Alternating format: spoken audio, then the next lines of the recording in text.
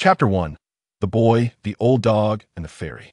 On a night filled with wind and snow, a dilapidated temple stood amidst crumbling bricks and tiles, encircling a small campfire. A refined young boy, clad in a patched robe, reclined on a bed of straw, idly picking his teeth with a blade of grass. Beside him lay a chipped gourd, a rusty, crumbling sword, and a large black dog gnawing on a bone. The daughter of the lame Li, known as the Mute Li, has a generous bosom and a shapely figure, undoubtedly a fine prospect for marriage. The widow Wang's daughter, Cui, has skin whiter than snow, her body delicate and supple, truly captivating. And Liu's granddaughter, Ling Dang, is not only kind-hearted, but also possesses a melodious voice. Big Black, if all three Li, Cui, and Ling Dang were to propose to me simultaneously, whom should I choose? The boy belched and cast a glance at the large black dog, his face contorted in indecision. When one is sated, they're beset by countless worries hunger brings but a singular concern. Now that he was full, his thoughts turned to women, exemplifying the adage that a well-fed heart craves desire. It was hardly surprising, given his age, brimming with vitality and vigor, awakening each morning with the strength of a pillar. The large black dog tilted its head, observing the boy's midnight musings about women, its deep blue eyes betraying a hint of disdain. Woof, woof. It barked softly, raising a paw as if to say, with your character, do you really think you could win the heart of Swan? If you lack the courage, I could relieve myself here to show you your reflection. The boy seemed to comprehend the dog's sentiment and tossed a handful of straw in its direction. What expression is that, you wretched beast? Do you dare to believe I want turn your bones in a broth tomorrow? The lad, named Lu Tongfeng, had just turned 16, orphaned and raised by the previous temple caretaker. 6 years prior, on a night much like this, the old caretaker had consumed 2 beggar chickens and a jar of homemade brew, only to depart this world with a final gasp. In his last moments, he squeezed Lu Tongfeng's hand tightly, instructing him to await a certain individual and to deliver a box to them. Should that person fail to appear by the time he turned 16, Lu would have the freedom to choose his own path. Time passed swiftly, and as Lu reached 16, the promised individual had yet to materialize. That night, after a hearty meal with the black dog, he resolved to leave the dilapidated temple the following day in search of a livelihood. The temple was modest, consisting of a small shrine and 2 earthen houses that had collapsed during a storm 2 years prior. 3 miles north lay the town of Fuyang, where, during the caretaker's lifetime, the temple still attracted some incense offerings, with townsfolk visiting to pray for blessings during festivals. However, after 6 years of Lu's relentless efforts, the temple had fallen into disrepair. Cobwebs adorned the corners, straw littered the ground, and the wind whistled through the gaps in the walls, with 3 large holes in the roof. Last year, Lu had chopped the offering table for firewood, grateful that the deities were made of clay. Had they been wooden, they too would have suffered his neglect. Master, you have been gone for 6 years, and Big Black and I have kept vigil here. The person you spoke of has not come, so I plan to leave at dawn to venture into the world. You must understand, I am now 16, and though I am handsome and striking, the finest young man within 500 miles, the townsfolk label me a madman and a filthy beggar. The maidens flee from me. I cannot remain here, destined to be a lifelong bachelor like you. Rest assured, once I thrive, I shall return to restore your statue and rebuild this temple. Lu Tongfeng articulated his reasons for departure, pledging empty promises. The wind howled and the snow swirled, the small flames failing to warm the drafty temple. Lu tightened his tattered robe and settled into a meditative position, beginning to practice the cultivation technique taught by the old caretaker. Though he did not fully grasp its essence, he understood that through this practice, a warm current could flow within him, warding off the cold and staving off hunger. He formed the necessary hand seals and soon entered a focused state. A faint azure glow emanated from his form, swirling with colorful currents above his head, gradually warming the once frigid temple. Outside, in the storm, a group of ethereal spirits, glowing green, appeared. These spirits, remnants of souls who had not transitioned into the afterlife, lingered in the mortal realm, seemingly drawn to Lu's aura. Yet, they refrained from entering the temple, repelled by a mysterious protective barrier that encircled the dilapidated shrine. The large black dog raised its head to peer through a broken window at the floating spirits, appearing unperturbed. After finishing its bone, it lay down before Lu, surrendering to slumber. 3 miles north of the temple lay Fuyang town. Morning broke, and the night's snowfall blanketed the world in white. The remote town, now shrouded in snow, resembled meticulously crafted ink painting. Amidst this picturesque scene, a young woman in white attire gracefully entered. She appeared to be around 18 or 19, with delicate features, a tall stature, and skin as pale as snow. Her bright, cool eyes and raven-black hair flowed like thick ink. In her hand, she carried a long sword, its scabbard and hilt pure white, giving her an ethereal quality, as if she were composed solely of black and white. There was a subtle air of detachment about her, exuding an otherworldly grace. As she walked along the streets of the town, she resembled a fairy descended from a painting. Unaware of her own beauty, she exuded an aura of coolness without arrogance, transcending the mundane without severing ties to the world. Her presence immediately captivated the attention of the townsfolk. Fuyang was neither large nor prosperous, situated nearly 70 miles from the nearest official road, making encounters with outsiders rare. Yet, such an exquisite beauty was enough to astonish the unworldly townspeople. They gazed, entranced, as if she surpassed even the celestial maidens in beauty. The white-clad girl seemed unfazed by their stares, accustomed to the attention of the masses. She approached Liu's breakfast stall and inquired, "Elder, may I ask if there's a matchmaker temple nearby?" Before Lu could respond, her plump daughter-in-law interjected, "Miss, there is no matchmaker temple here. However, 50 miles south on Tsuiping Mountain, there is a Guanyin temple, known for its miraculous blessings in matters of love. I plan to take my daughter there to pray to the Guanyin goddess soon." The white-clad girl displayed a hint of disappointment on her radiant face, murmuring her thanks as she prepared to depart. At that moment, the elderly Lu hesitated before speaking. "Miss, are you indeed searching for a matchmaker temple?" The girl nodded slightly. After a moment's reflection, Lu continued, "We do have a matchmaker temple situated 3 miles south of the town." A curious girl, clad in a festive floral cotton coat, chimed in, "Grandma, isn't that the abandoned earth god temple south of the town? Where would a matchmaker temple come from?" "What do you know, little girl? The land god temple used to be the matchmaker temple. Over 60 years ago, Zhang Lai's concubine was caught sneaking around at the matchmaker temple. In a fit of rage, Zhang Laoi burned the temple down.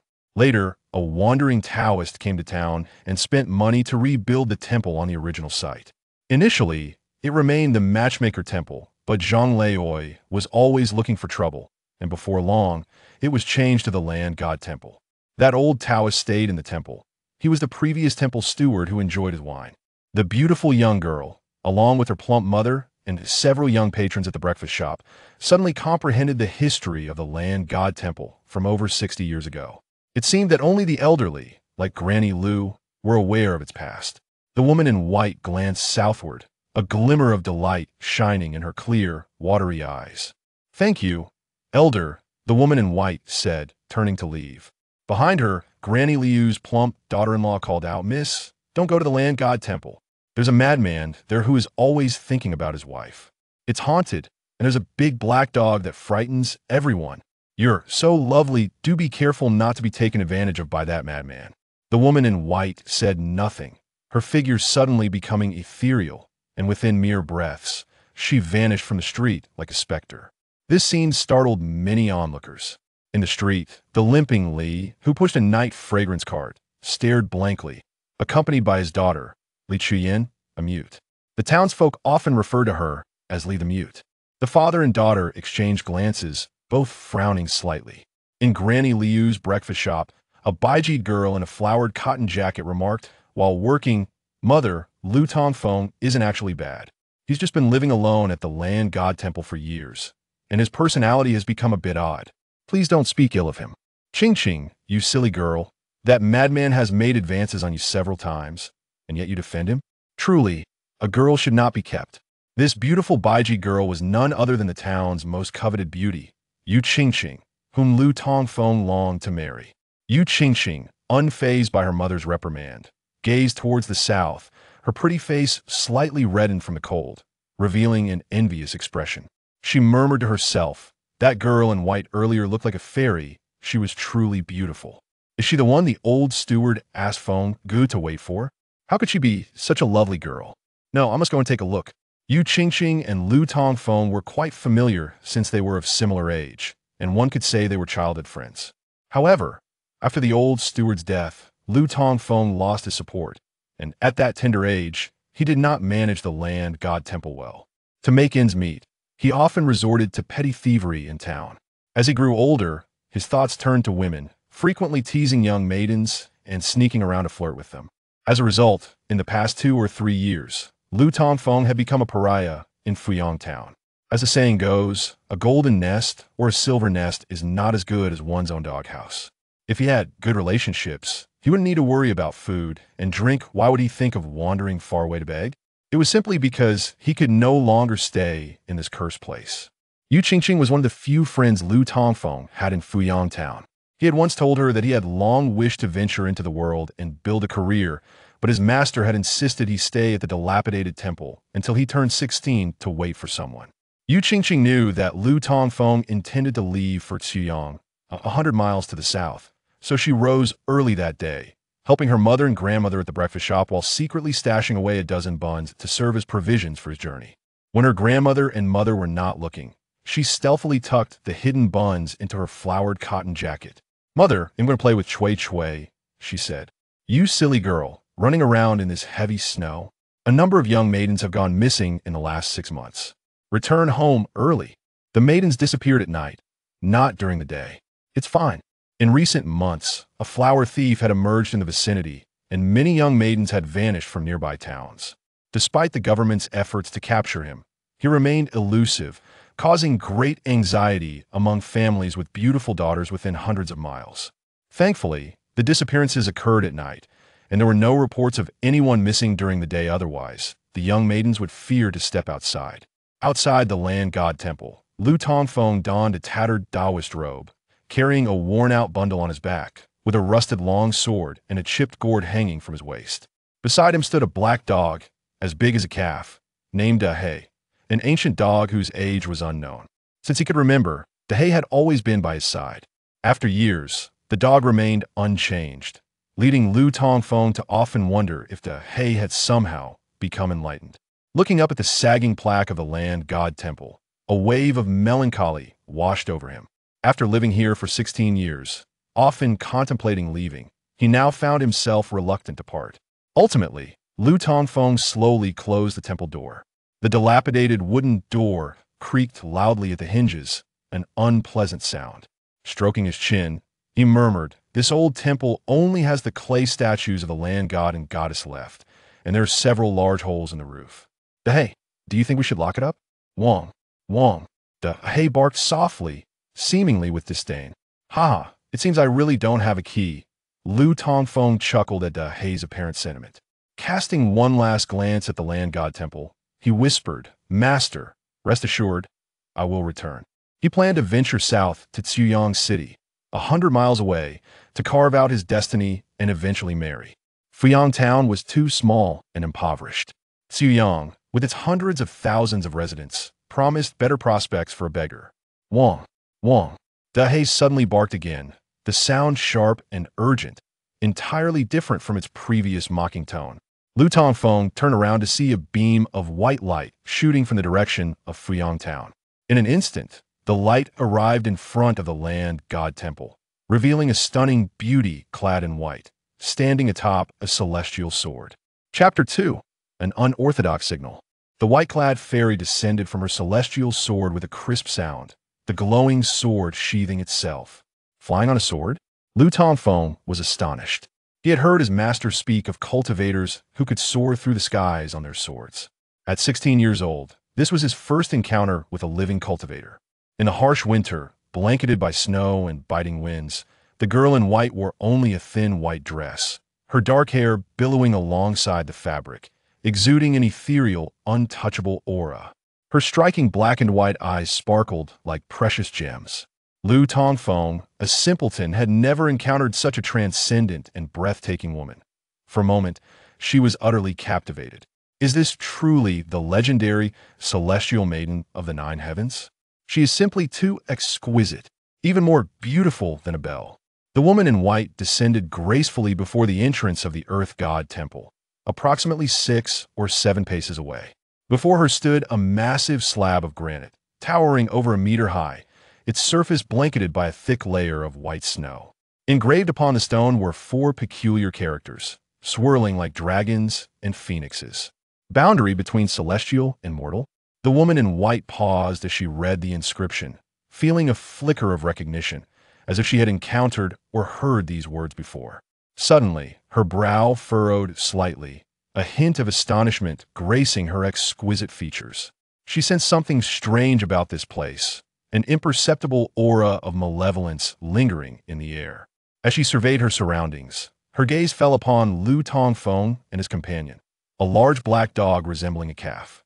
At that moment, the black dog remained silent, its bright eyes fixed intently on the woman in white, baring its teeth and standing on alert, its tail raised in a posture of vigilance.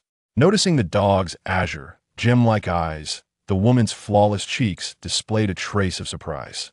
The black dog, feeling the weight of her gaze, appeared somewhat bashful. As if evading something, it shifted and concealed itself behind Lu Tongfeng, resembling an ostrich attempting to hide its head. An amusing sight indeed. The woman in white then turned her attention to Lu Tongfeng, who was staring at her in a daze, a trickle of drool escaping his lips. This elicited a slight frown from her, a visible expression of disdain. She was acutely aware of her beauty, which drew attention both within her sect and in the mortal realm, often attracting furtive glances. Yet, it was rare for her to encounter someone like this youth, who gawked at her while salivating. One could only wonder what thoughts lingered in his mind, whether he imagined her unclothed or believed her garments had been torn asunder. She recalled the words of a plump woman at a breakfast stall in the nearby town, realizing that this youth was likely the little madman the woman had mentioned, a lad perpetually longing for a wife. Lu Tongfeng calmly wiped the drool from his mouth, his previously lewd expression vanishing in an instant, transforming into that of a composed and unflappable young gentleman. This was a skill he had honed over many years in Fuyang town, enabling him to instantly retract any lecherous demeanor that might offend a lady. The technique was simple.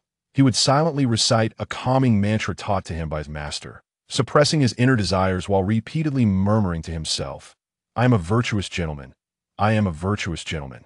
Through such self-deception, he could swiftly metamorphose from a despised lecher to an upright young hero. He approached the woman in white, the engraved stone, that red boundary between celestial and mortal standing as a barrier between them, one on the eastern side and the other on the western. The west represented mortals, while the east signified the celestial beings, the stones seemingly never having been so aptly placed. "Fair celestial, do you have a matter to discuss?" Lu Tongfeng asked, his arms crossed as he offered a gentle bow. The woman in white noted that despite his tattered and patched cotton robe, it was evidently a Taoist garment, and his gesture mirrored the respectful salutation customary among Taoists. Although displeased by his earlier gaze, as a disciple of the Taoist sect, she could not afford to lose her decorum, especially as she was on an important mission. "May I inquire if this was once a temple dedicated to the Old Man of the Moon?" Lu Tongfeng was momentarily taken aback, a look of surprise crossing his face. "The Old Man of the Moon? Ah, I believe my master mentioned it, but that was decades ago. It has long since been converted into the Earth God Temple.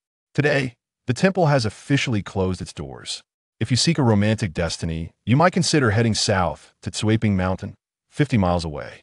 There is a Guanyin temple there, and the locals have been flocking to it for prayers, claiming it to be extraordinarily effective." The woman's brows knitted once more as she glanced at the Taoist yin-yang symbol on Lu Tongfeng's collar. "You are indeed a practitioner of the Tao, correct?" "Tao? I suppose so. My master is an old Taoist priest." "Then why would you direct me to a Buddhist temple for prayers?" "Well, although it sounds somewhat absurd, the Guanyin temple is indeed 100 times more effective than this Earth God temple, which has long been devoid of offerings and thus lacks efficacy." A hint of embarrassment surfaced on Lu Tongfeng's cheeks. The woman was taken aback by the youth's honesty. "Esteemed Taoist." "Taoist?" Lu Tongfeng's heart skipped a beat. It was the first time someone had referred to him as such, causing his heart to race. You You call me Taoist? Since we are both practitioners of the Tao, it is only natural to address you as such. Ah, so you are a practitioner of the Tao, Lu Tongfeng realized, understanding why this extraordinarily beautiful maiden could fly with her sword. Simultaneously, he could not hide his envy. He had heard tales of the abilities possessed by such practitioners, and he had just witnessed this enchanting woman arriving upon her sword. If only he were also a practitioner, would he still need to worry about finding a wife? The woman in white then inquired, "Esteemed Taoist, is there an elder priest of the temple present?" "Elder priest? No, only I am the junior priest." "Wait, the elder priest. Fair celestial, you are not seeking my master, are you?" "Your master?" "Indeed, my master was the elder priest here." "And where is he now?" "My master has passed on." Lu Tongfeng's expression shifted, astonishment etching his features as he gazed at the beautiful woman before him. His master had implored him, with utmost seriousness, to await a certain individual in this very location. However, he had never been informed of the identity of that person. Lu Tongfeng had always assumed it would be a friend of his master's. He never imagined that after 6 years of waiting, the visitor would be a young and stunning maiden. Lu Tongfeng couldn't help but wonder if his master possessed foresight, predicting that he would struggle to find a wife, hence instructing him to await his future bride here. Yet, was this maiden not too exquisite? Though he considered himself the most handsome man within a radius of 300 miles, he doubted he could ever truly win the heart of such a celestial beauty. The elder priest has passed. The woman in white appeared momentarily taken aback, taking a while to process. "Yes, my master departed this world 6 years ago." "Fair celestial, did you truly come to seek my master?" The woman nodded. You have finally arrived. Do you have any idea how long I have waited for you?" "You have been waiting for me? You know I would come?" "I did not know who I was to wait for. My master instructed me to guard this dilapidated temple until I turned 16, stating that someone would come find him. Today marks my 16th birthday, and I was preparing to leave for the great city to pursue my ambitions, having already closed the temple door. If you had arrived any later, you would have missed your chance." The woman in white regarded Lu Tongfeng, who wore a look of relief, and she asked, "Did the elder priest leave any messages?" "He left nothing behind, but he did leave an item. To prove it was intended for you, let us first share a secret sign." "Secret code?" "Of course. If you cannot decipher the code, it indicates that the item is not meant for you." In the dead of night, a ghost knocks on the door. The woman in white momentarily faltered, her expression revealing hesitation as she responded, "Travelers on the road seem to be in despair. There are 3,000 beauties in the imperial harem. Even an iron pestle can be ground down to a needle." "You answer correctly. Indeed, you are the person my master instructed me to await here. Please hold on for a moment while I return to my dwelling to retrieve something." Chapter 3. The great rock soars with the wind. Ascending to 90,000 miles, the expression of the white-clad fairy was one of utter disbelief. No wonder her master had specifically instructed her to remember these words before descending the mountain. At the time, she found them rather peculiar, even somewhat irreverent. It turned out to be a secret signal left by the old man. Simultaneously, she felt a surge of joy. After half a year away from the mountain, she had finally arrived here. Lu Tongfeng, carrying a small bundle and a rusty sword, pushed open the temple door. The large black dog, having lost the cover of Lu Tongfeng and Amp, Appo's body, was once again exposed to the sight of the white-clad woman. This gigantic canine seemed to have shed its previous wariness. Glancing around before baring its teeth at the white-clad girl and wagging its dark tail, as if to convey that it meant no harm, the white-clad woman gazed into the blue eyes of the large black dog and remarked, "You bear a striking resemblance to another black dog I encountered on Tianyin Mountain. Especially your eyes. Quite curious." Upon hearing this, the black dog immediately shut its seemingly all-seeing blue eyes.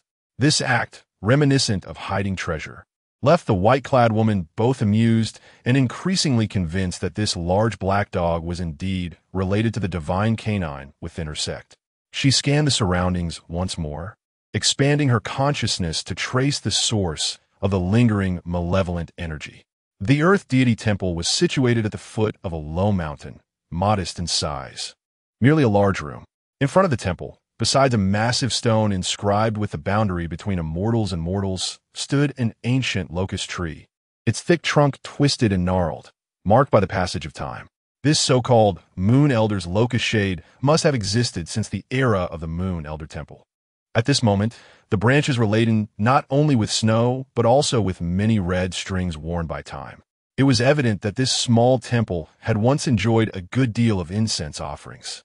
The ancient locust tree, akin to a venerable elder weathered by the vicissitudes of life, stood amidst the wind and snow, watching over this realm with a posture of profound compassion. Not far from the old locust tree, there was an ancient well, mostly covered in snow, revealing only a modest opening. As the white-clad woman gazed at the well, a flicker of unusual color passed through her clear eyes. She sensed that the uncomfortable aura surrounding her seemed to emanate from the well. "Fairy, I apologize for the wait." Just as she was about to approach the well to confirm her suspicion, Lu Tongfeng and Appo's voice suddenly echoed. The white-clad woman looked up, expecting him to produce something left behind by the old temple steward. Instead, he emerged from the dilapidated temple, merely carrying a worn pickaxe. The large black dog, wagging its tail, playfully scampered behind Lu Tongfeng, once again tucking its head behind him like an ostrich. "Fairy, please follow me. I shall take you to retrieve what my master left behind." The white-clad woman felt a modicum of relief, thinking the only item left behind by the old steward was a mere pickaxe. The snowstorm from the previous night had left a thick blanket of snow on the ground. Lu Tongfeng, with the pickaxe over his shoulder, trudged through the snow towards the back of the dilapidated temple. The large black dog frolicked joyfully in the snow, quickly darting several paces ahead. Watching Lu Tongfeng's retreating figure, the white-clad woman turned back for a moment to glance at the ancient locust tree and the well, her brows slightly furrowing before she followed in Lu Tongfeng's direction. Behind the earth deity temple lay two collapsed earthen houses, now reduced to mere remnants of walls. Further behind was a modest low mountain, atop which a grove of bamboo bent under the weight of the snow. Lu Tongfeng ascended the snow-covered slope, his steps uneven. "My name is Lu Tongfeng, found by my master on a snowy night 16 years ago at the temple gate." "Fairy, what is your name?" "Yun Fuyao." "Yun Fuyao?" Lu Tongfeng suddenly halted, turning to face her with astonishment. "What a remarkable coincidence." "What do you mean by coincidence?" "I am called Tongfeng, and you are Fuyao." The great rock soars with the wind, ascending to 90,000 miles. Do you not see the connection? Yun Fuyao paused, taken aback, and realized there was indeed some truth to his words. Lu Tongfeng and Appo's face lit up with joy, thrilled that he shared a name derived from the same poem with the exceedingly beautiful Yun Fuyao. He bombarded her with questions about her origins, age, whether she was betrothed, and her relationship with his master. In the span of a mere 100 paces, he had already envisioned a future with Yun Fuyao, even naming their prospective children. However, Yun Fuyao sensed that Lu Tongfeng and Appo's enthusiasm was somewhat excessive. Who in their right mind would inquire about the age of a woman they had just met or whether she was promised to another? It was as if he had become utterly infatuated. Thankfully, Lu Tongfeng was a disciple of the old temple steward. Had he been anyone else, Yun Fuyao and Appo's character would have led her to sever his arms and silence him for his impertinence. Yun Fuyao replied calmly, "I am a disciple of the Yun Tian sect, here on a mission from my master to search for my granduncle." "Granduncle? Yun Tian sect?" Lu Tongfeng exclaimed, "I know of the Yun Tian sect, one of the 6 great sects in the world of Jiuzhou, located in the southwest on Tianyan Mountain. Its disciples number in the tens of thousands, each possessing formidable abilities and profound cultivation, with countless independent practitioners and noble families affiliated with it. How can my drunken master possibly know of your celestial sect? You see, your master is the 36th generation ancestor of our Yun Tian sect, surnamed Mei, given name Yupin, and known by the title Xianqi, is my master's 6th granduncle. Hence I refer to him as granduncle." "What? My master is from the Yun Tian sect? His original name is Mei Yupin? Did your granduncle not inform you of this? That old trickster. Even in death, he deceives me. He claimed his name was Mei Gankai and styled himself Xianhui, presenting as a wandering Taoist who had drifted here over 60 years ago, suffering from severe rheumatism, unable to travel. Thus he rebuilt the earth deity temple and settled here." "Mei Gankai?" Yun Fuyao raised an eyebrow slightly. Indeed, that is Mei Gankai. Lu Tongfeng pointed to a nearby gravestone. Yun Fuyao looked over. Although the gravestone was somewhat snow-covered, the inscription was still legible. Grave of Master Xianhui, the Taoist Mei Gankai. Erected by disciple Lu Tongfeng. 7th day of the 12th month in the Ding Si year.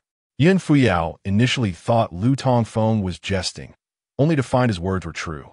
As Lu Tongfeng brushed away the snow from the gravestone, he muttered, "Master, so your real name was Mei Yupin? Truly, you are fittingly named. I am your disciple, yet you raised me without ever speaking a single truth. I now seriously doubt whether I was merely picked up by you 16 years ago at the temple gate." Lu Tongfeng felt both anger and dejection. It was as if he had revered his master as a father, only to discover he had been treated like a mere swine. Ever since he could remember, he had been at his master's side, and now this old ghost had been deceiving him all along. Only today did he learn of his master and Appo's, his true name and background. All along, he had been called Mei Gankai, while his true name was Mei Yupin. How could this be? What was even more difficult for Lu Tongfeng to accept was that his old trickster of a master was actually a practitioner of a Yin Tian sect. Although he had never left the confines of Fuyang town, he had heard of the Yin Tian sect far and wide. It was a giant among the realms of Immortals. Had he known this sooner, he would not have had to endure in this desolate place for so many years. Yun Fuyao observed Lu Tongfeng as he alternated between cursing and sighing. Her brows knitted slightly, seemingly puzzled as to why her granduncle would conceal such matters from his only disciple. Yun Fuyao stood before the gravestone, paying her respects to her esteemed master, the late Mei Gankai, with utmost reverence. She spoke, "I, Yun Fuyao, the 38th disciple of the Yin Tian sect, have come under the instruction of my master, the esteemed Yu Chanjinren, to pay homage to my late granduncle. My master often spoke of you with gratitude, recalling the profound teachings you imparted. He instructed me to ensure your return to the Yun Tian sect for a peaceful old age. Yet it seems you have ascended to the celestial realm." Yun Fuyao uttered some formal words of tribute. She then turned to Lu Tongfeng and inquired, "Where are the relics left by my granduncle?"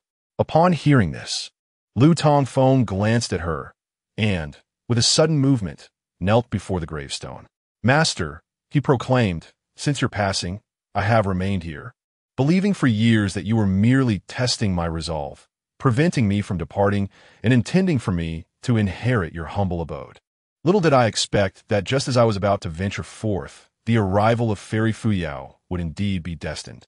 Now that the one you wished for me to await has come, you may rest in peace.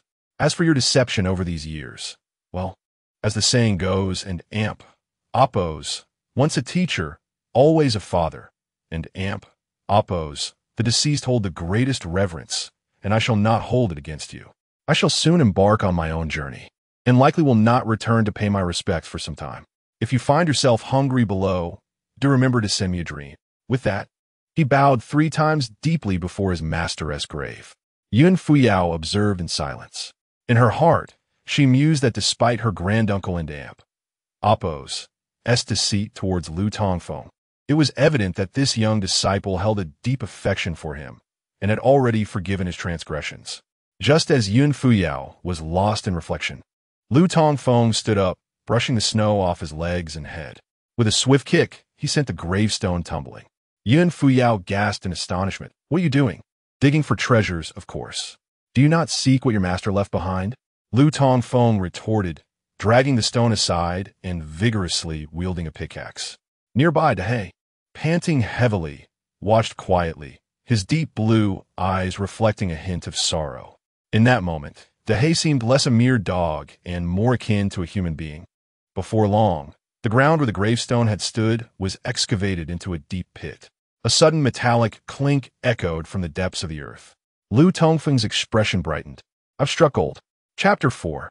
Am I the little master uncle of the fairy? Lu Tongfeng crouched down and began to dig with his hands. After a brief moment, he unearthed a square iron box from the pit. The box was not large, approximately 1 foot in length and width, adorned with a rusted padlock. With a swift motion, Lu Tongfeng struck the lock, which broke with a satisfying snap. Upon opening the box, he discovered a meticulously crafted wooden case inside. Remarkably, after lying underground for 6 years. The wooden box exhibited no signs of decay. Lu Tongfeng scooped up some accumulated snow, rubbed it in his hands to clean off the dirt, and then carefully lifted the wooden box from the iron container. Fairy Fuyao, my master instructed me on his deathbed. You must personally deliver this item to the one who comes seeking me and utters the secret phrase. Yun Fuyao extended her hands to receive the wooden box. Scrutinizing it closely. "What is inside?" she inquired. Lu Tongfeng, surprised, replied, "Aren't you here to retrieve this item? Do you not know what lies within?" Yun Fuyao gently shook her head. "I was merely sent by my master to find my grandmaster uncle. Before I departed, my master did not inform me that my grandmaster uncle would leave behind anything." "I do not know either," Lu Tongfeng admitted. "There's a small lock on it, and my master did not provide me with the key. I have never opened it before." "Fairy Fuyao, could you unlock it for me? I am quite curious to see what treasure I have guarded for 6 long years." Yun Fuyao hesitated for a moment, seemingly intrigued by the contents within. She extended her delicate fingers, akin to jade, and grasped the exquisite black lock on the wooden box. Applying a slight force, the lock suddenly emitted a deep azure glow, causing her fingers to recoil. A look of astonishment crossed Yun Fuyao and Appo's face. "This is protected by a highly sophisticated barrier. I cannot open it," she remarked. "A barrier? My master possessed such abilities?" Lu Tongfeng pondered with some confusion. "My grandmaster uncle is a senior figure of the Yuntian sect. Such a minor barrier should be easily managed." "Senior figures?" Lu Tongfeng and Appo's expression darkened. Despite having followed his master for a decade, he had received no instruction in formidable techniques. Only a set of basic principles for survival in harsh conditions. Was he truly a fool devoid of spiritual roots and destiny? Surely, someone as handsome as he could not be such a simpleton. While Lu Tongfeng and Appo's thoughts swirled, Yun Fuyao spoke. "Little master uncle, did your grandmaster uncle leave anything else besides this wooden box?" "Nothing at all." "Wait, little master uncle? Since you are the disciple of my grandmaster uncle, it is only fitting that I address you as such." Lu Tongfeng and Appo's mouth fell slightly open, realizing that Yun Fuyao and Appo's address was indeed accurate. But did this not complicate matters? He had already envisioned names for their future 13 children. Now that he was designated as Yun Fuyao and Appo's little master uncle, did this not alter their familial hierarchy? Unbeknownst to Lu Tongfeng, Yun Fuyao placed the wooden box into a small white pouch at her waist, which, despite its diminutive size, barely larger than a purse, could accommodate the large box. It was a storage pouch commonly used by cultivators. She understood that her master had sent her down the mountain to find her grandmaster uncle specifically for this box, which undoubtedly contained something of great significance, and she needed to return to the Yuntian sect promptly to report. "Little master uncle, what are your plans now?" Lu Tongfeng pondered before responding. "I initially intended to take Dahe to Chuyang City to carve out a career for myself. Now that I know my master is a cultivator of the Yuntian sect, perhaps I should visit the Yuntian sect to see the place where my master spent his formative years." Despite his youth, Lu Tongfeng exhibited a cleverness and ambition that belied his appearance. His master appeared to hold a high standing within the Yuntian sect. If he were to join the sect, even if he did not enjoy a life of luxury, he could at least aspire to become a cultivator admired by many. This was certainly more promising than begging for food in Chuyang City with Dahe. He was aware that the Yuntian sect was thousands of miles away, and it would take at least half a year to walk there. If he could catch a ride on Yun Fuyao's flying sword, that would be ideal. Yun Fuyao replied, "You are the direct disciple of the late Master Xianqi. Now that he has passed, you should indeed return to the sect to acknowledge your lineage." Lu Tongfeng rejoiced. "I think so too. Fairy Fuyao, could you take me back with your sword? If I walk there, I might not arrive until next winter." "Walk there? Little master uncle, what is your current cultivation level?" "Cultivation level? I have no level," Lu Tongfeng replied, momentarily taken aback, then quickly grasped the meaning. The term level referred to the ranks of cultivation among practitioners in this world. He had heard his master mention that in the current age, various sects, Taoist, Buddhist, demonic, shamanistic, ghostly, and Confucian coexisted. In addition, there were non-human intelligent beings, such as demons, spirits, and fantastical creatures. The cultivation levels among human sects had once been diverse, but had been unified into 9 ranks thousands of years ago. Qi refining, foundation establishment, object control, nascent soul, harmonization, transformation, celestial, great ascension, and void transformation. Yun Fuyao frowned. Little master Uncle Yu cannot fly with a sword? Lu Tongfeng shook his head gently. Yun Fuyao's gaze shifted to the rusted sword sheathed at Lu Tongfeng's waist. He was impoverished and could not afford a proper sword sheath.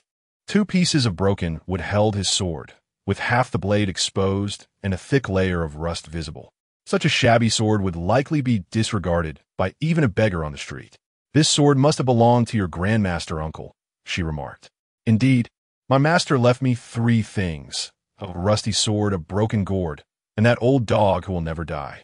Wang Wang, Dahe the old dog, seemed displeased with being referred to as such, baring his teeth and barking a few times at Lu Tongfeng.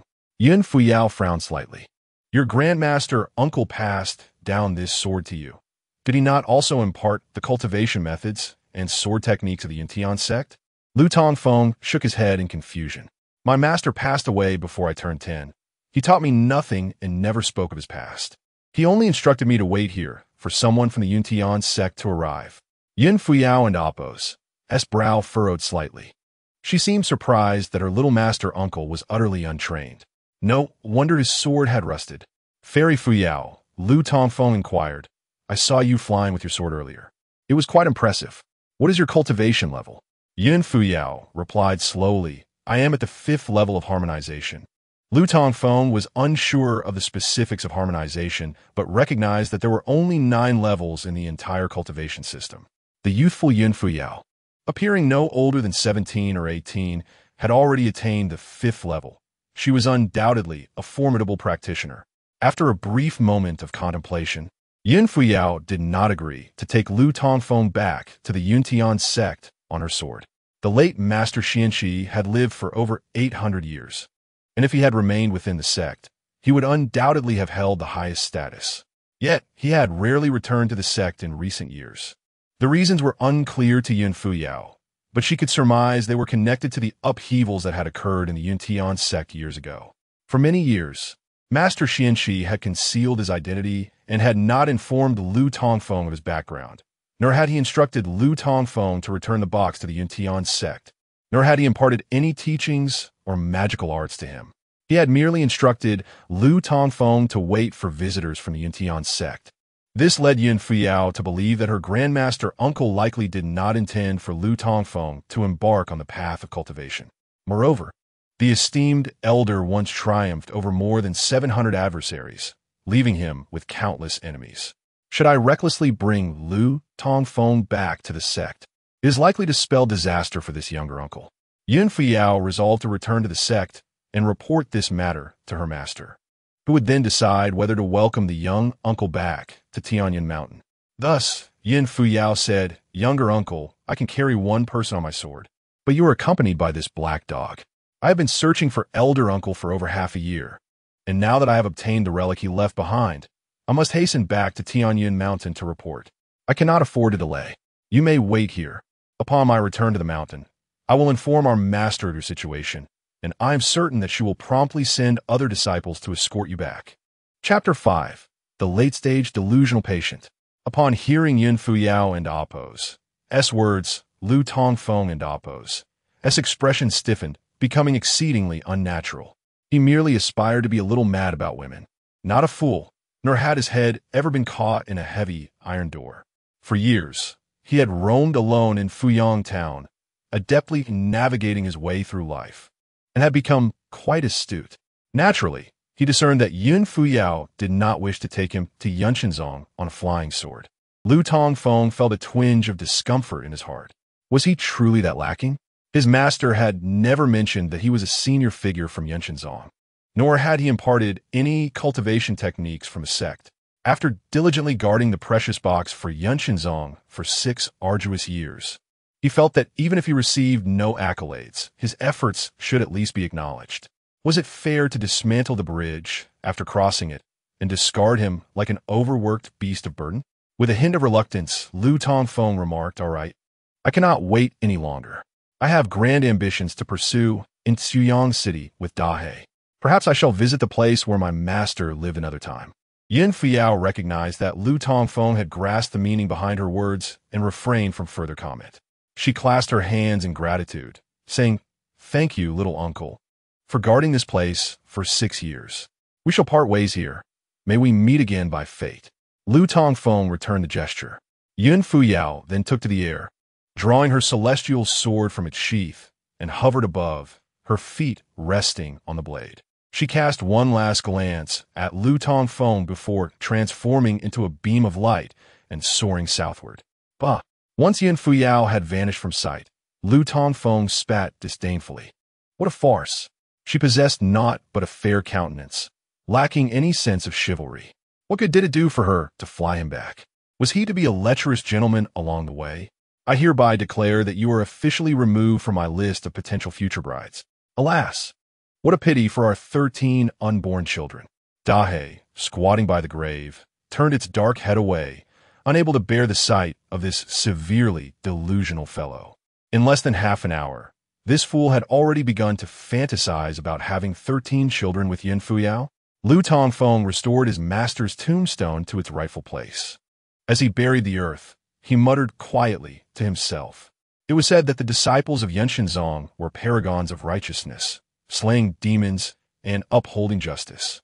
Yet, from his perspective, they seemed to be no better than petty ingrates, dismantling bridges behind him. "Master, you were right not to return. These cultivators are nothing but ungrateful scoundrels. I understand why they wooed and damp. Oppos, take me to Yanshenzong. After all, I cannot fly, and with Dahe, I would only be a burden. But to guard their treasure box for 6 long years in exchange for a mere and Oppos. Thank you and Oppos. What is that? Surely, I deserve at least a few hundred taels of silver as compensation for my 6 years of service. Yanshenzong is prosperous. Do they truly care about such a trivial sum? 6 years of toil, and all I receive is a mere and Oppos. Thank you and Oppos. And yet, they refer to me as little uncle, knowing who I am, yet offering no silver for my labor? How miserly! I am a man of principle. Should they seek me at Tianyin Mountain in the future, I shall not entertain them." As he grumbled, he continued to refill the earth over the tombstone. Once the tombstone stood upright again, Lu Tongfeng unfastened the wine gourd from his waist, crouched down, removed the wooden stopper, and poured the remaining wine onto the tombstone. "Master, regardless of whether you deceived me in the past, you raised me. This is all I have left, so drink sparingly. Once I achieve success, I shall bring you a jar of good wine every day, ensuring you revel in eternal drunkenness in the afterlife." Lu Tongfeng rose, reattaching the broken gourd to his waist, and gazed skyward. What a waste of half an hour. I could have reached Shirley Pavilion by now. He murmured, "Dahe, let's be off." With a pickaxe slung over his shoulder, he called for Dahe and headed toward the dilapidated temple.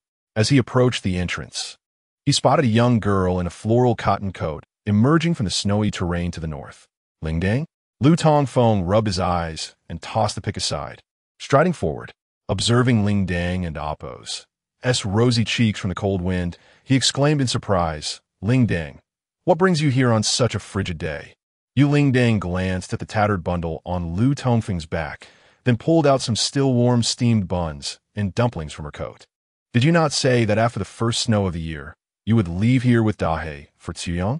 I brought you some provisions." Lu Tongfeng stared at Yu Lingdang, feeling an indescribable mix of emotions, bittersweet and touched.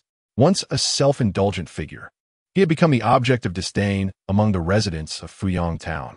Although he and Yu Lingdang had known each other for years and were once close, they had gradually drifted apart over the past 2 years. "Yu Lingdang, I never anticipated you would be so kind to me. You wait for me for a year. Perhaps 2 years, but no more than 5. I shall return with 1,000 taels of silver to propose to Aunt Fatty. I will bring you happiness." Dahe, with an expression of disbelief, turned its head away, recognizing that its master had once again succumbed to delusional fantasies. Yu Lingdang rolled her eyes and said, "Lu Tongfeng, Do not be absurd. We were young and naive back then, but now we are grown. We cannot speak so recklessly anymore. Since you have decided to leave Fuyang town, do not return. Also, Fuyang is a large city.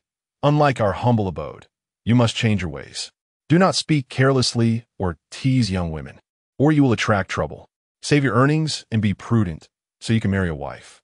Lu Tongfeng and Oppos. S expression stiffened. Yu Lingdang had braved the snow to bring him food, and he had thought she was hopelessly in love with him. Instead, she was advising him not to return after leaving. This was not the script he had imagined. Had she truly changed, employing the age-old tactic of desire to entice him? While Lu Tongfeng was lost in thought, Yu Lingdang surveyed her surroundings and said, Lu Tongfeng, this morning a beautiful girl in white came looking for you. Did you see her? Ah, yes, I did. Is she the one the old temple keeper asked you to wait for? Lu Tongfeng nodded, recalling that he had previously mentioned to Yu Lingdang that his master had instructed him to wait at the Earth God Temple. How did you know she was coming? This morning, she inquired about the Moon Elder Temple in town. Grandma mentioned that the Earth God Temple used to be the Moon Elder Temple, and I saw her heading this way. Oh, I see. Yu Lingdang, did you come all this way through the snow to bring me food because you do not want me to leave? If you merely ask, I will remain by your side for life. Lu Tongfeng made one last attempt. You are being ridiculous. It is getting late. I should return. You must leave quickly. Traveling in the snow is perilous. If you do not depart now, you may not be able to leave today. Only if you go will the young women in town dare to venture out. Yu Lingdang turned to retrace her steps. Yu Lingdang, what do you mean that the young women in town will only dare to come out if I leave? Lu Tongfeng protested. For the past 6 months, the young maidens from 10 miles around have feared to leave their homes due to a villain prowling these parts, abducting young women at night. I'm not that villain. Yu Lingdang turned back, laughing. You may not be a villain, but you are certainly a lovesick rogue. As Yu Lingdang's figure gradually faded from view, Lu Tongfeng remained unconvinced. Lingdang must have feelings for me. She does not want me to leave. Surely, she will turn back to retain me within 10 counts. 1, 2, 3, 6, 7, 8, 19, 20, 307, 308, 309. Woof, woof, woof. Dahe could no longer bear the sight. Yu Lingdang and Oppos. As silhouette had long vanished beyond the snow line, yet this lad still gazed to the north, murmuring numbers under his breath, nearly transforming into a Wang Qi. Lu Tongfeng, dejected, cast a sorrowful glance at Dahe, his spirits notably diminished. He understood that Lingdang would not turn back to beckon him. He merely sought a rationale to linger. Once, he had contemplated adhering to his master and Oppos as counsel, but now the items had been taken away by Yun Fuyo. He found no justification to remain here any longer. Turning back, he retrieved the iron pickaxe that had fallen in the snow, placed it inside the earth deity's shrine, and closed the door. He gazed southward, where, amidst the undulating mountains, a towering peak emerged faintly, standing out like a crane among chickens. That was Tsuaping Mountain. Beyond it, traveling south for 50 or 60 miles, lay Tuyang City. A solitary figure, accompanied by a dog, a rusted sword, a tattered gourd, and a patched backpack, gradually melded into this sorrowful, silver-clad tapestry. Lu Tongfeng epitomized the quintessential optimist. To put it simply, he was carefree, untroubled by the opinions of others. Not long ago, he had been disheartened by the disdain of Yun Fuyo and Yu Lingdang. Yet within the span of a mere incense stick and amp, Oppos, burning, it seemed he had cast aside all his worries to the heavens. He frolicked in the snow with Dahe, engaging in playful banter and laughter, much like a fledgling bird discovering flight. Yet, this bird found itself increasingly distant from its nest. Chapter 6. Feng and Yu Ni encounter trouble as Lu Tongfeng departed from the land temple, where he had resided for 16 years, heading towards Xiyang City. Yun Fuyao, who had taken flight earlier, found herself in peril. High above the 9 heavens, clad in flowing white garments, Yun Fuyao stood upon a celestial sword radiating white light, resembling a comet streaking through the clouds and mist, traversing the vast sky. Suddenly, from a thick layer of snow clouds ahead, a fiery red beam of light shot forth with astonishing speed, reaching her in an instant. Unprepared for an ambush while soaring through the air, Yun Fuyao swiftly reacted, twisting her body as the red light zipped past her. In that brief moment, she discerned that it was a fiery red celestial sword. Fortunately, her quick reflexes allowed her to evade it. Otherwise, she would have suffered a chilling blow from that blade. The red sword, missing its target, immediately changed direction in the air, continuing its assault towards her. Yun Fuyao gripped her white sword tightly, her senses alert to the imminent threat. With a cold snort, she infused her sword with true essence. In an instant, brilliant white light emanated from the blade as she thrust it forward, the dazzling radiance resembling a ferocious beast soaring upward, directly repelling the approaching red sword. The fiery red blade was sent back into the thick, cotton-like snow clouds before her. Yun Fuyao and Amp, Oppo's expression turned frosty as she held her sword aloft, her gaze icy as she pointed towards the cloud, declaring, in broad daylight, "Cease your hiding and reveal yourself." A powerful wave of energy erupted from the cloud, dispersing the dense snow cover. From within emerged a woman clad in black, her wide-brimmed hat obscuring her face, wielding a fiery red sword, also suspended in the air. Though her features were concealed, her ample figure suggested she surpassed Yun Fuyao in stature, particularly in the generous curves that were evident. "Who are you, and why do you attack me?" Yun Fuyao inquired coldly. "Fairy Fuyao, I seek not to engage you in combat. Simply surrender the item you took from the land temple," the woman replied, her voice clear and crisp, reminiscent of a songbird. Yun Fuyao and Amp, Oppo's expression tightened. This woman not only recognized her, but also spoke of an item left by her grandmother. Glancing at her sword, she demanded, "Who exactly are you?" "My identity is of little consequence. I merely desire what Lu Tongfeng entrusted to you." "Oh, the item is in my possession, and I doubt you possess the capability to claim it." The woman and Amp, Oppo's veil fluttered as she asserted, "I understand that in a one-on-one confrontation, I may not be your match. But in a two-on-one scenario, your defeat is inevitable." Yun Fuyao sensed an ominous shift, extending her awareness only to discover a presence behind her. Slightly turning, she beheld a figure hovering in the air, draped in black, with a face concealed by a black cloth. In each hand, he brandished a 3-foot-long bone, resembling a thigh bone, exuding an unsettling aura even in broad daylight. An acolyte of the demonic sect? Yun Fuyao's expression darkened. Practitioners of the righteous path would never employ such bone artifacts. Only the aberrations of the demonic sect would dare. The man behind her spoke languidly. "Fairy Fuyao, surrender the item, or you shall not leave here today. Dream on."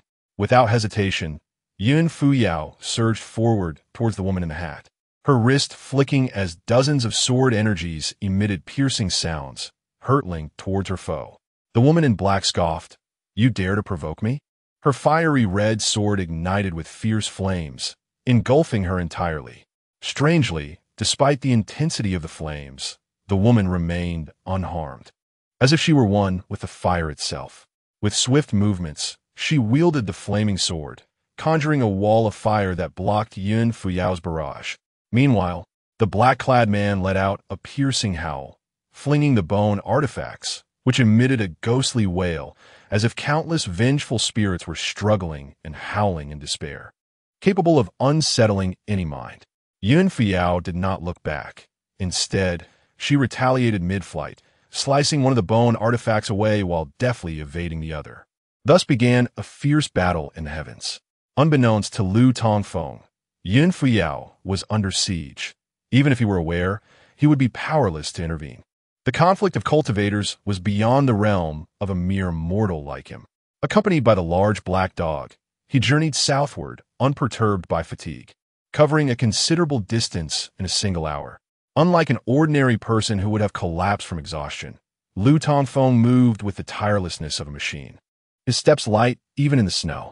This stamina was perhaps a result of the heart techniques imparted to him by his master over the years. After traveling over 10 miles, a group suddenly emerged on the snowy path ahead. As he drew closer, Lu Tongfeng furrowed his brow. It was a procession of 6 nuns. five clad in gray robes, and the leader in moon-white attire. While the leader appeared to be in her 40s, the remaining nuns seemed to be in their early 20s. They rotated prayer beads in their left hands, supported themselves with staffs in their right, and carried large cloth bags over their shoulders, forming a straight line as they trudged northward through the snow. Upon seeing them, Lu Tongfeng rolled his eyes and muttered a few curses under his breath. He recognized them as nuns from the Guanyin Temple on Suiping Mountain. Every year, during the first snowfall, these nuns would descend the mountain to beg for alms in towns and villages within a radius of 100 or 200 miles. Lu Tongfeng's disdain for them was not rooted in a conflict of beliefs, as he was a disciple of the Taoist sect. Rather, it stemmed from the fact that they had encroached upon his livelihood. The land temple had seen decent offerings from the townsfolk during festivals, weddings, and funerals, ensuring Lu Tongfeng a modest life. However, that was all disrupted by this group of nuns. The story traced back 5 years. Suiping Mountain lay between Fuyang Town and Xuyang City, approximately 50 to 60 miles apart. Once home to an ancient Guanyin temple, it had been poorly attended for centuries, with only 7 or 8 nuns residing there in quiet devotion. Occasionally, villagers would ascend the mountain to pray for love or offspring. 5 years ago, a catastrophic fire nearly reduced the temple to ashes, claiming the lives of the nuns within. Yet, shortly after, the entire Suiping Mountain was enveloped in a brilliant Buddhist light, visible for miles, lingering for 7 days. This event made waves, even drawing young Lu Tongfeng and his peers to witness the phenomenon. Once the radiance dissipated, a mysterious wealthy benefactor invested a substantial sum to rebuild the temple, which was completed 3 years ago and named Fulinen. Soon after, an elderly nun named Chun became its abbess. However, for hundreds of years, the locals had referred to the old temple as the Guanyin Temple, and the name persisted. Few called it Fulinen. Since the appearance of the Buddhist light and the temple's reconstruction, it seemed to have gained remarkable efficacy. Seeking offspring brings forth offspring. Seeking connections yields connections. Coupled with the radiant light of Buddhism that has coalesced over 7 days, the Buddhist temple has resoundingly established its reputation. Not only have the local villagers flocked to offer incense and prayers, but it is said that pilgrims have journeyed from hundreds of miles away specifically for this purpose.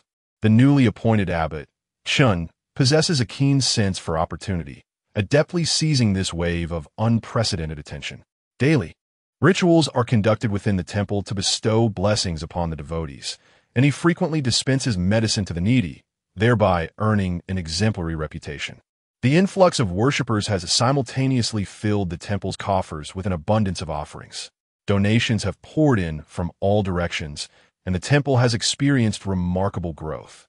In a mere 2 to 3 years, it has transformed from a modest establishment with only Abbot Chun and a handful of nuns into a grand temple housing over 100 individuals.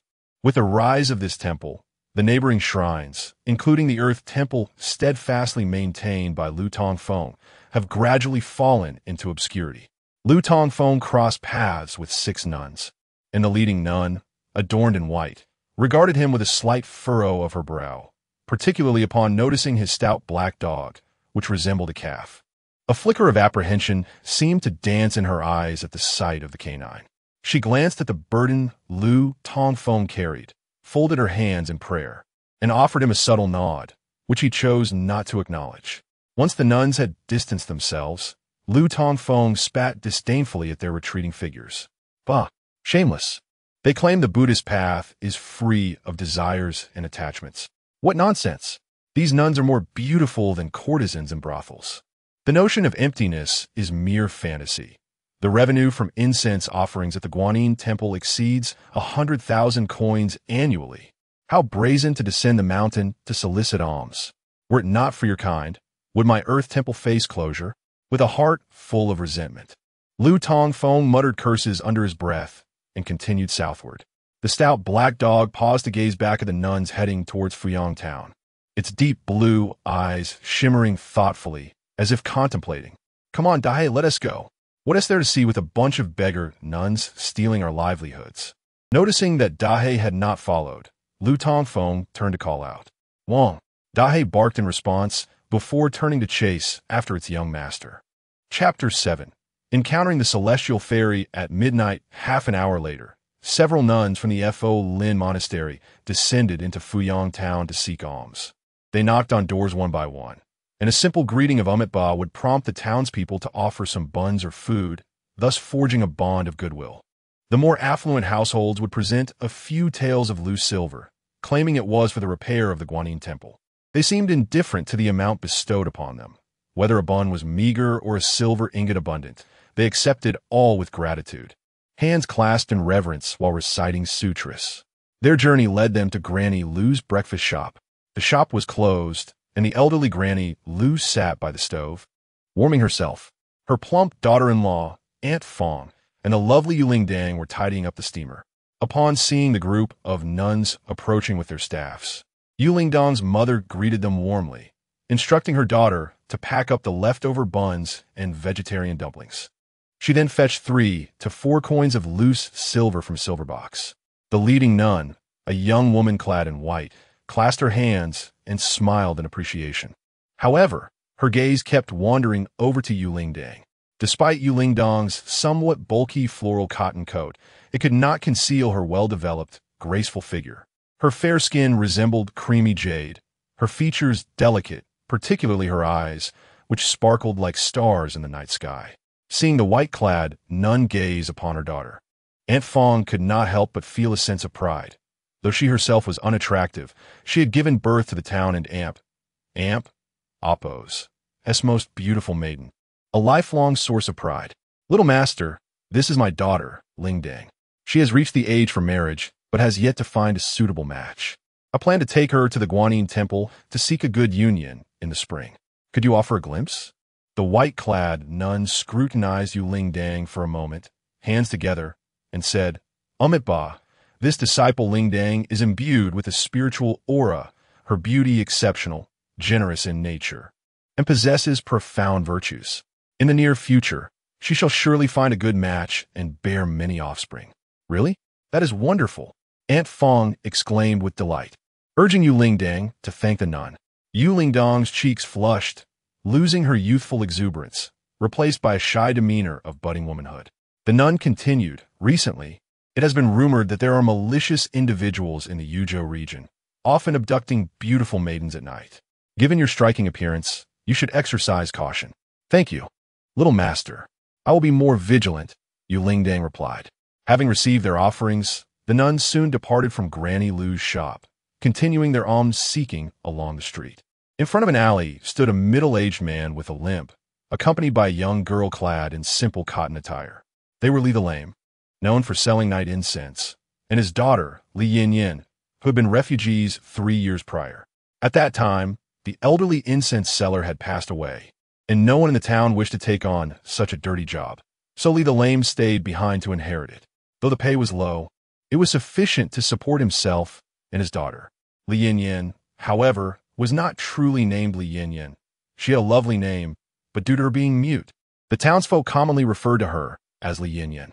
Li Yin was as beautiful as Yuling Dang, possessing a fine figure, particularly in her bosom.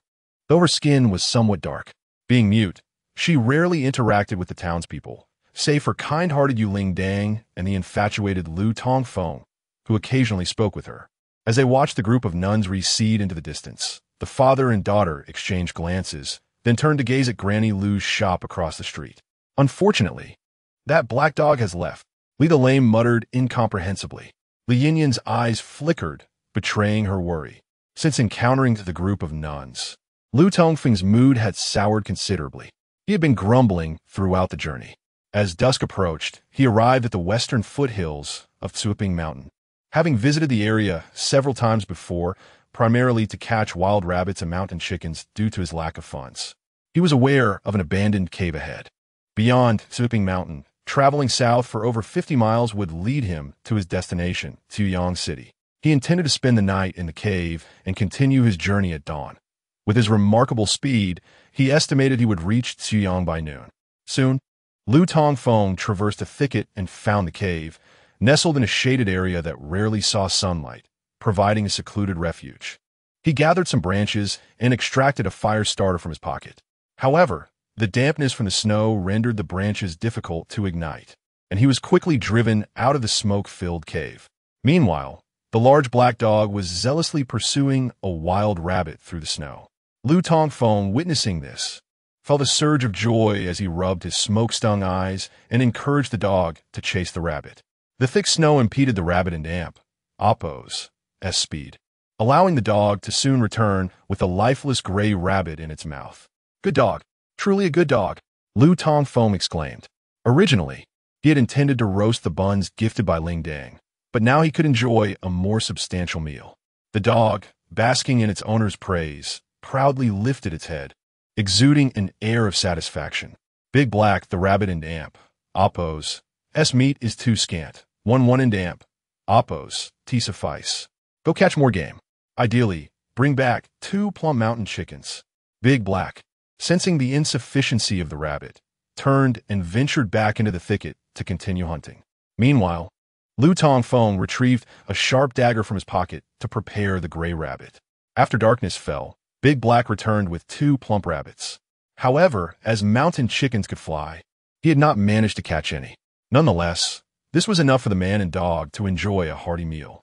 Lu Tongfeng skewered the cleaned rabbits on a stick and roasted them over the fire, ensuring not to waste the 3 rabbit hides, which he planned to sell in Yang City the following day, marking his first step towards earning some wealth. Not long after night fell, the wind howled outside the cave like a banshee, snowflakes swirling in the cold gusts. Inside the small cave, Lu Tongfeng gazed at the flurry outside, lost in thought. Was venturing out truly the right decision? Should he have waited until spring to pursue his ambitions? Despite his lack of popularity in Fuyang town, he knew he would not starve in winter.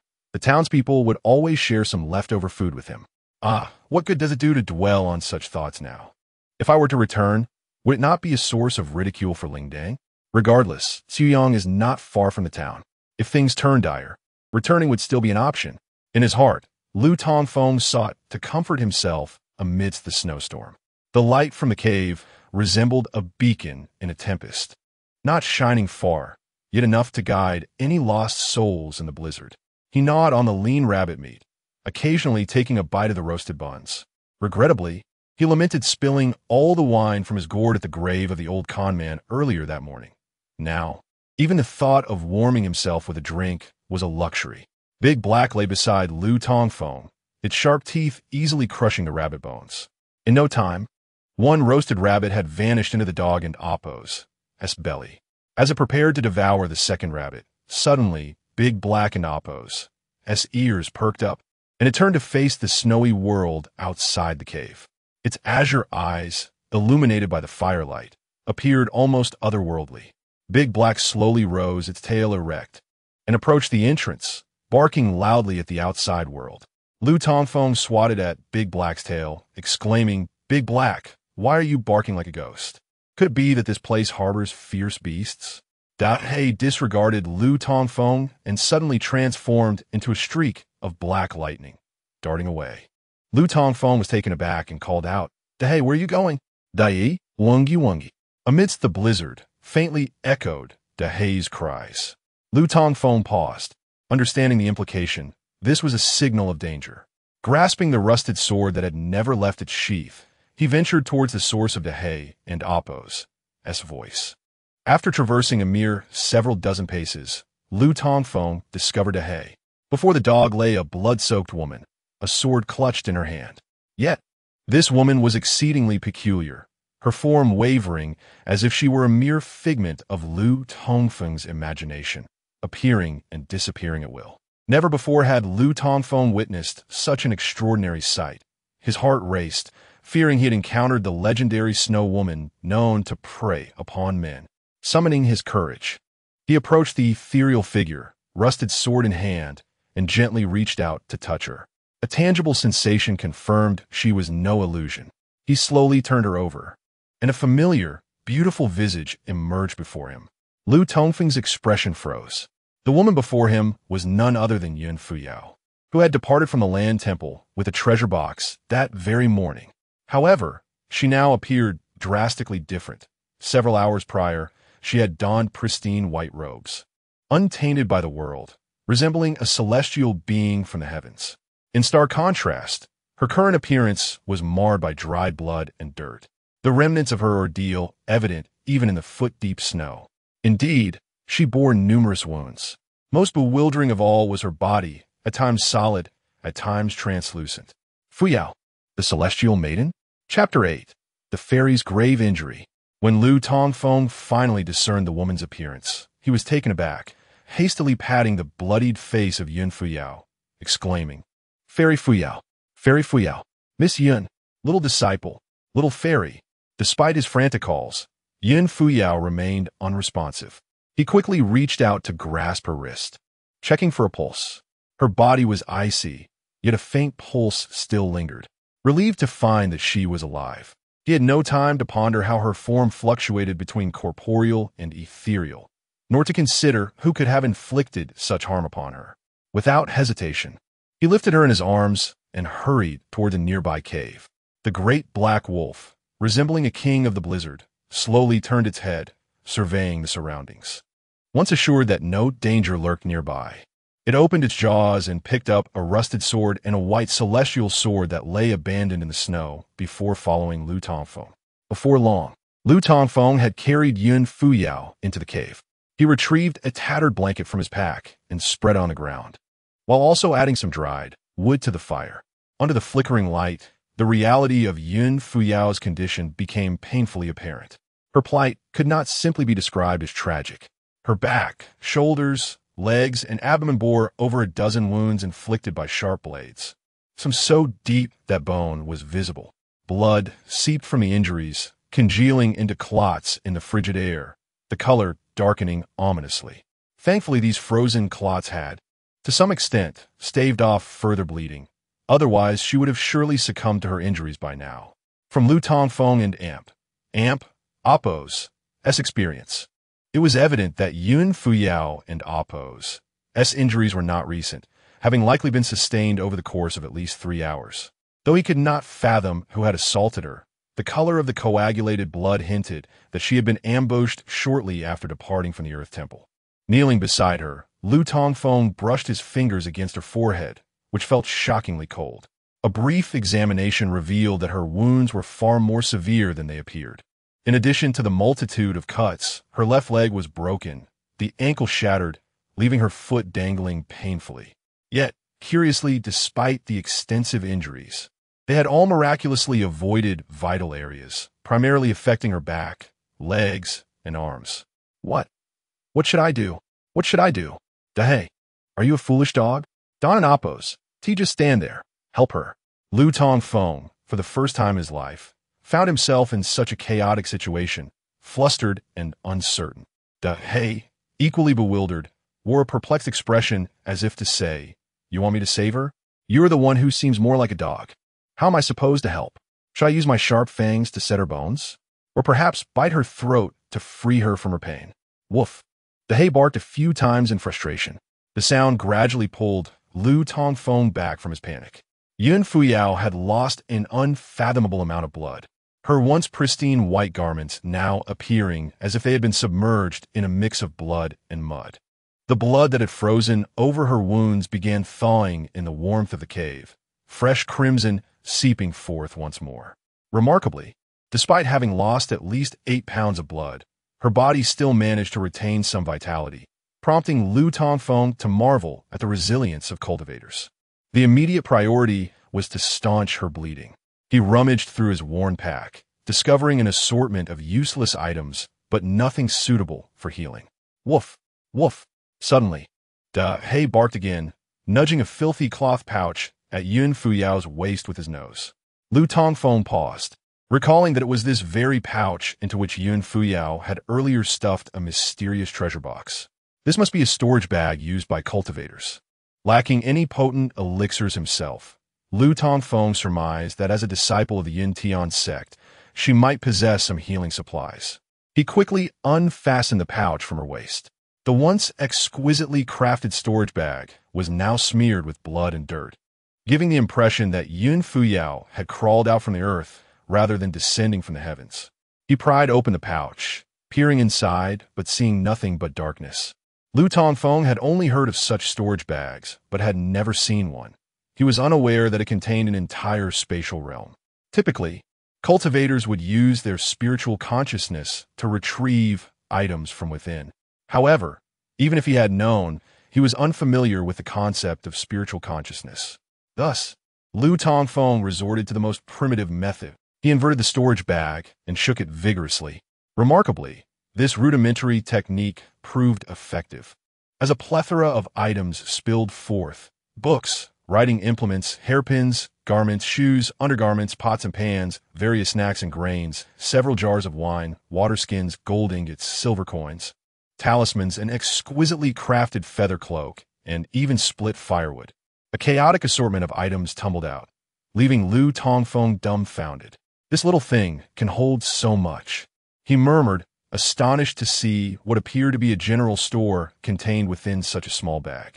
He began sifting through the pile, noting that Yun Fuyao's attire was predominantly white, as if she were a cloud in the sky. However, this wasn't the time to contemplate her undergarments. He soon extracted a dozen small white porcelain vials, each inscribed with labels: recovery pills, fasting pills, 9-turn soul rejuvenation pills, spirit gathering pills, beauty pills, and blood stanching powder. Upon spotting the vial labeled blood stanching powder, Lu Tongfeng's eyes sparkled with hope. He quickly uncorked the vial, revealing a yellowish-brown powder within. This will do. He rushed to Yun Fuyao and Amp, Oppo's side, ready to administer the powder to halt her bleeding. Suddenly, he hesitated. The sheer number of her wounds, stretching from her ankle to her shoulder, was overwhelming. To treat her injuries, he would need to remove her clothing. While he had engaged in mischievous escapades in his youth, this was different. Before him lay a celestial being of great power. Would she retaliate with a sword should he attempt to undress her to save her life? Woof! Noticing Lu Tongfeng's inaction, Dahe barked again. Stop urging me. I'm engaged in an internal struggle here. After a brief moment of contemplation, Lu Tongfeng resolved to prioritize her life over his own modesty. He had no lascivious intentions, at least not at this moment. Before long, he carefully began to remove Yun Fuyao's garments. However, instead of revealing her fair skin, he found her entire body stained with blood, transforming her into a veritable figure of horror. Nevertheless, Lu Tongfeng lacked the courage to strip her completely, leaving her with a white undergarment and shorts. Though he was a man of simple desires, he maintained his principles, and at that moment, Yun Fuyao and Oppo's ample bosom did not ignite any inappropriate thoughts within him. Chapter 9. The cave heals the woman. He retrieved a cloth, dampened it, and began to cleanse Yun Fuyao and Oppo's body. As the filthy blood staining her skin was washed away, Lu Tongfeng realized he had been overly optimistic. This was far beyond merely stopping the bleeding. Yun Fuyao bore numerous dark purple marks, remnants of blunt force trauma. She was not only physically injured, but likely suffered severe internal damage as well. While Lu Tongfeng could manage the external wounds with simple bandaging, he was helpless regarding the internal injuries. He meticulously examined all her visible wounds, which appeared to be inflicted by blades or sharp instruments. The longest wound extended a foot along her back, gaping and almost revealing bone. A deep gash marred her left shoulder. Had it been positioned slightly askew, she might have become a one-armed heroine. For the smaller wounds, he sprinkled on a hemostatic powder and wrapped them in white cloth.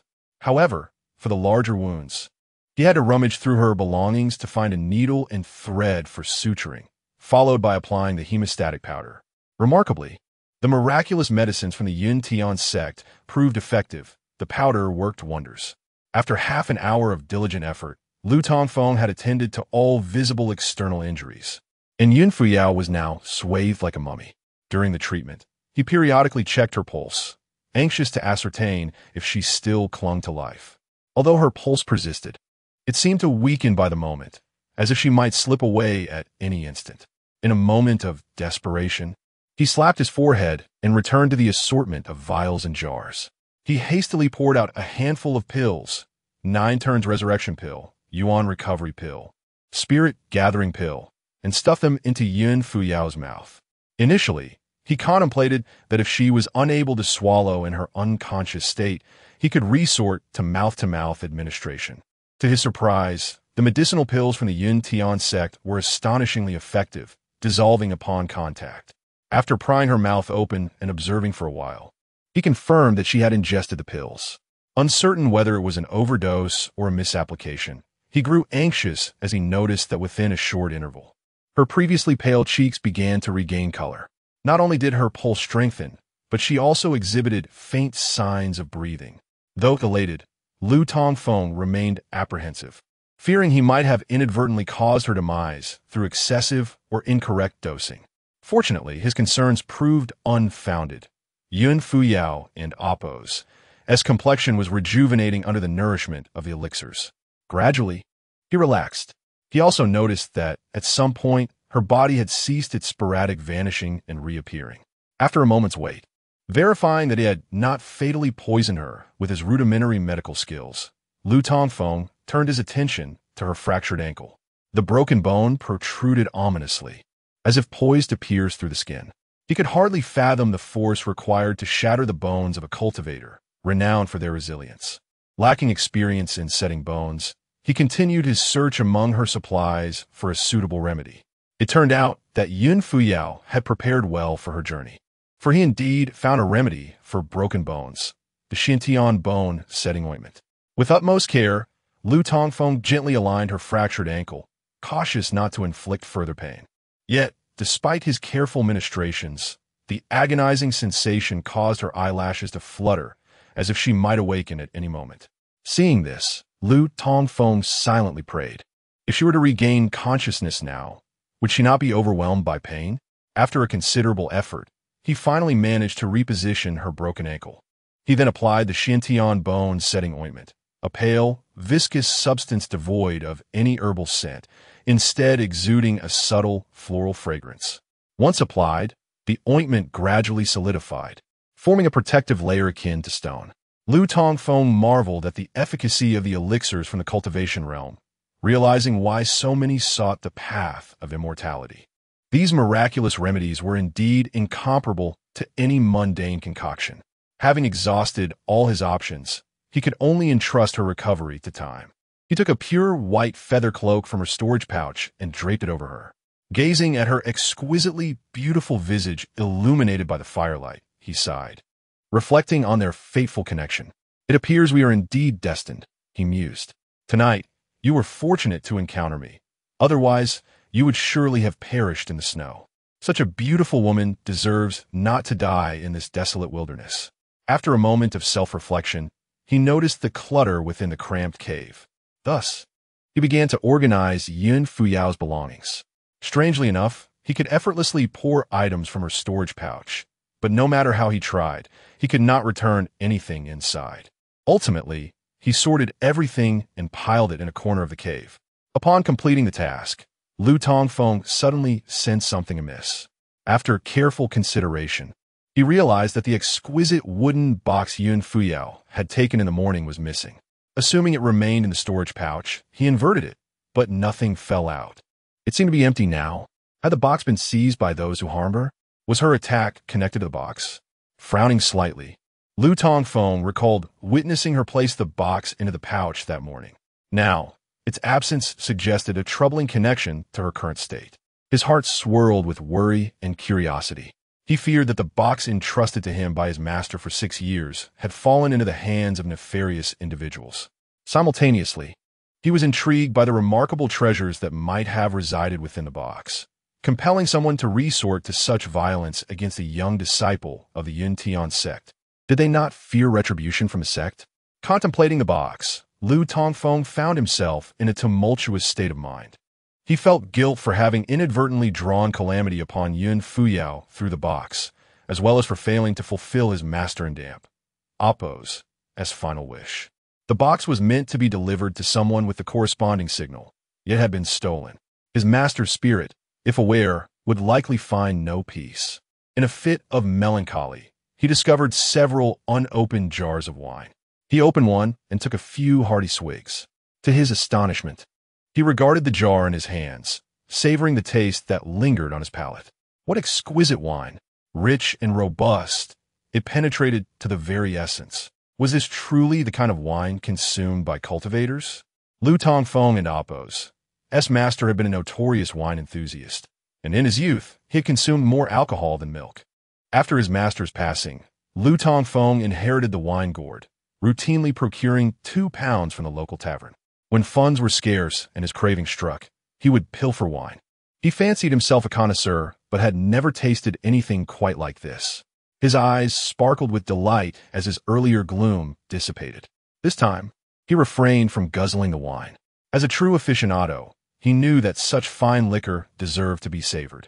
He unscrewed his tattered gourd and produced a small funnel from his bag, pouring the contents of the jar into it. Leaning against the rocky wall of the cave, he sipped slowly, occasionally nibbling on the pastries he had extracted from Yun Fuyao's storage pouch. As for the large black dog, it displayed little interest in the wine. Lying at the entrance of the cave, my eyes remained fixed on the swirling snow and wind outside, as if on guard against an impending threat. Chapter 10. The Divine Sword and the Rusty Blade. As Lu Tongfeng sipped wine to warm himself, he kept a vigilant eye on Yun Fuyao. He was anxious about the possibility of attackers pursuing her to eliminate any witnesses, and equally concerned that her injuries might worsen during the night. Every half hour, Lu Tongfeng would check her pulse and feel her forehead for fever. Fortunately, after consuming a variety of chaotic elixirs, Yun Fuyao and Appo's condition was rapidly improving, and her injuries had not deteriorated. As dawn approached, fatigue began to weigh heavily on Lu Tongfeng. He added a few more sticks to the fire and settled into a cross-legged position, commencing his meditation.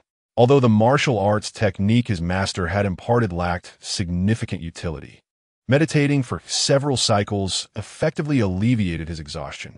Upon concluding his practice, he felt a clarity of mind and an unblocking of his meridians, akin to having enjoyed 5 or 6 hours of deep slumber. Outside the cave, the wind howled and snowflakes danced through the air, yet within the cave, it remained as warm as spring. Dahei, like the most loyal of companions, stood guard at the entrance, ensuring the tranquility of their little world. When Lu Tongfeng emerged from meditation, the outside world was already brightening, and the fire within the cave had nearly extinguished, leaving a chill in the air. He promptly rose to check on Yun Fuyao. Her pulse had returned to normal, her breathing steady, and her cheeks were flushed with color.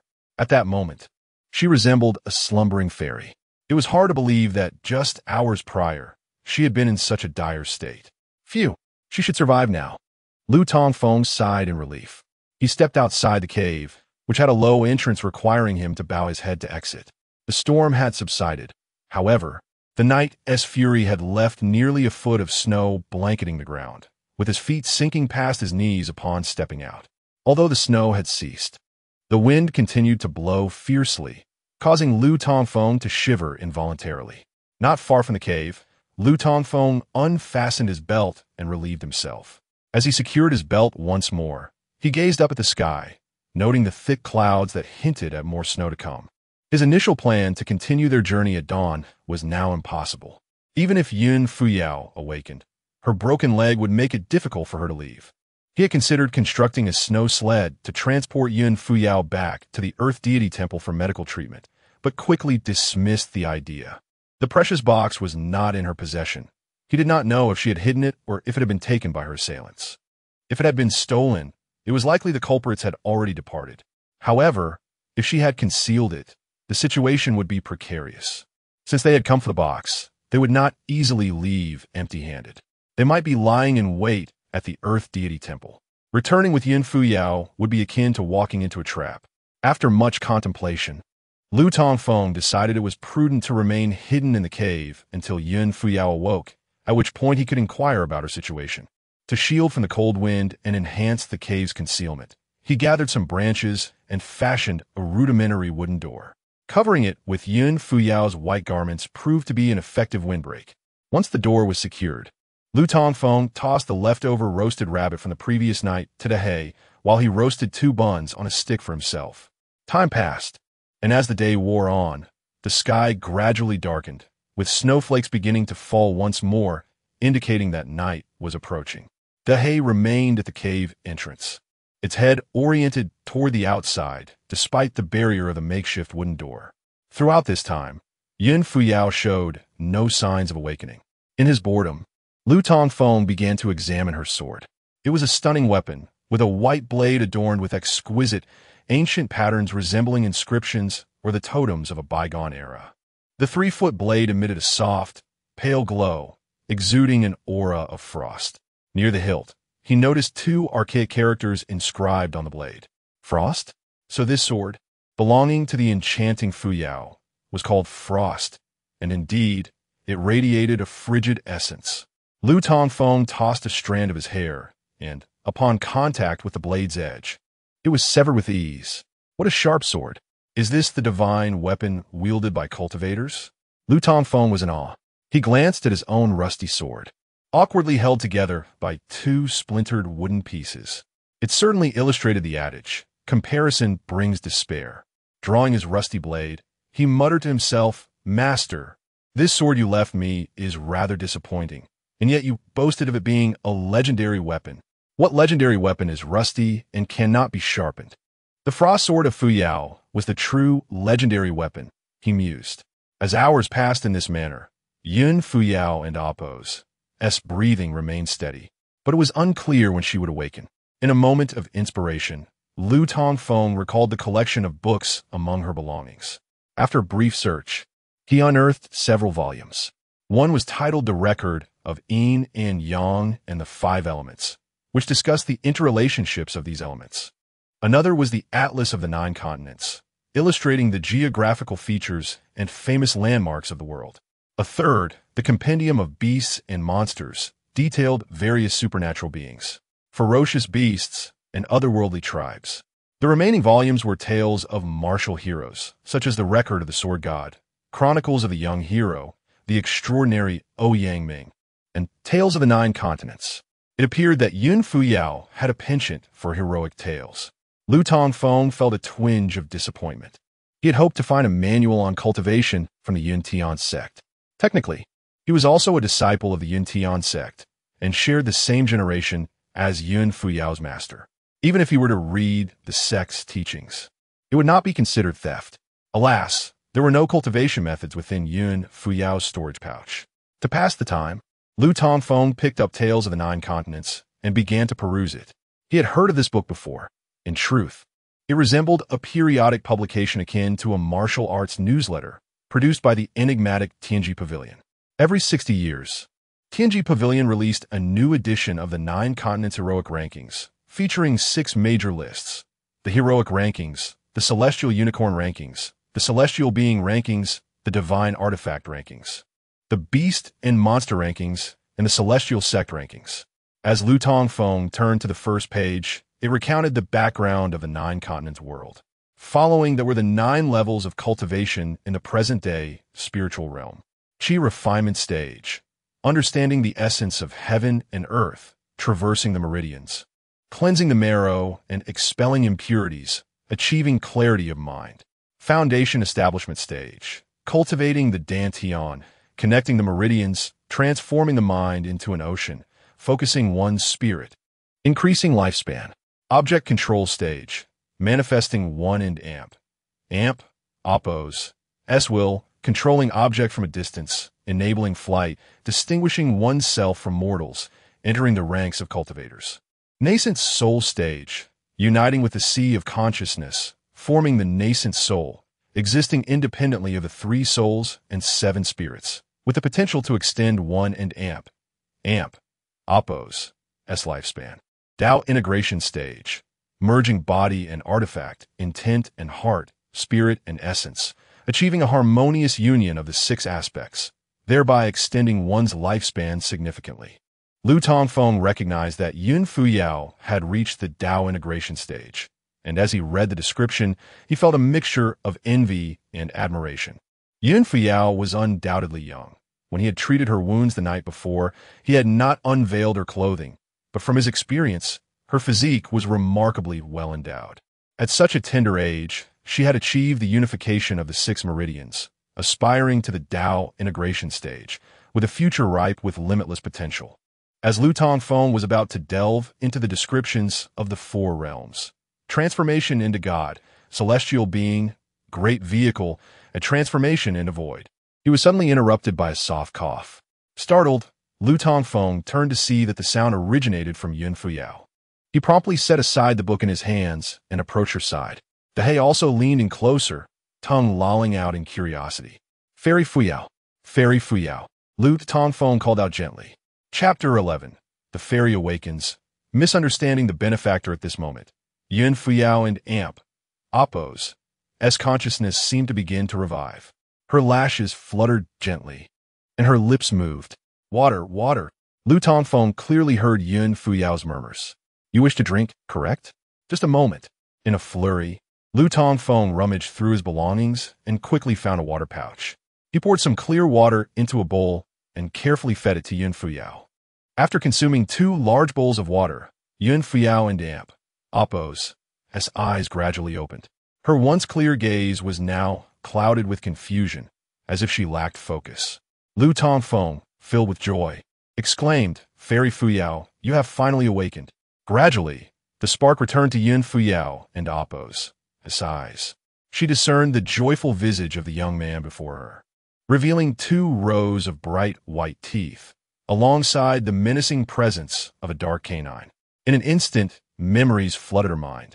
She struggled to move, but pain shot through her, causing her brow to furrow in discomfort, accompanied by a soft, pained murmur. You, please don't move. Your injuries are severe. Little Shu, where's this place?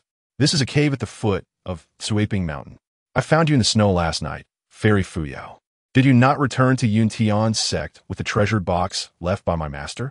How did I end up here? Who attacked you? Yun Fuyao shook her head gently, replying, I do not know. Uncertain? Surely not. You are a master of the harmonious realm.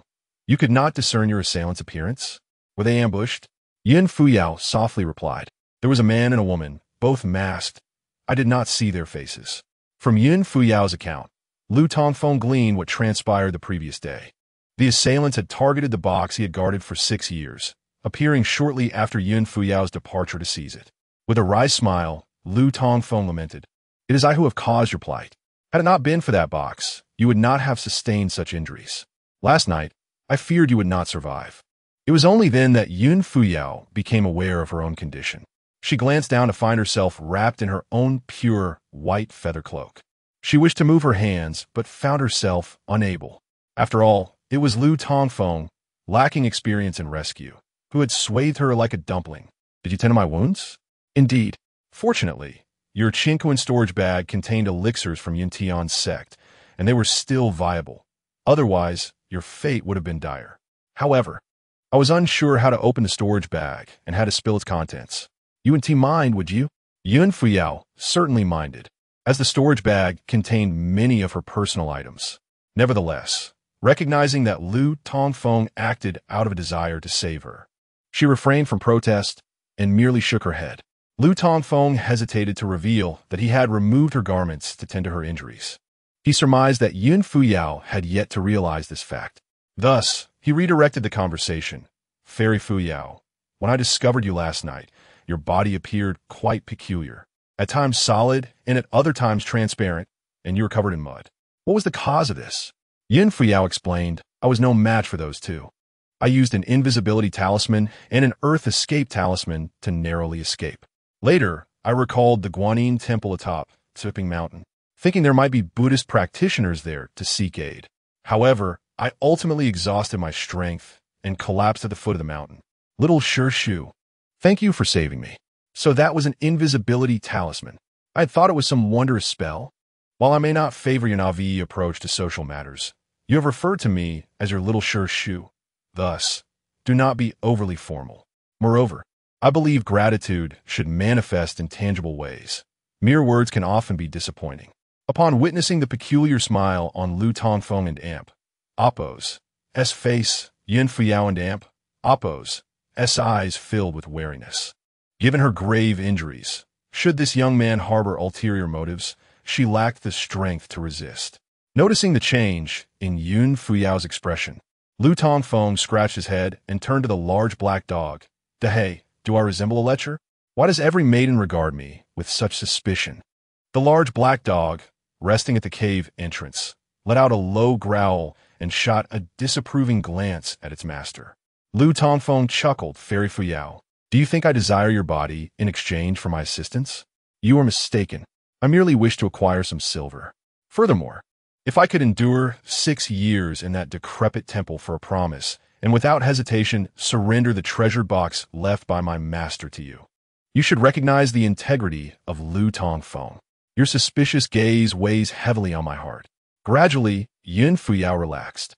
After all, if Lu Tongfeng were indeed a rogue, he would not have willingly entrusted her with the box left by her ancestor. Since her ancestor had chosen Lu Tongfeng, she should place her trust in him. With a hint of remorse, she said, I apologize. I thought you wanted. Never mind. I do not blame you. After all, we are not well acquainted, and you know little of me. Are you hungry? Allow me to prepare something for you. There is no need for trouble. I have some fasting pills in my storage bag.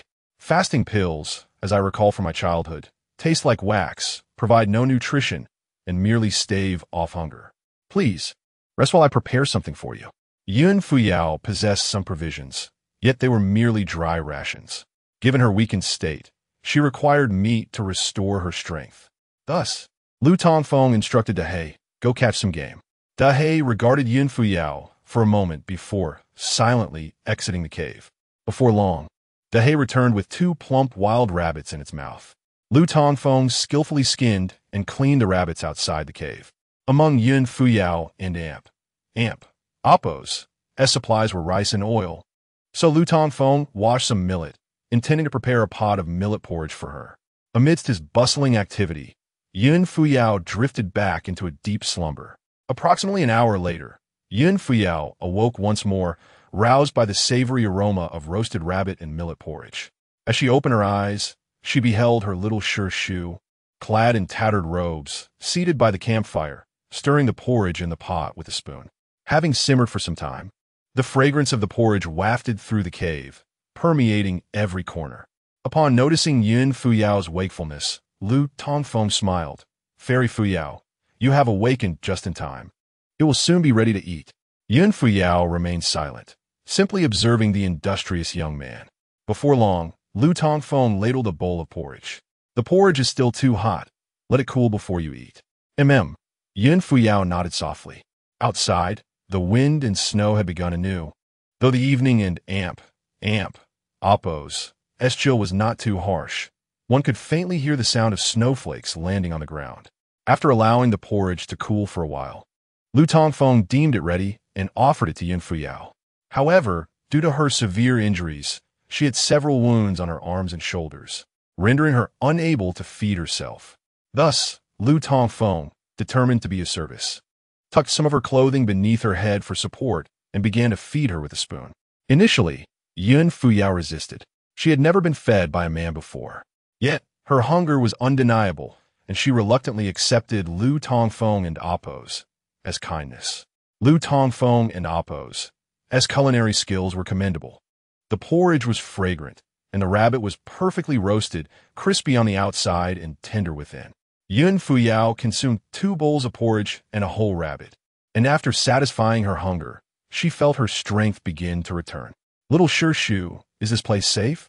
I am concerned that the 2 individuals who attacked me may come looking for me. While savoring a roasted bun, Lu Tongfeng remarked, this small cave is situated in the shaded side of Tsuaping Mountain, and few are aware of its existence. Moreover, it has been 2 days since the incident. If they truly pursued you, they would have discovered this place by now. Since they have taken the treasure box from you, they must have already departed with it. Wait for another couple of days until your injuries have improved and you can soar through the skies on your sword. Then you may leave. Yun Fuyao's expression suddenly shifted to one of peculiar discomfort, as if she were concealing something from Lu Tongfeng. Chapter 12. The Secret Technique of Cultivation by Lu Tongfeng and the Night Abduction of Beauties before long. Having satisfied her hunger, Yun Fuyao fell into a deep slumber once more. Lu Tongfeng, feeling rather bored in solitude, sat cross-legged by the campfire and began to practice the cold-resistant and hunger-tolerant mental technique imparted to him by his master. He had been cultivating this technique for over a decade, ever since he could remember. The name of this technique remained unknown to Lu Tongfeng.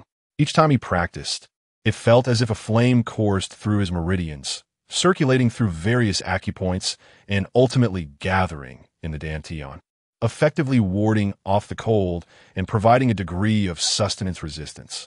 A year prior, to prepare himself for the challenges of the outside world, Lu Tongfeng conducted an experiment on hunger. He subsisted solely on water, combined with this hunger-resisting technique, and managed to endure for 13 days. The effectiveness of this technique in alleviating hunger was comparable to the fasting pills essential for cultivators during travel. Over the past year, Lu Tongfeng's mastery of this technique had significantly improved, and it was likely that his record for resisting hunger would be further extended. This very ability to withstand hunger and combat coldness provided him with the confidence to venture into Chuyang City, with the city merely 100 miles from Fuyang Town. Should he struggle to find suitable work, he could always return to the Earth Temple with Dahe, enduring hunger along the way. As Lu Tongfeng completed a full cycle of his practice, he felt no trace of cold within his body. Instead, he radiated warmth. The heat emanating from him began to gradually raise the temperature within the small cave. Time passed, and eventually, the sleeping Yin Fuyao seemed to sense something amiss.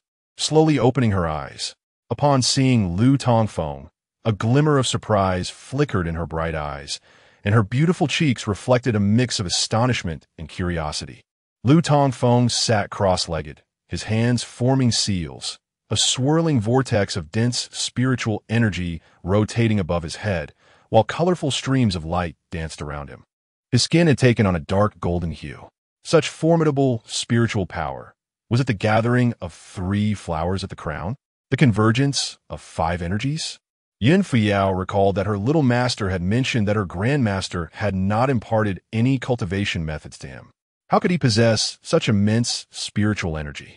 Her keen perception allowed her to clearly sense the waves of heat radiating from Lu Tongfeng, a force so pure and vigorous that it did not align with the techniques practiced by disciples of the Yuntian sect.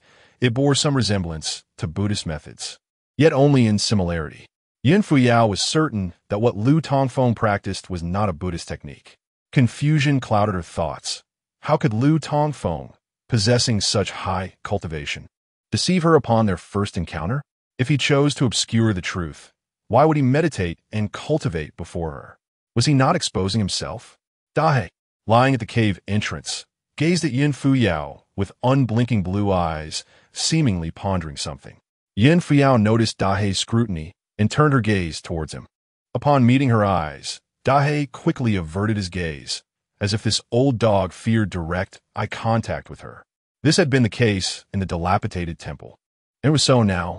Yin Fuyao furrowed her brow slowly, realizing that both Lu Tongfeng and Dahe seemed to harbor many secrets hidden from the world.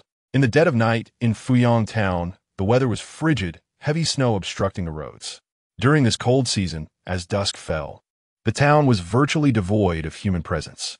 The entire town appeared to have been consumed by the ferocious beast of snow, silence reigning, with only the occasional flicker of dim lights. Yuling Dang, clad in a floral cotton jacket, sat by the hearth, embroidering plum blossoms onto a piece of white satin with needle and thread. Yesterday, a little nun who had come to beg for alms had said that her good fortune was near, filling her with both shyness and delight. What girl does not yearn for love? She fantasized about a handsome youth clad in brocade, riding a white horse, appearing before her, as she timidly offered him the embroidered handkerchief as a token of their eternal bond. Of course, this was not the fellow Lu Tongfeng. Perhaps sitting too close to the fire, she felt a bit warm. The buttons of her jacket had come undone, revealing the voluptuous curves beneath her undergarment, adding a touch of intoxicating springtime allure to the chilly night. Suddenly, a faint and delicate fragrance wafted through the air, as if the plum blossoms she had embroidered had come to life. At first, Yuling Dang paid it no mind, but gradually, she became aware of it. She certainly did not naively believe that her embroidery skills rivaled those of the weaver maid, capable of producing fragrant blossoms. Rising to investigate the source of the enchanting scent, Yuling Dang was abruptly overwhelmed by dizziness, collapsing to the ground. She felt her consciousness rapidly fading, a profound drowsiness enveloping her entire being. In that moment, she recalled the infamous lecher who had instilled fear in the hearts of many for the past 6 months. An unprecedented terror gripped her heart. She wished to scream, but her throat could only emit a low, raspy sound. With her fading awareness, she summoned the last remnants of her strength to attempt to topple the stove before her. Perhaps it would attract her mother and grandmother's attention. Perhaps it would lead to her own demise, sparing her from the lecher's defilement. Yet, her strength had all but vanished, and lying on the ground, she could not budge the heavy stove. In her desperation, she grasped the steaming kettle atop the stove. The intense heat radiating from it seemed to revive her consciousness momentarily. Summoning the last of her strength, she yanked the kettle from the stove, producing a resounding crash in the stillness of the night. Dang and Appo's family was relatively well off in the town, though her father had perished in battle years ago. The court had awarded a pension. Together with her mother and grandmother, they managed a breakfast shop, earning a modest income each month. Most families in the town could not afford oil lamps at night or coal fires, and even during the new year, it was difficult to provide new clothes for their families. However, Dang not only had her own private room, but also lit an oil lamp at night. And with over a month until the new year, she was already dressed in new cotton clothing. The 3 generations lived in the courtyard behind the shop, and the sudden noise roused the already sleeping Aunt Fat and Granny Lu. Aunt Fat, wrapping herself in a garment, stepped out of her room, only to see several shadowy figures looming before her daughter's door. Upon closer inspection, she found them to be 3 figures clad in white, their faces obscured by cloth. Aunt Fat gasped in shock and quickly grabbed a broken gong from the doorway, banging it forcefully while shouting, "Help! There are thieves!" The sound of the gong shattered the tranquility of the deep night in the town. This was a precautionary measure taken by households with young maidens to ward off flower-picking thieves, meant to be sounded in times of danger. "Break in, hurry!" One of the masked figures commanded as their presence was revealed. At the same time, the white-clad figure waved their hand, and a glimmer of cold light shot towards Aunt Fat with lightning speed. The kind-hearted woman who had warned Yun Fuyao the previous day felt a sharp pain in her chest. Looking down, she saw a long knife piercing through her heart. With a flick of the masked figure in Appo's hand, the knife that had struck Aunt Fat was yanked back, her scream mingling with the spurt of crimson blood. Aunt Fat fell heavily to the ground, still crying out, "Thieves! Dang, run!" In the adjacent room, Granny Lu also emerged, witnessing her daughter collapsed in a pool of blood. The elderly woman let out a heart-wrenching wail. In that moment, another flash of cold light surged toward her, moving with such speed that the frail Granny Lu could not evade it. The bloody knife did not pierce her chest, but instead flashed past her neck. Granny Lu's body froze momentarily before she began to topple, her aged head sliding from her neck as she fell. Between the shoulders, blood gushed forth like a crimson spray, staining the ground below, reminiscent of plum blossoms blooming in the harsh winter. At that moment, Dang was being carried away by a masked figure clad in white who had intruded into the room. The searing heat from the overturned kettle had kept her consciousness from fully fading, allowing her to glimpse her mother lying in a pool of blood and her grandmother dismembered. A desperate cry escaped her lips, yet the sound was faint. Then, her eyes rolled back, and she fainted. Quickly, the masked figure, who had just slain 2 individuals, heard the commotion around him and realized that the townsfolk had been roused by the earlier clang of the gong. Not daring to linger, he signaled to his 2 companions to leave. At that very moment, a beam of crimson light suddenly shot forth. The masked figure's gaze flickered as he raised his blade to deflect it. Bang! With a resounding crash, the masked figure was forced to retreat several steps. The crimson light transformed into a sword enveloped in flames. "A cultivator?" the masked figure exclaimed in astonishment. Chapter 13. The Mute Lady Strikes, the sword technique of Yenshinzong. Amidst the wind and snow, a woman clad in black, her wide-brimmed hat obscuring her features, gracefully descended from the heavens like a dark snowflake, mingling with the myriad white flakes around her. She extended her hand to grasp the flaming celestial sword. The moment the sword touched her palm, a fierce blaze erupted from its 3-foot blade, illuminating the entire small town. The snowflakes that fell around her instantly vaporized in the searing heat. This enigmatic woman was, in fact, the same one who had attacked Yun Fuyao the previous morning. Suspended 2 zhang above the ground, the hat-wearing woman cast her gaze upon the lifeless bodies of Aunt Lu and Fat Ant in the courtyard. Spouts of blood had nearly stained half the yard red. The eyes behind her veil glinted with a chill colder than the storm raging outside. "You're all cultivators. Why do you slaughter the innocent?" Her voice was laced with an uncontainable fury. The 3 masked figures in white were taken aback by the presence of yet another cultivator after the departure of the large black dog. The man who had just exchanged blows with the hat-wearing woman felt a flicker of apprehension. He realized that the sudden appearance of this woman was formidable, and that even their combined strength might not suffice against her. Moreover, she wielded a powerful fire-based celestial sword, typically associated with disciples of the Taoist sections. In contrast, the disciples of the Buddhist sect preferred using talismans, wooden fish, and begging bowls as their implements. Meanwhile, the disciples of demonic sects often resorted to ghostly blades and bone artifacts. Thus, he surmised that the hat-wearing woman was likely a righteous cultivator from the Taoist sect. The deeds they had committed could not be exposed. If they attracted the attention of righteous cultivators, the consequences would be dire. At that moment, more townsfolk emerged from their homes, carrying pitchforks and hatchets, rushing towards the scene. The shouts of alarm echoed. "Something has happened at Aunt Lu's. It must be the vile brigands trying to abduct Ling Dang. Everyone, hurry to help. Abandon the cauldron. Do not linger in battle. Disperse." The lead masked figure in white quickly made a decisive call.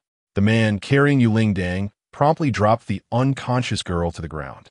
The 3 exchanged glances, and in unison, they soared into the air, fleeing in 3 separate directions.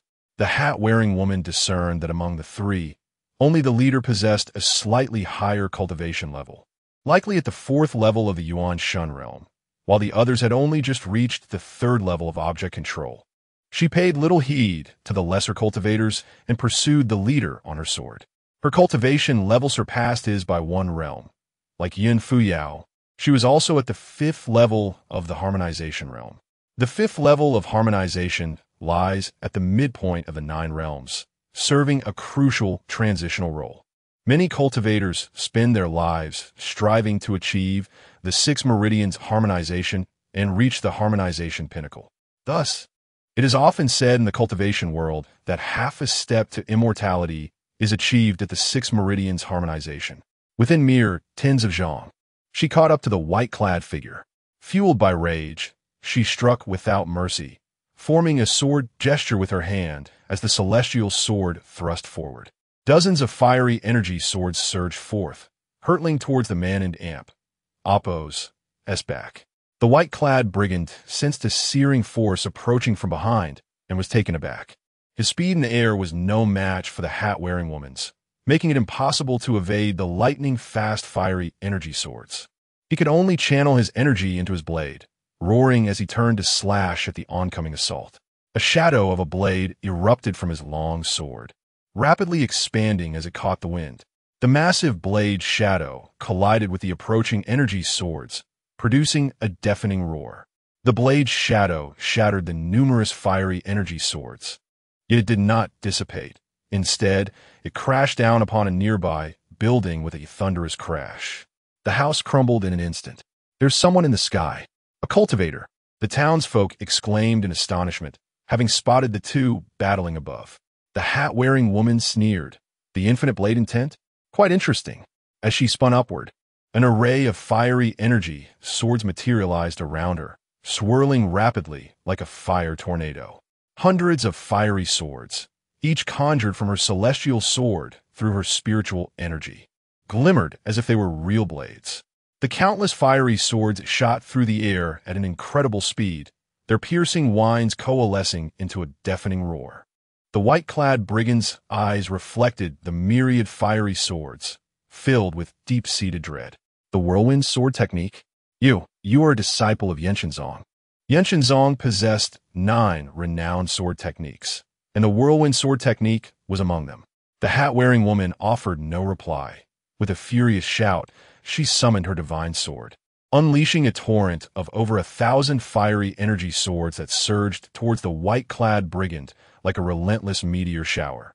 Realizing he could not withstand her onslaught, the brigand understood that his speed could not evade the deluge of fiery swords that descended upon him like a swarm of locusts or a torrential downpour.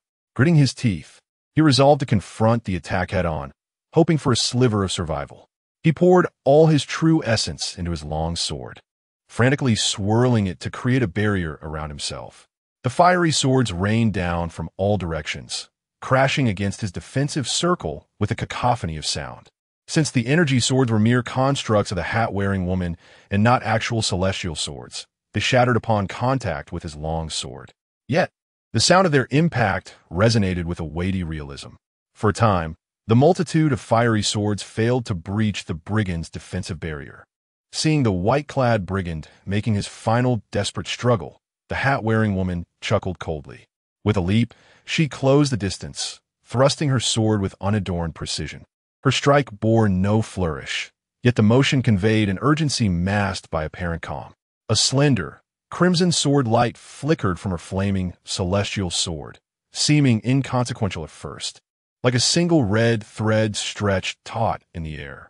The once unassailable barrier of the white-clad brigand crumbled before the delicate sword light, sending his long sword flying from his grasp.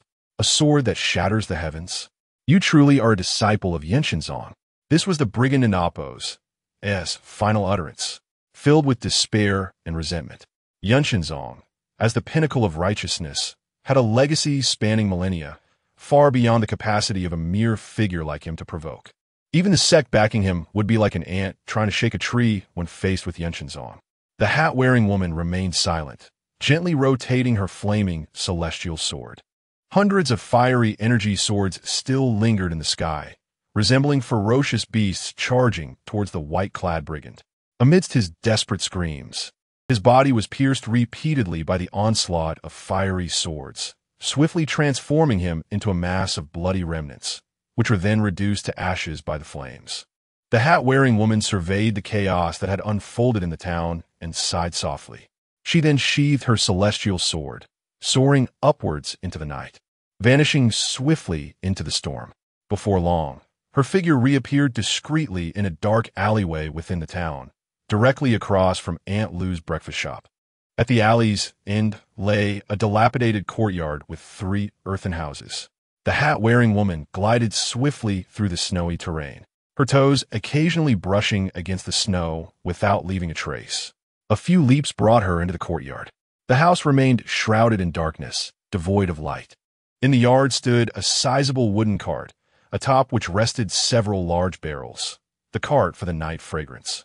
The limping Lee stood in the courtyard, where the snow beneath his feet lay strewn with the lifeless bodies of 2 masked figures clad in white. These were indeed the accomplices of the man slain by the woman in the conical hat. When she removed her hat, it was revealed that she was none other than Li's daughter, Li Qiuyan. She was not mute.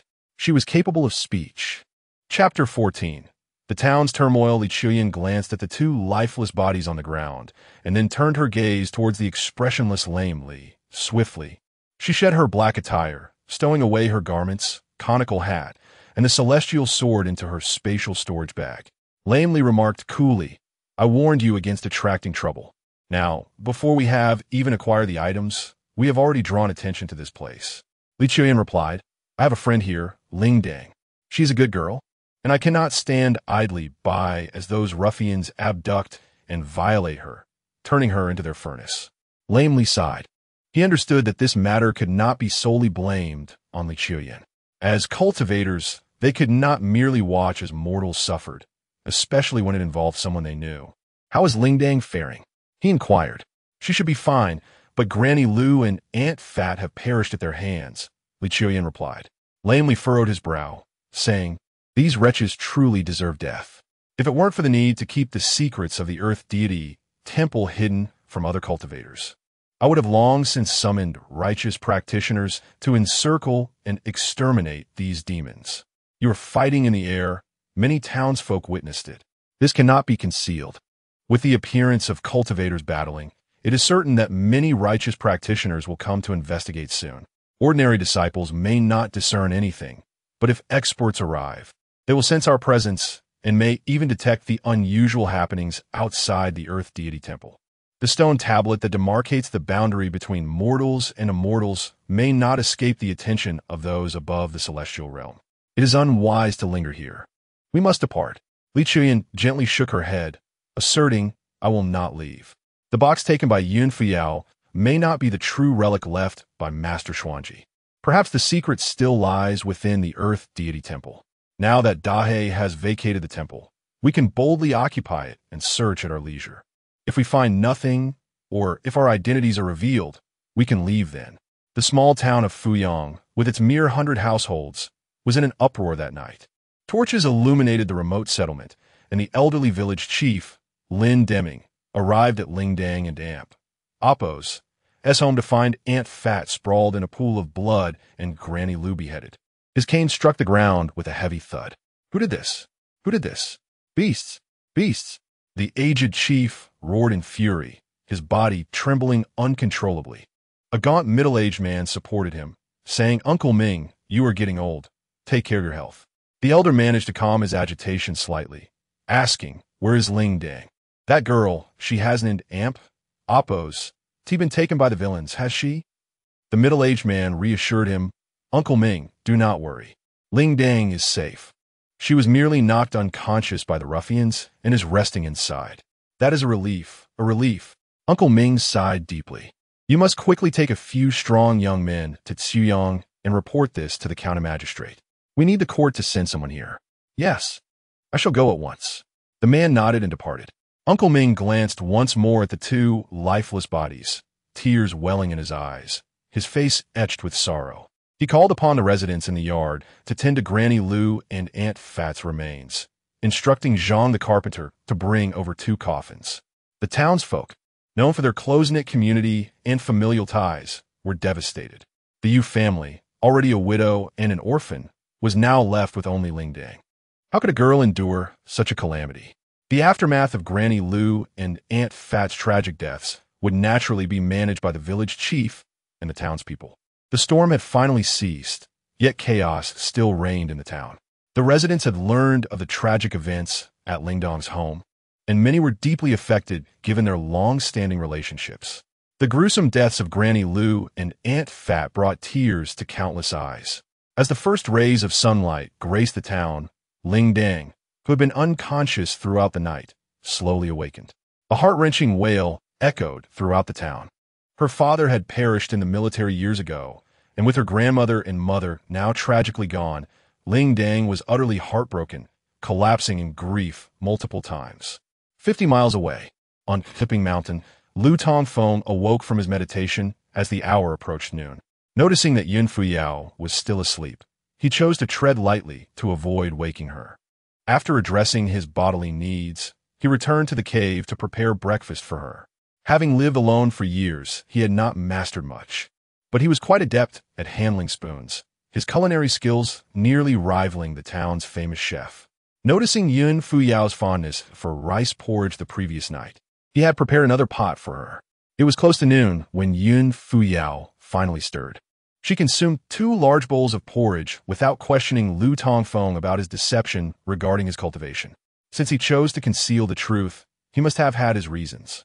Yun Fuyao, while proud and aloof, did not have a penchant for prying into others' and Appo's secrets. At that moment, her sole desire was to heal swiftly, retrieve the hidden treasure box, and report back to Yun Tian's sect. After finishing her meal, Lu Tongfeng spoke, Fairy Fuyao, the firewood in this cave is nearly depleted. Since we will be here for a while longer, I will venture outside to gather some more. You rest here. Do not worry, I will not stray far. Yun Fuyao nodded gently, acknowledging his words. Lu Tongfeng took up his rusted sword and, with Dahe, exited the cave, ensuring to secure the entrance behind him. The dry firewood nearby had already been gathered by Lu Tongfeng the previous day, necessitating a trek further into the woods. Fortunately, there was an abundance of dead wood in the forest, and, after walking a short distance, he discovered a withered old tree. Dahe, go catch some game. Stop bringing back rabbits. They have little meat. You can't catch a wild chicken that can fly. but surely you can catch a wild boar that runs on the ground. If you fail to bring back a little wild boar today, I will use your bones to make soup for Fairy Fuyao to nourish her. Woof. Dahe barked disdainfully a few times, seemingly retorting, I am a black dog, and you are a lickspittle. We're both dogs. Why must one dog trouble another? Though Dahe was displeased with his master and Appo's obsequious behavior, he wagged his tail and dashed into the woods to hunt. After Dahe departed, Lu Tongfeng drew his rusted sword and began to chop at the deadwood. Despite its rusty appearance, the sword was surprisingly heavy and sharp.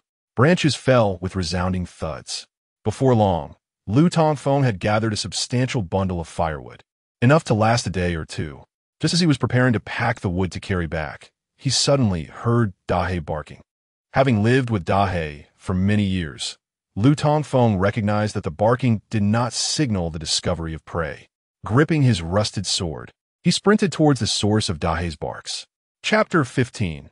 Learning of the tragedy, Tongfeng's sorrow before long, Lu Tongfeng found himself before the formidable Dahe.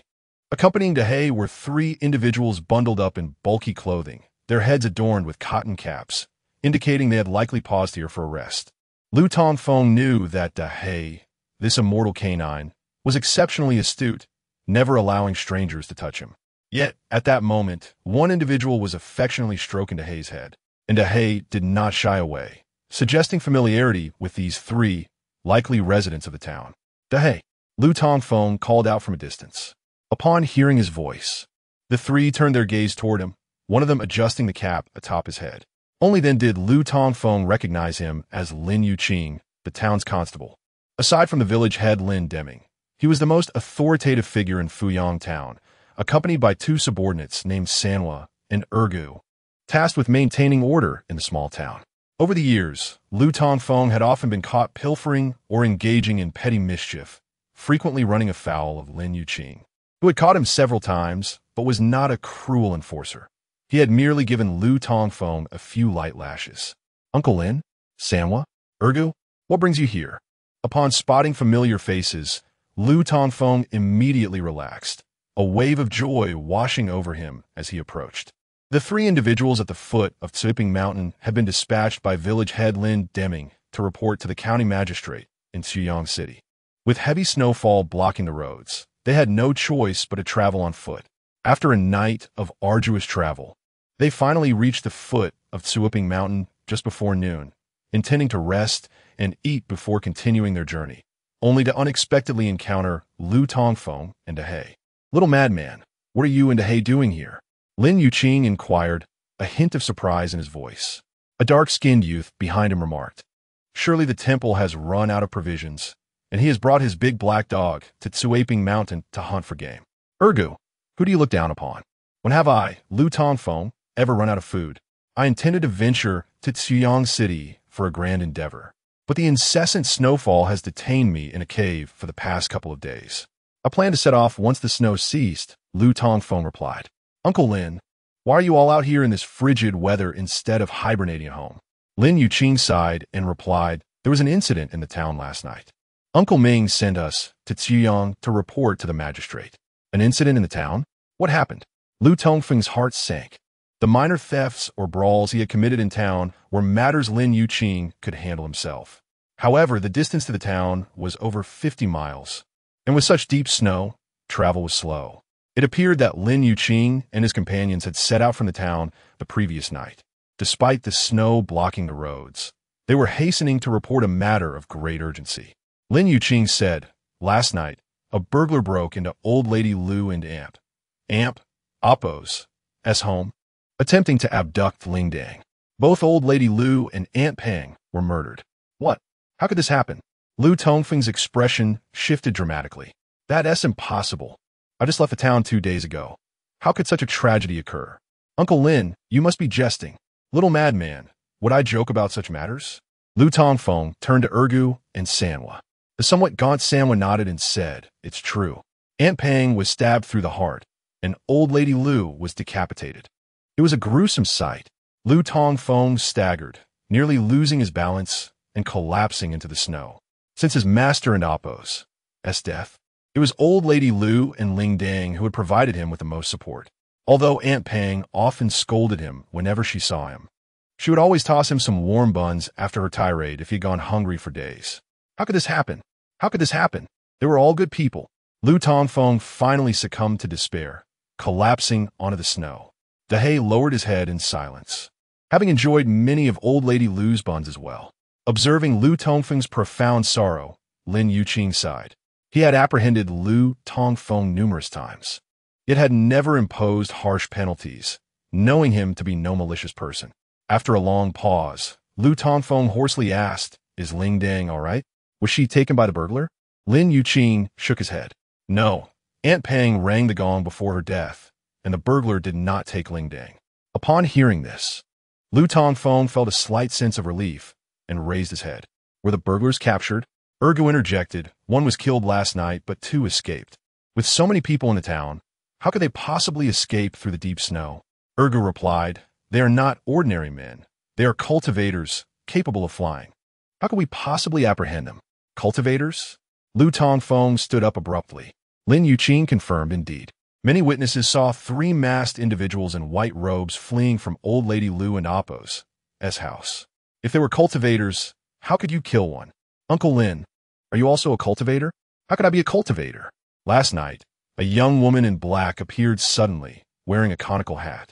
She is also a cultivator, and it was she who killed one of them. A young woman in black? With a conical hat? Lu Tongfeng furrowed his brow. He suddenly realized that the small town he had lived in for 16 years had become utterly unfamiliar.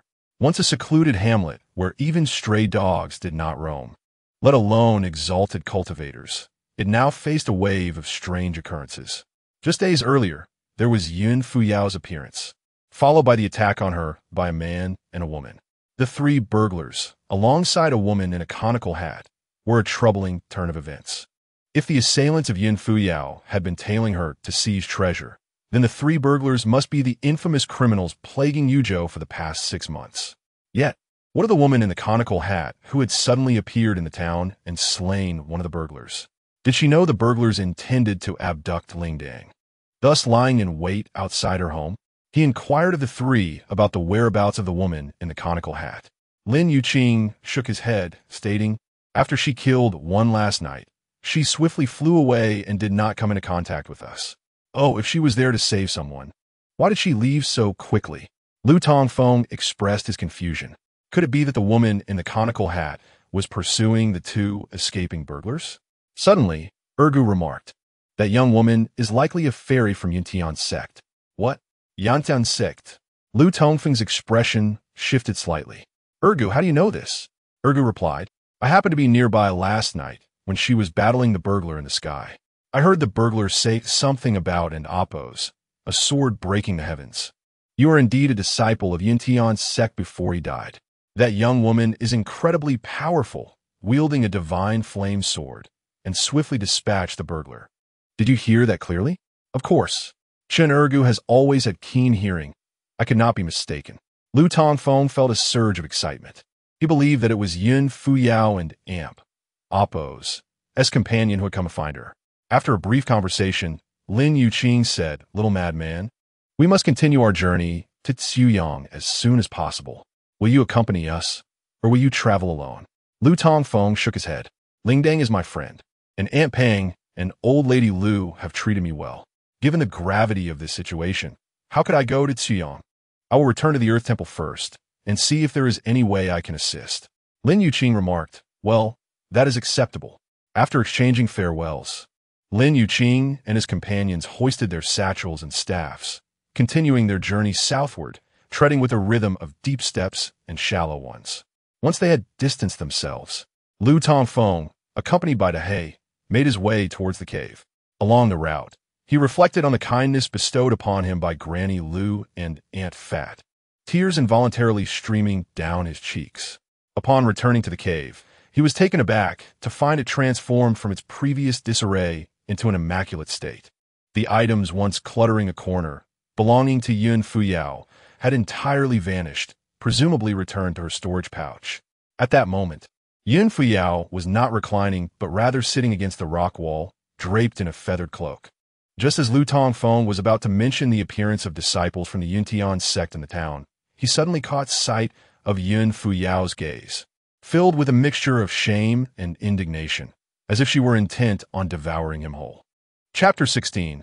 Return to the Land Temple. Lu Tongfeng was all too familiar with the shame and indignation reflected in Yun Fuyao and Appo's gaze.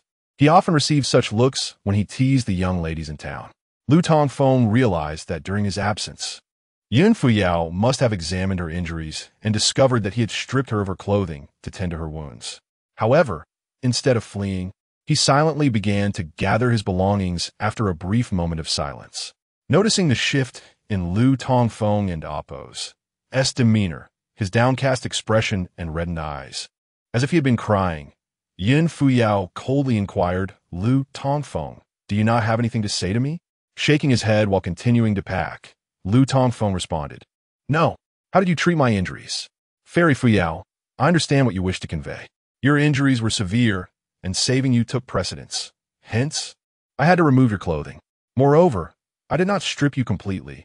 I left you a piece of undergarment and a pair of shorts, did I not? You, lecher, I shall kill you." Yun Fuyao ground her teeth in fury. As a direct disciple of the Yun Tian sect's leader, she had preserved her purity throughout her life. To her dismay, the cherished innocence she had nurtured was tarnished by Lu Tongfeng's actions. In her unconscious state, she had no knowledge of what he might have done. Typically, Lu Tongfeng would have fabricated various excuses to defend himself. However, upon hearing of the tragic events that had befallen his friend Ling Deng, he was engulfed in despair. When Yun Fuyao called him a lecher, he suddenly lost control of his emotions, hurling his small bundle to the ground and exclaiming, "If you wish to kill me, then do so. Do not label me a lecher." With that, he bent down to retrieve his belongings, tears streaming down his face. Yun Fuyao stood frozen. Although she was infuriated that Lu Tongfeng had undressed her to heal her, she could not bring herself to harm him. After all, he had saved her life and was also her junior uncle. Her earlier threat to kill him was merely a woman and Appo's impulsive reaction upon realizing she had been wronged. As she observed the tears cascading down Lu Tongfeng's cheeks, she recalled his sorrowful and dejected expression upon entering the cave, his eyes glistening with red. "What has happened to you?" she asked softly. Wiping his tears, Lu Tongfeng replied, "I just encountered 3 friends from the town. They informed me that last night, 3 lechers attempted to abduct Ling Deng, but were discovered and ruthlessly murdered Lu Abo and Fat Ant. Ling Deng is my closest friend. Just the day before I left, she worried about my hunger on the journey and specially brought me provisions from the Land Temple. Lu Abo and Fat Ant have always treated me well. Such a grave incident has occurred in their family. I must return immediately." Yun Fuyao was momentarily taken aback. Memories flooding her mind of 2 days prior when she had been inquiring for news at Lu Abo and Appo's stall, recalling the plump woman, the beautiful girl in a floral cotton jacket, and the elderly man who had directed her to the Matchmaker Temple. She had never imagined that such a significant upheaval could occur within just 2 days. Lu Tongfeng quickly finished packing. "Fairy Fuyao, I forgot to mention that your fellow disciples from Yun Tian sect appeared in the town last night. Thanks to her, Ling Deng was not abducted by the lechers, and one of them was killed. She must have been sent to find you." Yun Fuyao and Appo's lovely face darkened. "What? A girl? What is her name?" Lu Tongfeng shook his head. "I do not know. I heard she wore black, had a conical hat, and wielded a fiery divine sword." Yun Fuyao's expression shifted once more. She believed the girl Lu Tongfeng described was likely the same woman who had attacked her 2 days prior. "Fairy Fuyao, your companion should be nearby. I will take you back. Once you reunite with her, you will be safe." "She is my companion, but that does not guarantee my safety." "What do you mean?" "This is a conflict within the Yun Tian sect. You would not understand if I explained." Strangely, Yun Fuyao did not disclose to Lu Tongfeng that the black-clad woman was likely her assailant. She had discerned during their confrontation that both the man and woman who attacked her were from Yun Tian's sect. The man had used 2 bone artifacts as a ruse, making her believe she was confronting practitioners from a demonic sect. Had they not concealed their identities and refrained from employing the true techniques of Yun Tian's sect, even with her invisibility and earth evasion spells, she might not have escaped from them. Although she did not know the identities of the 2, She was certain that their actions were entangled with the ongoing strife within Yun Tian's sect. The sect, home to tens of thousands of practitioners, was not a monolith. Undercurrents of discord ran deep, especially in recent years as the sect leader, Yu Chenjinren, aged. This discord had compelled Yun Fuyao to embark on a secret mission under the guise of training outside the mountain, seeking her granduncle in secrecy. Fairy Fuyao, is that black-clad fairy not here to find you? Lu Tongfeng inquired, puzzled. Perhaps, Yun Fuyao replied softly. Lu Tongfeng furrowed his brow. Sensing a disconnect between Yun Fuyao and the black-clad girl, he found himself in a dilemma. He must return to confront the tragedy that had befallen Lingdang. Initially, he intended to bring Yun Fuyao with him back to the dilapidated temple, but the situation had grown complicated. Leaving Yun Fuyao alone in the cave was also a source of unease for him. Sensing Lu Tongfeng's conflict, Yun Fuyao proposed, "I shall return with you." This, Lu Tongfeng hesitated. "I have compelling reasons to go," she said calmly. Yun Fuyao was not concerned about encountering danger again. Though her left leg was fractured and she bore numerous sword wounds, none were in fatal locations. The two attackers did not intend to kill her. They merely sought the box left behind by her granduncle. It had been 2 days since the incident. Typically, that time frame would allow a practitioner to escape hundreds of miles away. Yet, the assailants remained near the town. When they attacked, they had explicitly mentioned wanting her to surrender the box that Lu Tongfeng had given her. When she had learned the location of a land temple, she had flown there immediately. Upon arriving, she discovered that Lu Tongfeng was the disciple of her granduncle. Yet, the attackers were also aware of Lu Tongfeng and Appo's name. This raised doubts in Yun Fuyao's mind. It seemed unlikely they had followed her from Tianyun Mountain. They must have arrived here before her, but refrained from acting hastily due to their inability to decipher her granduncle and Appo's rather unorthodox signals. Moreover, Yun Fuyao had a crucial reason to return to Fuyang Town. She had hidden the box in the land temple. After using her earth evasion technique to elude her pursuers, she realized her injuries would prevent her from traveling far. Fearing she might be tracked down, she had taken the risk of returning to the land temple that very afternoon. By then, Lu Tongfeng had already departed. She hid the box there once more and then considered seeking refuge at a Buddhist nunnery on Sweeping Mountain to recuperate. Yun Fuyao did not disclose to Lu Tongfeng that the box was concealed in the land temple. If she did not accompany him back, he might discover it. Furthermore, since the attackers lingered nearby, they could potentially locate the box as well. Thus, Yun Fuyao had no choice but to take the risk of returning with him. Lu Tongfeng remained oblivious to her true intentions. Sidewalk. Fairy Fuyao, are you able to fly with your sword despite your injuries? Yun Fuyao gently shook her head. Lu Tongfeng replied, "It's nothing. I shall fashion a snowplow. Please wait a moment." Chapter 17. The misdeeds of Lu Tongfeng in less than half an hour. Lu Tongfeng dragged a snowplow made of bamboo outside the cave. Years of solitary living had equipped him with numerous survival skills. Not only was his craftsmanship commendable, but his practical abilities were also quite impressive. The snowplow was substantial, designed with a raised base to accommodate the accumulated snow, resembling a cart without wheels. Upon returning to the cave, as Lu Tongfeng prepared to set off with Yun Fuyao, he suddenly noticed an issue. "Fairy Fuyao, this won't do," he remarked. "What do you mean?" she inquired. Lu Tongfeng shook his head and replied, "You need to change your attire, preferably into something old and dirty." "Why?" Yun Fuyao was puzzled. "Although I suspect the two assailants from that day have left, what if I and Appo's am mistaken? That feathered cloak of yours is far too conspicuous. Disguising yourself would be much safer," Lu Tongfeng explained. Yun Fuyao pondered his words and deemed them reasonable. She then delved into her storage pouch and shortly emerged with a white cotton jacket. Crafted from high-quality refined fabric, this simple jacket was worth several dozen taels of silver. "Do you have anything older?" Lu Tongfeng inquired. Yun Fuyao shook her head. Glancing at the extinguished bonfire, Lu Tongfeng devised a plan. He took the valuable white cotton jacket and smeared it with a handful of ash. After some effort, the pristine garment was transformed into a grimy piece of clothing. "This will suffice." Lu Tongfeng felt a sense of satisfaction with his handiwork. The town of Fuyang was both small and impoverished, and Yun Fuyao and Appo's S garments were far too exquisite. Wearing them would draw unwanted attention. Though Yin Fuyao was displeased with Lu Tongfeng and Appo's defilement of her clothing, she acquiesced for the sake of safety. With Lu Tongfeng and Appo's assistance, she donned the soiled cotton jacket. However, Lu Tongfeng began to scrutinize her face, stroking his chin. Fairy Fuyao, your face. What about my face? She retorted. It's just too beautiful. Wait a moment.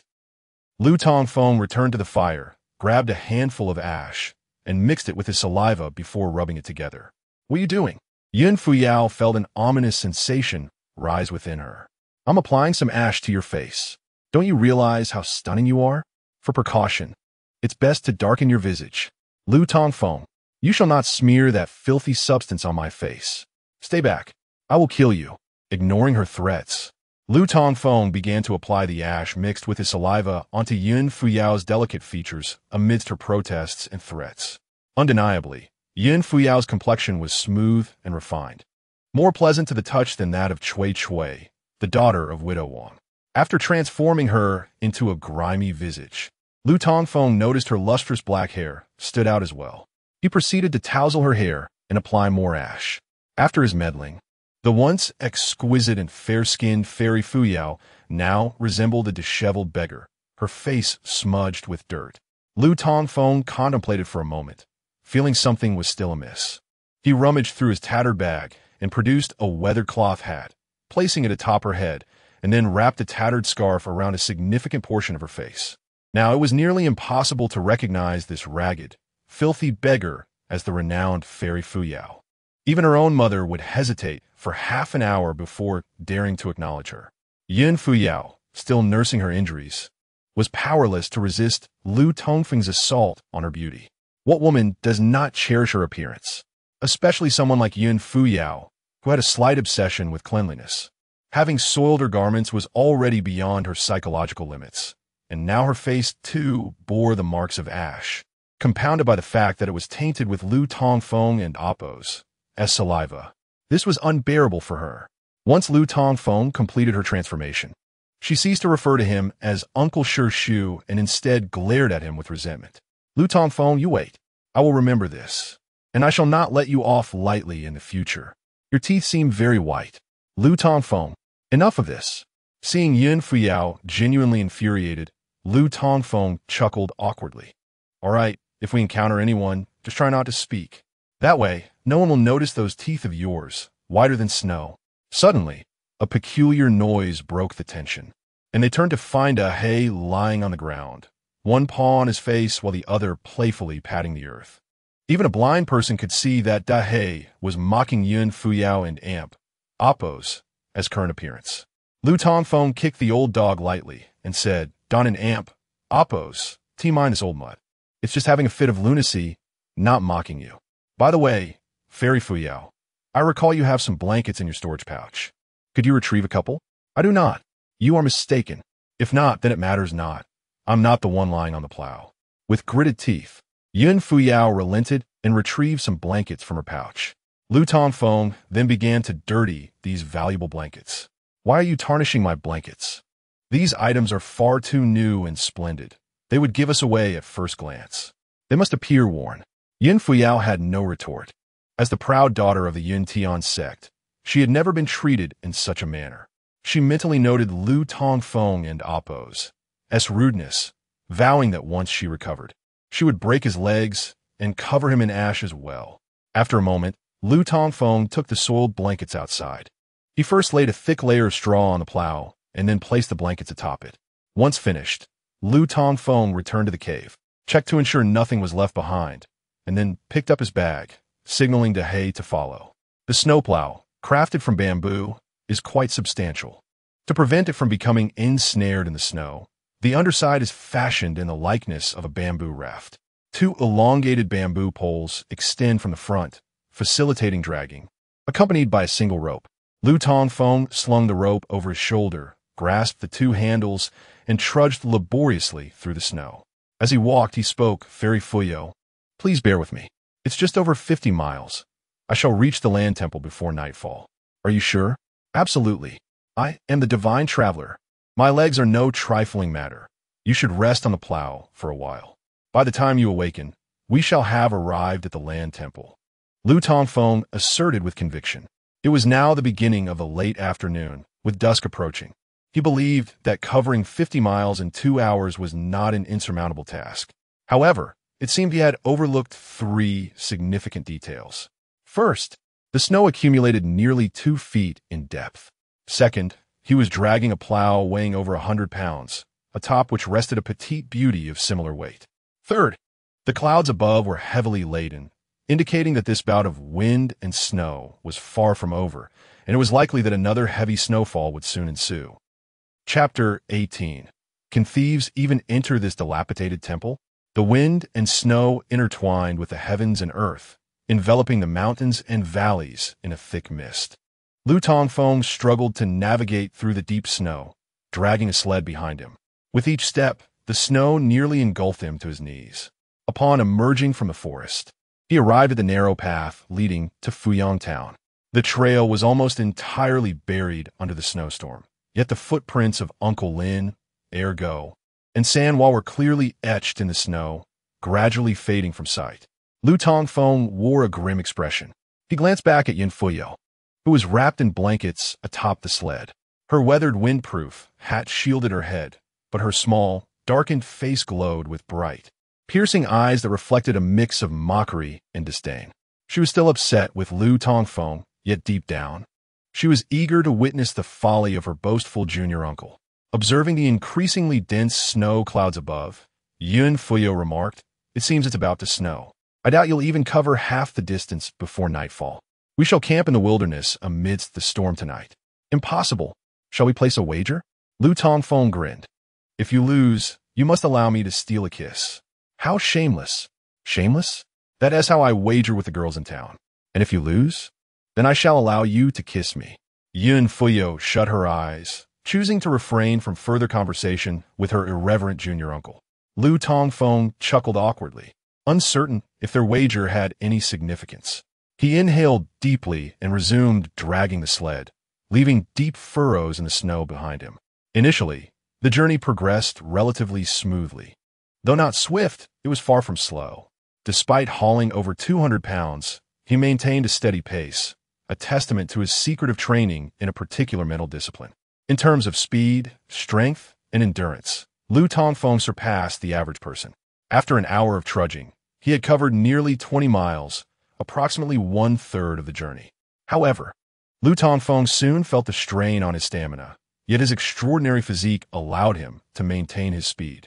Given the current circumstances, he realized he would not reach the temple before the hour of Yu.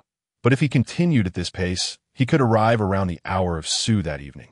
Yet, around the hour of Shun, the sky unleashed a flurry of snowflakes, accompanied by a biting wind. Lu Tongfeng was taken aback, cursing the heavens. In the midst of the storm, he resembled a beleaguered snail, dragging the sled against the fierce elements. In stark contrast, Dahei and Yun Fuyo appeared remarkably at ease. Despite the 2 feet of snow, it did not hinder Dahei's playful antics, while Yun Fuyo reclined on the sled, cushioned by thick straw and blankets, a tattered hat covering her ears, leaving only her eyes exposed. As the wind intensified, Lu Tongfeng's pace slowed. Yun Fuyo observed his weary figure, snowflakes accumulating upon his shoulders and head, yet he persevered. He trudged forward like a resilient ox, straining against the ropes. "Nightfall is approaching, with such heavy snow. We ought to find a place to rest," she suggested. Lu Tongfeng halted and turned to the sled. At that moment, Yun Fuyo was taken aback by the sight of frost covering his youthful cheeks. He adjusted her blankets to shield her from the cold wind and called out over the howling gusts, "Are you cold?" Yun Fuyo shook her head gently. "Just a little longer. We're almost there," he encouraged, pointing toward the small town to the north. Seeing Lu Tongfeng shivering, she thought to herself, nestled in the warmth of the sled, what was there to endure? The one who truly needed to endure was he. This thought lingered in her mind, unspoken. Perhaps sensing Lu Tongfeng's fatigue, Dahei wagged his tail eagerly before the sled. Lu Tongfeng understood its intent, securing a rope around Dahei's body. Together, they braved the wind and snow once more. Yun Fuyo tilted her head, observing Lu Tongfeng's retreating figure. She suddenly felt that within his frail frame lay an immense strength. With Dahe's assistance, Lu Tongfeng exerted considerably less effort.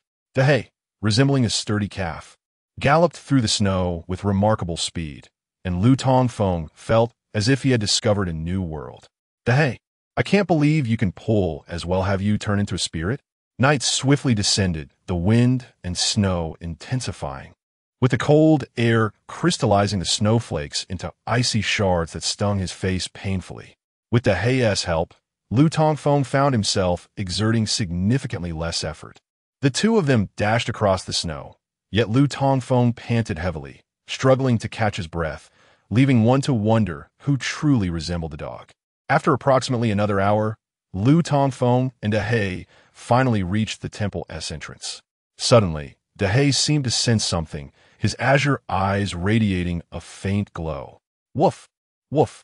Dahe, don't bark at the doorstep. Let us hurry. Woof! Woof! Dahe continued to bark relentlessly, and Lu Tongfeng sensed something amiss. He noticed tracks in the snow before the temple. Could it be?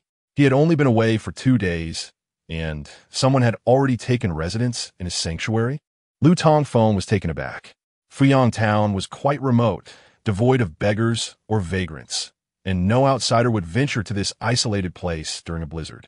Who could have occupied his temple? Inside the temple, the crippled Li and the mute Li were in the process of relocating the clay statues of the earth god and goddess. Suddenly, they heard the resounding barks echoing from outside. Their expressions changed dramatically. Not good, it's Dahe. We must flee, whispered the crippled Li. Li Chuyin understood well that Dahe was not to be trifled with. Had it not been for Dahe's constant presence by Lu Tongfeng's side, they would not have needed to lurk in the town for 3 years. Fortunately, there was a small back door at the rear of the temple. They had no time to restore the statues to their rightful places and swiftly exited through the small door. Dahe, sensing something, broke free from his tether and dashed towards the temple's rear at an astonishing speed, akin to a bolt of black lightning. Lu Tongfeng stood frozen, calling out, Dahe, why are you running so fast? Are you looking for a place to relieve yourself? He dragged the sled to the temple entrance, rousing the slumbering Yun Fuyo. Fuyo, we've arrived. Yun Fuyo gazed at the dilapidated temple before her and murmured softly in acknowledgement. Lu Tongfeng pushed the temple door open and stepped inside, sword at the ready. Noticing the clear footprints in the snow at the entrance, he initially believed someone had taken refuge in the temple that night. However, upon entering and lighting a match to survey the interior, he found no signs of habitation. To his astonishment, he discovered that the statues of the earth god and goddess had been moved aside. This is not merely a place of rest. It appears to have been invaded by thieves. Goodness gracious! Can even this dilapidated temple fall prey to such mischief? Lu Tongfeng was utterly speechless. 2 clay deities, each weighing several hundred pounds. What could possibly be worth stealing?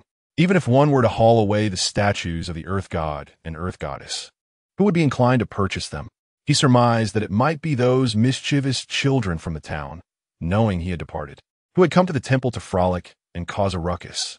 Upon noticing that the small back door was ajar, Lu Tongfeng approached to close it, grumbling to himself as he exited. Chapter 19.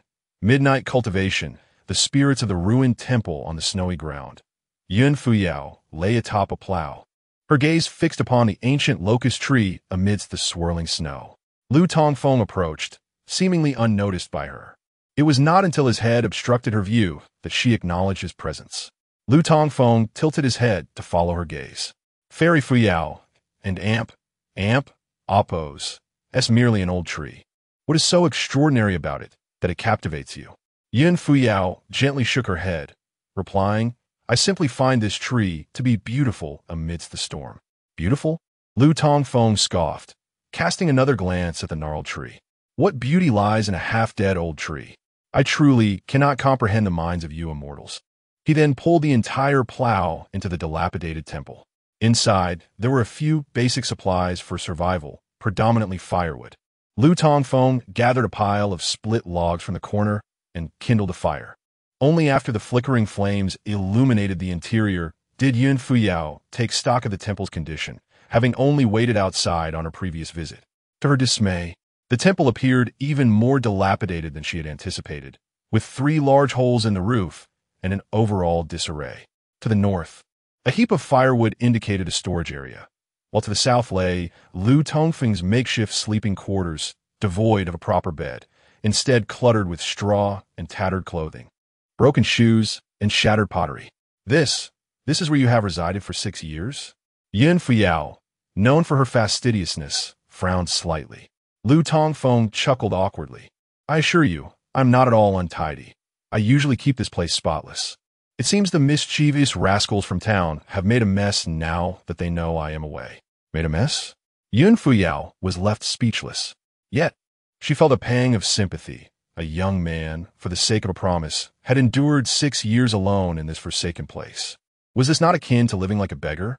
At that moment, the creaky wooden door swung open, and Dahé squeezed inside.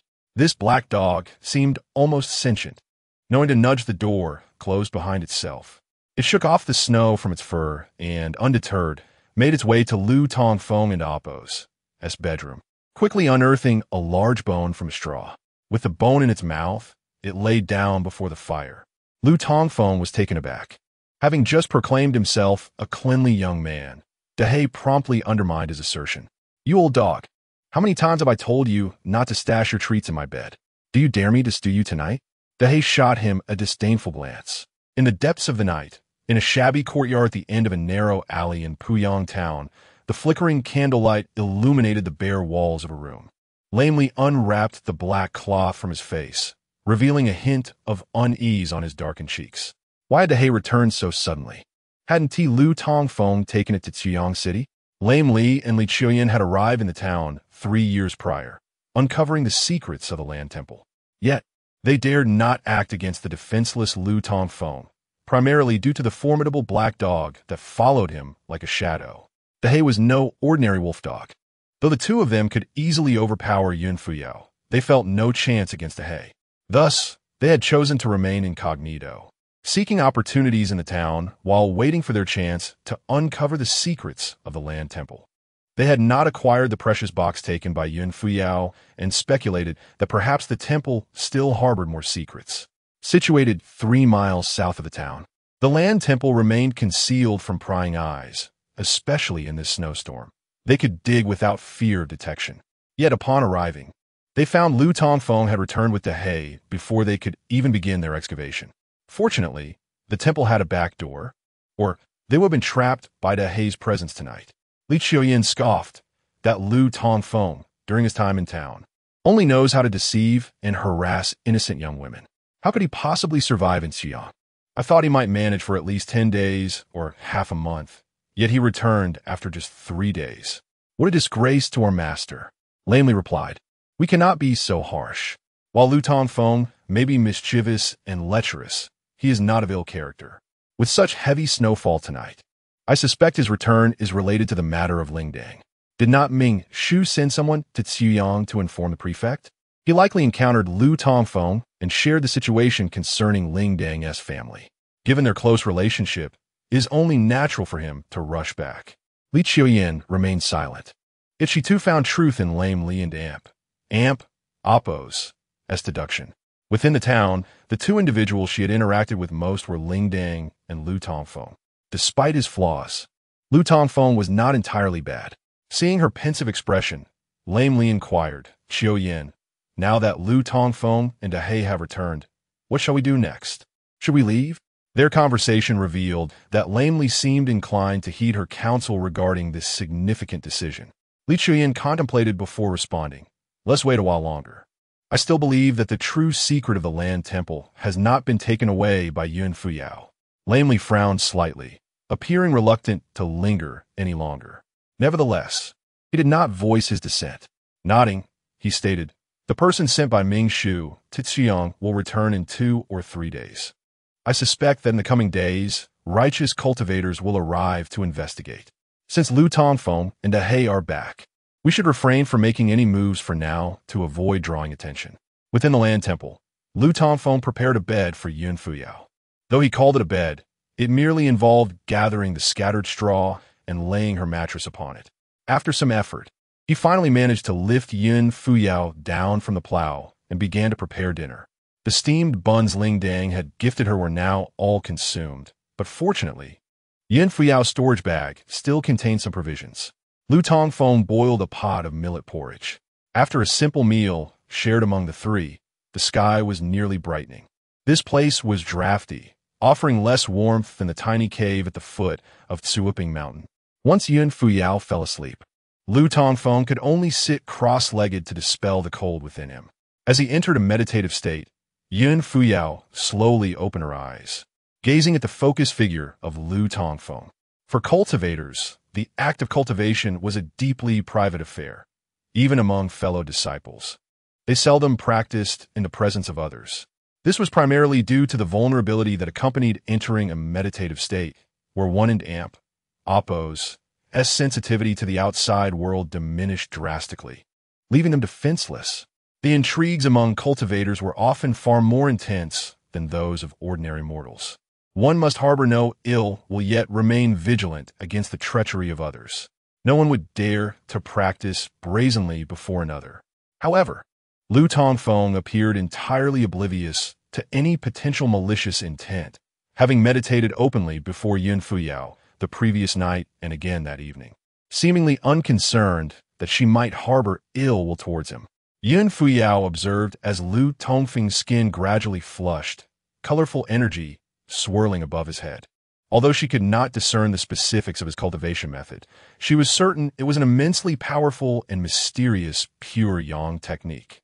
The once frigid and drafty temple quickly began to warm as Lu Tongfeng entered his cultivation state, the heat radiating from him surpassing that of the flickering bonfire. The light in Yin Fuyao's eyes sparkled with intrigue. In the midst of cultivation, an unconscious yet formidable heat emanated from Lu Tongfeng, indicative of his exceptionally high level of mastery, perhaps even surpassing her own. However, the question lingered. Why could Lu Tongfeng not traverse the skies? Initially, Yin Fuyao speculated that Lu Tongfeng might be deliberately concealing his abilities. Yet, as they journeyed through the wind and snow that night, she became convinced that he was not hiding anything. It was clear that Lu Tongfeng could not soar through the air. Such immense, pure yang energy, so potent yet incapable of flight, left Yin Fuyao utterly perplexed. Just as her thoughts spiraled into confusion, a shadow of ethereal blue suddenly appeared outside the window. Peering through the shattered glass, her gaze sharpened. There, she beheld a floating specter, slowly drifting in the night air. Soon after, a second and a third emerged. In the blink of an eye, 7 or 8 phantoms materialized outside the dwelling. Chapter 20. The Temple and Amp. Oppo's barrier spirits are the manifestations of souls after death. For most humans, upon passing, their souls swiftly transition into the underworld for reincarnation. However, there exist 2 types of spirits that may linger on Earth, unable to find peace. The first type consists of incomplete souls. A soul is composed of 3 primary souls and 7 earthly souls. The absence of even one renders it flawed. Such incomplete souls cannot be reborn and find it exceedingly difficult to enter the underworld. These transformed spirits drift through the mortal realm, most of them dissipated by thunderous strikes, while some are devoured by malevolent spirits or dispersed by human cultivators. The second type harbors profound obsessions.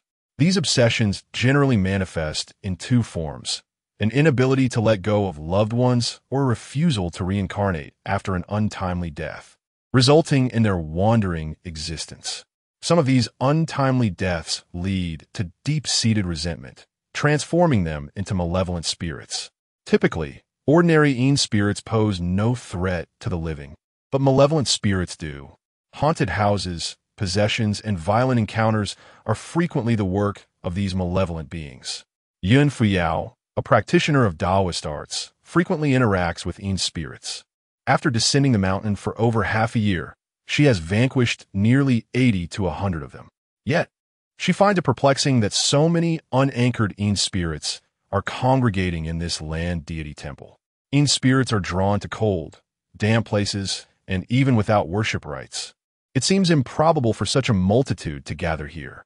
Moreover, the pure yang cultivation method practiced by Lu Tongfeng is a natural nemesis to spirits, while the black dog, also serves as a bane to them. Under normal circumstances, no malevolent spirit would dare approach within 10 zhong of either Lu Tongfeng or Dehei. Could this phenomenon be related to that mysterious aura? Yun Fuyao and Amp. Oppos. S gaze flickered as she recalled the faint aura of malevolence she sensed at the temple entrance 3 days prior.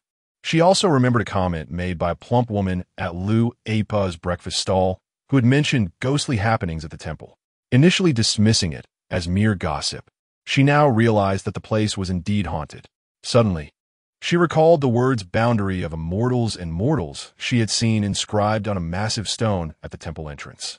It struck a chord of familiarity, as though she had encountered or heard it before. Now, with so many Yin spirits gathering around the temple, she suddenly grasped the significance. Fearing that these Yin spirits might enter the temple, she prepared to summon her celestial sword with telekinetic force to vanquish them.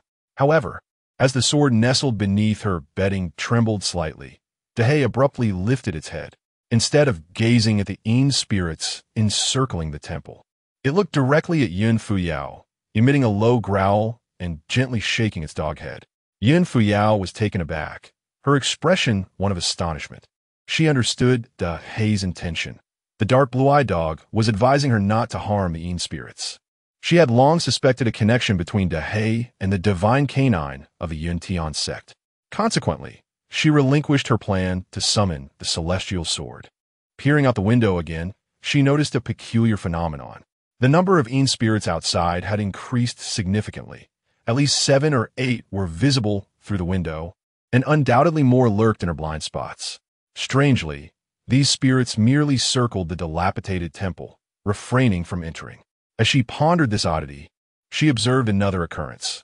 Each time a Yin spirit approached a certain distance from the temple, a barely perceptible azure glow emanated from the temple's walls, repelling the spirits.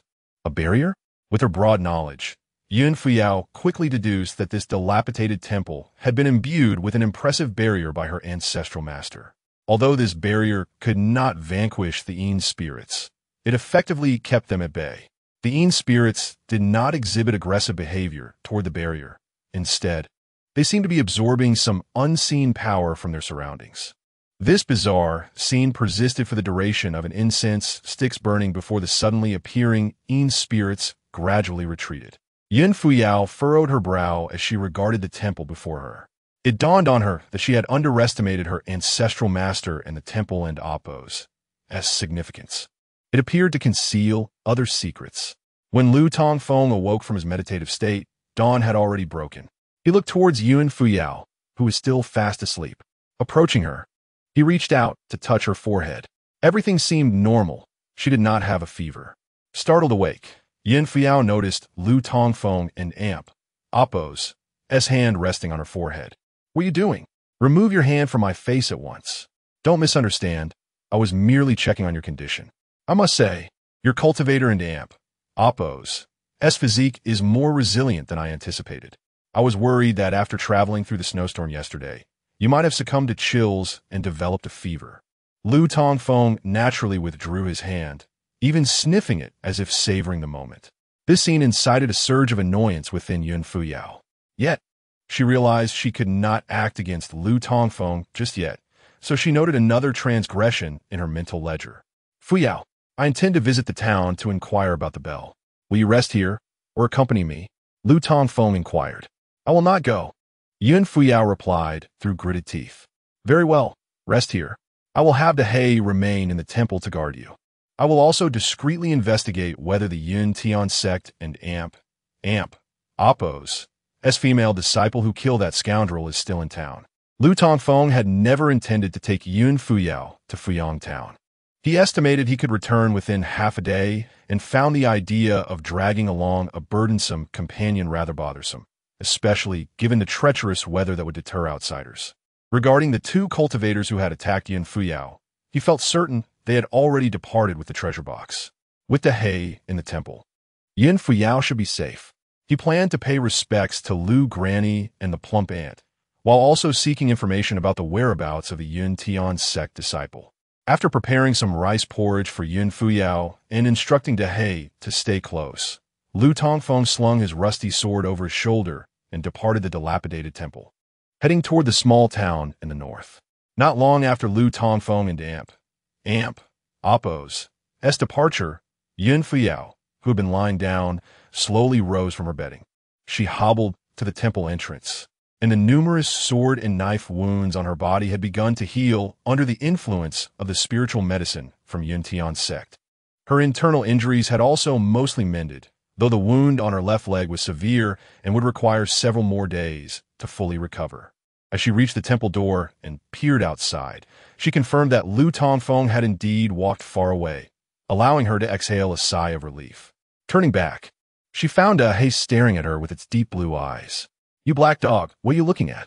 Lu Tongfeng is not a good person, and you're not a good dog either. Keep staring, and I shall gouge out your eyes." Despite her certainty that Dahe was no ordinary dog, she could not shake her irritation.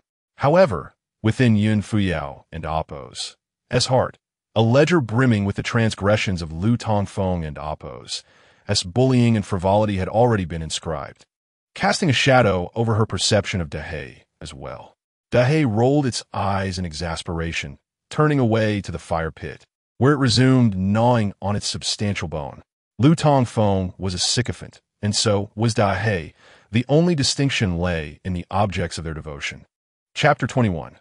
The cavern. Lu Tongfeng arrived at Lu Appo and Appo's breakfast shop, only to find it closed, an unprecedented occurrence over the years. In Lu Tongfeng and Appo's memory, the industrious Lu Appo and her plump companion would open the shop before dawn, come rain or shine. Though their earnings were meager, it sufficed to sustain their small household. The sight of the shuttered shop brought a pang of sorrow to Lu Tongfeng and Appo's heart. Beside the shop lay a narrow alley leading to Lu Appo's backyard, where a white cloth hung on a gate, flanked by 2 white lanterns. Within the courtyard stood several individuals, including the neighborhood chief, Lin Deming.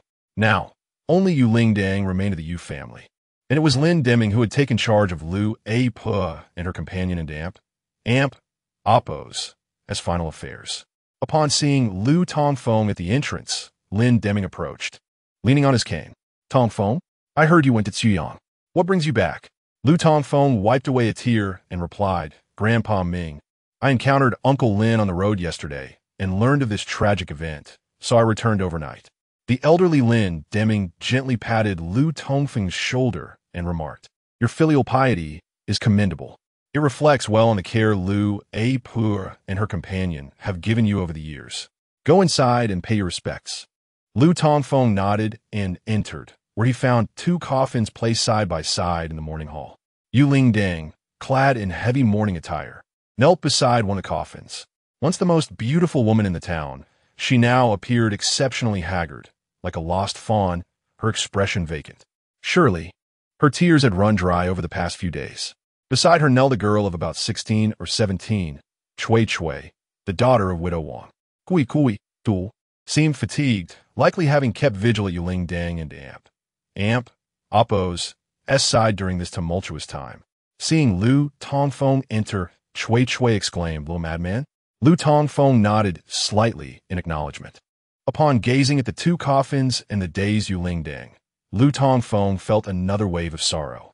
He knelt before the coffins, choking back tears. "Grandma Lu, Aunt Fat, I have come to see you." He bowed deeply several times. After lighting 2 incense sticks for the departed and burning some joss paper in the fire pit, Lu Tongfeng and Appo's heart felt heavy for Yu Lingdang and Appo's plight.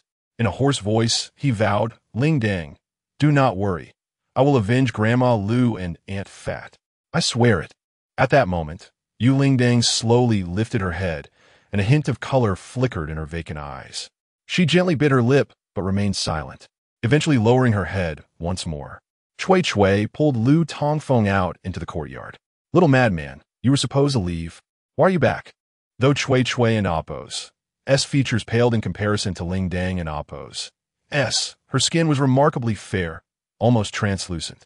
She counted among Lu Tongfeng's few friends in the town. They had played together in their youth, though their interactions had dwindled in recent years.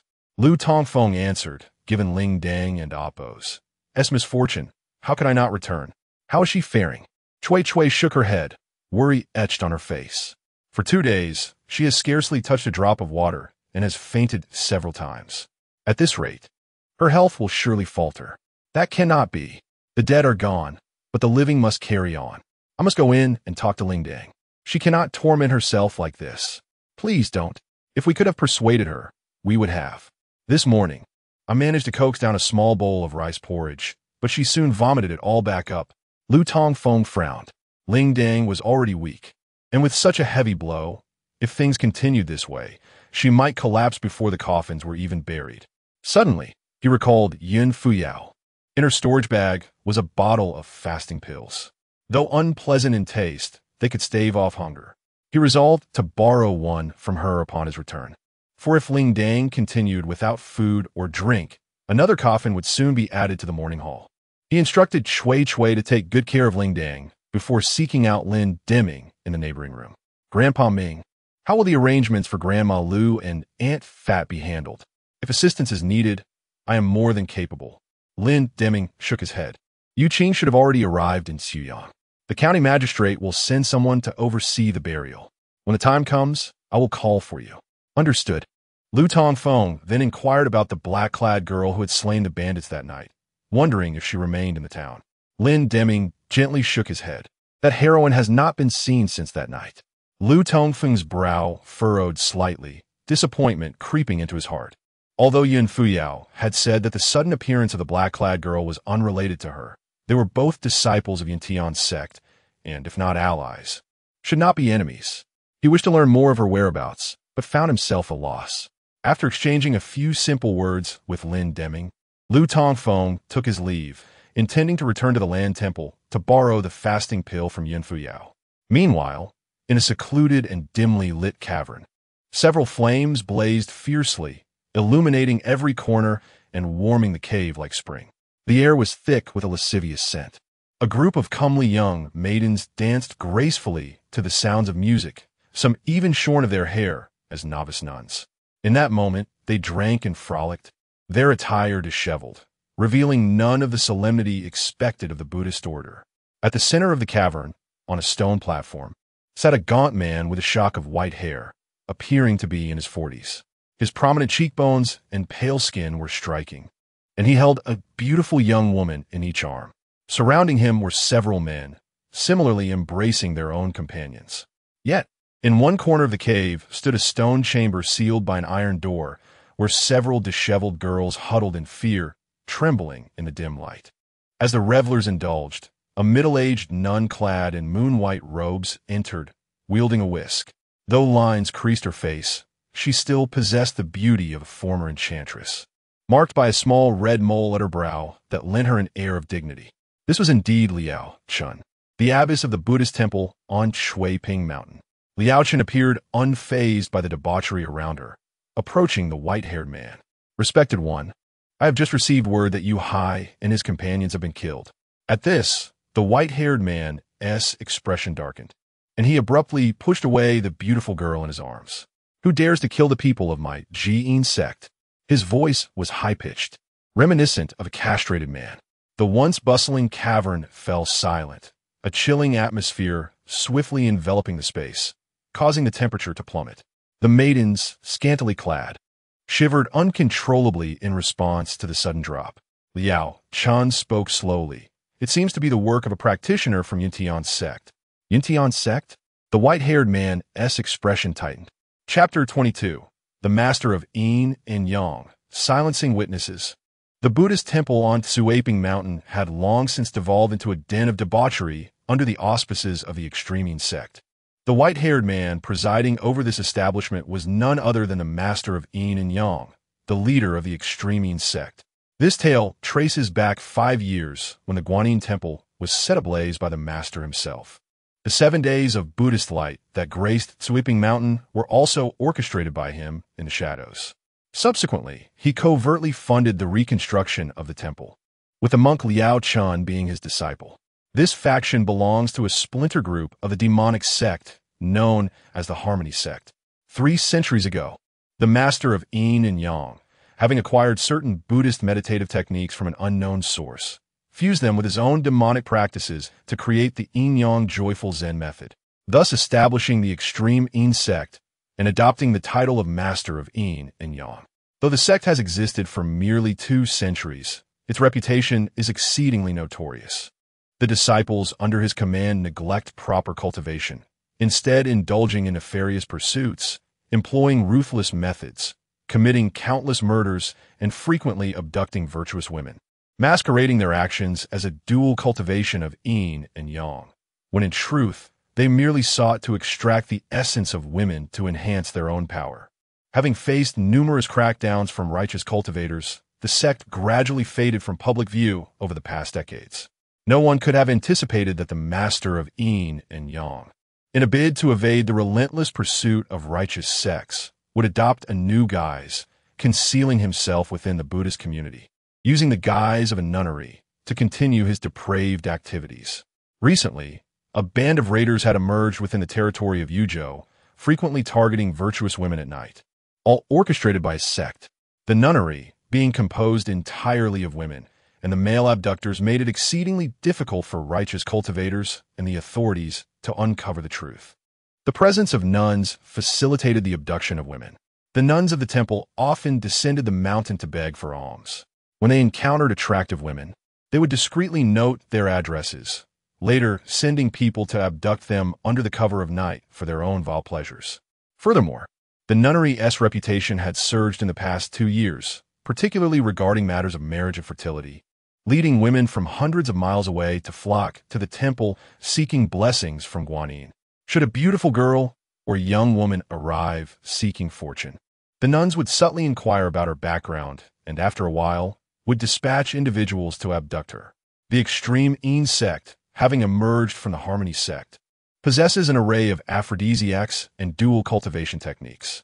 Regardless of how strong-willed a woman may be, under the influence of their drugs, she would inevitably succumb to depravity. This time, the master of Yin and Yang dispatched 12 groups of disciples to engage in these illicit activities. 11 groups returned successfully, bringing back over 30 beautiful young women. However, one group was notably absent. To his shock, 3 disciples from that group had met with a tragic fate. Upon learning that the culprits were disciples of the Yun Tian sect, the master's expression darkened. His insignificant extreme Yin sect held no standing even among demonic factions. Merely a minor sect lacking the power to retaliate against a righteous powerhouse like the Yun Tian sect. The master rasped, "Yun Tian sect? How many were there?" Liao Chen replied, "It is said there was only one female disciple from the Yun Tian sect." "One?" The master furrowed his brow again.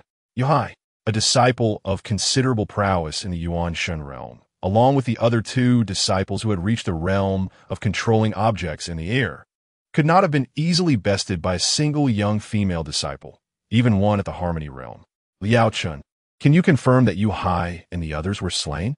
The loss of a few disciples was inconsequential to this aged libertine. However, he held the establishment on Suaping Mountain in high regard. If any of the 3 remain alive and were captured by the Yun Tian sect, the clandestine operations he had meticulously cultivated for years would be at risk of exposure. He understood the character of his disciples all too well. While they thrived in the company of beautiful women, they would turn into quivering cowards under duress. If any fell into the hands of Yun Tian sect disciples, it was likely they would confess everything without needing severe interrogation, merely with a sword at their throats. Liao Chun spoke slowly. "According to information from our spies within the governor's office, 3 individuals from Fuyang town reported this matter to the governor early this morning. According to their account, Yu Hai confronted that woman in Fuyang town and was slain in the process, while the other 2 fled separately. However, they have yet to return, suggesting they too may have met a grim fate." The master's expression turned grave. "So, it is possible that the other 2 were either killed or have managed to escape." Liao Chen nodded. The master fell into deep thought. The cave descended into silence, with none daring to speak, lest they attract unwarranted misfortune. After a moment, the master finally broke the silence. "Liao Chen, you just mentioned that Yu Hai fell in Fuyang town?" "Yes, Fuyang town lies about 50 to 60 miles north of Suiping Mountain, a remote hamlet with fewer than 200 households. How could a disciple from the Yun Tian sect appear in such a place? It must have been one of their disciples on a journey passing through Fuyang town. Master, are you concerned that our activities have been exposed? The master shook his head slowly. It should not be exposed yet. Otherwise, the righteous cultivators would have already descended upon us. However, we must remain vigilant and investigate the whereabouts of those two, living or dead. He added with disdain, as for Fuyang town, how dare they take 3 of my disciples? Those wretched insects deserve to perish. Liao Chun frowned slightly. Master, the governor of Ziyang has reported the abduction of women by cultivators in this area. Royal and righteous cultivators are likely to arrive in Fuyang town for an investigation in the coming days. If the matter escalates too much, it could lead to unnecessary trouble. It was precisely because the righteous sects had taken notice that they needed to resolve the situation before their arrival. Liao Chun contemplated for a moment, then nodded understood. Silencing witnesses is indeed the customary practice of the extreme Yin sect. A mere small town with just over 100 households would hardly warrant the master's concern. Liao Chun waved his hand, dismissing himself from the cave. Once Liao Chun departed, the master turned his gaze to a young man beside him, bare-chested and with a sinister expression. Lao San, tonight you shall take a group to Fuyang town. No matter the cost, you must locate the bodies of Yu Hai and the others. Should that Yun Tian sect female disciple still be present, you know what to do, correct? The sinister young man smirked wickedly, understood, master. The sounds of silk and bamboo instruments filled the cave once more, restoring the previous debauchery. Yet, the master of Yin and Yang appeared less inclined to indulge in the pleasures of the moment. Grasping the chests of 2 women in his arms, his expression remained cold. The 2 beautiful, nude women squirmed in pain but dared not utter a sound, silently enduring their plight. Chapter 23. The boundary between Immortals and Mortals in the town of Fuyang. Lu Tongfeng departed from the Bell family and Amp Appo's residence, wandering alone along the desolate streets. The once lively town had long since succumbed to a profound silence, with nearly every household barred shut. Even the mischievous children, who would typically frolic about, had vanished. Passing by the lone tavern in the town, Lu Tongfeng retrieved his coin pouch, which contained several copper coins and roughly 3 taels of scattered silver. His savings accumulated over the years, intended as capital for his venture in Xuyang City. He resolved to spend all his silver to procure 5 pounds of soy-marinated beef, 2 pounds of fried peanuts, a dozen steamed buns, and an old hen that laid eggs, which resided in the tavern in Amp Appo's backyard. With these items in hand, he set off towards the southern outskirts of the town. As he neared the town and Amp Appo's exit, he encountered the hunchbacked Li and his mute daughter, Li Qiuyan, who were out collecting night jasmine. Lu Tongfeng, who had previously found amusement in teasing the attractive Li Qiuyan, noted her presence with a hint of familiarity. Approaching them, he remarked, "Uncle Li, it's nearly noon, and you're still out gathering night jasmine? Why is Sister Qiuyan with you today?" Hunchback Li replied, "The snow is too thick, making it difficult to push the cart alone, so I brought her along for assistance. I heard you went to Xiyang recently. Was it to resolve matters concerning the Bell family?" Lu Tongfeng nodded in silence and added, "I encountered Uncle Lin on my way to Xiyang, who informed me of the situation, prompting my return. Uncle Li, do take care of Sister Qiuyan tonight. Ensure your doors and windows are securely fastened to keep the ill-intentioned at bay." Hunchbacked Li nodded in agreement. "Very well. Farewell, Uncle Li, Sister Qiuyan." With a wave, Lu Tongfeng exited the town. Watching his solitary figure fade into the distance, both Hunchbacked Li and Li Qiuyan felt a strange unfamiliarity. Today, he had refrained from his usual antics with her. Could it be that he had turned over a new leaf? After Lu Tongfeng had departed, Li Qiuyan suddenly whispered, "Where is Dahe?" Hunchback Li paused, pondering, indeed, where is Dahe? Over the years, he has never strayed far from Lu Tongfeng's side. Why has only Lu Tongfeng come to the town today? At the earthen temple, Yun Fuyao leaned on a bamboo staff, limping out of the dilapidated structure. The weather was splendid, with only a gentle breeze and warm sunlight illuminating the snow-covered ground, casting a faint silvery glow. She surveyed her surroundings and extended her senses, but detected no signs of human presence nearby. Thus, She hobbled through the snow towards an ancient well not far off. The relentless snow had accumulated a thick layer over the well, leaving a hole barely larger than a bowl's opening. No tracks of animals or humans marred the surrounding snow. Observing this scene, Yun Fuyao quietly exhaled in relief. Peering into the well, she saw nothing but darkness. Just as she was about to take the next step, she spotted Dahei standing at the temple and Appo's entrance, regarding her with an expression that seemed to mock her. Yun Fuyao frowned slightly, sensing that the black dog had an uncanny ability to perceive the depths of one and Appo's heart. As she looked his way, Dahei eagerly wagged his tail and licked his lips, adopting a submissive demeanor. Noticing his gaze, Yun Fuyao decided to step away from the well and Appo's edge, but did not return to the crumbling temple for rest. Instead, she walked over to a massive stone inscribed with the words boundary between immortals and mortals a few paces to the east. Last night, upon witnessing the gathering of spectral entities outside the temple, Yun Fuyao had come to understand the significance of the inscription. According to the Taoist scriptures, the three talents, heaven, earth, and humanity, established the celestial path, known as yin and yang, the earthly path, defined by softness and hardness, and the human path, characterized by benevolence and righteousness. Heaven represents the immortal, humanity the mortal, and the earth the pulse of life. Thus, the so-called boundary between immortals and mortals is the dividing line between heaven and humanity, embodied by the earth. This location undoubtedly served as a convergence point for the earth's spiritual energy, attracting numerous spectral beings. It appeared that her master was not the first to uncover this secret. This site had once been a temple dedicated to Yulao, constructed by a sage who had recognized its auspicious nature. But was this monumental stone erected by her master or the original builder of the temple? Having unraveled the mystery, Yun Fuyao remained unfazed. After all, a host of unanchored spirits posed no threat to her. Just as she prepared to turn away, her thoughts were interrupted. Something felt amiss.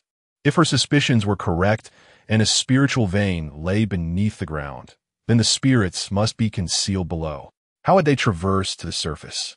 Abruptly, Yun Fuyao whipped her head around to look at the well, nearly buried under the snow. Indeed, only that ancient well could lead underground. Could it be so fortuitous? Her expression tightened with concern as she readied herself to investigate. At that moment, Dahei darted past her, and upon turning, she saw Lu Tongfeng approaching, carrying a bundle and a hen from the direction of the northern town. From a distance, she heard Lu Tongfeng and Appo's voice calling, "Why are you out here? Is your leg healed? Were you waiting for me? I knew my charm was irresistible. If I weren't your little master, I would have married you." Yun Fuyao felt bewildered. Initially skeptical, she now firmly believed that this young man was indeed not quite right in the head. "I brought you some food and an old hen. I'll make you some hen soup to nourish you. Can you walk? Would you like me to carry you back to the temple?" "No need, I can walk," she replied, leaning on her bamboo staff as she made her way back to the dilapidated temple. Lu Tongfeng followed closely behind, insisting it's quite a distance. "Perhaps I should carry you. I'm strong enough." Yun Fuyao chose to ignore the lecherous fellow. Unfazed by her disregard, Lu Tongfeng entered the temple and prepared hot water in a battered pot. He skillfully dispatched the hen, his deftness suggesting a history of dubious activities. Afterward, he rummaged through the temple, ultimately uncovering a weathered clay pot beneath a pile of straw filled with dirt and dust. While Yun Fuyao rested under the warm covers, she initially intended to overlook the lascivious man's antics. However, as she observed him stuffing the cleaned hen into the questionable pot, she could no longer contain her frustration. "Lu Tongfeng, what on earth are you doing?" Since yesterday, when Lu Tongfeng had smeared her face with a mixture of grass, ash, and his saliva, she had ceased referring to him as her little master, opting instead to address him by name. "I'm making hen soup for you. You need nourishment as you recover from your injuries. You're using that filthy thing to make soup for me?" "Of course. Don't worry, I cleaned it." Yun Fuyao pinched the bridge of her nose in exasperation. Indeed, Lu Tongfeng had washed the pot, but it was evident that he had merely scooped up some snow outside and hastily swirled it around inside the pot. She had witnessed the entire process unfold before her eyes. Confirming her suspicions, she realized he had only used snow to wipe the pot without any thorough cleaning. Use my pot instead. With that, Yun Fuyao retrieved her storage bag, and under her mental control, a collection of pots and dishes gracefully emerged, enveloped in a soft glow. Chapter 24 is the ancient well a latrine? Within the cavern of Tsuiping Mountain, Lu Tongfeng discerned that Yun Fuyao was not a girl fond of culinary pursuits. The pots and pans nestled in her storage pouch were almost entirely pristine, devoid of any signs of use. Upon witnessing Yun Fuyao retrieving her own cookware, Lu Tongfeng smacked his forehead, exclaiming, "How could I forget that you possess a complete set of kitchen supplies?" He seized a large black clay pot, placing an entire old hen within, followed by water, covering it with a lid, and setting it atop a rudimentary stove to simmer. The hay side extended his long tongue, drooling in anticipation. This hen, aged 5 years, required at least 1 to 2 hours of stewing. As the afternoon had just passed, it would likely be ready by dusk. I procured some braised beef and steam buns. Lu Tongfeng rummaged through a small bundle. With no tables or chairs in the dilapidated temple, he simply found a wooden plank to set his makeshift meal upon. He then took several clean plates from Yun Fuyao's collection, pouring the braised beef and peanuts from their oil paper wrapping onto them. The lad cast a hopeful glance at Yun Fuyao. "What are you staring at me for?" she asked. "Well, I recall that your pouch contains a few jars of fine wine. My gourd is empty, and I intended to procure some at the tavern in town. But all my silver went to buy this hen. On a cold day like this, a drink would warm me up." Understanding his intent, Yin Fuyao pondered for a moment before retrieving an unopened jar of wine from her storage pouch. The color of the sealing wax indicated its age. Yun Fuyao was a person who understood gratitude and vengeance. She kept a mental ledger of favors and debts. Since Lu Tongfeng had procured the hen for her, it was only fitting to reciprocate with some exquisite wine. Lu Tongfeng, a modest wine enthusiast, vividly recalled the delightful taste of the last jar of Yun Fuyao and Amp Oppo's wine he had secretly opened. Seeing this jar now made his mouth water, and he swallowed hard. Carefully, he opened the seal, peeling back layer after layer. The jar, now less than half full, was a testament to its age. The older the wine, the less remained within. Just as Yun Fuyao retrieved her jade bowl for drinking, she looked up to find Lu Tongfeng holding a funnel, pouring the wine from the jar into his chipped gourd. "What are you doing?" she inquired. "Pouring wine, of course. I prefer drinking from my gourd." "Fair Lady Fuyao, what do you need that jade bowl for?" With a frown, Yun Fuyao retorted, "What do you think? Ah, you wish to partake as well? That will not do. Your injuries are not yet healed. My injuries do not hinder my ability to drink, and besides, this wine is mine." At that moment, Yun Fuyao firmly concluded that Lu Tongfeng was an eccentric madman, while Lu Tongfeng realized that Yun Fuyao was quite the wine enthusiast herself. After all, what young, beautiful woman would keep such an abundance of century-old wine in her storage pouch? Reluctantly, Lu Tongfeng ceased filling his gourd and poured a bowl for Yun Fuyao instead. True to her status as a disciple of the sect leader of Yunshinzong, her drinking bowl was not porcelain but carved from a single piece of white jade. Exuding a semi-transparent glow, it embodied the poetic sentiment of the fine wine of Lan Ling in a jade bowl, glowing like amber. Such a bowl would be the ambition of Lu Tongfeng's lifetime.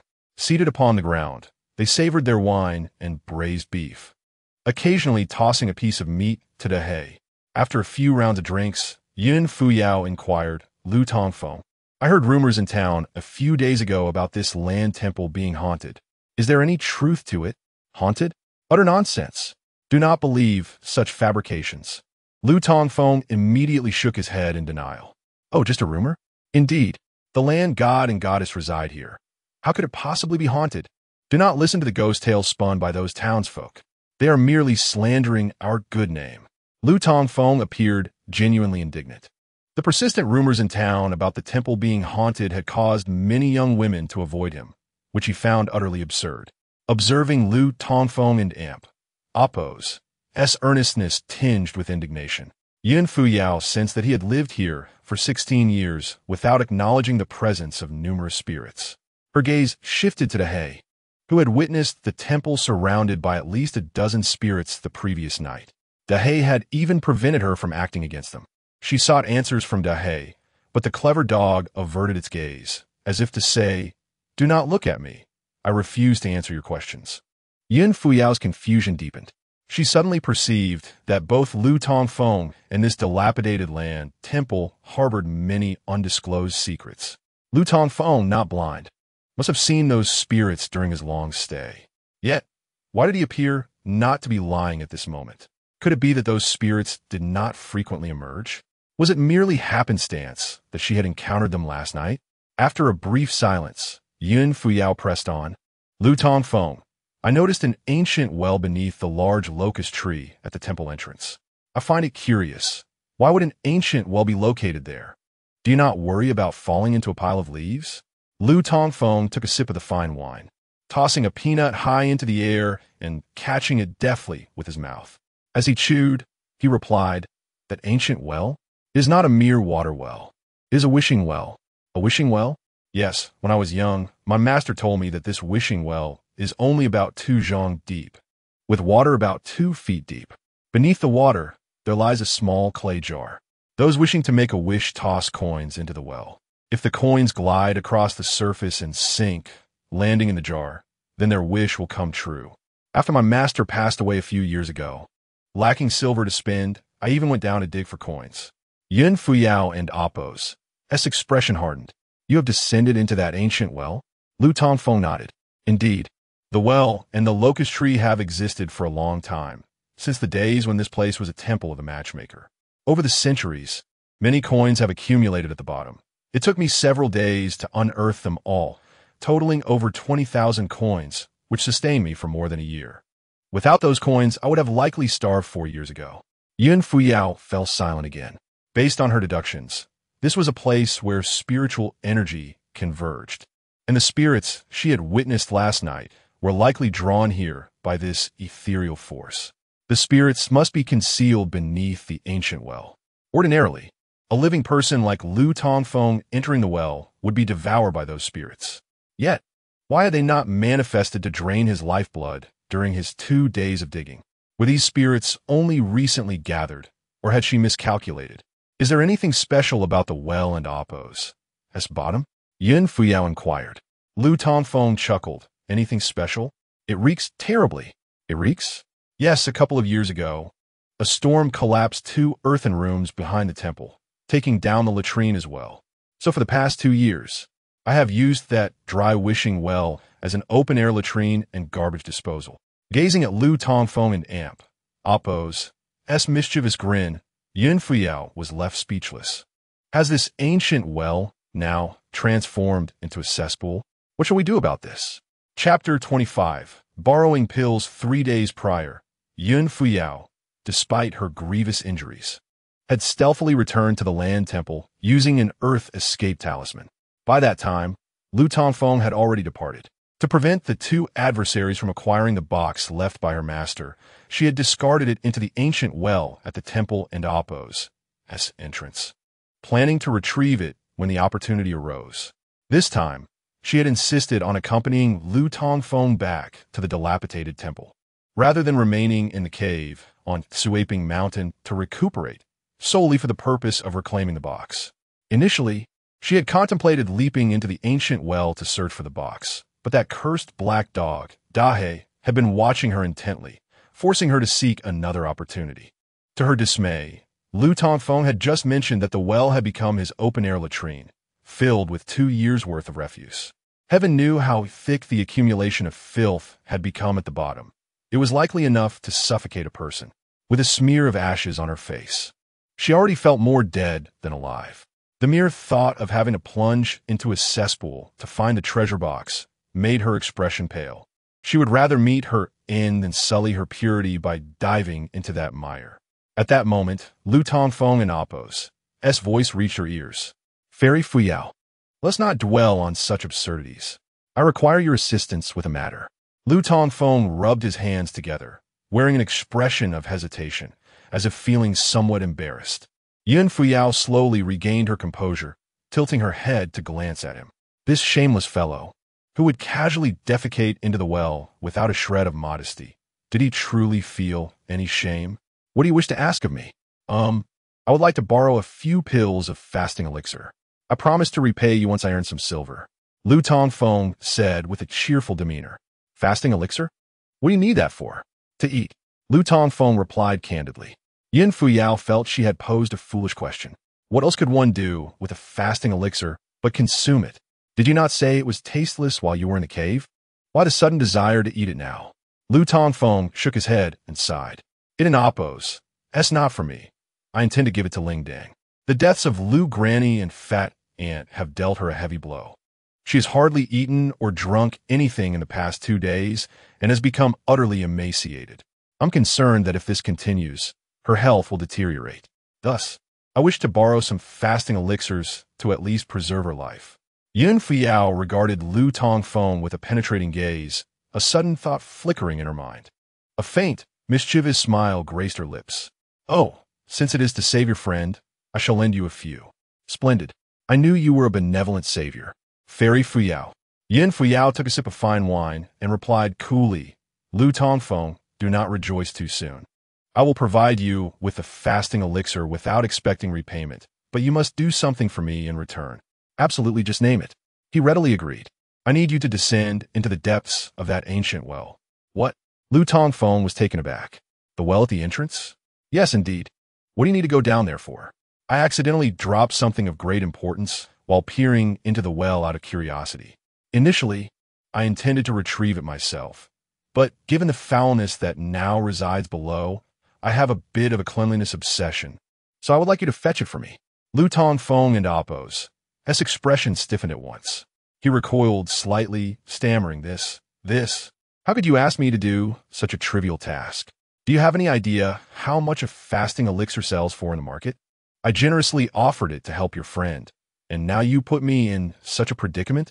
Ah, Fairy Fuyao. Fine, I agree, but you must give me the fasting elixir first. For Ling Dong's sake. Lu Tongfeng gritted his teeth, took a hearty gulp of wine, and acquiesced to Yun Fuyao's request. At that moment, his heart felt heavy. Over the past 2 years, he had treated the ancient well as an open-air latrine and a refuse pit. Not only had he discarded household waste into it, but he had also relieved himself there. Now, he was expected to descend into his own mess to retrieve something for Yun Fuyao. Casting a glance at her, he inwardly grumbled. How could such a lovely girl have such a penchant for peering into men and damp? Oppos. As latrines? What a repugnant habit. Moreover, how careless could one be to drop something so significant into such a pit? Thankfully, winter had settled in, and the waste below was likely frozen solid. Had it been spring, summer, or autumn, he would not have entertained such a request. Having indulged in food and drink, Lu Tongfeng, concerned for Ling Dang and Damp, Oppos, S health, reached out to Yun Fuyao to ask for the fasting elixir. You must give me the fasting elixir first. I shall deliver it to Ling Dang now, and I can return before nightfall. As for descending into the well to help you find your item, once I have given my word, I shall not go back on it. Yin Fuyao said nothing further. Though Lu Tongfeng was somewhat lecherous and not entirely sane, he possessed redeeming qualities. He had remained in that dilapidated temple alone for 6 years, steadfast to a promise, a feat not easily accomplished. Thus, Yun Fuyao retrieved a small white porcelain vial from her storage bag, labeled fasting elixir. She poured out 3 pills and handed them to Lu Tongfeng. 1 fasting elixir can sustain you for half a month without hunger. This should suffice. Enough. Lu Tongfeng beamed as he accepted them, then dashed out of the dilapidated temple, calling back, I shall return shortly. Traversing 3 miles through the snow, Lu Tongfeng soon found himself in the small town. As dusk approached, the once desolate town seemed to bustle with life, with a scattering of figures appearing on the streets. Smoke rose from various homes, and a few children bundled in heavy coats frolicked in the yard. Upon arriving at Ling Dong's residence, he noted that the snow in the courtyard had been cleared. Inside, Lin Deming, the village elder, was conversing with a gaunt old man who was only slightly younger than him, accompanied by several young men. This old man, the town's only physician, also bore the surname Lin, named Lin Diyun, and was Lin Deming's cousin. Seeing Dr. Lin's presence caused Lu Tongfeng's heart to race. Just 2 hours prior, when he had left, Yuling Dang was still in mourning for her mother and grandmother. Had something gone awry? Hastening into the courtyard, he overheard Lin Deming asking, "Diyun, how is Ling Dang faring?" Dr. Lin sighed. Ling Dang is inherently frail, and with the recent tragedies, she has been unable to eat. Not only is she unable to drink the medicinal soup, but even a bit of thin porridge causes her to vomit. If this continues, I fear she will not survive the night. Lin Deming insisted, "We must find a way. Ling Dang is all we have left of the Cheng family. You must save her life at all costs." Dr. Lin sighed again, "I will do my utmost." At that moment, Lu Tongfeng interjected, "Uncle Ming, I have a solution." Chapter 26. The young master of the Lin family. Tongfeng refuses Lu Tongfeng and Amp, Oppose.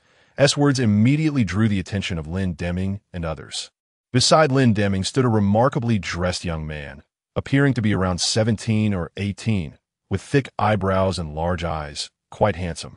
This individual was named Lin Feng, the grandson of Lin Deming. His father had served alongside Yu Lingzhang's father, Yu Chengfei, in the military, and both had perished in battle 4 years ago. The Lin family was the wealthiest in the town, with the patriarch Lin Deming serving as the village head, possessing hundreds of acres of fertile land, and owning a grain shop in Yeyang City. Lin Deming placed great importance on the education of his grandson, sending him to the largest Bai Lu Academy in Xuyang for his studies. Recently, during the winter break, he had returned to the town. Yu Lingzhang was regarded as the most beautiful woman in the town, and the two had grown up together as childhood friends. Everyone in the town believed that Yu Lingzhang would surely marry Lin Feng.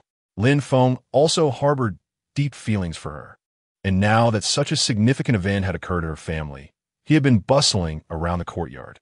Upon hearing that the speaker was Lu Tongfeng, Lin Feng and Appo's brows furrowed. He said, "You little madman, why are you here again? If you and Appo's hungry, I and Appo's have someone pack some buns for you to take back to your dilapidated temple."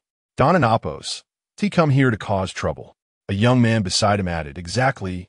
What can a filthy beggar like you do?" Scram. Lu Tongfeng was not well regarded in the town. Almost everyone looked down on him and bullied him, except for Granny Lu and Fat Ant, who occasionally helped him. Lu Tongfeng had long since grown accustomed to this. He replied, "Young Master Lin, I truly have a solution. Before my master passed away, he left me some pills, claiming they were fasting pills. After consuming them, one can go without food for at least 15 days. If Lingzhang takes this, even if she doesn't eat or drink during this time, she will be fine." Lu Tongfeng did not mention that the fasting pill was borrowed from Yin Fuyo, but instead attributed it to his late master, who had been deceased for many years, leaving no one to verify his claim. Lin Feng said, "What are you talking about? 15 days without food? Get lost. Every time I see you, I get annoyed." As he spoke, Lin Feng attempted to push Lu Tongfeng out of the courtyard. "Wait." Dr. Lin raised his hand to stop him and said, "Little madman, what did you just say? Fasting pill? Is it the one used by cultivators?" Lu Tongfeng nodded and replied, "Yes." Dr. Lin and Appo's expression brightened. "If it truly is a fasting pill, then Lingzhang is saved. Show it to me." Lu Tongfeng took out a pill roughly the size of quail egg, covered in a thick layer of wax. Dr. Lin took it, pressed the wax ball, and a small orange-yellow pill emerged, releasing a faint aroma of wine. "Doctor." Lin inhaled and examined it closely, then exclaimed with joy, "Indeed, it is a fasting pill. Third uncle, you were right. How could this little madman possess a fasting pill used by immortal beings? It cannot be a mistake. According to the 10 treatises on medicine, there exists a miraculous pill known as the fasting pill. Its color orange-yellow, shining like golden rays, resembling autumn fruits hanging from branches, warm and eye-catching. The essence of this pill is gathered from the essence of heaven and earth, infused with the fragrances of 100 rare flowers and the auspiciousness of Lingji mushrooms, blending various immortal herbs within the cauldron to condense its essence. Its aroma is unique, slightly reminiscent of wine, unlike the taste of common fermented liquor. Akin to the fragrance of celestial nectar, pure and distant, invigorating the mind, like a stroll through a garden of orchids. Consuming it eliminates hunger, allowing one to remain free from the affliction of hunger for half a month. It aids in cultivating a tranquil mind, liberating one from the burdens of food, serving as a beneficial aid for those pursuing the path of enlightenment, and a remedy for those traversing the mundane world. This rare delicacy is indeed a treasure for health and longevity. The fasting pill in Lu Tongfeng's possession matched the descriptions of the pills used by cultivators in every aspect, from size to color, even exuding the same aroma of wine. One such pill could fetch at least 100 taels of silver. Ling Zhang is saved. Quickly, let her take the pill. Though Lin Feng had little regard for Lu Tongfeng, upon hearing his third uncle affirm the pill's authenticity, he dared not delay. He took the fasting pill and made his way toward Ling Zhang and Appo's chamber, with Lu Tongfeng and the others following closely behind. Inside the room, Ling Zhang lay pale on the bed, already in a state of unconsciousness. Cui sat beside her, wiping away tears. Upon seeing the crowd enter, Cui quickly rose to her feet and inquired, "Lin Feng, what happened?" Lin Feng did not respond, but walked straight to the bedside and gently placed the fasting pill into Ling Zhang's mouth. Strangely enough, the pill slid swiftly down her throat, seemingly dissolving instantly. In a brief moment, Ling Zhang and Appo's previously pallid complexion began to regain a hint of color. This scene astonished everyone. "Doctor!" Lin stepped forward to check Ling Zhang and Appo's pulse and exclaimed with delight, "Indeed, it is an immortal and Appo's elixir. Ling Zhang and Appo's internal energy is beginning to flow." Hearing this, everyone rejoiced. Lin Deming looked in astonishment at Lu Tongfeng, who stood at the back of the crowd, and asked Tongfeng, "How did you come by such a miraculous medicine?" Lu Tongfeng replied, "Uncle Ming, I mentioned earlier in the courtyard that this was left to me by my master before he passed. I never had the heart to consume it over the years." Lin Deming nodded. Indeed, the old temple's abbot lived beyond 100 years. He must have been an extraordinary person. Lin Feng approached Lu Tongfeng, adopting a condescending and domineering tone. "Little madman, although I do not usually care for you, your pill has saved Ling Zhang today. I shall not be ungrateful. My third uncle says this item is worth 100 taels of silver." Lin Feng pulled out a money pouch and retrieved 3 50-tael silver notes. "I will give you 150 taels." Lu Tongfeng had never seen such a sum of money before. This amount was sufficient for him to renovate the dilapidated temple and build 2 new brick houses. However, he did not reach out to accept it. Instead, he regarded Lin Feng, who looked down upon him, and said calmly, "Young Master Lin, what is the meaning of this? Ling Zhang is your friend, and she is also my friend. Moreover, Granny Lu and Fat Aunt have always treated me well. I did not present the fasting pill for the sake of profit." With that, Lu Tongfeng turned to Lin Deming and said, "Uncle Ming, it is getting dark. Since Ling Zhang is out of danger now, I shall return to the temple. Should you require any assistance, just let me know." Lin Deming nodded slowly, "Yes. The snowy roads are treacherous. Be careful." As Lu Tongfeng departed gracefully, Lin Feng appeared somewhat awkward. He looked at the 3 silver notes in his hand, slightly furrowing his brow. In his memory, ever since the old temple abbot and Appo's passing 6 years ago, Lu Tongfeng had lived a life worse than that of a beggar, spending his days either sleeping in the temple, flirting with girls in the town, hunting game with his large black dog in the mountains, or loitering outside taverns and Granny Lu and Appo's breakfast shop for scraps. 150 taels of silver was indeed a fortune for Lu Tongfeng, capable not only of helping him acquire land and build a house, but also allowing him to marry a wife. Yet Lu Tongfeng had refused. This left Lin Feng feeling somewhat at a loss. Chapter 27. Fuyao at 30. The master is a master. Lu Tongfeng did not linger in the small town. Before Yuling Dang could awaken from her unconscious state, he set off southward. Upon leaving the town, he muttered to himself, 150 taels. That is indeed 150 taels. It was rightfully mine. Why didn't an Appo's I accept it back then? Lu Tongfeng, how much is your pride worth? They used to mock me daily, and today I act like a big shot. You don and Appo's to even have a single coin to your name. Do you know that? Regret engulfed Lu Tongfeng for not accepting the 3 banknotes Lin Feng had offered him, leading him to slap himself a few times. He couldn't let his disdain for Lin Feng interfere with his finances. After saving for half a year, he had spent all his money on food and a hen, leaving him utterly destitute. Alas, what can I do now? Since I chose to act pretentiously in front of Lin Feng, I must maintain that facade. He recalled that Yun Fuyao had given him 3 pills for fasting, of which he had only used 1, leaving him with 2. Since these were so valuable, selling them could yield a considerable profit, which slightly lifted his gloomy spirits. In winter, darkness falls swiftly. When Lu Tongfeng exited the small town, it was just dusk, with the sky painted in hues of crimson. By the time he returned to the Earth Temple, night had fully descended.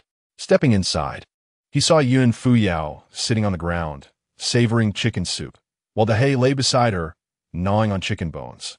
Upon noticing Lu Tongfeng and damp, Appo's return, Yun Fuyao glanced at him and remarked, "This chicken soup is quite good. You should have some too."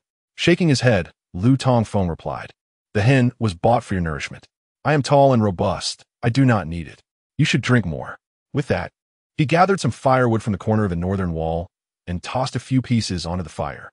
He then unfastened his rusty sword and broken gourd, sitting by the fire and sipping intermittently.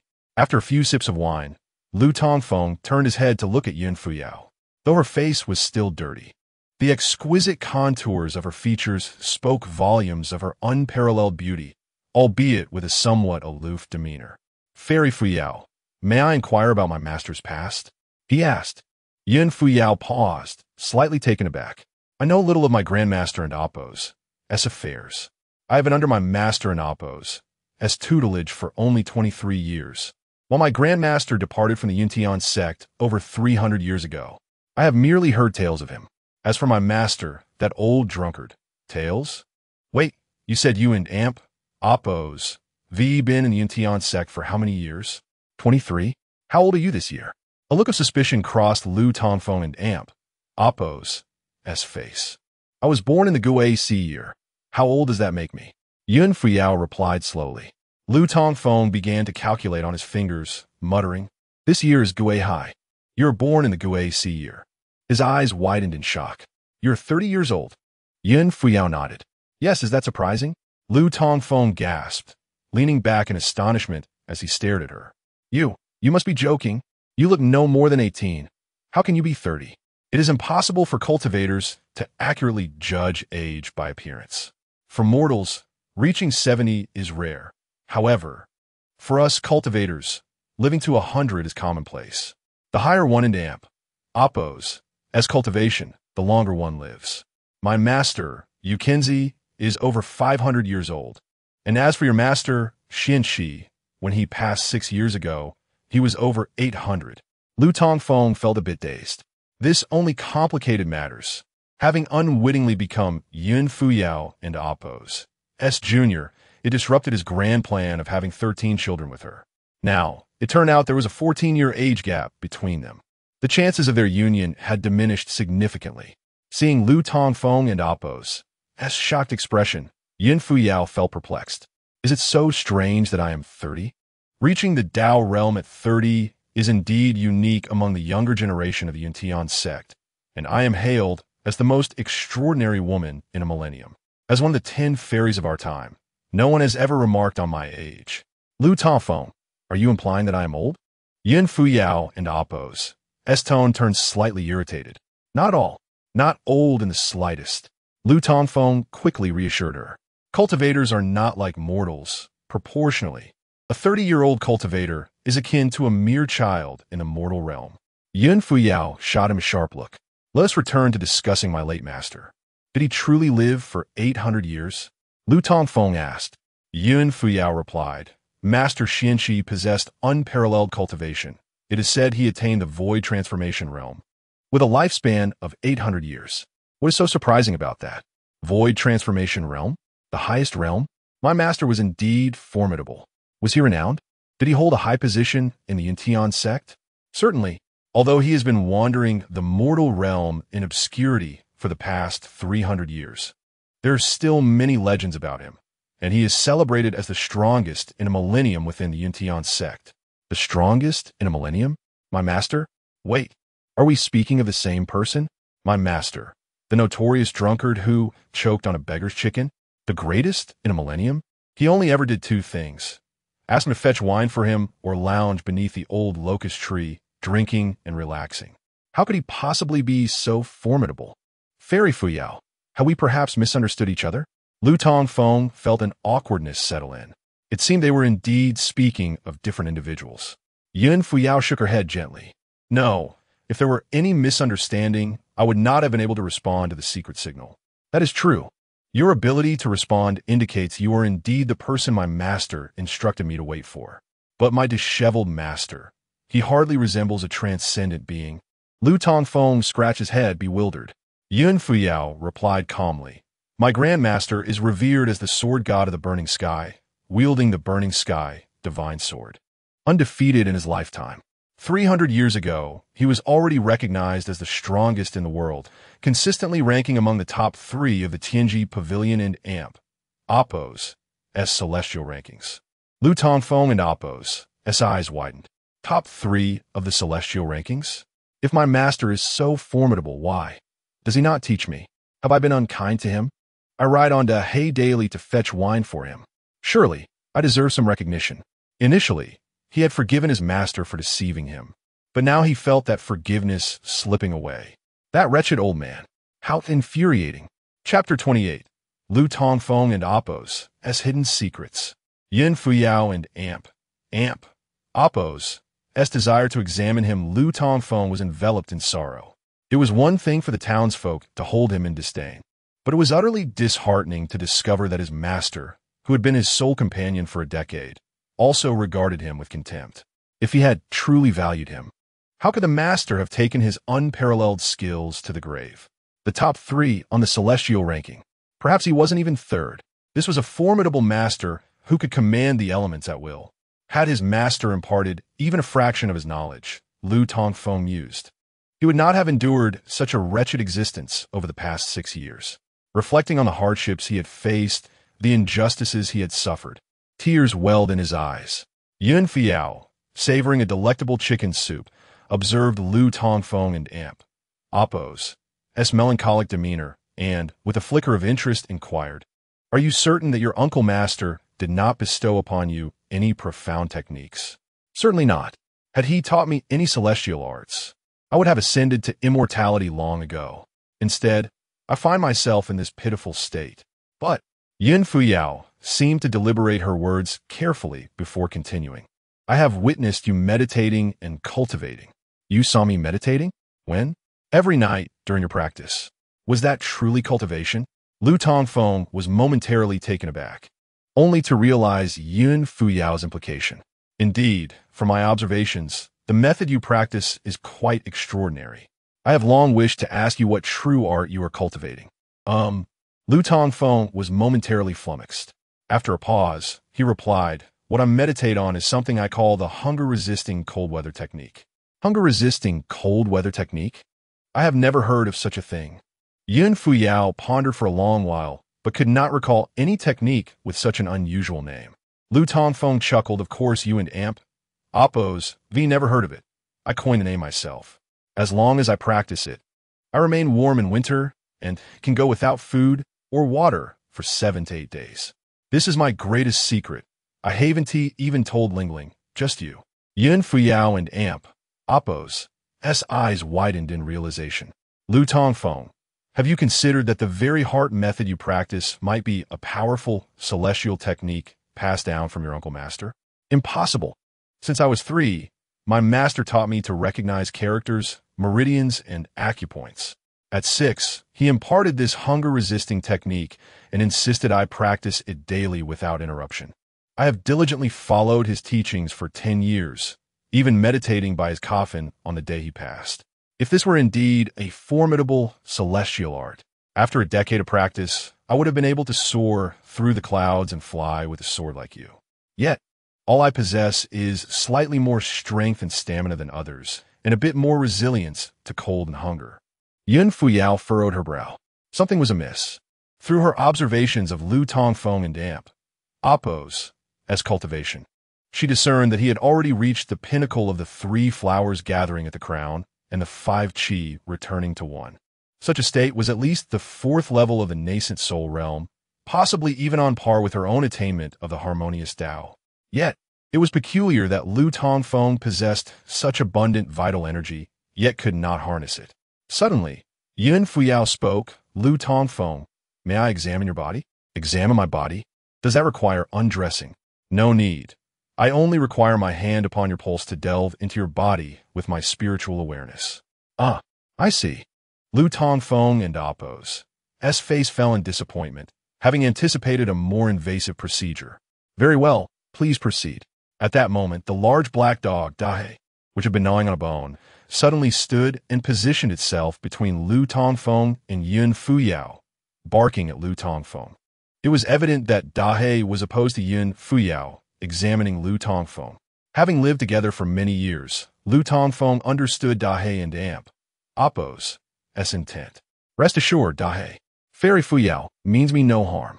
She is a cultivator, an immortal with great abilities. It would be fortuitous for her to examine my health, as I have felt unwell these past 2 years, struggling to awaken during the day and unable to sleep at night. Dahe remained silent, thinking, is that really a problem? You can end Appo's wake up because you and Appo's lazy. And you can end Appo's sleep because you and Appo's thinking of women. Dahe continued to block Lu Tongfeng, barking incessantly. This behavior piqued Yun Fuyao and Appo's suspicion. She believed that Lu Tongfeng and Appo's body harbored some hidden secret, and Dahe seemed aware of it, hence the obstruction. Lu Tongfeng pushed Dahe aside. Go on, gnaw your bone. Fairy Fuyao, do not mind this old mutt. Please check my pulse. But Dahe seems unwilling for me to examine you. It's just a dog. If it barks again, I'll make stew out of it to nourish my body. Lu Tongfeng plopped down beside Yun Fuyao, rolled up his sleeves, and extended his arm toward her. At that moment, Dahe ceased its barking, its deep blue eyes fixated on Yun Fuyao, its lips curling back to reveal menacing teeth, as if threatening her not to court disaster. Seeing the dog's razor-sharp gaze startled Yun Fuyao. She could sense the deep-seated animosity lurking within Dahe and Appo's eyes, an intensity that made her hesitant to meet its gaze. She felt an instinctual fear that if she reached out to examine Lu Tongfeng and Appo's pulse, Dahe would pounce to sever her throat. A flicker of dread crossed her features. This was the first time she felt such palpable fear from mere dog. Confident in her instincts, she hesitated to proceed with the examination. Don't just stand there. Hurry and check my pulse, Lu Tongfeng urged, noticing her in action. Yun Fuyao steadied her nerves and looked down, her expression stiffening once more. There, on Lu Tongfeng and Appo's arm, was a thick layer of dark, grimy residue. You, how long has it been since you last bathed? Bathe? I took a bath 3 months ago. 3 months? Ugh. Please remove your filthy hand from my sight. Ugh. Yun Fuyao, known for her cleanliness, felt her stomach churn upon hearing Lu Tongfeng and Appo's admission of not bathing for 3 months, compounded by the sight of the thick grime on his arm. Cultivators are unlike ordinary folk. While a common person might go 2 or 3 months without a bath and only be somewhat unpleasant, a cultivator situation is entirely different. When absorbing the essence of heaven and earth, impurities are expelled through the skin, forming a layer of dirt. Thus, cultivators must bathe almost daily. Yun Fuyao was certain Lu Tongfeng was a cultivator, given his dedication to cultivation. The thought of 3 months without bathing made it inconceivable to imagine the thickness of the grime on his body. Seeing Yun Fuyao's dramatic reaction, Lu Tongfeng awkwardly rolled his sleeve down. Fairy Fuyao, there's really no need for such exaggeration. There are far worse hygiene offenders in this small town. Are you truly going to be sick? Step away. Don't come near me. Lu Tongfeng felt profoundly disheartened. He had intended for Yun Fuyao to examine his health, to ascertain whether he had any ailments or spiritual roots. Instead, he had inadvertently caused her to feel nauseated. He now sat at a considerable distance from her. Could you please refrain from vomiting? I purchased that old hen for you with 3 pieces of silver. If you throw it all up, my money will have been wasted. Chapter 29. The Massacre of Fuyang Town on a snowy night in the dead of night. over 20 white figures emerged from the direction of Swooping Mountain. Clad in garments as white as the snow, they traversed the snowy ground with astonishing swiftness, leaving no trace of their passage. With great haste, they advanced towards Fuyang Town. These individuals had been dispatched by the esteemed Yin Yang Master to silence the town. As they glided silently at low altitude, they were nearly undetectable. At the stroke of midnight, the white figures materialized on the southern edge of the town. Observing the darkened settlement, the leader, a masked man, rasped, "To dare to slay our brethren of the extreme Yin sect is to court death. Brothers, you know what must be done." Beside him, a white-clad figure chuckled, "Third brother, fear not. We shall take the beautiful maidens and ensure the rest meet their end." The elder disciple of the Yin Yang Master was none other than the current abbess of the Fulin Monastery, Master Chun. Once a vessel for the Yin Yang Master, she had since become his disciple. The second disciple had perished over 30 years ago amidst the righteous faction and Oppos' encirclement. This third brother, known as Su Tsong, had followed the Yin Yang Master for many years, notorious for his ruthless heart and countless murders. In matters of tormenting maidens, he surpassed even his master. Having evaded capture during the righteous faction and Oppos' onslaught over 30 years ago, his cultivation at the pinnacle of the harmonization realm secured his position as the third strongest within the extreme Yin sect. Su Tsong spoke slowly. "The remnants of Yu Hai and his companions may be nearby. Perhaps that female disciple of Yin Tian's sect is still here. Be vigilant, and remember, we seek to find Yu Hai alive or dead." Understood. Su Tsong divided the group into two teams, one to address the residences on the eastern side of the street, and the other to the west. The townsfolk remained blissfully unaware that death had descended upon them, with most still lost in slumber. In the home of Yu Lingdang, she had awakened and appeared less haggard than during the day. The powerful energy of the pill of abstinence nourished her, restoring her complexion and bringing color back to her cheeks. However, her spirit remained dim, as if her soul had fled. Lin Feng was still present. "Lingdang, it's getting late. I must return. You and Tsui should rest early. I will come by tomorrow morning," he said. Yu Lingdang offered no reply. Tsui chimed in, "Lin Feng, you've been worn out these past few days. Do not worry. I will take good care of Lingdang." Lin Feng nodded, casting one last glance at Lingdang before sighing and turning to leave. Suddenly, the dogs in the town began to bark furiously. The cacophony emanated from the southern sector, rapidly spreading throughout the entire town. Lin Feng frowned slightly. It was unusual for the dogs to howl at such an hour. Just then, a sharp gong sounded unexpectedly, followed by a harrowing human scream. Tsui and Lingdang rushed out of the spirit hall upon hearing the commotion. Seeing Lin Feng standing in the courtyard, Tsui asked, "What is happening?" Lin Feng shook his head in confusion. "I do not know. There's a massacre. Those vile rascals have returned." A voice from the south shouted, followed by a scream that abruptly ceased. Yet, the words resonated clearly. Lin Feng and Oppos' expression shifted dramatically. "This is bad. Those rascals are back. Tsui, you, and Lingdang must hide." Tsui turned pale with fear, while Lingdang and Oppos' eyes glimmered with a terrifying red hue. Lights began to flicker on in every household, but the cries of horror and anguish continued to echo. The shrieks of women pierced the air, and flames ignited from the southern part of the town. These assailants were not only slaughtering the townsfolk, but also setting their homes ablaze. Situated in a remote area, with heavy snowfall blocking the mountains, they felt no trepidation of anyone escaping or seeking aid. As cultivators, ordinary mortals were but insignificant ants to them. They had no intention of concealing their identities, brazenly invading the town from the south. Aside from the maidens they desired, all others were ruthlessly slain, their homes set alight. In the courtyard stood the lame Li and Li Chuyan. Li Chuyan gazed at the flames rising in the southern sky, hearing the cries of the townspeople, her countenance paling. "This is terrible. Those fiends are massacring the town." Lamely rasped, "There are many of them. We may struggle to contend with them. Retreat is prudent." "What the townsfolk?" Li Chuyan retorted. Lamely paused momentarily. Indeed, Fuyang Town boasted 180 households and nearly 600 residents. defenseless mortals awaiting a grim fate at the hands of these cultivators. These intruders must be targeting us and the 3 slain rascals.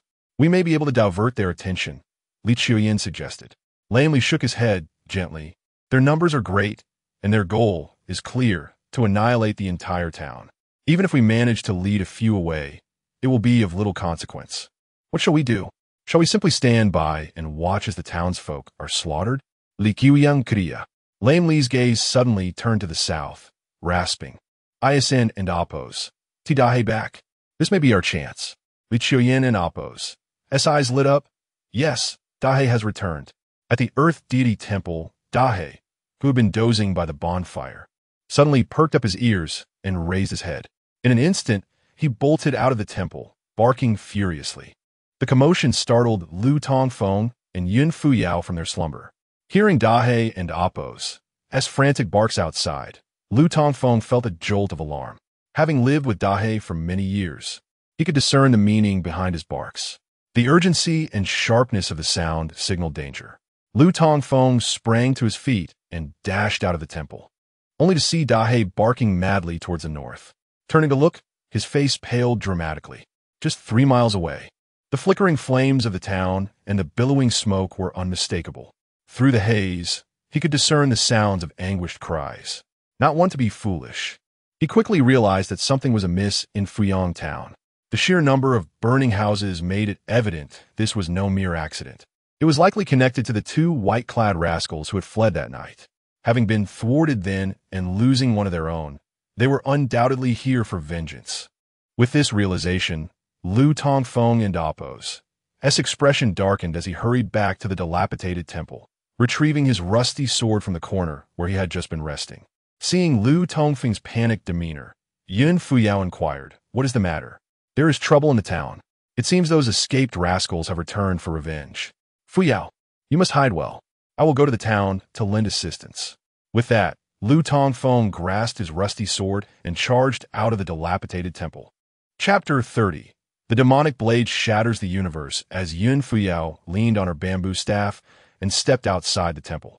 The figure of Lu Tongfeng had vanished from her sight, along with the imposing presence of Dahe. She turned her gaze northward, where a crimson glow illuminated the sky, suggesting that the entire town was engulfed in flames. The air was filled with the cacophony of wails and cries emanating from that direction. The soot-streaked visage of Yun Fuyao bore an expression of grave concern. She understood that the tragedy unfolding in the town tonight was merely a continuation of the horrific events that had transpired 3 days prior at Yuling Deng and Appos' residence.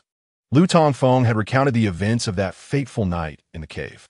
3 lecherous men in white had appeared, and only one had been slain by a female disciple of the Yin Tian sect. Now, those vile companions had returned for vengeance. They were undoubtedly cultivators, and in the presence of such beings, mortals were scarcely more than ants. Only cultivators could contend with cultivators.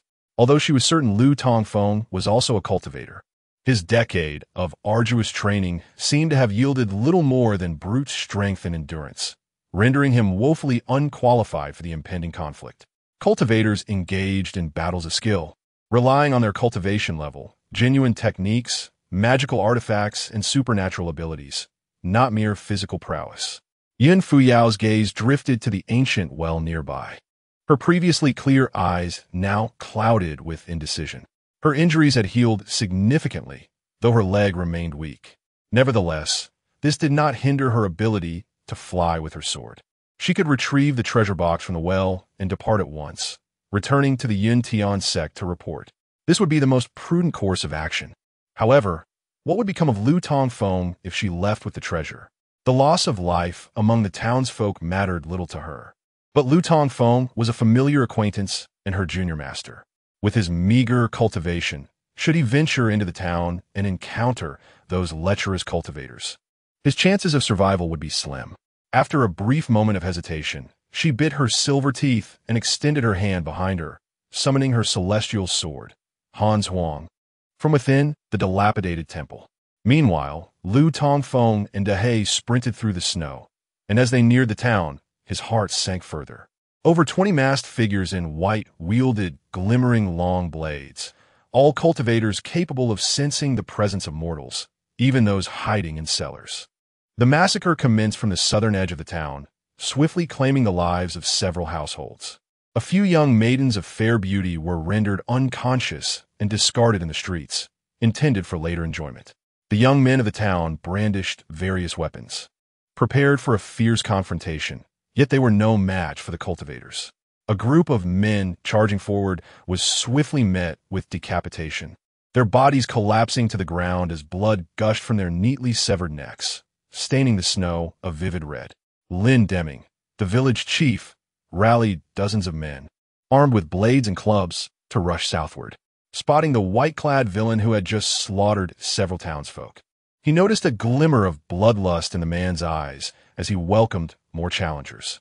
With a wicked gleam, a long blade radiated a sinister light and shot towards the approaching villagers, who gasped in horror, realizing death was imminent.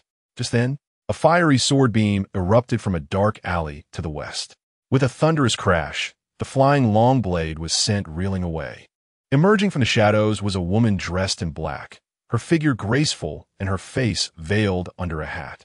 Many recognized her as the heroine who had rescued Ling Dang 3 nights prior and slain a lecherous man, and they erupted in cheers. These are cultivators. They have come to massacre the town. Quickly, organize the villagers to retreat north. Li Chuyin commanded sharply to Lin Deming and the others. Aware of the chasm between mortals and cultivators, Lin Deming did not attempt to be brave. "Heroine, be careful," he called out. Standing several paces south was Su Tsong, who cackled, "I never expected to find you here, fair maiden. You possess remarkable skill, having slain 3 of my disciples. You must be a disciple of the Yun Tian sect. Since you insist on meddling, we shall not be courteous. Come back with us, and if you please us, perhaps we shall spare your life. Vile scoundrel, face my blade." Li Chuyin retorted, her voice fierce as she launched herself into the fray. Her red sword burst forth in flames, and with a flick of her wrist, numerous fiery chi swords shot toward Su Tsong. He smirked coldly, summoning the long blade that had been knocked away back to his grasp. "Come at me," he taunted, sweeping his blade. A dazzling arc of light erupted from the demonic blade, shattering all the incoming chi swords. Li Chuyin narrowed her eyes, recognizing the high level of Su Tsong and Oppos, as cultivation, likely at the pinnacle of the harmonization stage, as he effortlessly countered her techniques. Yet, she did not falter. In a flash, she appeared before him, thrusting her sword. Su Tsong blocked with his blade, and Li Chuyin, knowing he was aware of her identity as a disciple of the Yun Tian sect, revealed her full strength and sword techniques. She activated the North Dipper 7-star step of the Yun Tian sect, unleashing the illusory star sword technique. Her movements became ghostly, her swordplay resembling a constellation of stars, as she unleashed a barrage of swift attacks. However, Su Tsong and Oppos, as cultivation surpassed hers. While he retreated, he adeptly parried her relentless strikes. In an opportune moment, he leaped into the air, delivering a devastating downward slash. The blade's light expanded, casting a massive shadow. Li Chuyin, taken aback, swiftly dodged to the side. The colossal blade descended, obliterating several houses. Before she could react, Su Tsong followed up with another heavy strike. With no time to evade, she quickly formed a Taiji diagram with her left hand. Instantly, a dark blue yin-yang diagram manifested before her. The blade shadow struck the diagram with a thunderous impact. Shattering it, a wave of powerful energy surged outward, collapsing numerous buildings along the street. Although Li Chuyin managed to block Su Tsong's attack, the backlash was substantial. As a novice in the harmonization stage, she found herself at a significant disadvantage against Su Tsong. The force of the impact sent her staggering backward, dislodging her hat and veil. Upon seeing her face, Su Tsong let out a sinister laugh. "What a stunning maiden. It seems my brothers are in for a treat." Chapter 31. Are there more experts? Long knives, akin to venomous pythons, hurtled towards Li Chuyin from various directions. A cursory glance revealed at least 7 or 8 of them. Li Chuyin's heart sank in alarm. The individual before her was beyond her capacity to contend with. Faced with such a united front, she had no chance of victory. With all her might, she shouted, breaking sword technique. In her hand, the flame immortal sword quivered rapidly as she struggled to repel the incoming blades. Yet, Su Tsang and his comrades would not grant her a moment's respite. They swiftly grasped the returning long knives, focusing their true essence with haste. The blades radiated an eerie cold light. They showed no regard for martial ethics, surrounding Li Qiuyin with their combined assault. As their mystical techniques were activated, countless gleaming knife lights emitted a piercing, shrill whistle. Seeing this, Li Qiuyin retreated several paces. Just then, the earth began to tremble. In the next moment, the street before her erupted with a tremendous force, lifting a thick earthen wall that thundered into place before her.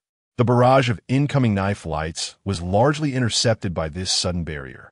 Only a few stray blades managed to soar over it, targeting Li Qiuyin behind the wall. Li Qiuyin, graceful and agile, swiftly danced with her immortal sword, deflecting the scattered knife lights. However, under the relentless onslaught of countless blades, the earthen wall could not withstand for long, quickly crumbling into debris. The wall, composed of soil and cobblestones, emitted a faint orange-yellow glow. It was originally part of the street, blanketed under a thick layer of snow. Some unknown force had seemingly lifted a segment of the street, as if it were a mere plank of wood. The stone shattered, with dirt and snow flying in all directions. Su Tsang observed the scene before him, his gaze darkening as he rasped, "Are there still more experts?" As soon as he spoke, a middle-aged man clad in a blue robe emerged from the shadows, wielding an immortal sword that radiated an orange-yellow glow. This man was none other than Lame Li. It was evident that he had just invoked a mysterious technique to raise the earthen wall to shield Li Qiuyin from the blade strikes. Suddenly, both sides found themselves in a standoff. One side comprised 8 figures in white, their faces concealed by white masks. The other, Lame Li and Li Qiuyin. However, the tragic events in the town did not cease due to this brief confrontation. Over a dozen white-clad figures continued their rampage, killing and setting fires. The townsfolk fled northward, dragging their families in a desperate bid for survival. Many witnessed the standoff in the street and recognized the individuals who had come to their aid, Lame Li of Night Fragrance and his daughter, the mute girl Li. There was no time for astonishment. The white-clad figures from the south were systematically slaughtering households. Delaying could cost them their lives. "Qiuyin, Uncle Li." The sound of a bell rang out. Li Qiuyin turned to see Lin Feng, flustered, holding a shoulder pole, hurriedly protecting Yu Lingdang and Chui Chui as they dashed out from a box. "Ah, these 2 young ladies are quite charming. They would make delightful company to take back." Su Tsang and Appo's gaze fell upon Lingdang and Chui Chui, one with delicate features and the other with skin as fair as snow, igniting his lascivious desires. Lin Feng, noticing Su Tsang and Appo's gaze, turned pale, dragging Yu Lingdang as he urged, "Lingdang, they are cultivators. We must flee." With the equally terrified Chui Chui on either side, they pulled the vengeful Lingdang northward in haste. Su Tsang and the white-clad figures did not pursue them, deeming it unnecessary. The 2 feet of snow would limit their escape significantly. At that moment, Lame Li spoke slowly, "You are all cultivators. Is it not beneath your dignity to unleash such brutality upon mere mortals?" Su Tsang sneered, "Huh? You righteous cultivators are all hypocrites. Killing a few ants has nothing to do with your dignity. 3 days ago, my 3 disciples were slain by your kind. Indeed, we are responsible for their deaths. Lama li raplia. If you seek vengeance directed at us, spare these innocents." Su Tsang and Appo's eyes narrowed. He had received a vital piece of information. The trio who had come here to collect flowers 3 days prior had been killed. This revelation eased his heart. As long as there were no survivors, the Yin Tian sect would never trace it back to Fo Lin Temple. Su Tsang chuckled coldly. "Very well. You 2 drop your immortal swords and seal your meridians, and I shall let these ants go." "Why should we?" "Lama li raturta. We are from the Yin Tian sect. Are you not afraid of them?" "Of course I am afraid, but we are 1,000 miles from the Yin Tian sect. Their sword immortals cannot reach us here. By the way, do you not pride yourselves on being the leaders of the righteous path, the titans of the immortal way?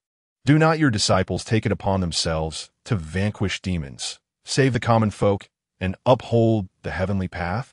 Hundreds of lives in this town await your rescue. If you surrender now, they may yet live. Why do you suddenly choose silence? I call you hypocrites, and you take offense? Bah! Sootsong and Amp, Oppo's mental prowess was actively scanning the surroundings. He could almost confirm that these two were the only disciples of the Yun Tian sect in this town. If there were many sword immortals present, they would not have remained hidden for so long. Yet, these two were formidable opponents. The girl in black appeared to be at the early stage of harmonization, while the man seemed to be at the peak of the same realm, akin to himself. In a life-and-death struggle, with over 20 of them on his side, Sootsong felt confident. However, he suspected they would still incur losses. Thus, he sought to probe. If these two were foolish enough to relinquish their swords and seal their meridians, it would indeed be fortuitous. Li Chuyan scoffed, "You demonic cultists. How could you possibly honor your word? To think we would submit to you is but a dream." Sootsong glanced at the long knife in his bloodied hand and rasped, "Very well, then let us settle this with our blades." He knew these two were formidable. With a long howl that echoed through the chaotic town, the over a dozen white-clad figures engaged in their slaughter paused and swiftly converged towards him. In an instant, nearly 20 individuals surrounded Lame, Li, and Li Chuyan. Seeing the overwhelming numbers, despair slowly settled in the hearts of Lame, Li, and Li Chuyan. Had there been only 7 or 8 opponents, they might have managed. But now, with nearly 20 against them, and still more lurking, their situation was dire. From the surrounding houses, anguished screams continued to echo. Among their adversaries was a master at the 5th level of harmonization, while the others were at least at the control object and spirit essence realms. Tonight, it seemed, their chances of survival were slim. Sootsong grinned malevolently. "That man shall be diced into mince. And as for the little beauty, my master has specifically instructed that she be kept alive. Once my master is satisfied, she will be ours." Attack. Chapter 32. The transformation of Dehe when Lu Tongfeng arrived in the small town with Dehe. The southern part of the town had nearly turned into a sea of flames. This once remote and tranquil settlement now resembled the most terrifying of hellscapes. The air was thick with heat, and dozens of houses were engulfed in fire. Not far ahead, he spotted a figure lying amidst the burning wreckage. He recognized it as Sister Hua's home. Rushing into the dwelling, Lu Tongfeng called out, "Sister Hua?" Battling the searing heat, he turned over the figure, confirming it was indeed Sister Hua. A gaping wound marred her chest, and she held a lifeless child in her arms, stained with blood. The sight ignited a furious rage within Lu Tongfeng as the flaming beams of the house began to collapse. He exerted every ounce of strength to drag Sister Hua and her child's bodies outside. Upon turning, he was met with the sight of Sister Hua's in-laws lying lifeless on the threshold. These brutes, they spare neither the old nor the weak. Having lived in the town for many years, Lu Tongfeng was often referred to as the little beggar or the madman after his masteress' death. Yet, he knew the villagers were inherently kind-hearted. For centuries, the citizens of Fuyang town had thrived in peace, never having faced such a tragedy. Witnessing the familiar faces of the deceased before him ignited an inferno of wrath within him. A surge of murderous intent erupted from his being, perhaps unnoticed even by himself, as his skin began to flush red and his eyes took on a crimson hue. It was as if a mysterious seal binding him had cracked under the weight of his fury. Hearing sounds of conflict in the north, he grasped his sword and dashed forward. The streets were littered with the corpses of townsfolk. Lu Tongfeng knew the horror he witnessed was only a fraction of the devastation. Not far into his run, he saw a man in white, wielding a bloodied longsword, emerging from a house with a frail young woman slung over his shoulder. The young woman was struggling and crying out, yet her efforts were in vain. The man in white laughed maniacally. "Do not fret, my dear. Once I've slaughtered everyone in this town, I shall savor your body." Lu Tongfeng recognized her as the wife of Lin Chiga, with just 6 months prior. A striking beauty. "Put her down," he shouted, raising his rusty sword to point at the man. The man in white turned, his gaze landing on Lu Tongfeng, who stood there in tattered cotton clothing, brandishing a rusted blade. He erupted in laughter. "Boy, with a sword in such a state, do you think you can kill anyone?" Lu Tongfeng replied fiercely, My sword does not kill. It slays beasts. The man in white tossed the struggling woman aside, and she cried out, Madman, run! You can end Amp, Oppos. T went against him. He cannot escape. The man sneered, releasing a dagger that shot toward Lu Tongfeng like a streak of light. Lu Tongfeng and Amp, Oppos, as pupils contracted, and he summoned all his strength to deflect the blow with his sword. The impact knocked him back as if struck by a cart. The man in white, astonished that his attack had failed to slay the boy, gathered his energy and sent the long sword slicing through the air once more. Lu Tongfeng, wielding his rusty sword, managed to fend off several attacks. Yet the man in white, frustrated by his inability to defeat the boy, lunged forward, gripping the long sword tightly and aiming a powerful strike. Lu Tongfeng felt the immense force bearing down on him, and his expression shifted to one of despair. He gripped his sword tightly and attempted to parry. The collision reverberated through him as if a mountain had fallen upon him, his legs buckling under the pressure. Then, the man in white delivered a brutal kick to Lu Tongfeng's chest, causing his heart to skip a beat. He flew backward, rolling in the snow-laden street until he finally came to a halt. Pain coursed through his body, and blood surged within him, struggling to rise. He coughed up a mouthful of blood, which splattered onto the rusty sword he clutched tightly. Foolish boy, I thought you were more formidable. The man in white approached with a sinister grin, reveling in Lu Tongfeng's apparent defeat. Yet, unbeknownst to him, the blood staining the sword began to vanish at an alarming rate, as if being devoured by the rusted blade. Suddenly, Lu Tongfeng noticed a shadow, Dahe, emerging from behind him. Dahe approached, casting a glance at the sword that was consuming Lu Tongfeng's blood. With a hint of mischief in its expression, Dahe turned its gaze toward the advancing man in white. Instead of adopting a defensive posture, it stood resolutely before Lu Tongfeng, regarding the foe with an unsettling calm. Where did this muck come from? Get lost.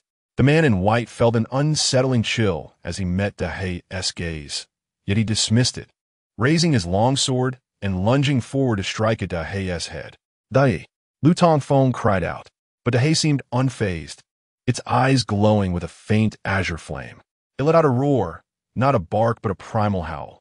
In that moment, Dahe's form began to expand rapidly, transforming from a calf-sized creature into a monstrous beast towering above the houses. With the stature of a giant hound, bared fangs, bristling mane, and claws like daggers, it radiated an otherworldly azure glow. The transformation occurred in an instant, and the man in white was struck with unprecedented terror. He swung his long sword down upon Dahe, but it merely produced the sound of metal clashing against stone. The blade not only failed to harm Dahe, but was also knocked from the man's grasp. Monster! The man in white turned to flee, but Dahe was faster, leaping forward and sinking its jaws into the man. After a few chews, it swallowed him whole, skin and bones alike. With the man devoured, Dahe let out a thunderous roar, proclaiming its newfound strength to the world. Chapter 33. The transformation of rusty sword. Lu Tongfeng was utterly astonished by the transformation of Dahe before him. After living together for 16 years, Dahe, his constant companion, could actually shape-shift. Right before his eyes, it had swallowed a person whole. A sense of helplessness and dread enveloped Lu Tongfeng's heart. It felt as though his experiences over the years had been nothing but an elaborate illusion.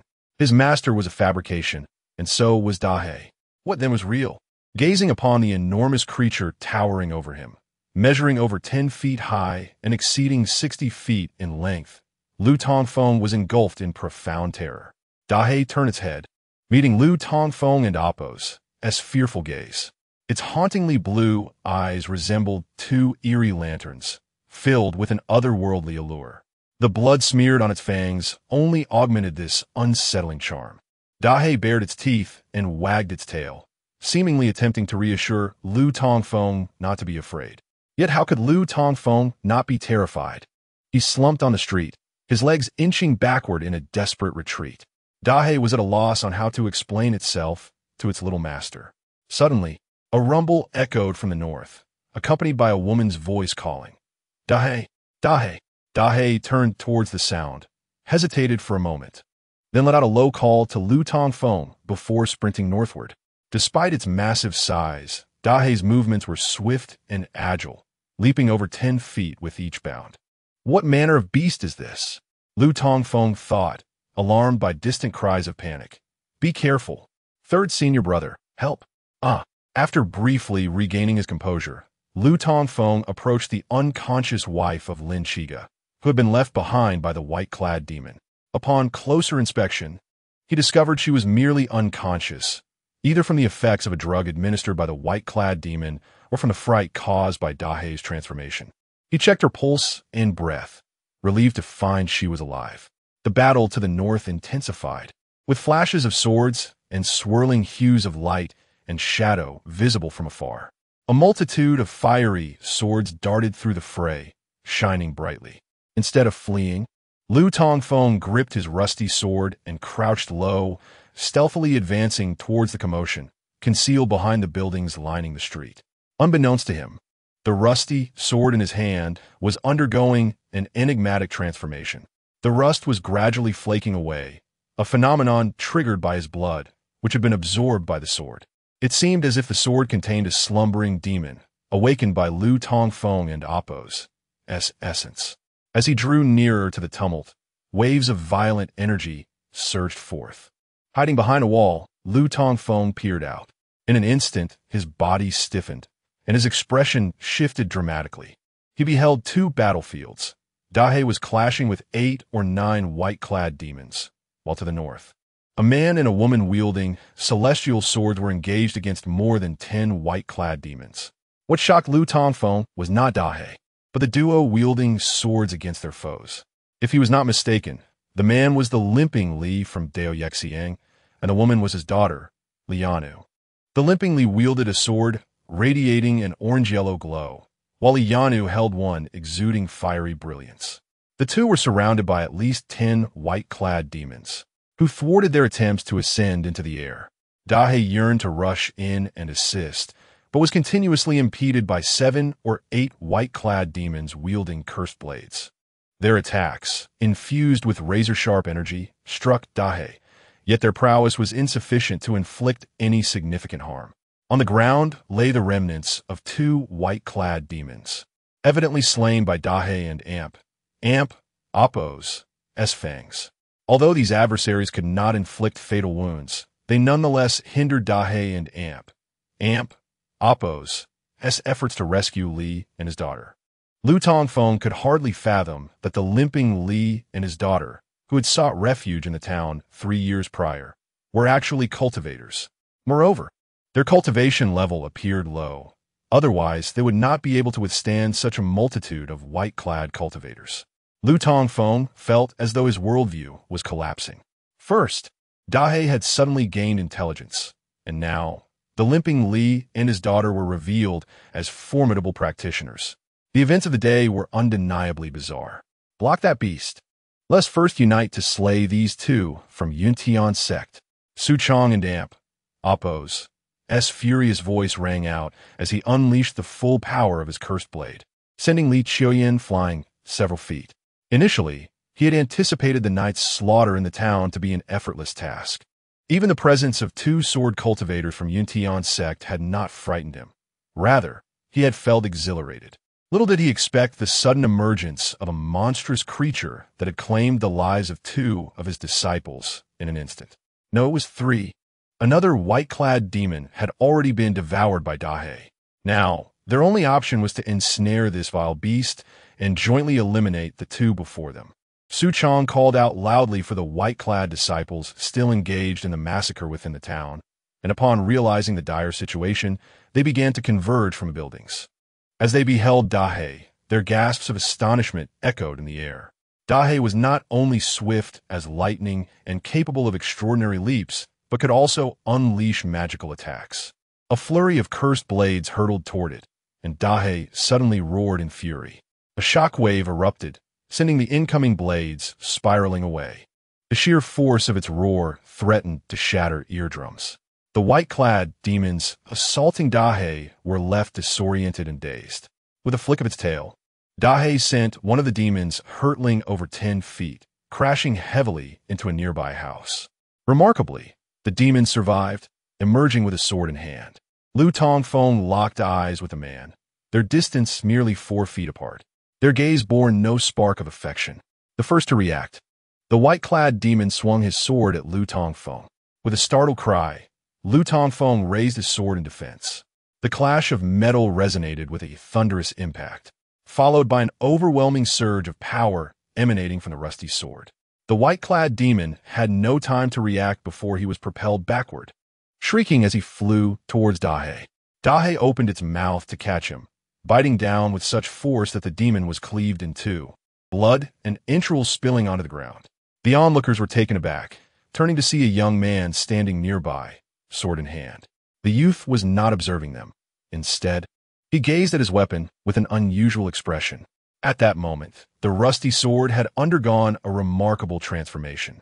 The thick layer of rust had fallen away, revealing a dark azure celestial sword, adorned with ancient, weathered patterns reminiscent of the revered totems of ancient civilizations, interwoven with cryptic inscriptions. Each line emitted a gentle azure glow. The celestial sword appeared to awaken from slumber, revealing its fearsome fangs. Another cultivator. Kill him. 2 white-clad demons shrieked as they charged towards Lu Tongfeng, their cursed blades already descending from a distance of 2 yards. Chapter 34. Lu Tongfeng transforms into a fire being. 2 brilliant blade shadows erupted from the demonic sword, slicing towards Lu Tongfeng. Before he could react, the celestial sword in his hand had already moved. The trembling sword suddenly unleashed a mysterious force, prompting Lu Tongfeng to release the hilt. In a swift motion, the celestial sword vanished from his sight. Bang! Bang! The disappearing sword, after dispersing the 2 incoming blade shadows, did not cease its momentum and shot towards the 2 white-clad demons. Both were taken aback, simultaneously swinging their blades midair. However, the speed of the celestial sword was simply too swift, faster than lightning. Just as they raised their long knives to strike, the sword pierced through their chests in an instant. Ah! Ah! 2 anguished cries resounded as the white-clad demons plummeted from several feet in the air, their chests now bearing gaping wounds. After eliminating the 2, the mysterious celestial sword executed a graceful turn and flew back towards Lu Tongfeng, anticipating a fate akin to that of the 2 white-clad demons. Lu Tongfeng instinctively covered his head with his arms, bracing for death. Yet, after a prolonged wait, nothing happened. Gathering his courage, he slowly opened his eyes, only to find the celestial sword hovering before him, emanating a gentle azure glow, seemingly devoid of malice.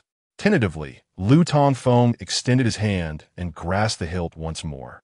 In that instant, a surge of energy coursed through the divine sword into his body, threatening to tear him apart. Ah! Lu Tongfeng let out a scream of excruciating agony, feeling as though countless volcanoes had erupted within him. Scalding energy surged through every part of his being, releasing a terrifying aura of pure yang that erupted forth from his body. His skin rapidly flushed a fiery red, resembling a searing iron. The dark azure celestial sword transformed into a blazing crimson hue. As flames erupted along the sword's blade, they swiftly expanded, enveloping Lu Tongfeng entirely. At that moment, he had become a being completely shrouded in flames. His tormented screams echoed throughout the town, drowning out the roars of Dahe and the clamor of the battle. The potent aura of pure yang radiated outward, akin to sound waves, spreading with alarming speed, each wave more potent than the last. All present stood transfixed. The battle had come to an abrupt halt, with Dahe, the white-clad demons, and the limping Li and Li Chuyin all fixated on the flaming Lu Tongfeng. In the shadows, a pair of bright eyes observed this spectacle. It was Yun Fuyao. She had not departed, but had stealthily followed Lu Tongfeng to the town. First, she witnessed Dahe and Appo's transformation, and now she beheld Lu Tongfeng and Appo's bizarre metamorphosis. Yet, she was not overly surprised by Dahe and Appo's change. For days prior, upon first encountering Dahe at the land temple, she had sensed a striking resemblance between this dog and the protector spirit of Yuntian's sect, Dahe. It was the divine beast Wangtian Hound. At this moment, Although she was unaware of the exact nature of Lu Tongfeng and Amp Appo's condition, she was certain it was linked to Dahe and Amp Appo's interference when she attempted to examine his body that evening. Lu Tongfeng and Amp Appo's physique undoubtedly concealed some profound secret. After all, as the sole heir of her master, how could he not inherit the entirety of their teachings?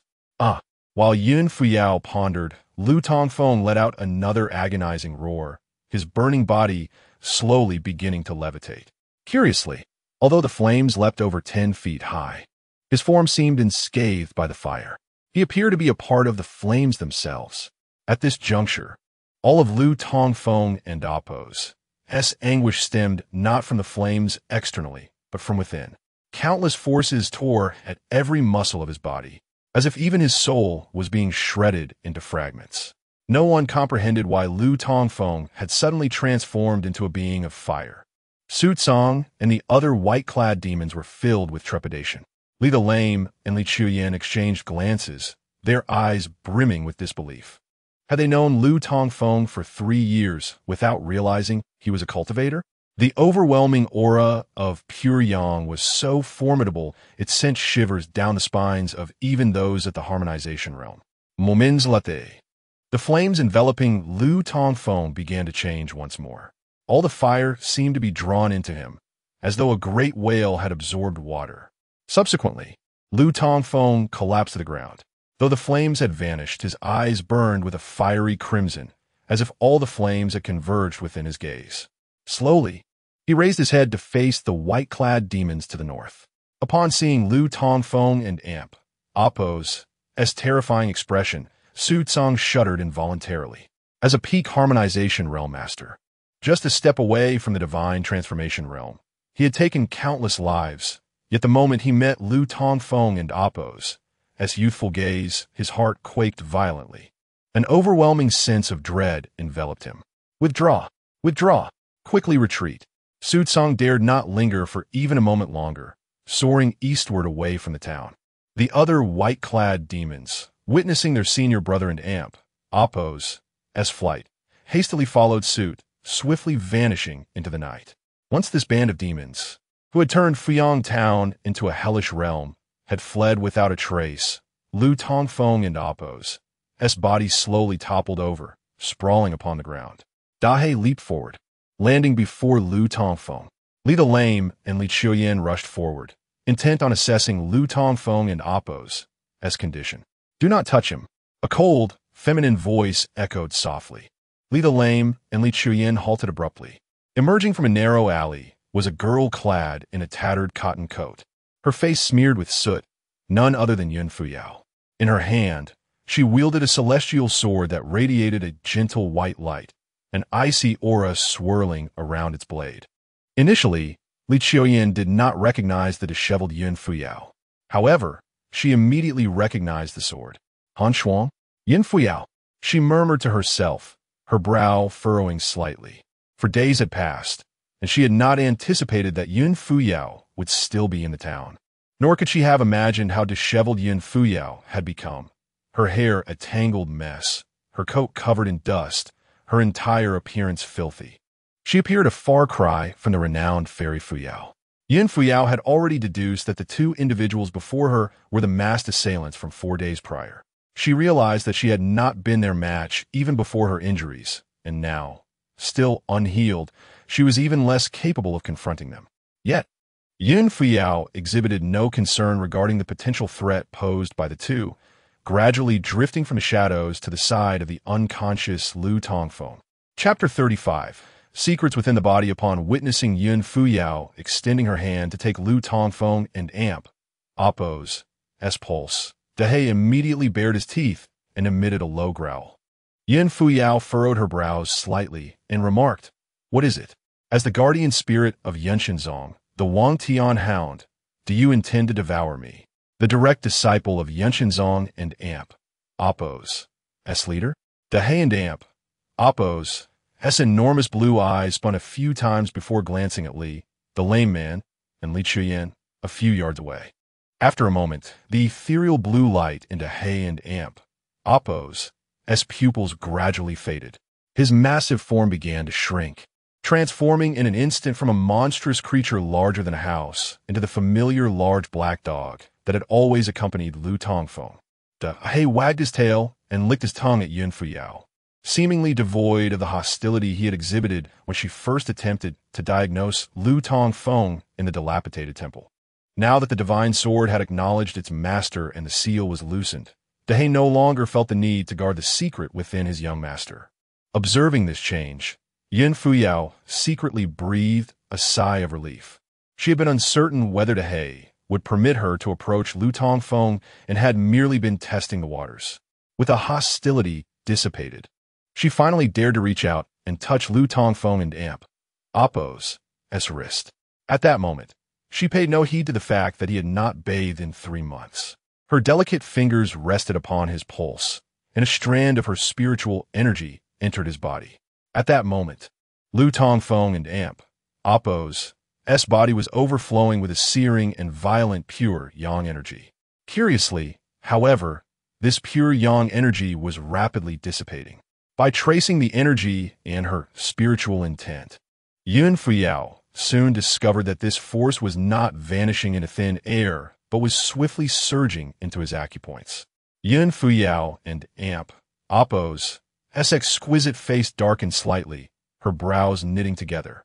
Though well-versed in the ways of the world, she had never encountered a body as peculiar as Lu Tongfeng and Amp Oppo's or rather, a cultivation method so strange.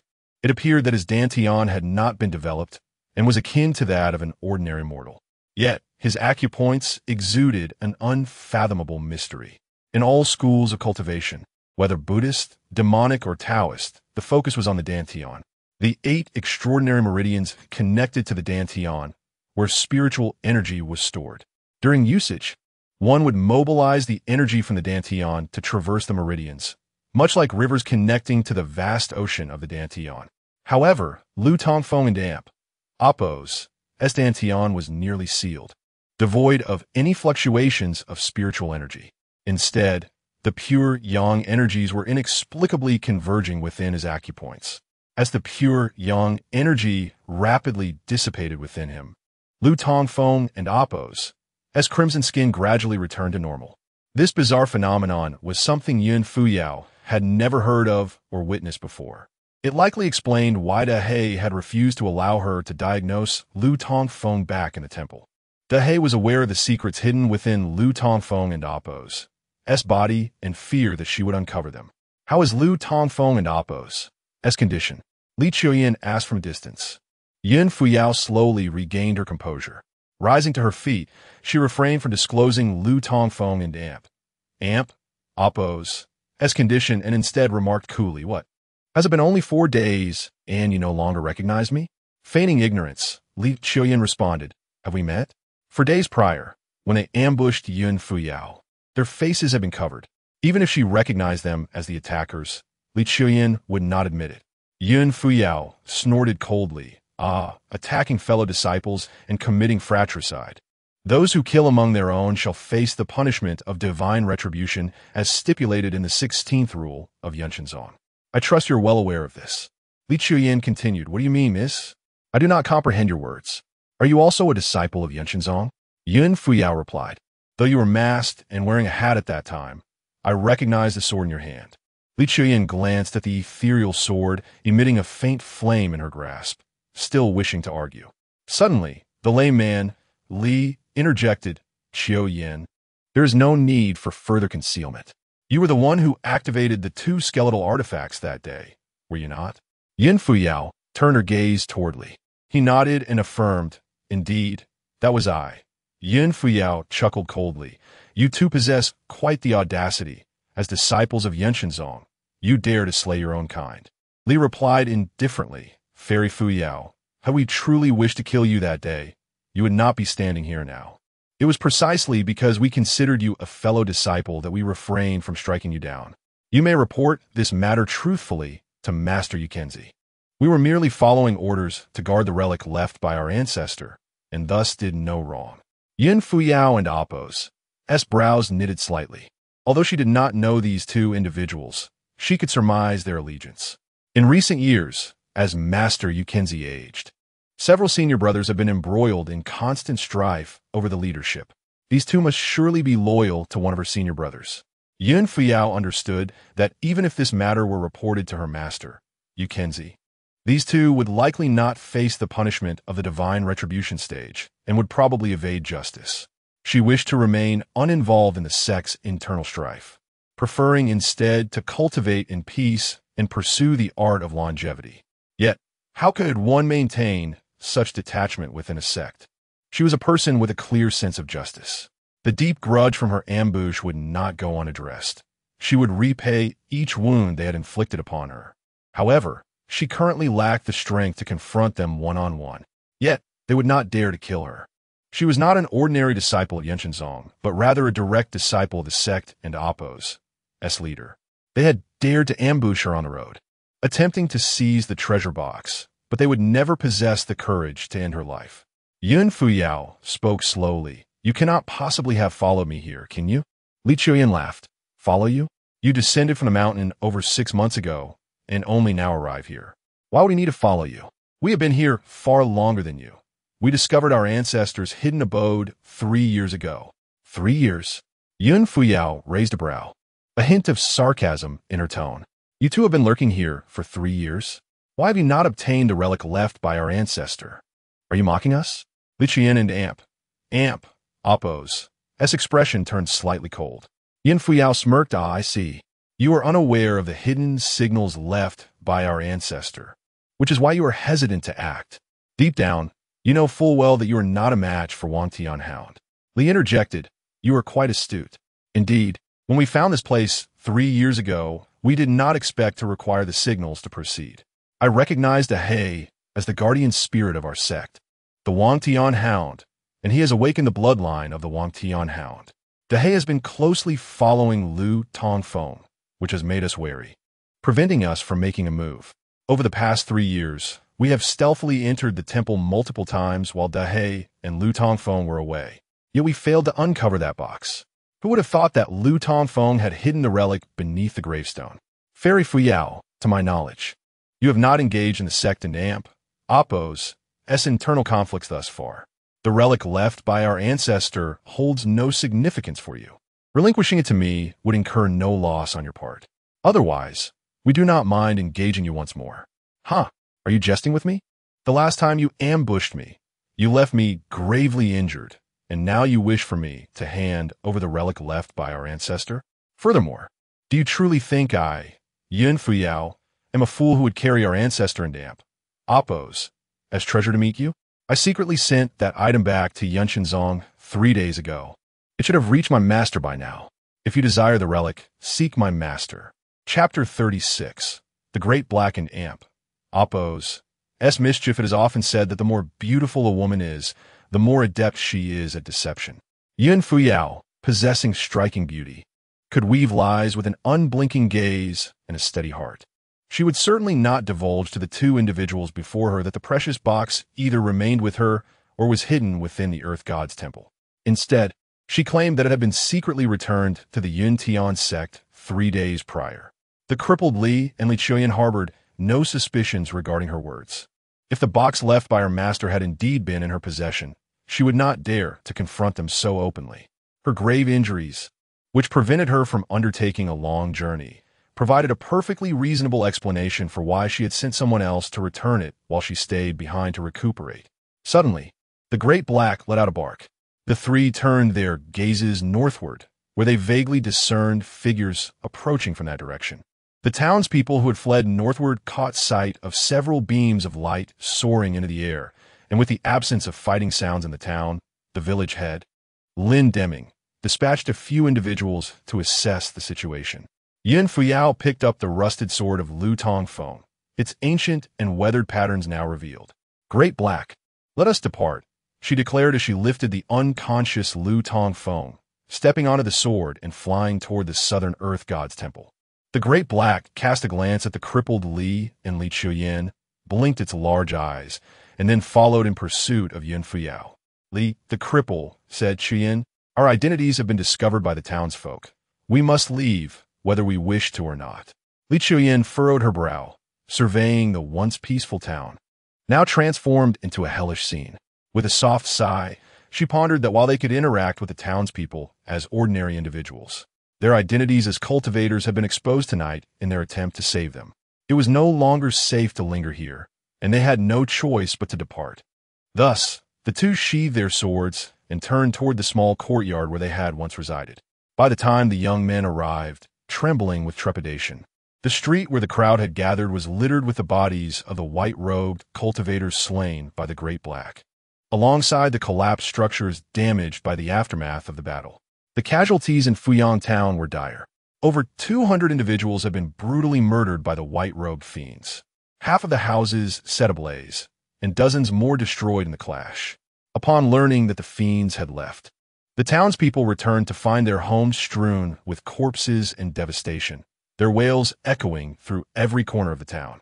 They could not fathom why these cultivators had raised their blades against ordinary mortals. Lin Deming, witnessing the calamity that befell his town, fell into unconsciousness, spitting blood.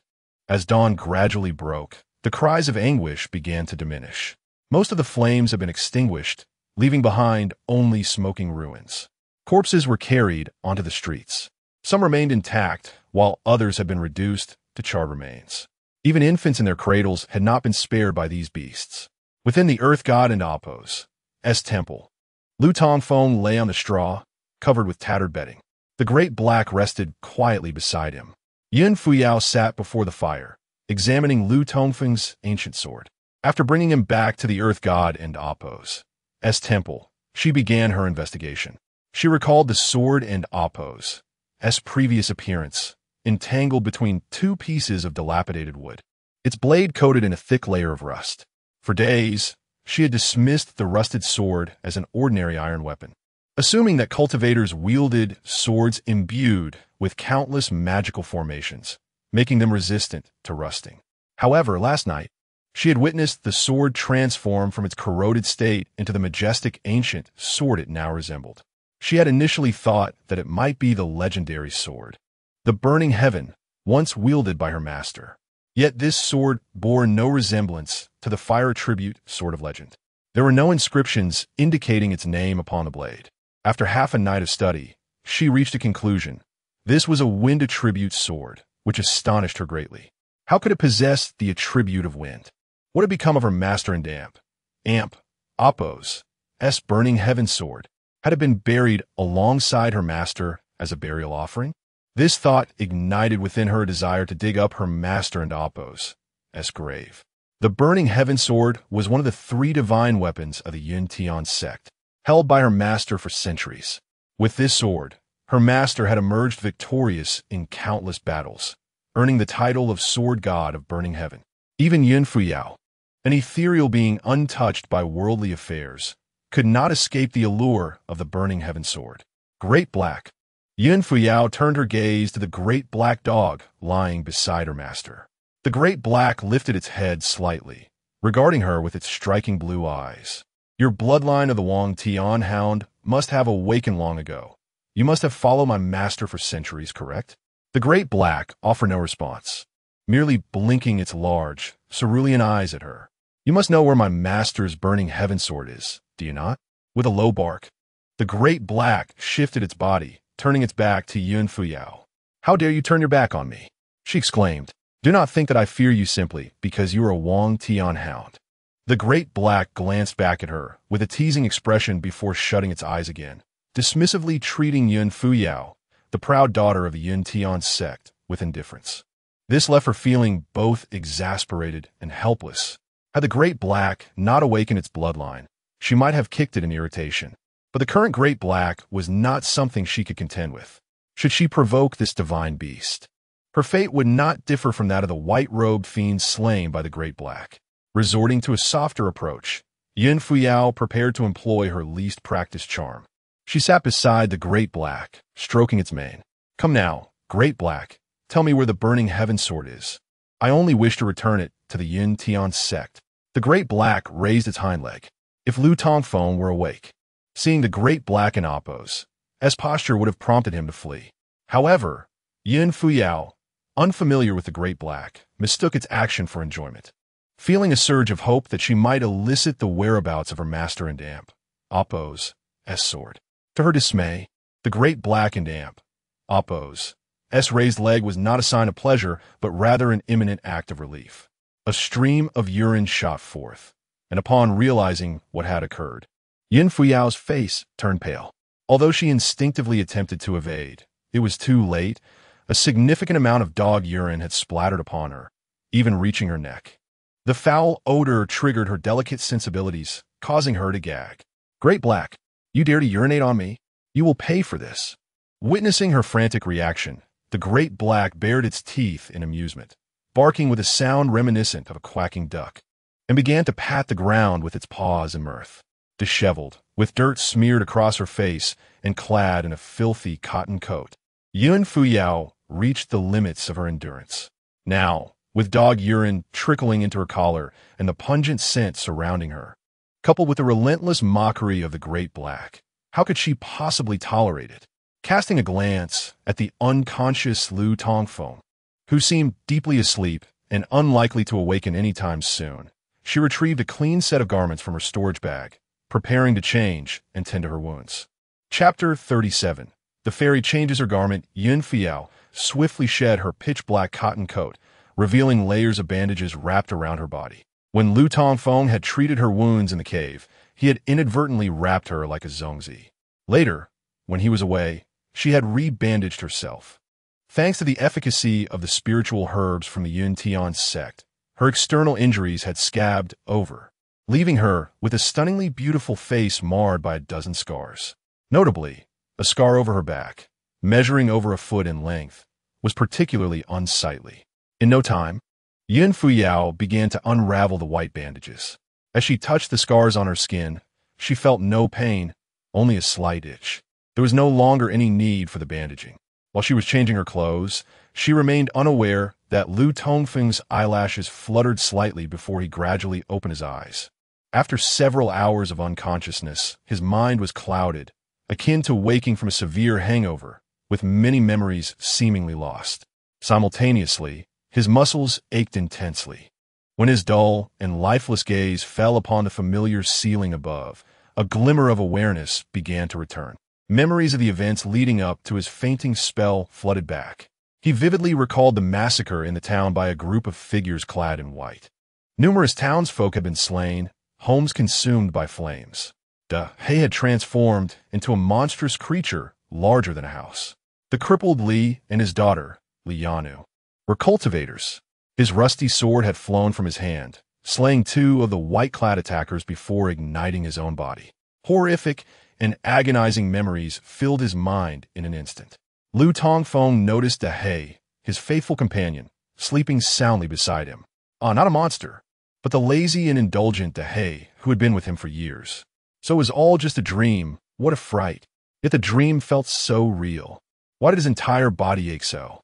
He muttered to himself, then pushed against the ground, struggling to sit up. Suddenly he froze. Not far away, a woman with skin as white as snow and long black hair stood with her back to him.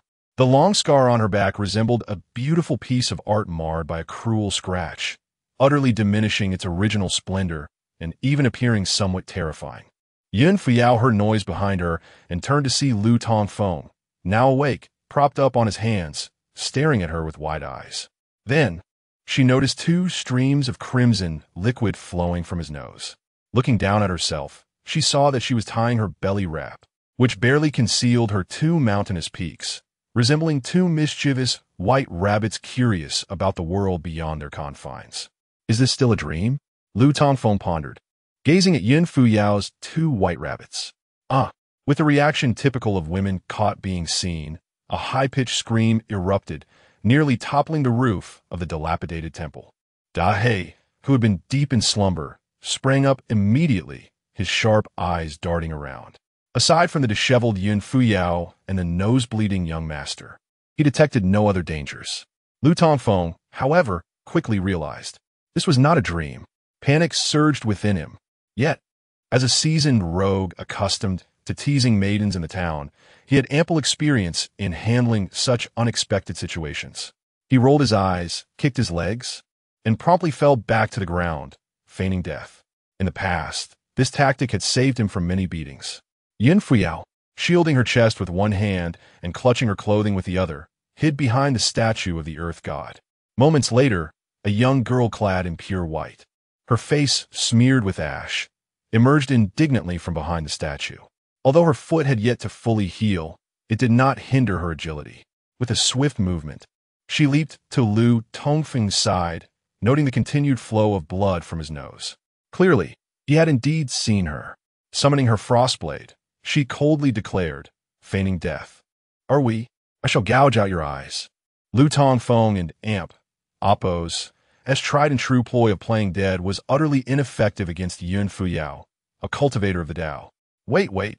Misunderstanding. It and Amp, Oppos, as all a misunderstanding.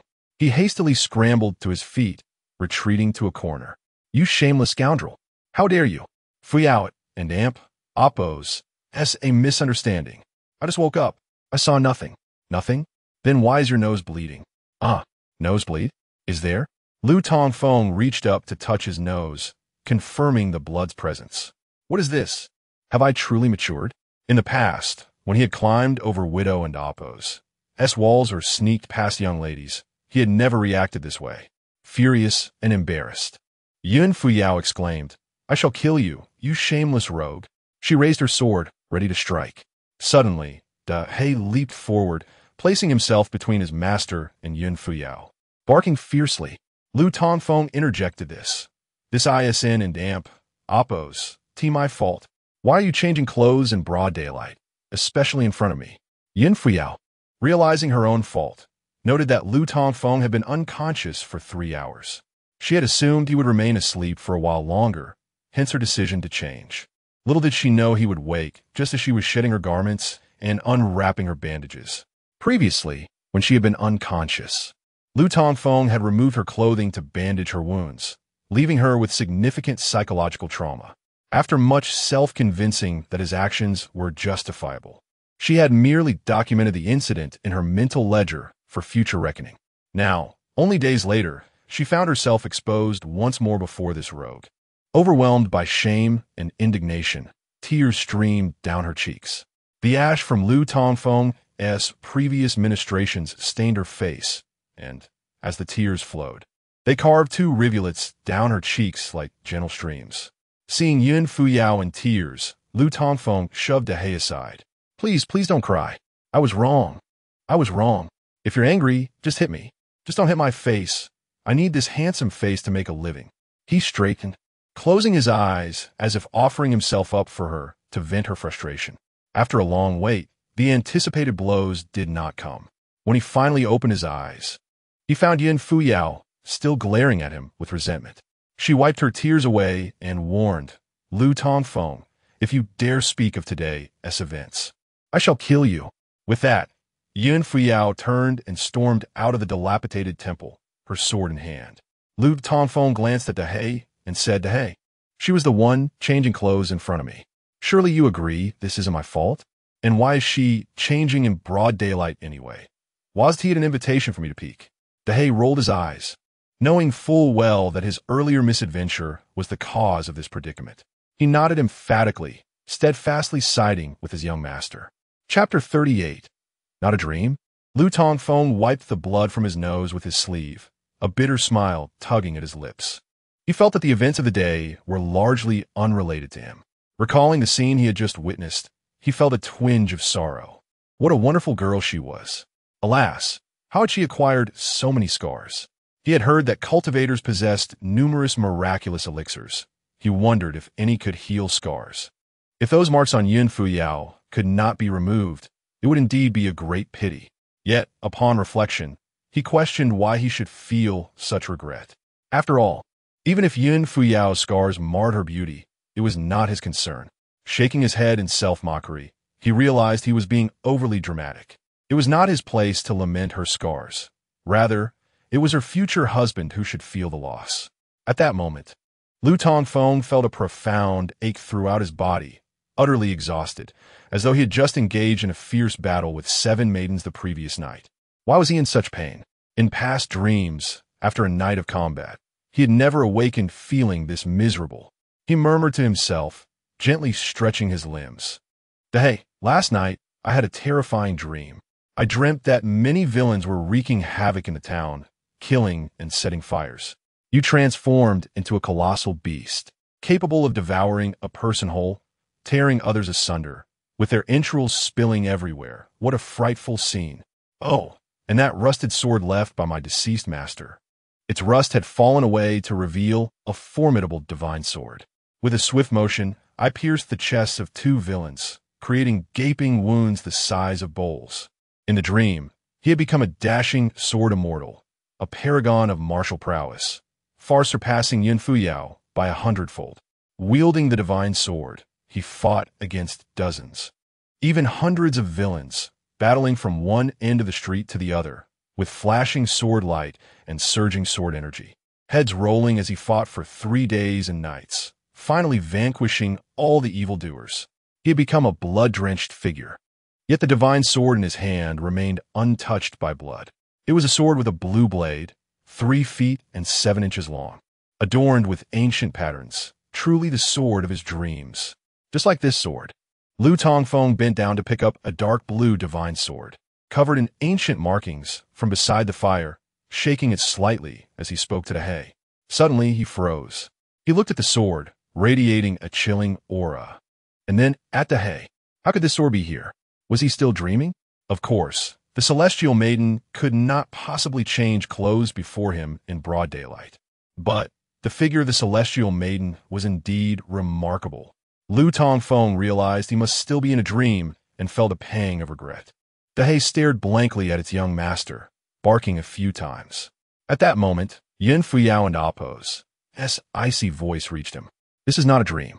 Lu Tongfeng turned to see Yin Fuyao and Amp, Appo's face, now cleansed of grime, reappearing before him after 3 days. Not a dream? That's impossible. This sword only appeared in my dreams. Yin Fuyao replied coldly. Last night, Fuyang town was attacked by over 20 white-clad cultivators, resulting in many deaths. You were unconscious, and I carried you back. What? He exclaimed. You must be joking. Lu Tongfeng, do I seem like I am jesting? Seeing the grave expression on Yin Fuyao and Appo's face, he glanced down at the dark blue divine sword in his hand. Then, he pinched the back of his hand hard. A sharp pain shot through him instantly. His expression darkened as he hurriedly ran outside. Upon reaching the temple entrance, Lu Tongfeng trembled slightly. He beheld thick smoke rising from the direction of the northern town, reminiscent of an apocalypse. This is not a dream, he murmured. Yin Fuyao stood at the doorway, slowly stating, Lu Tongfeng, do you believe now? Lu Tongfeng snapped out of shock, gazing at Yin Fuyao. Then his gaze fell upon Dehei, who emerged from the temple. Dehei is a monster? He whispered. Dehei is not a monster.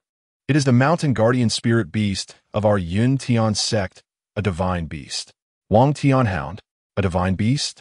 The crippled Li and the mute Li are cultivators? Yes. The town was truly slaughtered by evildoers? Yin Fuyao paused for a moment before nodding. Yes, thanks to you and Dehei. The casualties among the townspeople would have been far worse. Impossible. No way.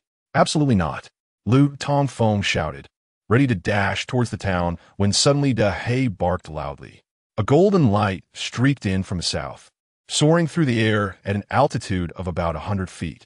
Lu Tongfeng and Yin Fuyao clearly saw a bald monk perched atop a large wooden fish. Yin Fuyao looked up and said, a disciple of the Buddhist sect? It seems that righteous cultivators are aware of the events here, and some have come to investigate. Ordinary banditry and village massacres typically do not elicit intervention from cultivators. However, the events in Fuyang town involve cultivators and potentially demonic cultivators.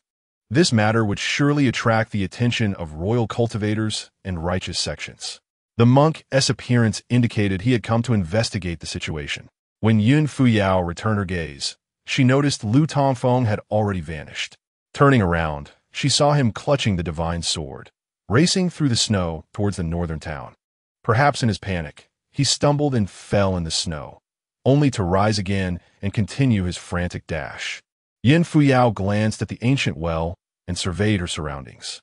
She suspected that the crippled Li and Li Chuyin might be watching from the shadows, and she dared not leap into the well to search for the box. Although she felt a mixture of shame and anger at Lu Tongfeng's gaze. She was not an unreasonable woman. The main responsibility for today's events lay with her. After all, she had changed clothes before him.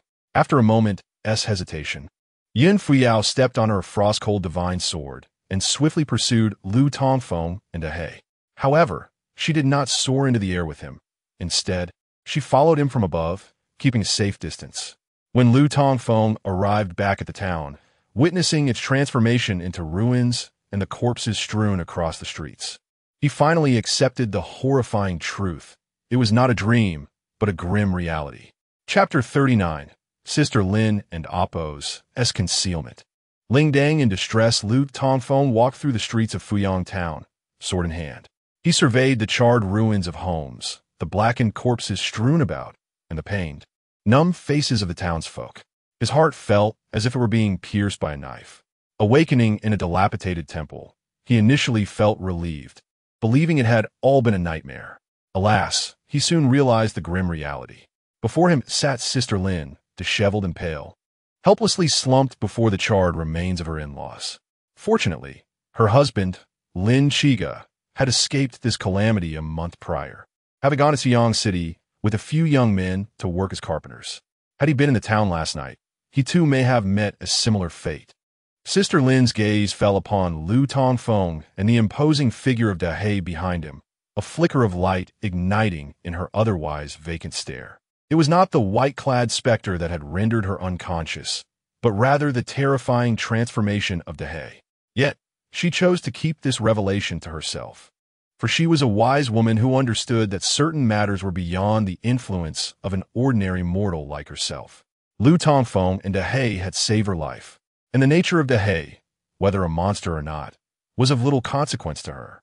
If the townspeople were to learn of He's true identity, both the madman and the creature would surely find no refuge here.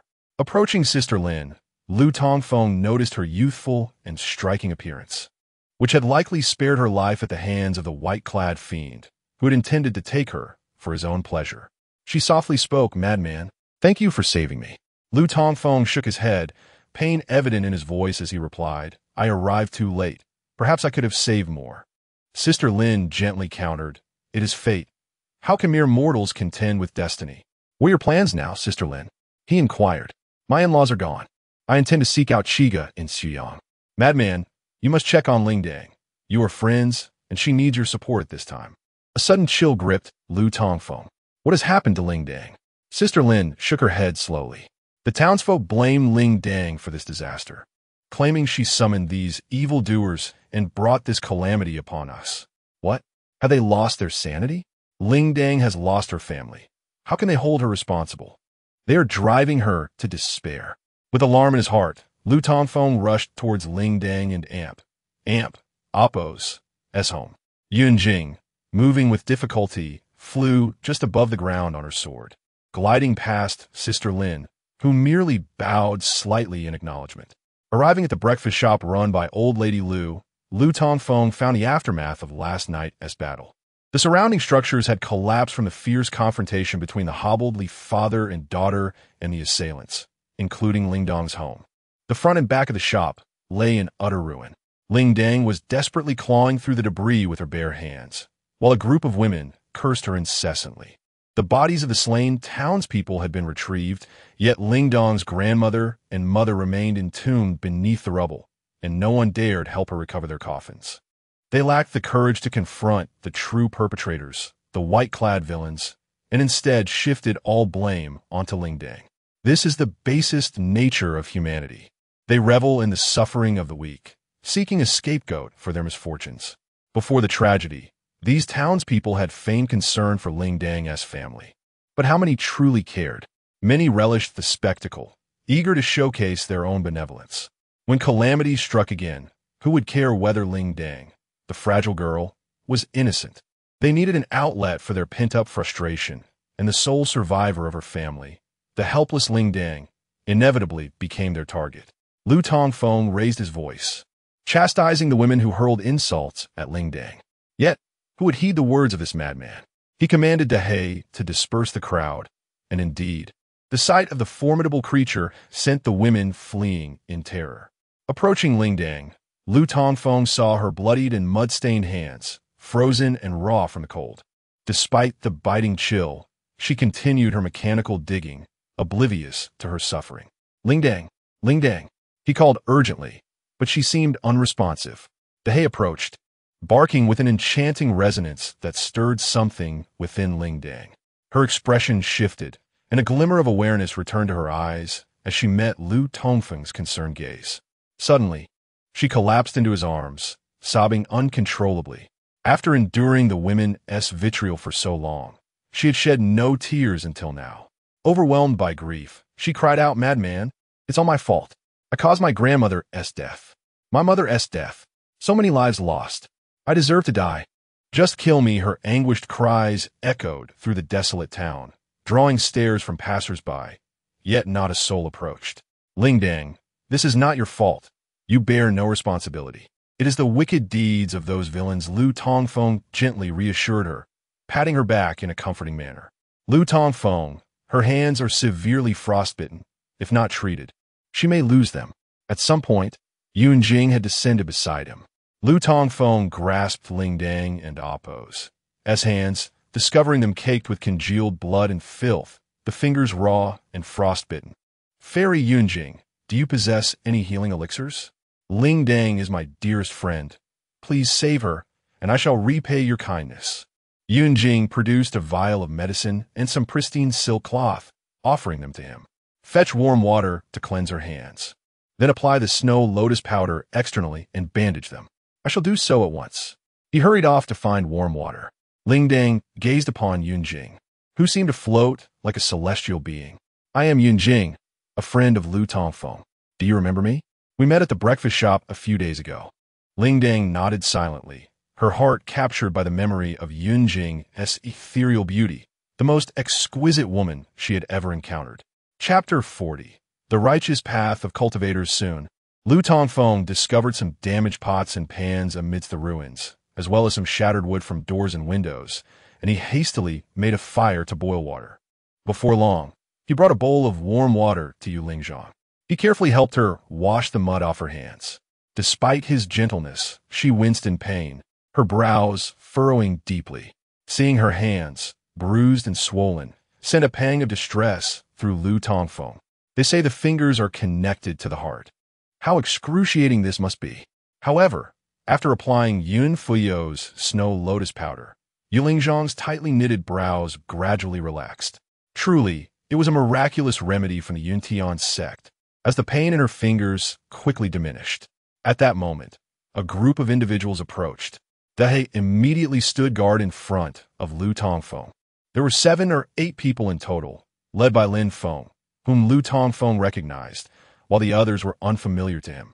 2 middle-aged men, dressed in Confucian robes and sporting short beards, exuded an air of elegance. A plump, fair young monk, seemingly 17 or 18 years old, donned a pale monk's robe. He had a cloth bag hanging at his waist, a large string of prayer beads around his neck, and smaller beads in his hands, while a gigantic wooden fish was strapped to his back. The remaining 4 were 2 men and 2 women, all appearing to be in their 20s. The man was strikingly handsome and charismatic, while the woman was tall and beautiful. Without exception, each of them wielded an immortal sword, clearly indicating their status as righteous cultivators. Much like Yin Fuyo, all eyes were drawn to Yun Fuyo, who appeared as pure as a celestial maiden. Holding her immortal sword, she radiated an ethereal aura that made it evident to all that she was no ordinary woman.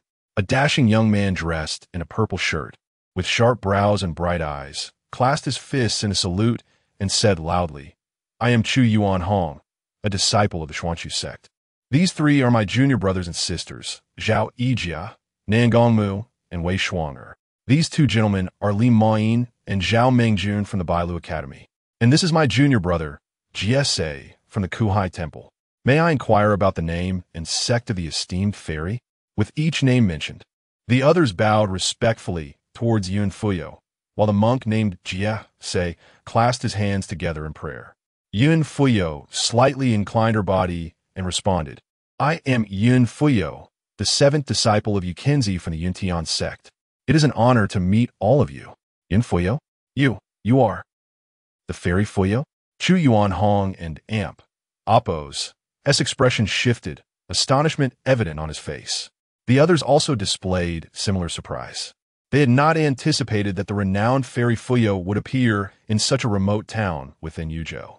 In recent years, her fame had soared, and 2 years ago, the Tianji Pavilion had released a list of the top 10 young fairies, placing her third. As the realization dawned upon them, they all clasped their fists and expressed, "We are honored to meet you, Fairy Fuyo." At this moment, each of them silently marveled, acknowledging that her beauty was indeed unrivaled, matching her illustrious reputation. While Yin Fuyo conversed with the cultivators, it became clear that the ones who had arrived were members of the Xuanxu sect, Kohai Temple, and the Bailu Academy. They had not come to investigate the massacre, but had only discovered the tragedy upon their arrival, which had claimed over 200 lives. Days prior, more than 30 young women had mysteriously vanished from Yuzhou. As one of the 6 major sects in the mortal realm, the Xuanxu sect, whose main influence lay within Yuzhou, dispatched hundreds of disciples to pursue the whereabouts of the heinous criminals upon learning of this incident. However, the culprits were exceptionally elusive, with almost no eyewitnesses. Coincidentally, reports from Qiang County indicated that a similar incident had occurred in Fuyang Town, where a group of abductors attempted to kidnap young women under the cover of night. Unlike previous cases, the assailants in Fuyang Town were thwarted by a woman in a conical hat who managed to slay one of the attackers. It was only at this moment that leads began to emerge regarding the notorious group of abductors who had been active in Yuzhou for over half a year, committing numerous crimes. They were not ordinary criminals, but a band of cultivators, and their numbers were significant enough to carry out their misdeeds simultaneously across various locations. The county magistrate of Xiyang, aware of his inability to confront these cultivators, chose not to issue a public notice immediately, but reported the matter to the court. It was only this morning that the magistrate finally posted an announcement in the town. Chu Yuan Hong and his companions happened to be in Xiyang City when they saw the magistrate's notice and swiftly flew to Fuyang Town. The 2 scholars from the Bailu Academy and the monk from Kohai Temple also arrived for the same purpose. However, they did not anticipate that Fuyang Town, situated in a remote area and beset by heavy snowfall, would be so isolated, and the magistrate and Appo's announcement had been delayed by a day. This morning, the righteous cultivators investigating the matter arrived only to find that Fuyang Town had transformed into a hell on earth. Upon inquiry, they learned that over 20 white-clad evildoers had come the previous night to exact revenge, committing murder and arson, slaughtering half the town. Thankfully, the lame man Li and his daughter Li Qiuyin managed to fend off the group of white-clad villains. However, the father and daughter had vanished since last night, and even their home had been reduced to ashes. According to the townsfolk, Li Qiuyin was likely the black-clad girl who had previously slain one of the white-clad villains. As for Da He and Lu Tongfeng, when they arrived in the town last night, the citizens were already fleeing north with their families. Apart from Sister Lin Qi, who was aware of Lu Tongfeng's presence and had witnessed Da He's transformation, the other townsfolk remained oblivious to their visit. Once fascinated by the world of cultivators, Lu Tongfeng now harbored no fondness for these aloof beings endowed with tremendous powers. He merely cast a glance at the group of cultivators before continuing to bandage Lingzhong and Appo's wounds. Seeing this, Lin Feng contemplated approaching, but ultimately hesitated. Yu Lingzhong had become the target of the townspeople and Appo's ire. After the incident, his grandfather had fallen into a coma due to blood loss, and his recovery remained uncertain. His family had sternly prohibited him from associating with Yu Lingzhong, fearing disaster for the Lin family. After tending to Yu Lingzhong's injuries, Lu Tongfeng helped her to a nearby spot to rest. Lingzhong, take a moment to rest. I will dig up the coffins of Grandma, Lu, and Aunt Fat. Yu Lingzhong remained silent, nodding slightly as she cast a quiet glance at the group of cultivators. Lu Tongfeng found a pickaxe among the rubble and began to dig. Suddenly, he overheard the conversation among the group. Chu Yuanhong of the Xuanxu sect remarked, "Fairy Fuyo, I have heard that the black-clad woman who killed the white-clad cultivator 3 days ago and the one who repelled the white-clad evildoers last night are the same person." She arrived in this town 3 years ago and has been residing here. It seems she is one of her Yun sect and Oppos as disciples. Yun Fuyo raised an eyebrow. Is that so? I'm not aware of this.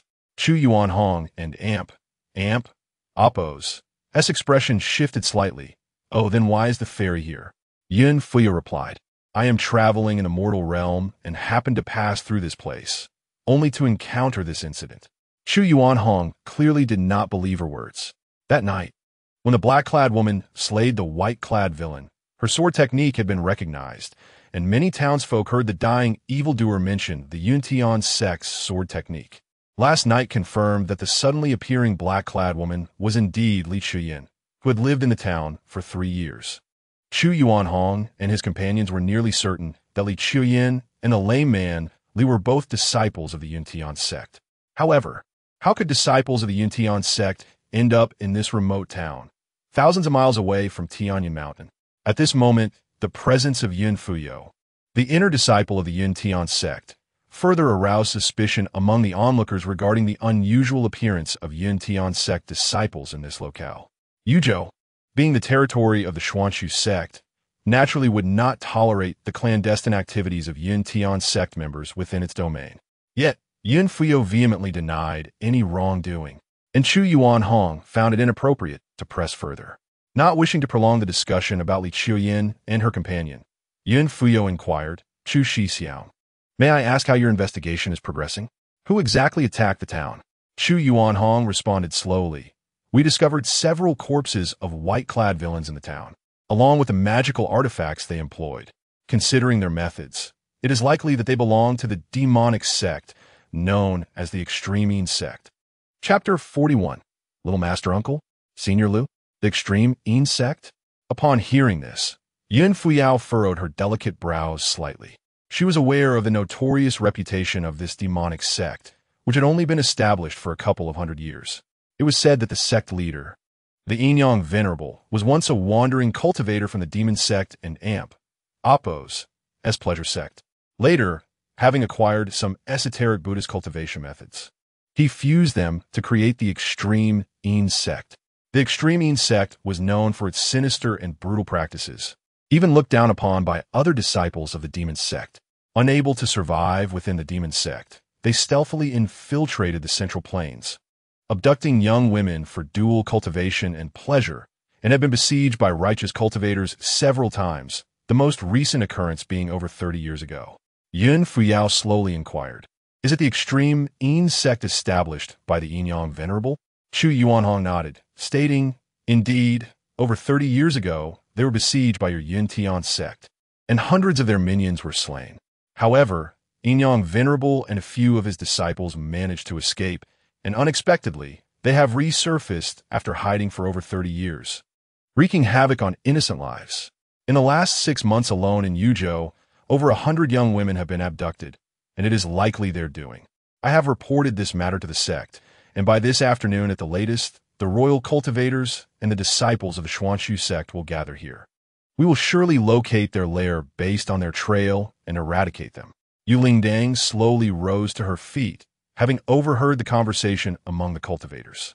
So, it was the Extreme sect that had slaughtered her family and the townsfolk? Hatred filled her gaze. Suddenly, a loud crash interrupted their discussion. Turning to look, they saw Lu Tongfeng tossing aside a beam from the roof, laboriously dragging a dirt-covered coffin from the debris. Lu Tongfeng was uncertain whether the coffin belonged to Granny Lu or Aunt Fat, but he dragged it to an open area. Yu Lingdang immediately knelt before the coffin, choking back tears. Lu Tongfeng brushed off the dirt from his clothes, sensing something amiss, and noticed everyone staring at him. He said, Fuyao, you all continue your conversation. Do not mind me. Li Mo, a scholar from the White Deer Academy, asked Fairy Fuyao, who is this? Yin Fuyao paused for a moment before replying. His name is Lu Tongfeng. Chu Yuan Hong clasped his fists and said, so, it is junior brother Lu. Lu Tongfeng retorted, who is your junior brother? I am the little master uncle of Fairy Fuyao. Aren't we all of the same lineage in the righteous path? You and Fairy Fuyao are of the same generation. You should refer to me as little master uncle. What? The crowd was taken aback. This youth appeared significantly younger than Yun Fuyao, yet he claimed to be her little master uncle.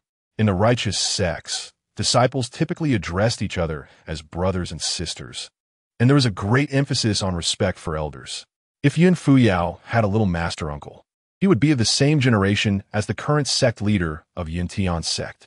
The crowd was astonished to find that this ragged youth was actually a senior of Yun Tian's sect, and they hurriedly approached to pay their respects. Only Lin Feng stood bewildered, lost in confusion. What was going on? He had known this little madman for over a decade. When had he befriended such a beautiful fairy like Yun Fuyao? Moreover, he was her little master uncle. As Lu Tongfeng prepared to excavate a second coffin, he was startled to see the crowd advancing toward him.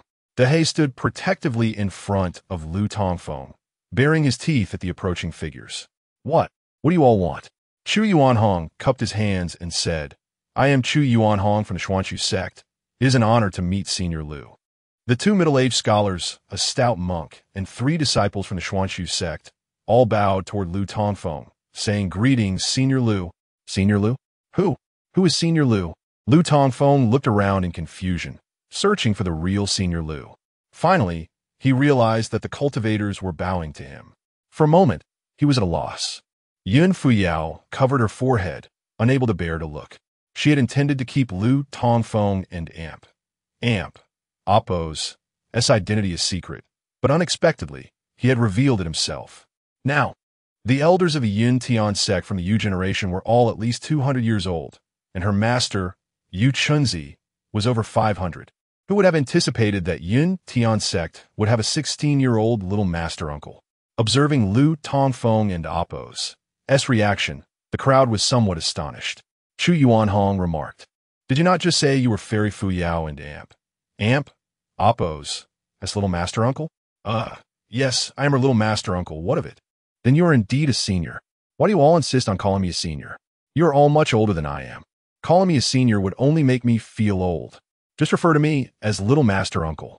Suddenly, Lin Feng stepped forward, saying, Scholars, esteemed heroes and fairies, do not heed his nonsensical claims. This person is named Lu Tongfeng, 16 years old, raised in Fuyang Town, a little beggar known as the Little Madman. He has never left Fuyang Town and is certainly no senior expert.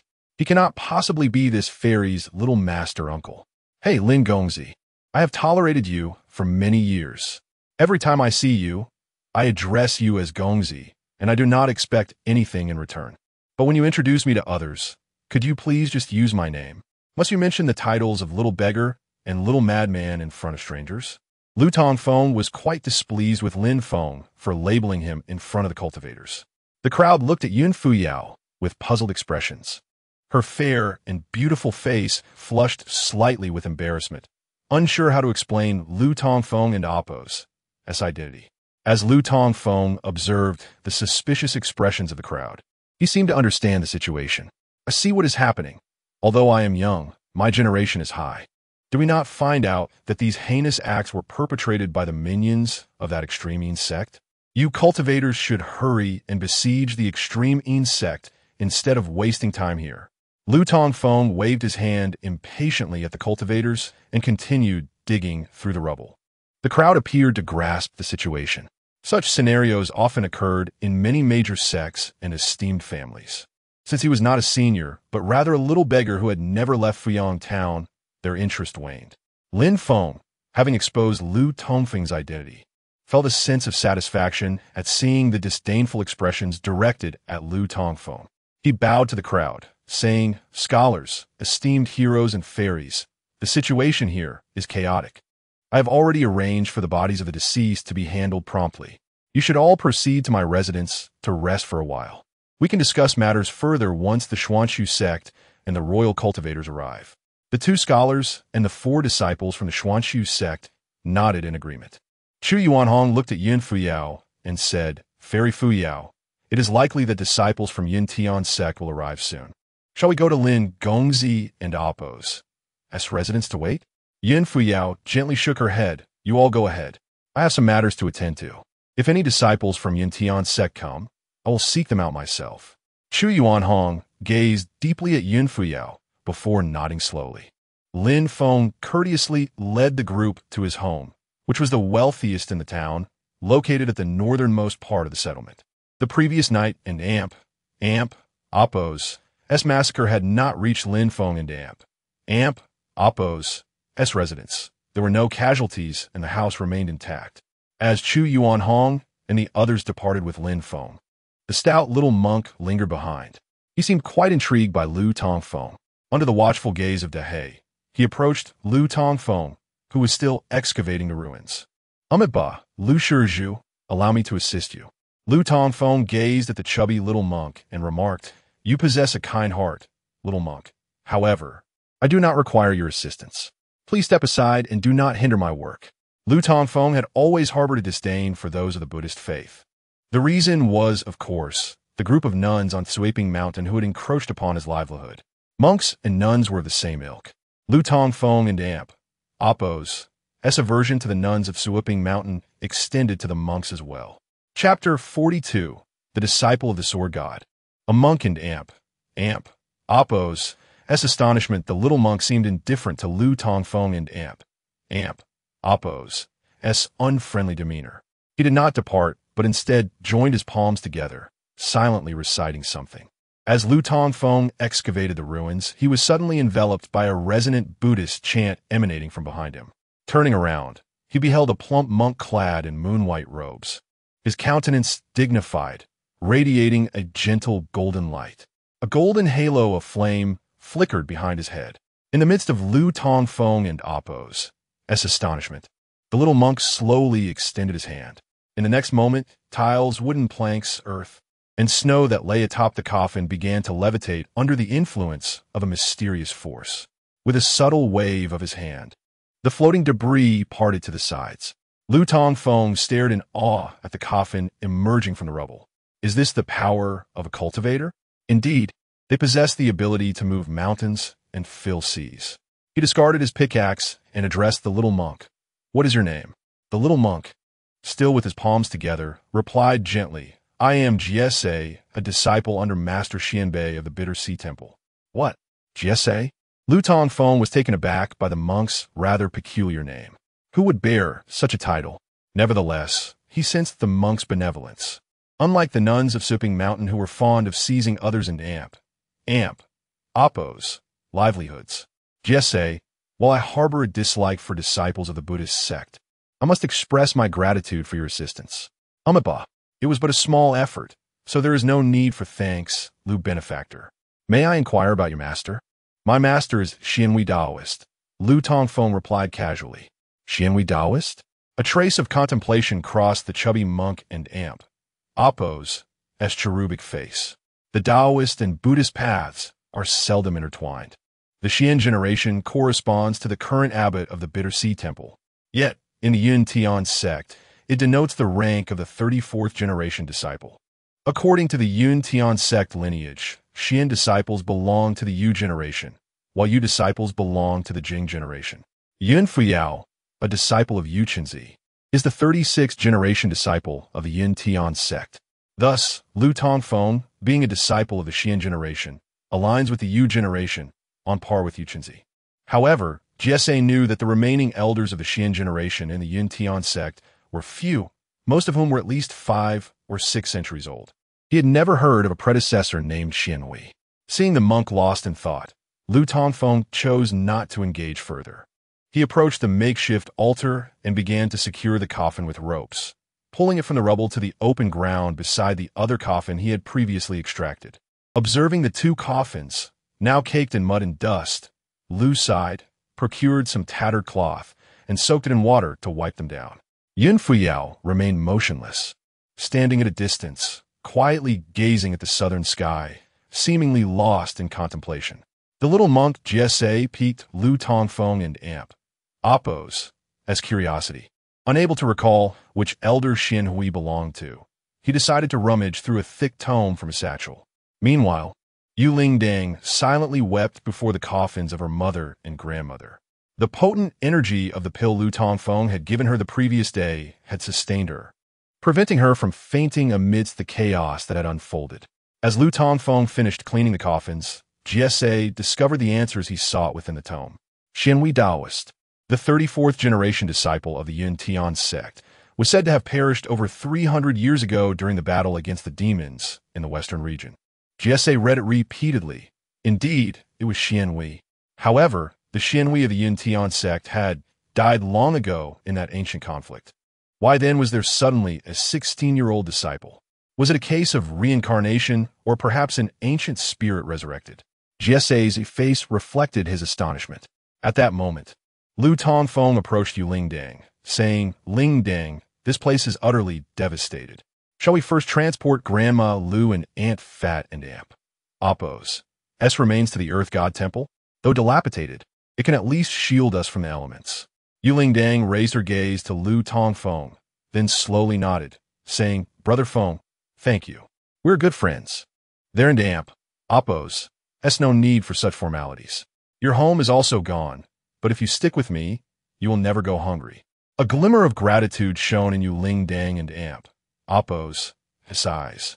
Just yesterday, she had believed Lin Feng to be a trustworthy ally. Now, however, he seemed to avoid her like a plague. The townsfolk blamed her for all the calamities that had befallen them. Had it not been for Lu Tongfeng and Amp Appo's gallant intervention, she wouldn't know how she would have fared. At that moment, Lu Tongfeng had become her pillar of support. "Brother Feng, I cannot stay here any longer. I wish to wander the world with you. The money I earned from the early breakfast stall, along with my father's pension, is hidden in a tin box under my bed. Could you help me retrieve it?" "Of course. Wait here while I see what else can be unearthed," Lu Tongfeng replied, rising to fetch his pickaxe once more. Suddenly, he noticed the foolishly grinning little monk still present. With a clever glint in his eye, he approached Jesse. Jesse, right." Jesse tucked away the ancient tome and replied, "Does Lu Benefactor require something?" Lu Tongfeng said, "Might I ask for a small favor?" Come. He led Jesse to the collapsed room that had belonged to Yu Lingdang. "Little monk, your earlier ability to levitate objects was truly remarkable. Could you assist me in clearing this area as well?" "Certainly, but you must tell me your master's true name," Jesse insisted. "I already mentioned, my master is Xianhui Daoist, but I am aware that Xianhui Daoist perished over 3 centuries ago during the battle against the demons in the western region. You're only 16. How could you possibly be his disciple? Ah, you may appear young, yet you possess considerable knowledge. I only learned a few days ago that Xianhui is merely my master and Amp Appo's alias. His Daoist title is Xianqi Jesse and Amp Appo's rotund form trembled slightly as he exclaimed, "Xianqi? Which Xianqi?" Lu Tongfeng responded, bewildered. "What? Is there more than one Xianqi in the Yin Tian sect? Fairy Fuyao has spoken highly of your master, calling him the supreme expert of the Yin Tian sect throughout the ages. It seems she was not misleading you," Jesse remarked. "Oh, is my master truly that esteemed?" Lu Tongfeng inquired. Jesse nodded gravely. Chapter 43. The Mysterious Disciple Lu Tongfeng. "What secrets are you whispering with that gluttonous monk?" From a distance, Yin Fuyao observed Lu Tongfeng and the gluttonous little monk in hushed conversation amid the ruins. She glided over like a specter. The little monk inquired about my master, and upon learning that Fuyao is indeed my master, he exclaimed in disbelief, "I had thought you were deceiving me all along." "What? You divulged this to him?" Yin Fuyao's expression shifted slightly at his words. Lu Tongfeng, bewildered, asked, "Is there a need for secrecy regarding my master?" Yin Fuyao found herself at a loss for words. Lu Tongfeng was utterly ignorant of the undercurrents within the realm of cultivation. She gritted her teeth and said, "Do you comprehend what it means to be a disciple of your granduncle Xianqi?" Lu Tongfeng pondered for a moment and replied skeptically, "Does that mean I am your little granduncle?" Yin Fuyao replied, "It means more than that. Never mind, gluttonous monk." Regarding Lu Tongfeng and Appo's identity, before she could finish, the little monk interjected, "I swear by the Buddha, I shall not disclose Lu and Appo's identity to anyone. As a monk, I never speak falsehoods." Yin Fuyao regarded the little monk with utmost skepticism. "Can I trust you, gluttonous monk?" "Ahem. Fuyao, in other matters, you may doubt me, but my character is beyond reproach." "You? A gluttonous monk? Character? Well, there is some merit, I suppose." Through their exchange, Lu Tongfeng discerned that Yun Fuyao seemed to know the gluttonous little monk, and his character appeared rather questionable. The way Yun Fuyao called him gluttonous monk and his inability to refute it suggested that his character was indeed open to scrutiny. Lu Tongfeng was increasingly perplexed. What was the situation? Was it he who was unpresentable, or was it his master? Why did being his master's disciple feel like a secret unfit for outsiders? Yun Fuyao cast a glance at Lu Tongfeng and said, "If you wish to prolong your life, refrain from casually mentioning that you are a disciple of Xianqi." "Why?" Lu Tongfeng asked, curious. The gluttonous little monk leaned in and whispered, "She speaks true. This is not an enviable identity." This deepened Lu Tongfeng and Appo's suspicion. Just then, Dahe began barking loudly. Everyone turned to see a multitude of shooting stars descending from the northern sky, resembling meteors streaking through the firmament, swiftly falling toward the town. Having mingled with cultivators in recent days, Lu Tongfeng recognized these streaks as the radiance emitted by magical artifacts controlled by the practitioners. He murmured, "So many cultivators." The gluttonous little monk remarked, "It appears the disciples of the Xiankong sect have arrived." "The Xiankong sect? So many?"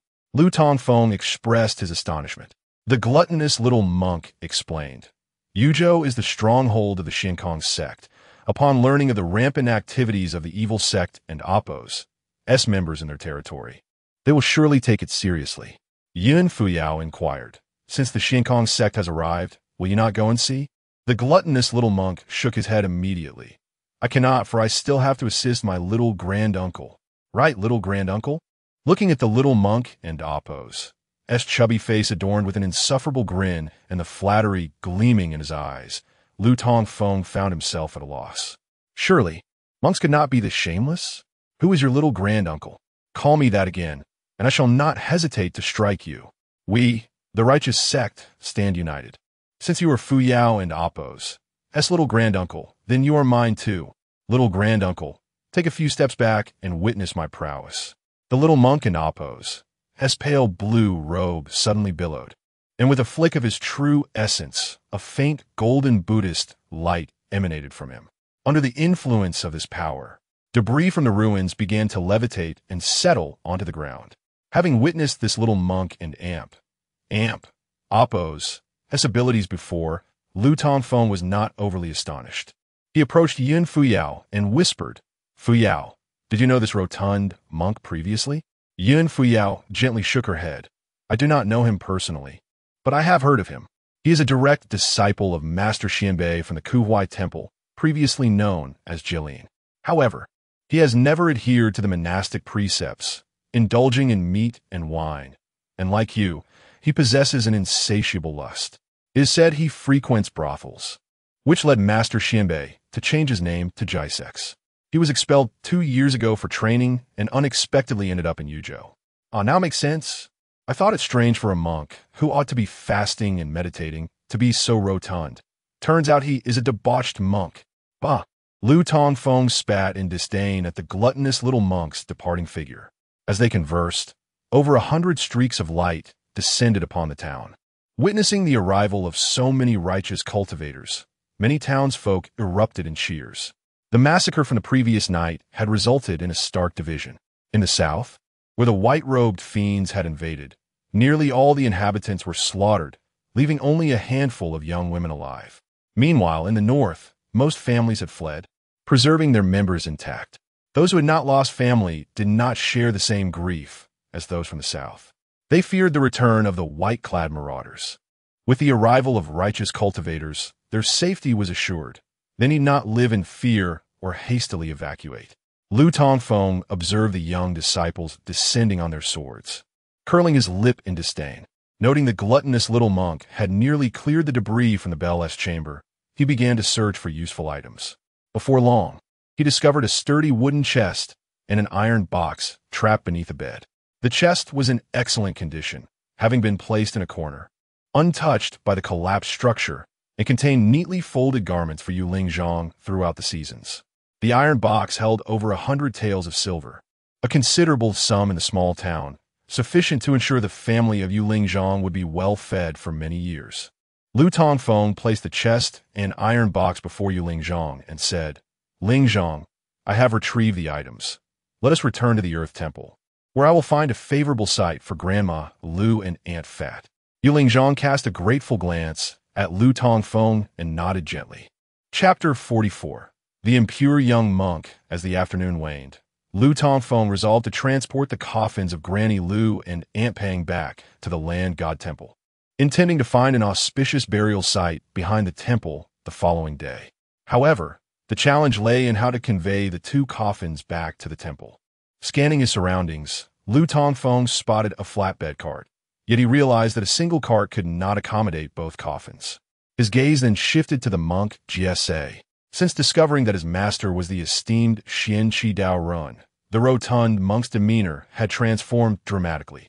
Now sporting a sycophantic smile and addressing Lu Tongfeng as Little Master Uncle, Lu Tongfeng suspected that this young monk had mistaken him for a formidable hero, eager to curry favor and cling to his coattails.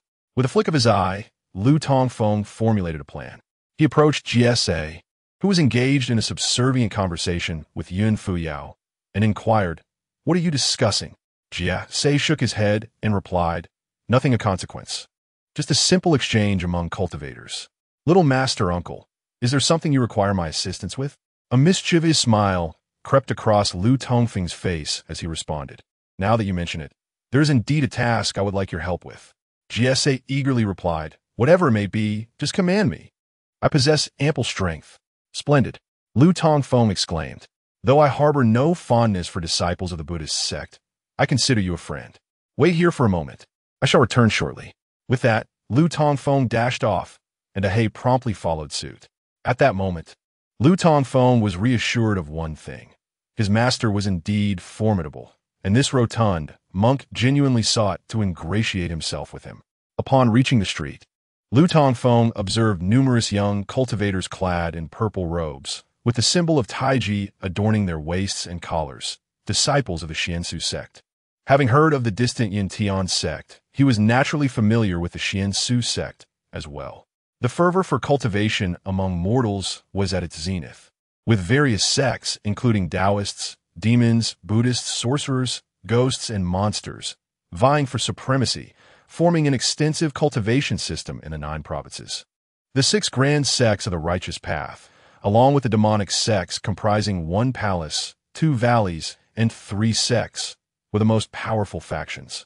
The 6 grand sects referred to include the Yun Tian sect, nestled within the Tian Yun mountain range in the southwest of the 9 provinces. The Shuiyu sword sect in the northwest Tianyu mountains. The Tian Nu sect in the northeast Chongling mountain range. The Kuhai temple on the southwestern Pu Luo mountain. The Xiansu sect within the Songlong mountain range in the central region. And the Buddhist branch of the Peng Lai Immortal realm, isolated overseas. The demonic sects consist of Fei Hua Palace, Tianyin Valley, Wudu Valley, Tianimo sect, Shihun sect, and Yihuan sect. Each major sect maintains its own territory in the Tsong Long mountain range, where the Xiansu sect resides. Predominantly lies within the jurisdiction of Yuzhou, establishing it as the Xiansu sect and Appos S domain. As one of the 6 righteous sects, reputation and face were of utmost importance. The Xiansu sect would never permit a demonic faction to wreak havoc within its territory. Hence, the sect had dispatched a substantial number of disciples to eradicate the malevolent Yin sect. Newly arrived disciples from the Xiansu sect, in groups of 3 to 5, were canvassing homes for clues while questioning survivors from the previous night. Their techniques were formidable, bolstered by the presence of Confucian experts skilled in observing hearts and sensing qi. The assailants had been numerous, and given the short passage of time, traces of their presence lingered in the air. Tracking their aura to locate their stronghold was merely a matter of time. Nevertheless, Lu Tongfeng harbored no fondness for these so-called righteous cultivators. After merely glancing at the gallant disciples of the Xiansu sect, he opted to head southward. Before long, he discovered a usable flatbed cart in a small courtyard reduced to ruins and pulled it back to the wreckage of Lingdong's home. Upon his return, he realized that only Jie and Lingdang remained, while Yun Fuyao was nowhere to be seen. Where are Jie and Fuyao? Lu Tongfeng inquired curiously. GSA replied. A few disciples from the Xiansu sect arrived and mentioned that disciples from the Yintian sect were present, prompting Fuyao to go over. Who are they? Why should I care to see them? Lu Tongfeng asked. GSA leaned closer. Chu Tian Yi is nothing special, merely a self-important pretty boy. However, Wei Yurong is worth a glance. Alongside Fuyao, she is ranked among the 10 celestial maidens of our time, her beauty rivaling that of Fuyao. Moreover, I have heard that her name is derived from her figure. A name derived from her figure? What do you mean? Lu Tongfeng questioned, perplexed. GSA, noticing Lu Tongfeng's confusion, gestured with his hands. The realization struck Lu Tongfeng. Yurong implied ample. His eyes sparkled with excitement at the prospect of a beauty rivaling Fuyao. Now do you understand? Should we go take a look? GSA nudged Lu Tongfeng. He turned to GSA, bemused. You truly are a monk with a taste for indulgence. Aren't you supposed to be a practitioner of detachment? How can you be so impure? Remember your monastic name? GSA. It seems you have not renounced your desires at all. GSA shrugged. What an amp. Oppos. That's the harm in taking a glance. In an amp. Oppos. It's not like Wei Yurong would lose any weight. Lu Tongfeng was speechless, realizing he was not the only one with a penchant for desire. This monk, who should embody purity, was even more lascivious than himself. GSA, first help me load the coffins onto the cart and transport them to the land god temple outside the town. Afterward, you can go see this Wei Yurong. You could even lurk by her window at night to sneak a look while she bathes if you wish. My little master uncle, that might be inappropriate. What if we get caught? Woon and Amp. Amp, Oppos. Till they break my legs? Looking at GSA and Amp. Amp, Oppos. As earnest and worried expression, Lu Tongfeng was utterly defeated by this unrepentant monk. Had it not been for the necessity of enlisting his help, Lu Tongfeng would have long shut the door on him. He assisted Yu Lingdang, and together with GSA, they loaded the 2 coffins onto the flatbed carts, securing them with ropes. Once finished, Lu Tongfeng declared, Lingdang, let's be on our way. Yu Lingdang cast a lingering glance at her home, now reduced to ruins, tears brimming in her eyes. Yet, she felt no great sense of attachment. She could no longer remain here. Her only desire was to bury her grandmother and mother and leave forever.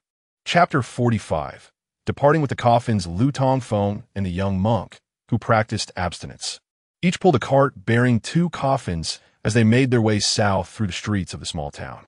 The great fire that raged the previous night had nearly melted the accumulated snow, making the path relatively easy to traverse. A few townsfolk paused to watch, while several cultivators observed the cart transporting the coffins. Among them were a tattered robed youth, a plump little monk, a girl clad in mourning attire, and a large black dog, roughly the size of a calf.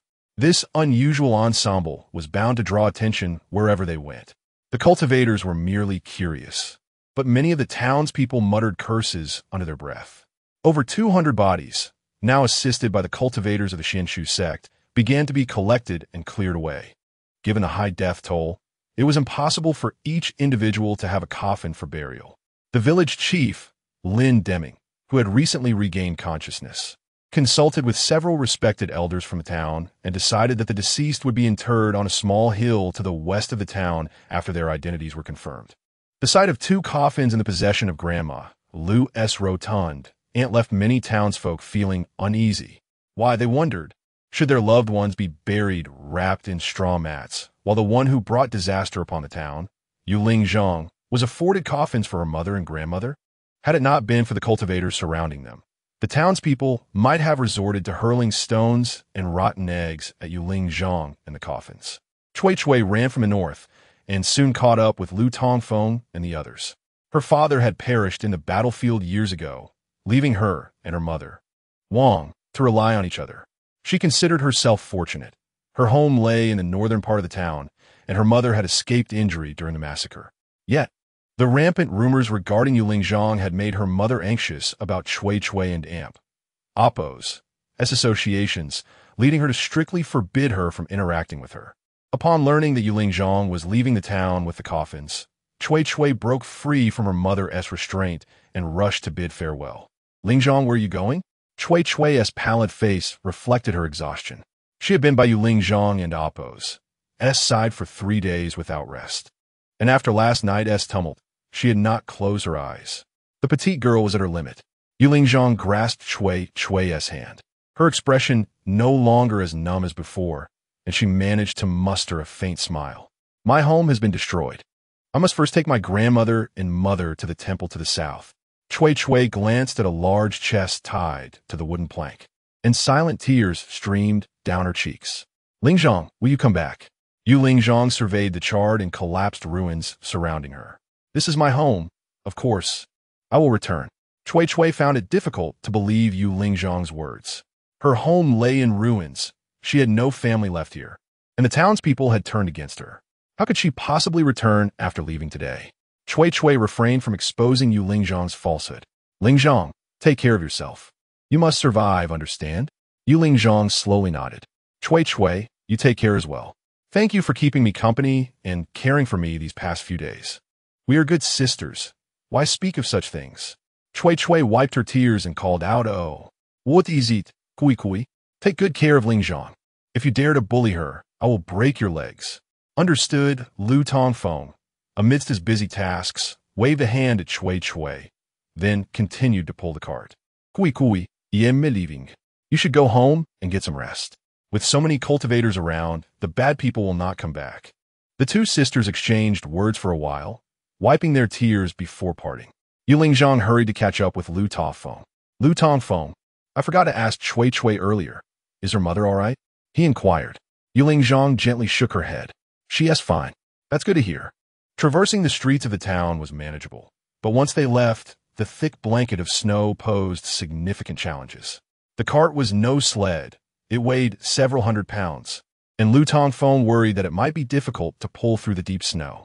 Once they exited the town, Lu Tongfeng was astonished to find the snow nearly reaching the wheels, yet seemingly causing no hindrance to his efforts.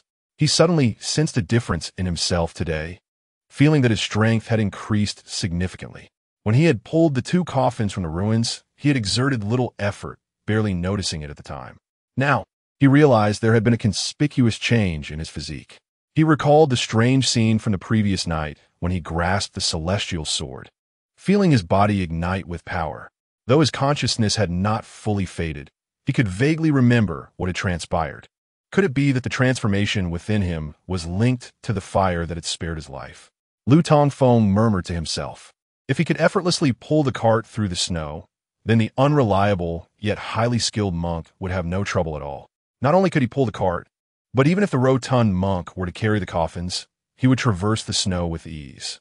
As Lu Tongfeng pondered the reasons behind his newfound strength while pulling the cart, the abstinent monk behind him asked, Young master, where are we headed? Lu Tongfeng collected his thoughts and replied, Not far. We shall arrive shortly. Noticing Yu Lingzhong struggling through the snow, he halted and said, Lingzhong, it's difficult to walk in the snow. You should sit in the cart. No, I can manage. Yu Lingzhong gently shook her head. You can manage nothing. You haven't eaten in days. Don't you realize that? Lu Tongfeng disregarded her protests and lifted her, placing her atop the cart's neck before continuing onward. Watching Lu Tongfeng pull the heavy cart as though it were nothing in the snow, Yu Lingzhong was taken aback. She had always known of his considerable strength, but never had she imagined it would be to such an extent. Observing his sturdy back as he bent to draw the cart, a glimmer of light began to shine in her eyes. It is only during times of hardship that one can discern whether those beside them are friend or foe. Without Lu Tongfeng, she would have perished yesterday. Without him, today she would have succumbed to despair before her mother's coffin. Without Lu Tongfeng, she would be lost in handling the aftermath of her mother and grandmother's deaths. For years, people had referred to Lu Tongfeng as a madman.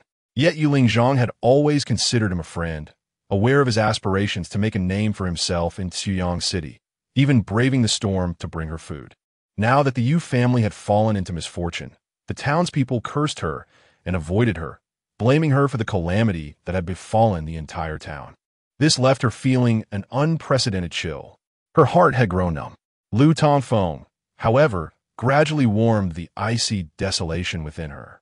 Chapter 46. The art of restraint. In less than the time it takes to burn an incense stick, Lu Tongfeng and his companions arrived outside the Earth God Temple. The boundary between Immortals and Mortals? The little monk, Jiasexio, raised an eyebrow at the massive stone bearing those 4 characters. What an audacious inscription! How dare it proclaim itself as the boundary between realms? Master, what place is this? This is where I have lived for many years. Oh, so this is the abode of my esteemed master and the sword god? Truly extraordinary. Only a place inhabited by the sword god would merit such a declaration as the boundary between immortals and mortals. The aura here is so rich, the environment so beautiful.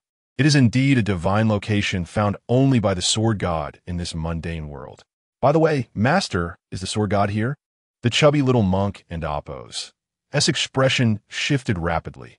Moments ago, he was jesting at the stone, but upon realizing this was where Lu Tongfeng and the Taoist Xianqi resided. He donned a face of reverence, unabashedly showering flattery. Lu Tongfeng gestured towards the dilapidated temple and said, "My master has always been here and has never left." "Really? Why didn't you tell me sooner? I am unprepared with a gift. Is my attire presentable? How an Appos? That's my hairstyle. Is my face clean? Esteemed sword god, a lost lamb from the Kuhai temple has come to pay respects. You are the one I admire most in my life, and my reverence for you is as boundless as the rivers. Esteemed elder? Esteemed elder?" As Jaisexio continued to flatter. He pushed open the door and entered the temple, only to be taken aback. Can people really live here? The space is small and riddled with holes. The deity statues are diminutive, and the trash is plentiful. If this were a pigsty or sheepfold, I would in Appos question it. Jaisexio searched the temple but saw no sign of the revered sword god. Yu Lingdang leaped down from the coffin cart, hearing the little monk's calls. "What is he doing?" she asked. Lu Tongfeng replied, "He must be looking for my master." "Your master? The old temple keeper? Didn't an amp, Appos, pass away 6 years ago?" "Yes, I'm puzzled too. Did I not make myself clear?" Just then, Jaisexio emerged from the temple, bewildered. "Master, you said the sword god was here? Why did I not see him?" As Lu Tongfeng untied the ropes binding the coffin, he said, "My master is in the bamboo grove behind. Are you seeking him for something?" "As a junior, I must pay my respects in person. Otherwise, it would be quite disrespectful." "Wait," seeing the chubby monk heading towards the mountains. Lu Tongfeng quickly called out to him. "What is it, master?" Did I forget to mention that my master has ascended?" "What? You mean the sword god has transcended?" Jaisexio and amp, Appos, plump body seemed struck by lightning, his expression momentarily frozen in shock. Lu Tongfeng explained, "When you mention an amp, Appos, transcendence, and amp, Appos, does it align with the Buddhist concept of an amp, Appos, parinirvana, and amp, Appos, indicating death?" Jaisexio nodded mechanically. "So, my master has transcended, and it has been 6 years. How could this be? Such a celestial being. Alas, Umaba." Jaisexio clasped his hands in prayer, his demeanor solemn and dignified, entirely shedding the image of a gluttonous monk. His ability to change expressions was as remarkable as Lu Tongfeng and amp, Appos. At this moment, Lu Tongfeng too felt a twinge of sorrow. "Since you hold my master in such high esteem, I shall take you to his grave later for a proper tribute." "Indeed, indeed." Jaisexio nodded slowly, sighing softly. The temple was in disarray. The statues of the Earth God and Earth Goddess had yet to be returned to their rightful places after being moved by the limping Li and Li Chuyan. Lu Tongfeng invited Jaisexio to assist in cleaning up. They first restored the statues, then dragged out the snowplow, and finally began clearing the debris from the dilapidated temple. They toiled for a good half-hour before the temple began to resemble its former self. Subsequently, Lu Tongfeng and Jaisexio moved the coffins of Granny Lu and Aunt Fat into the temple, placing them in the corner near the northern wall. After completing their tasks, Lu Tongfeng observed the drafty doors and windows and the 3 large holes in the roof. While it did not trouble him, he was concerned for Lingdang, a delicate woman who might struggle against the evening chill. He glanced at the half-pot of chicken soup that Yin Fuyo had left unfinished the previous night. "Little monk, do you know how to repair houses?" "Repair houses? You mean this dilapidated temple? There is no need for repairs. I suggest we demolish and rebuild. Master, I will take you to see our Buddhist temples one day. Golden roofs, red walls, and gilded Buddhas. Such grandeur. You Buddhists are wealthy. The whole world knows it. No need to flaunt it before me. Fine, if you won't help, I shall fix it myself. I didn't say I wouldn't help. I rushed over from Xiyang City this morning and have been hungry all day. That chicken soup is nearly ready, so let me have a bowl to warm myself first, and then I will assist you with the temple. Drink chicken soup? Warm yourself? At that moment, Lu Tongfeng, who was burning paper money in a fire pit before the coffins, along with Yuling Dang and the drooling Dehe by the stove, all turned to look at Jaya Sexio. While it may not seem strange for anyone to mention drinking chicken soup, it sounded utterly absurd coming from a monk adorned with a large wooden fish and a string of prayer beads. Do not look at me with such eyes. Did you not hear Fairy Fuyo say? I'm a meat and wine monk, with no dietary restrictions. Jaya Sexio appeared quite accustomed to the odd glances cast upon him, explaining without a hint of embarrassment. Lu Tongfeng inquired, I have not interacted much with the Buddhist community. Is it the case that all disciples are like you, or are you merely a rogue monk disregarding the precepts? Jaya Sexio chuckled awkwardly. Most monks adhere to the precepts. It's just that my appetite is quite voracious. I have enjoyed meat since childhood and have faced many reprimands from my master, who even changed my Dharma name because of it. However, it is not a grave matter. As they say in Oppos, meat passes through the bowels, but the Buddha remains in the heart. And Oppos, the essence of worship lies within, not in eating or drinking. Besides, there are many meat and wine monks in the world, and plenty who practice joyful Zen. I do not care for the opinions of the secular world. Lu Tongfeng, intrigued, asked if you enjoy meat and drink, why become a monk? Would it not be better to return to secular life? Jaya Sexio responded, what is wrong with being a monk? Temples and monasteries are abundant. Wherever I go, I need not spend money on lodging nor sleep outdoors. I can simply find a temple to stay. Living as a monk is quite advantageous. I can cultivate Buddhist practices, extend my lifespan, and remain free from illness. To enter the Buddhist fold, one must possess wisdom. Many cannot even gain entry. This soup smells delightful now. Ling Dang, as a mortal, you should eat first. Just leave a bowl and a chicken leg for me. You Ling Dang, having consumed a fasting pill the previous day, would feel no hunger for at least 15 days, as the pill's spiritual energy would take time to dissipate. Thus, she gently shook her head, saying, I am not hungry, master. You and Win brother enjoy it. Then I shall not hold back. Chapter 47. The 10 Divine Weapons? The Burning Heaven Divine Sword. This lecherous little monk is utterly shameless, an insatiable glutton. Just yesterday, Lu Tongfeng spent every last coin to procure an old hen, of which Yun Fiao merely sipped some broth, leaving a substantial portion in the pot. Upon discovering the leftover hen in the clay pot, the little monk stealthily ignited the stove, devouring nearly the entire bird, bones and all, with remarkable ease. The sight was bewildering to the nearby Dahe, who was eagerly awaiting the bones. What on earth is happening? Humans consume meat while dogs gnaw on bones. This has been an unchanging culinary principle throughout the ages. If you consume the bones, what am I, the divine canine, to eat? Thus, Dahe barked fiercely at the voracious little monk. Faced with the ferocious dog, the monk begrudgingly tossed a few small bones to him. As the saying goes, a person's kindness can soften their heart, and one should not bite the hand that feeds. As dusk fell, the well-fed little monk joined Lu Tongfeng in repairing the dilapidated temple. With limited resources and no tiles to speak of, they resorted to the most practical methods to patch up the gaping holes in the roof and the doors and windows, prioritizing wind shelter over rain protection. With the monk's assistance, the task was remarkably swift and efficient. He ascended the roof, using bamboo to fill in the large openings before covering them with thatch and mud.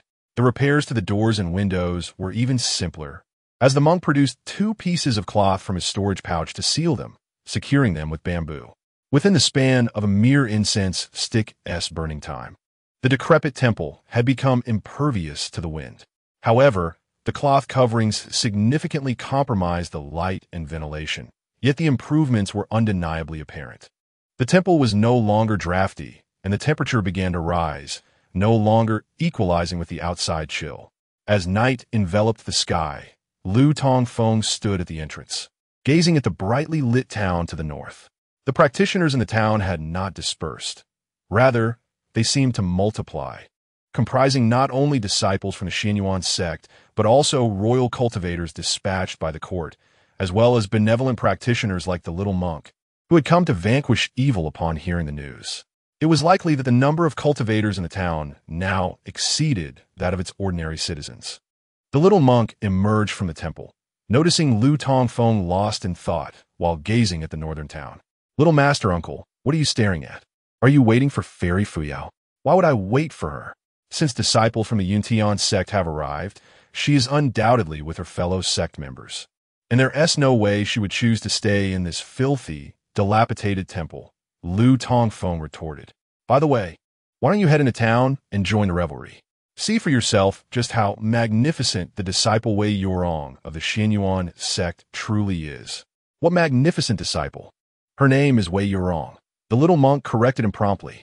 "What was once an appreciation for beauty turns rather vulgar when spoken from your lips." Lu Tongfeng smirked and replied, "Vulgar? You think I'm vulgar?" "Indeed, before encountering you, I, Lu Tongfeng, consider myself somewhat lewd. However, since meeting you, I now feel like the most upright gentleman in the world." The little monk responded, "A monk engages only in discussions of doctrine and does not argue over trivial matters. Speak as you wish. By the way, little master uncle, I forgot to inquire about your current cultivation level." "Cultivation level? I have none," Lu Tongfeng replied. "What do you mean you have none?" The little monk's expression turned quizzical. "I'm not a cultivator at all. Thus, I possess no cultivation level," Lu Tongfeng explained. The little monk rolled his eyes and said, "Little master uncle, I thought we were friends. Friends should be sincere with one another. I wouldn't spread your secrets everywhere. Why are you so defensive?" With a wry smile, Lu Tongfeng shook his head. After a day spent together, he realized that aside from his lack of decorum, this little monk was not a malicious individual. He reiterated, "I speak the truth. My master passed away when I was very young and taught me nothing. I am truly not a cultivator." "Impossible," the little monk shook his head. "Today you pulled that heavy coffin cart through the thick snow, traversing at least 3 li without resting, moving swiftly as if on level ground. A mere mortal could never accomplish such a feat." Lu Tongfeng frowned slightly, pondering this point, though he refrained from elaborating further. After all, he had known this little monk for less than a day. He resolved to inquire about his body's peculiar changes when next he met Yin Fuyao, wondering if the fiery incident from last night had any connection to his current state. After a day of reflection, Lu Tongfeng realized that his transformation was far more profound than mere physical strength. For instance, standing in the frigid wind now, he felt no chill. In the past, he would have needed to meditate to expel the cold from his body. Now, he felt warmth coursing through him, akin to being enveloped in a hot spring amidst the biting winter chill, entirely oblivious to the cold. Noticing Lu Tongfeng's silence, the little monk draped an arm around his shoulder and said, "Little master uncle, forget it. Your cultivation level is your personal secret, and I shan't pry. However, having assisted you so much today, might I request a small favor?" Lu Tongfeng shot him a sidelong glance, replying, "I'm broke. I don't have a single coin." "Oh, we are all cultivators. Discussing money is so mundane. What do you desire?" Lu Tongfeng felt suspicious. The little monk's gaze slowly drifted down to the sword at Lu Tongfeng's waist. The sword remained sheathed in its tattered scabbard, half of its blade visible, revealing ancient inscriptions and a glimmering cold light dancing along its surface. Seeing the little monk fixated on his sword, Lu Tongfeng shoved him away, exclaiming, "You want my sword? It was left to me by my master just before he passed." "Not at all. It's a misunderstanding." The little monk rubbed his hands together, a fawning expression on his face. "How could I want little master uncle's sword? I merely wish to admire it, if you would allow me." Lu Tongfeng regarded him incredulously. "Admire my sword? Are you out of your mind? It's nighttime, instead of peeping on Wei Yorong while she bathes. What is so special about my sword? The burning heaven, the 10 divine weapons. Surely it is not less captivating than Wei Yorong." "What? Burning heaven? You dare say my sword is the burning heaven?" The sword god should only have you as a disciple, right? Since he has ascended. That sword of his, the burning heaven, must be yours. Is this sword not the burning heaven? Chapter 48. A brief encounter of joy when Yun Fuyao introduced his deceitful master. The old ghost to Lu Tongfeng. He mentioned that his master was the foremost expert of the Yuntian sect over the past millennium and ranked among the top 3 of the 10 great masters of the Tianji Pavilion. Armed with the Burning Heaven Divine Sword, he roamed the world undefeated, earning the title of Sword God of Burning Heaven. Lu Tongfeng, having limited knowledge of the cultivation world, had only recently begun to learn about it. Nonetheless, the mere mention of Burning Heaven evoked a sense of awe. At that moment, the little monk also referred to the Burning Heaven Divine Sword, greatly surprising Lu Tongfeng. He drew forth his dark azure sword from his waist, asking, "Little monk, is this sword called Burning Heaven?" The little monk eagerly leaned closer, almost wanting to press his eyes against the blade. "But it amp, Oppos, a blue sword. Is it because the sky is too dark, or is the lighting wrong? Come, let us go inside." The little monk dragged Lu Tongfeng into the Earth God Temple. They huddled by the fire, examining Lu Tongfeng's sword. In the bright glow of the flames, the sword's color remained distinctly azure. The little monk, puzzled, touched the sword's body, measured its length with his fingers, and requested Lu Tongfeng to turn the sword over to inspect every detail. Then, scratching his bald head, he displayed a bewildered expression. Lu Tongfeng waved the sword and said, "Little monk, you and amp, Oppos, you've been studying it for quite some time, nearly licking it. Have you discerned whether this sword is indeed the Burning Heaven Divine Sword?" The little monk slowly shook his head, replying, "No. Look again closely. Perhaps you didn't see it clearly, or maybe you should lick it." The little monk continued, "That one and Oppos, be necessary. The Tianji Pavilion and Oppos' artifact list contains detailed records of the Burning Heaven Divine Sword." With that, he began rummaging through his bag. Soon, he produced a moderately thick book, flipping through its pages until he exclaimed, "Found it. See for yourself, there are illustrations. And the color and length of your sword are entirely different." Lu Tongfeng took the book and read the text. The 10 great divine weapons of the mortal realm. Burning Heaven. Burning Heaven, a fire attribute among the 5 elements, was forged by the 19th leader of the Yuntian sect, Qi Enjinren, using the Fire Dragon Origin Crystal and Chaos Fire Spirit Stone, refined with the fire of the earth veins. The sword measures 3 feet and 5 inches in length, weighing 4 jin and 5 taels and 3 qian, with a blade as red as blood, inscribed with the characters in amp, Oppos, burning and amp, Oppos, on one side and an amp, Oppos, heaven and amp, Oppos, on the other, thus named the Burning Heaven Sword. This sword is pure yang and exceedingly firm, rich in fire essence, ranking 7th among the 10 great divine swords of the present age. The page also featured an illustration of the Burning Heaven Sword, which indeed depicted a sword as red as fire. The little monk asked, "Little master uncle, are you the only disciple of the sword god?" Lu Tongfeng replied, "Yes. My master never mentioned any senior brothers or sisters." The little monk pondered, "That is strange. As far as I know, since the sword god acquired the Burning Heaven Sword, it has always belonged to him and should still be returned to the Yuntian sect. You were by his side when he passed. Surely, he must have passed the Burning Heaven Divine Sword to you." "Little master uncle, you didn't and Oppos misidentify it and bury the Burning Heaven Sword with the sword god, did you?" Lu Tongfeng shook his head. "Impossible. My master was a miser. Even his burial garments were made by me in town. He had no burial items at all." The little monk appeared somewhat disappointed, saying, "Little master uncle, think again. Did the sword god give you anything before he passed, or say anything of note? If you can locate the Burning Heaven Divine Sword, I would be willing to offer 800 taels of gold for it." 800 taels? For this shabby sword? "We and amp, Oppos, friends, so I'm offering you a friendship price." The little monk chuckled. Lu Tongfeng gazed at the illustration in the book and slowly remarked, "Now that you mention it, I believe I saw this sword in my childhood." "Really?" "Yes. I remember sleeping with a red sword during winter, which felt particularly warm, much like this Burning Heaven Divine Sword." The little monk rejoiced, Yes. The Burning Heaven Divine Sword is forged from the Fire Dragon Origin Crystal and Chaos Fire Spirit Stone, a rare divine sword of the fire attribute. Even when dormant, it radiates heat. Little master uncle, think again. I will add 200 more taels of gold."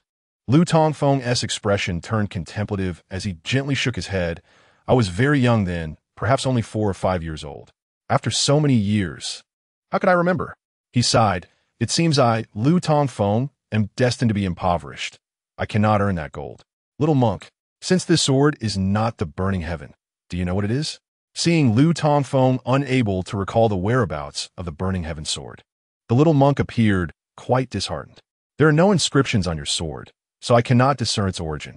However, it must possess a considerable quality and age, and it may possibly relate to the ancient witch clan of the southern wilderness. The ancient witch clan of the southern wilderness? How do you deduce that? Lu Tongfeng inquired. Puzzled, the little monk pointed at the ancient and weathered patterns on the sword's body, explaining, Little Master Uncle, observe these patterns on both sides of the blade. They are neither mere designs nor blood grooves, but resemble the style of the ancient witch clan of the southern wilderness. Furthermore, the blade's width and thickness, along with its length, surpass that of swords used by cultivators in the Central Plains. Our Central Plains cultivators favor light swords and heavy blades, rarely employing such long swords with broad edges. Moreover, the artisans of the Central Plains would never engrave foreign scripts on their creations, and righteous sword cultivators typically inscribe the sword in amp, Oppos, S name on the blade. Yet, your sword bears no inscriptions at all. Thus, I surmise that this sword was not crafted by a Central Plains artisan, but may have originated from the hands of a southern wilderness witch clan smith. The little monk's words left Lu Tongfeng in a state of astonishment. I never expected you, little monk, to possess such extensive knowledge. I have learned much from you. Thank you for the compliment, little master uncle. I merely read a few random books, the little monk replied. Little monk, please refrain from calling me little master uncle. It feels rather awkward. You may simply call me Xiaofeng or Tongfeng. The little monk pondered and said, very well. Then I shall call you and amp, Oppos, little madman and amp, Oppos. And you may call me and amp, Oppos, little monk and amp, Oppos, little madman. Lu Tongfeng was left bewildered. The little monk chuckled. I ascend and amp, Oppos. T that what the townsfolk call you? I've heard it myself. Lu Tongfeng felt utterly speechless. He had thought he was making a new friend, gradually shedding the nickname of and Oppos, little madman, and Oppos, only to find himself back at square one. Chapter 49. The anger of the master Lu Tongfeng conversed with Jiese for a while, and as the day began to wane, he approached Yu Lingdang. He found her resting her head on a coffin, sound asleep. Lingdang, Lingdang. Lu Tongfeng gently called out to her. Slowly, she awakened. Lingdang, you shouldn't sleep here. You might catch a chill and fall ill. I have prepared a resting place for you with the little monk. Please take a rest there. Lu Tongfeng was a man of great consideration. Earlier, while he and the little monk were renovating the temple, he had specifically arranged a sleeping space for Yu Lingdang in a corner. They dismantled an old snow plow, and the bamboo slats on top conveniently served as a bed. They then covered it with a generous amount of straw. The little monk also contributed 2 clean quilts, one for sleeping on and one for covering. Recognizing the difference between genders, Lu Tongfeng and the little monk fashioned a curtain from leftover cloth to provide Yu Lingdang with privacy. While the accommodations could not compare to her former boudoir, it was the best arrangement Lu Tongfeng could offer. Yu Lingdang glanced at him and nodded softly. She had never anticipated that her fate would shift so dramatically in just a few days. Her home had collapsed, and the town no longer provided her shelter. Although the Earth Temple was aged, it still offered refuge from the elements. Being able to store her mother-s and grandmother-s coffins here and find a place to shield herself from the wind and rain, she felt a sense of contentment. Matters of gender distinction were no longer within her realm of consideration. Moreover, she firmly believed that Lu Tongfeng would never take advantage of her vulnerability. She softly replied, yes. You and the little monk should also rest early. With that, she stood up, not heading to the makeshift shelter Lu Tongfeng had prepared for her, but instead pushed open the back door of the small temple and stepped outside. She returned a while later, her cheeks flushed. Lu Tongfeng understood that the young lady had gone to relieve herself. He smacked his forehead, realizing he had overlooked the necessity of providing her with a proper restroom.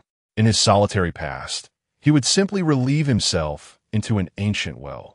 How could Yu Lingdang, a young lady, be expected to do the same? Unsure of how long she would stay in the temple, Lu Tongfeng resolved to persuade Jie to help construct a latrine in the vacant space behind the temple the next morning. Yu Lingdang removed her mourning garments and slipped into the dwelling Lu Tongfeng had specially constructed for her. Meanwhile, Lu Tongfeng approached the fire pit and said to Jie, "Little monk, it is getting late. You should rest as well." At the same time, in a cave on Suaping Mountain, the white-haired Yin master was in a furious uproar. Before him stood two figures, Master Chun from the Fulin Temple and Su Tsang, the third disciple who had attacked the town the night before. The young women who had once filled the cave were now absent, leaving only the 30 or so newly captured girls huddled in a stone chamber, shivering in disarray. Su Tsang knelt, saying, "Master, it was not due to my incompetence. Last night, we were on the verge of annihilating Fuyang town when suddenly numerous sword cultivators from the Yuntian sect emerged. These individuals possessed formidable skills, with several at the Dao harmonization stage and at least one powerful being at the transformation stage, alongside a massive wolf demon towering 2 zhang high. My fellow disciples and I stood no chance against them. In the midst of the skirmish, 4 or 5 of my brothers were slain. Fortunately, I made a decisive choice to break through, or else we would all have perished in Fuyang town." The Yin master's face darkened. He had endured for decades, painstakingly establishing the Fulin Temple. He had only recently settled here in secret, and now he found himself thwarted by the detestable sword immortals of the Yuntian sect. His fierce gaze bore into Su Tsang as he rasped, "Has this place been exposed?" Su Tsang shook his head. No. A few days ago, Yu Hai and the other 3 brothers confirmed that they were killed by Yuntian sect disciples that night, leaving no survivors. The brothers from last night were also slain on the spot. Aware that this incident would escalate, I led my brothers northeast to escape rather than returning directly to Suaping Mountain. We traveled hundreds of miles northeast, and now my brothers are near Yang City, which should draw the attention of the Xianyan sect." Hearing Su Tsang's words, the Yin master's fierce expression gradually softened. He had schemed for years to keep the Fulin Temple concealed, using it as a cover that was difficult for righteous sects and royal cultivators to uncover. If this hideout were to be exposed, it would become increasingly challenging to conceal his whereabouts in the future. As long as this hideout remained undiscovered, the loss of a few disciples mattered little. The Yin master turned his gaze to Master Chun and inquired, "What news from that town?" Master Chun replied, "News has spread throughout the entire Yuzhou region. Hundreds of disciples from the Xianyun sect, dozens of royal cultivators, and many righteous sect disciples and wandering cultivators have entered Fuyang town. Our 3rd disciple retreated towards Yang City last night, successfully drawing the attention of the righteous Confucian scholars. It is confirmed that the disciples of Xianyun sect are indeed pursuing the northeast direction towards Yang City based on the Confucian technique of observing auspicious signs." "Very well." The Yin master nodded slowly. The shadow of a psychological trauma from over 30 years ago still lingers. The Taoist and Buddhist methods are not adept at tracking, but the Confucian technique is particularly troublesome. It was with the aid of the Confucian auspicious observation that the righteous sects, led by the Yuntian sect, discovered our old lair. Having learned from this experience, the Yin master resolved that if a flower-picking mission failed, the disciples must not return immediately to the lair, but rather escape in another direction to prevent the Confucian auspicious observation from tracing their old hideout through residual traces. Looking at Su Tsang, who remained kneeling, the Yin master said calmly, "Old 3, although your mission failed, you have successfully diverted the attention of the Confucian scholars to the northeast, preventing our location from being exposed. You have made amends. Rise." "Thank you, Master, for your forgiveness." Su Tsang stood up. Master Chen added, "While the 3rd disciple has drawn the righteous cultivator's gaze towards Yang, they have also begun to suspect our involvement with the extreme Yin sect. Master, the atmosphere in Yuzhou has become tense. It would be wise for us to remain low-key for a while. Once the situation calms, we may resume our endeavors." The Yin master nodded slowly. "Indeed, Yuzhou is the territory of the Xianyun sect. We cannot afford to provoke them, nor can we challenge the Xianyun sect. We must tread carefully for the time being." Master Chen remarked, "Master, there is something quite peculiar." The Yin master furrowed his brow slightly. "Speak." Chapter 50. The respected 1's Fury and the cultivation of Tongfeng. Lao Chun spoke slowly, according to the news that has emerged today. The disciples of Yintian's sect who appeared in Fuyang Town were not merely passing through. They have been concealed in Fuyang Town for 3 years. There is one man and one woman, disguised as a cripple and a mute, respectively, who have been selling night incense in the town. After last night's incident, both of them have vanished. What? Such a thing exists? The yin-yang respected 1's eyes flickered with astonishment upon hearing this. This place is the territory of the Xuanqu sect. It is reasonable for Yuntian's sect disciples to pass through for training. But for two masters of the harmonious Tao realm to hide in such a remote town selling night incense is clearly absurd. Lao Chen nodded, affirming, "It is indeed true." Su Tsang added, "Now I understand why many townsfolk recognized them last night. They have been living in the town for 3 years. Both are masters of the harmonious Tao realm. We could have eliminated them, but suddenly that enormous wolf demon appeared, along with a mysterious master engulfed in flames who effortlessly slaughtered our 2 disciples, which led to our failure." The yin-yang respected one stroked his chin, deep in thought.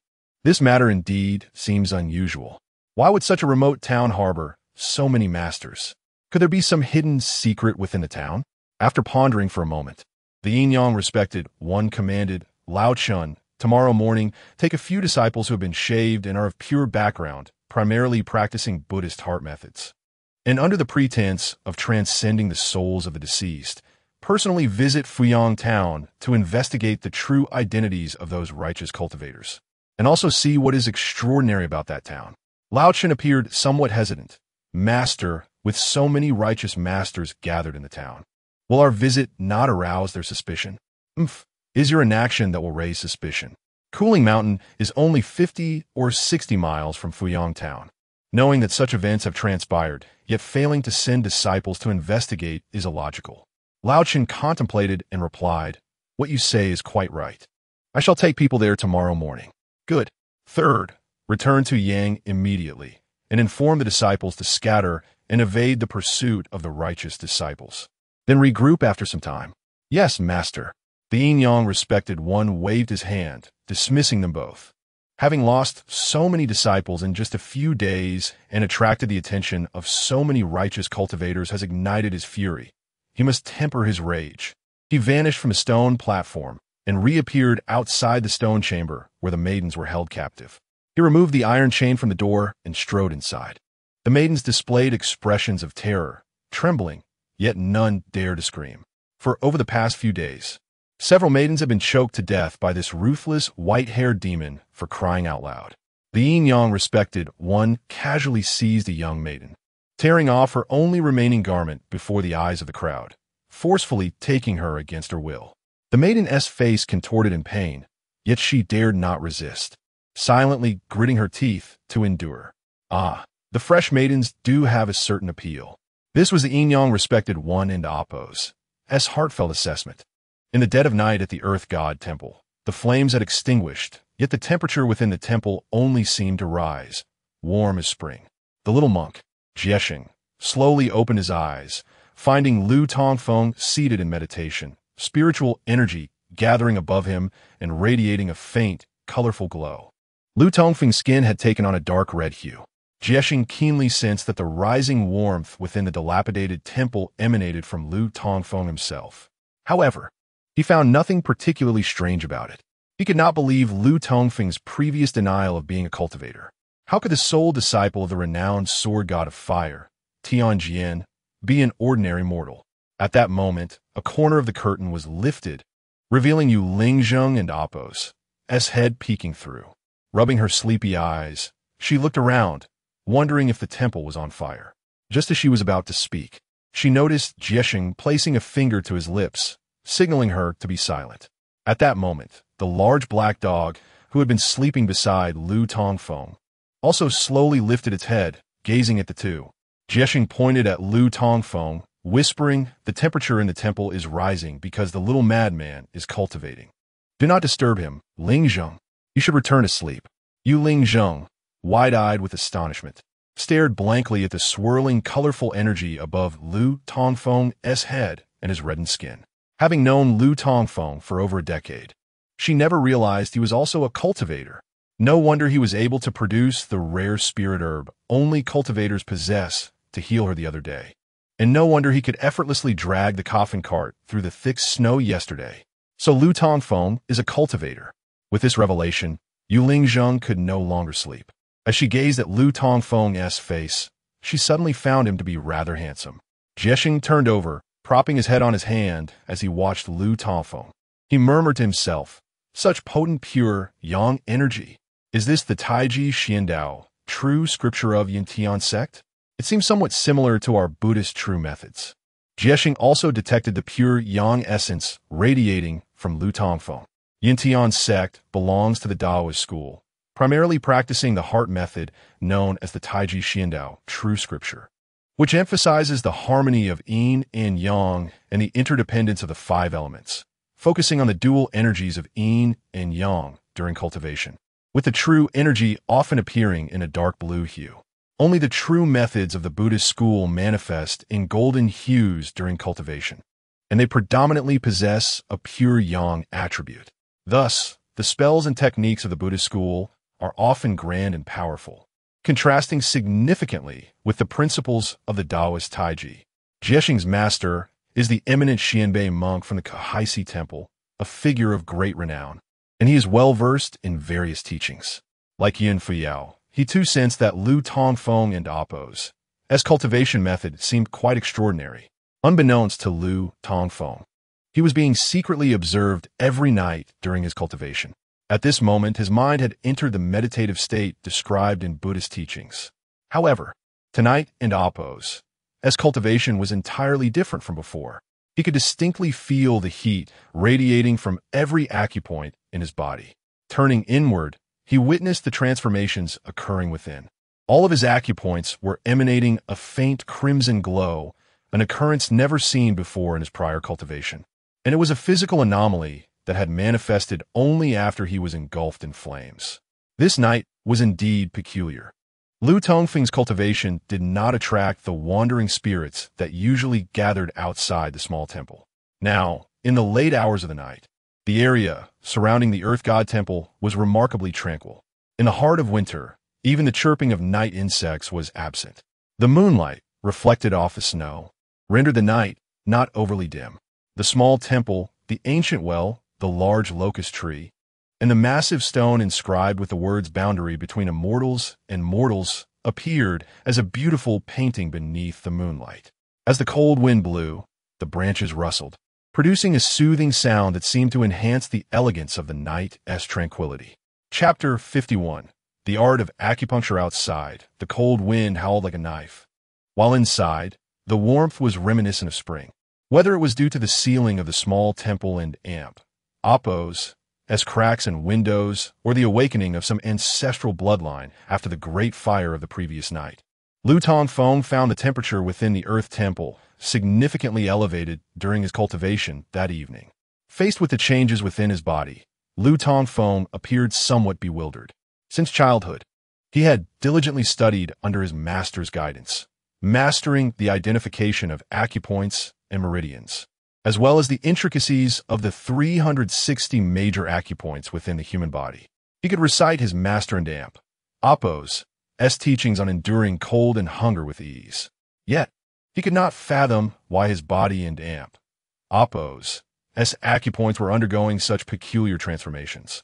The extraordinary meridians within him intertwined seamlessly, with a strange warm current flowing gently like a meandering stream, providing immense comfort.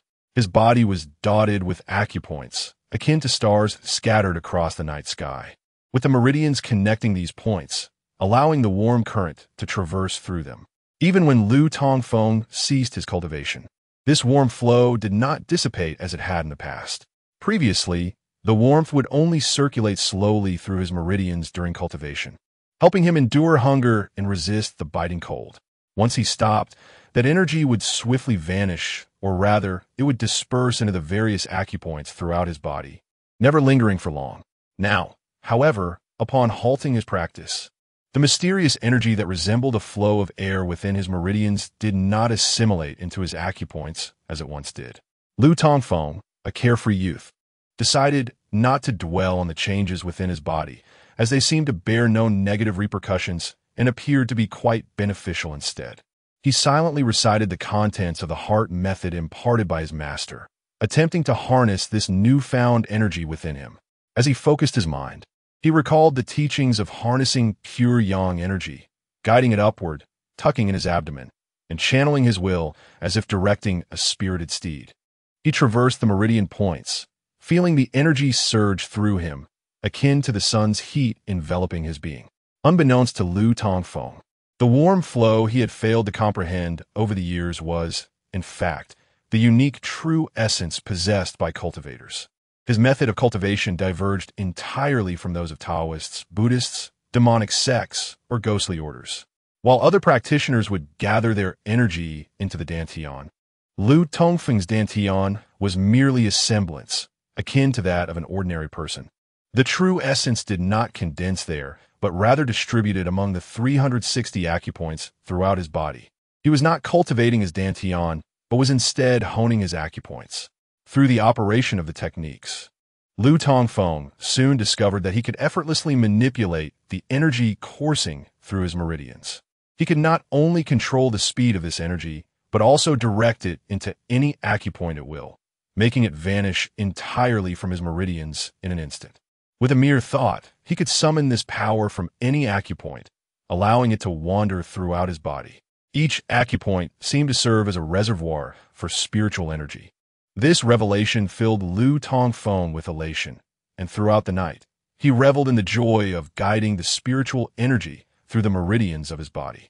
The following morning, with the crowing of the rooster, Lu Tongfeng gradually concluded his practice and slowly opened his eyes.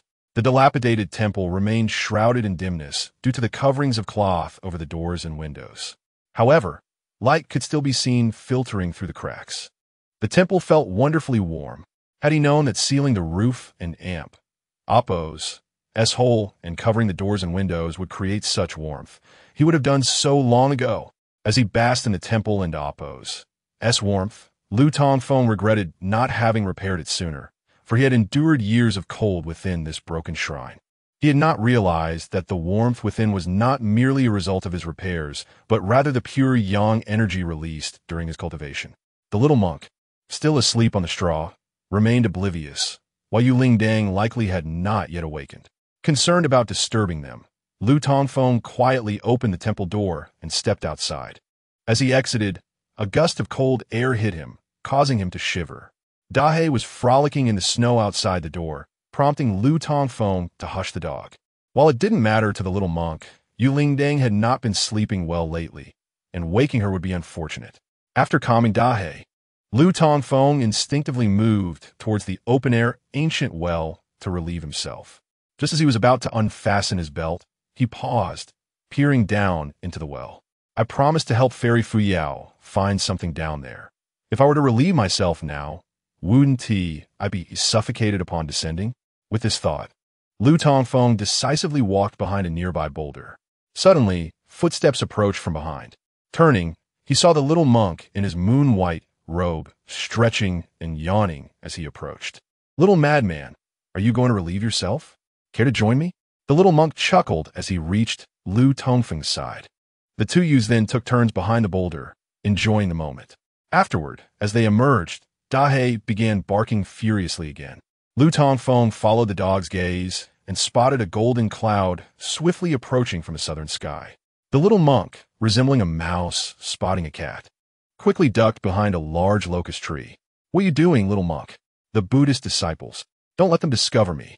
Lu Tongfeng found himself at a loss for words, thinking, you're a Buddhist disciple yourself. Why fear encountering fellow practitioners? The golden cloud floated low, and as it neared the earth temple, Lu Tongfeng could discern several nuns standing atop it. Ethereal Buddhist chants resonated softly in the air. Upon closer inspection, Lu Tongfeng remarked, little monk, you needn't hide. These Buddhist disciples have no connection to your Kahaisi.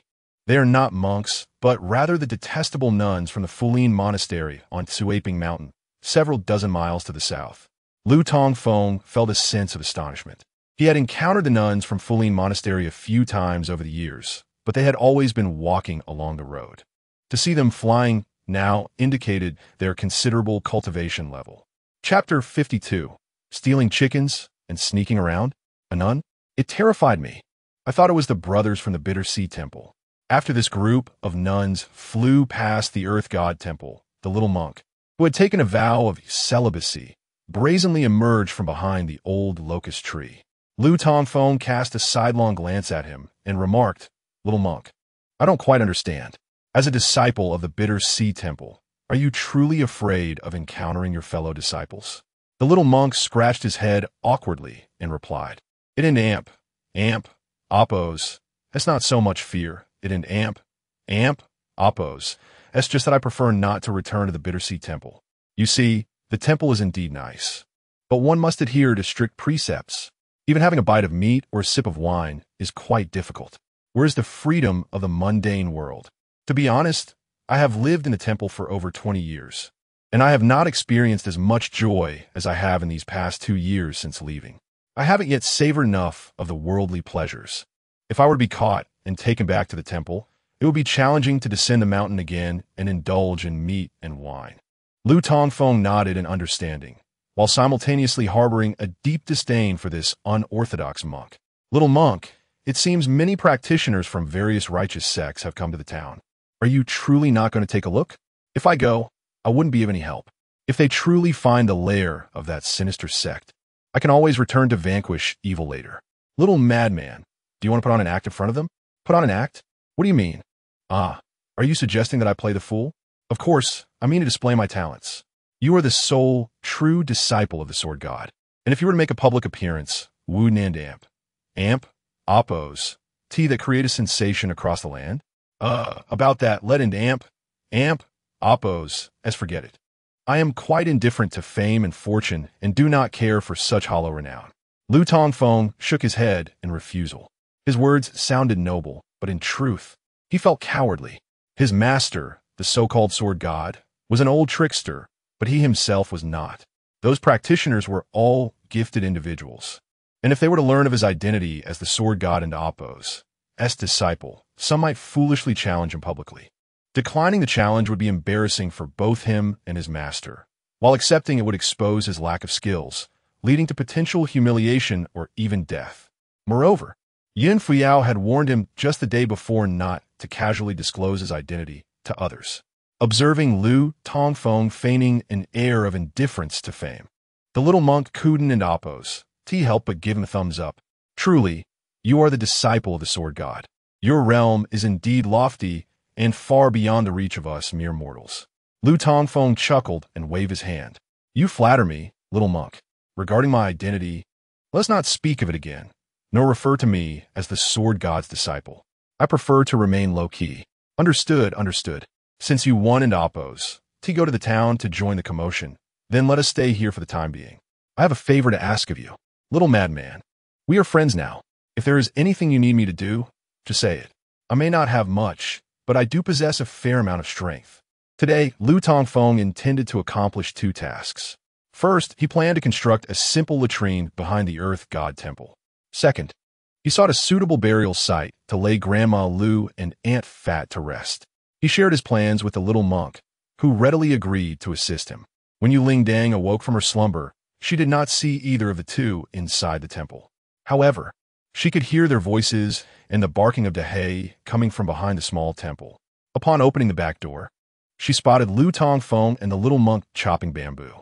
There was a bamboo grove on the back mountain, with several stalks as thick as a bowl. The two had cut down 7 or 8 stalks and dragged them to the rear of the small temple. The little monk, with his considerable strength, dug a deep pit and arranged the cut bamboo around it. "What are you doing?" "Ah, Ling Dang, you're awake. I thought it would be inconvenient for you to use the latrine since you and Oppos. Real lady, so I collaborated with the little monk to build a simple one." Yu Ling Dang felt a warm sensation in her heart. She hadn't Oppos. T expected Lu Tongfeng to be such a considerate man. "Ling Dang, the wind is strong outside. You should go back inside and rest. Do you want something to eat? I can cook for you." Yu Ling Dang and Oppos' mood seemed to have improved compared to yesterday. Grateful for Lu Tongfeng and the little monk's kindness, she offered to prepare a meal for them. The little monk replied, "I'm not very hungry, Ling Dang. Just a few roast chickens will suffice." Wong wong wong. Dahei barked in agreement. Lu Tongfeng rolled his eyes. "Where are we going to find roast chickens for you to eat?" "I have some." The little monk set down his work and began rummaging through a bag he carried. Soon, he pulled out 2 plump roosters. However, these roosters were not alive. They were dead and devoid of feathers. Lu Tongfeng was taken aback. "Little monk, where did you get these 2 chickens?" The little monk stammered, "I found them on the roadside a few days ago. They probably froze to death." These 2 plump roosters were clearly domesticated poultry. How could they have frozen to death on the roadside? Lu Tongfeng expressed serious doubts. "Frozen to death? Little monk, are you also engaging in petty theft? What nonsense! How could I do such a thing? I paid for them. I bought 10 chickens for 3 taels of silver." "Did you really buy them?" "Yes. I ate 8 of them and kept these 2 because I couldn't bear to eat them." "How about that? Am I generous or what? How long have these chickens been dead? Are they still edible?" "Little madman, come now. I've kept them in my storage bag." The beauty of this storage bag is that time doesn't and oppose. Pass inside it. Whatever it was when I put it in is what it will be when I take it out. Even if it's been hundreds of years, it won't spoil. Don't worry. After hearing the explanation from the little monk, Lu Tongfeng felt reassured. The magical treasures of practitioners were indeed wondrous. And this storage bag was a highly practical artifact beyond the comprehension of ordinary people. A small bag capable of holding the equivalent of a spacious apartment is truly remarkable. As long as these 2 roosters had not spoiled, it did not matter whether they were stolen or purchased by the little monk. Lu Tongfeng was not overly concerned. After all, in his years in Fuyang Town, he had also engaged in a share of petty misdeeds. Lu Tongfeng carried the 2 dead chickens to Ling Dang and said, "Ling Dang, your hand is still injured. Just boil a pot of water. I'll help with plucking the feathers from these 2 chickens." Ling Dang shook her head. "Fengge, the spirit medicine from Immortal Fuyao is incredibly effective. My hand is already fine." Saying this, she took the 2 chickens and walked into the Earth God Temple through the small door. Meanwhile, Lu Tongfeng and the little monk continued their efforts to build the latrine. By midday, the 2 had finally completed the simple latrine. Suddenly, Dahei began barking incessantly at the northern sky. Lu Tongfeng and the little monk turned to look, only to see Yun Fuyao, clad in white and exuding an ethereal aura, soaring through the air from the direction of the northern town on her sword.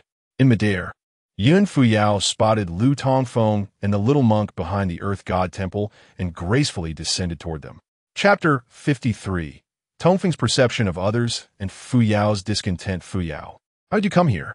Lu Tongfeng hastily set aside his work and stepped forward to greet her. Yun Fuyao and Appo's leg injury appeared not yet healed.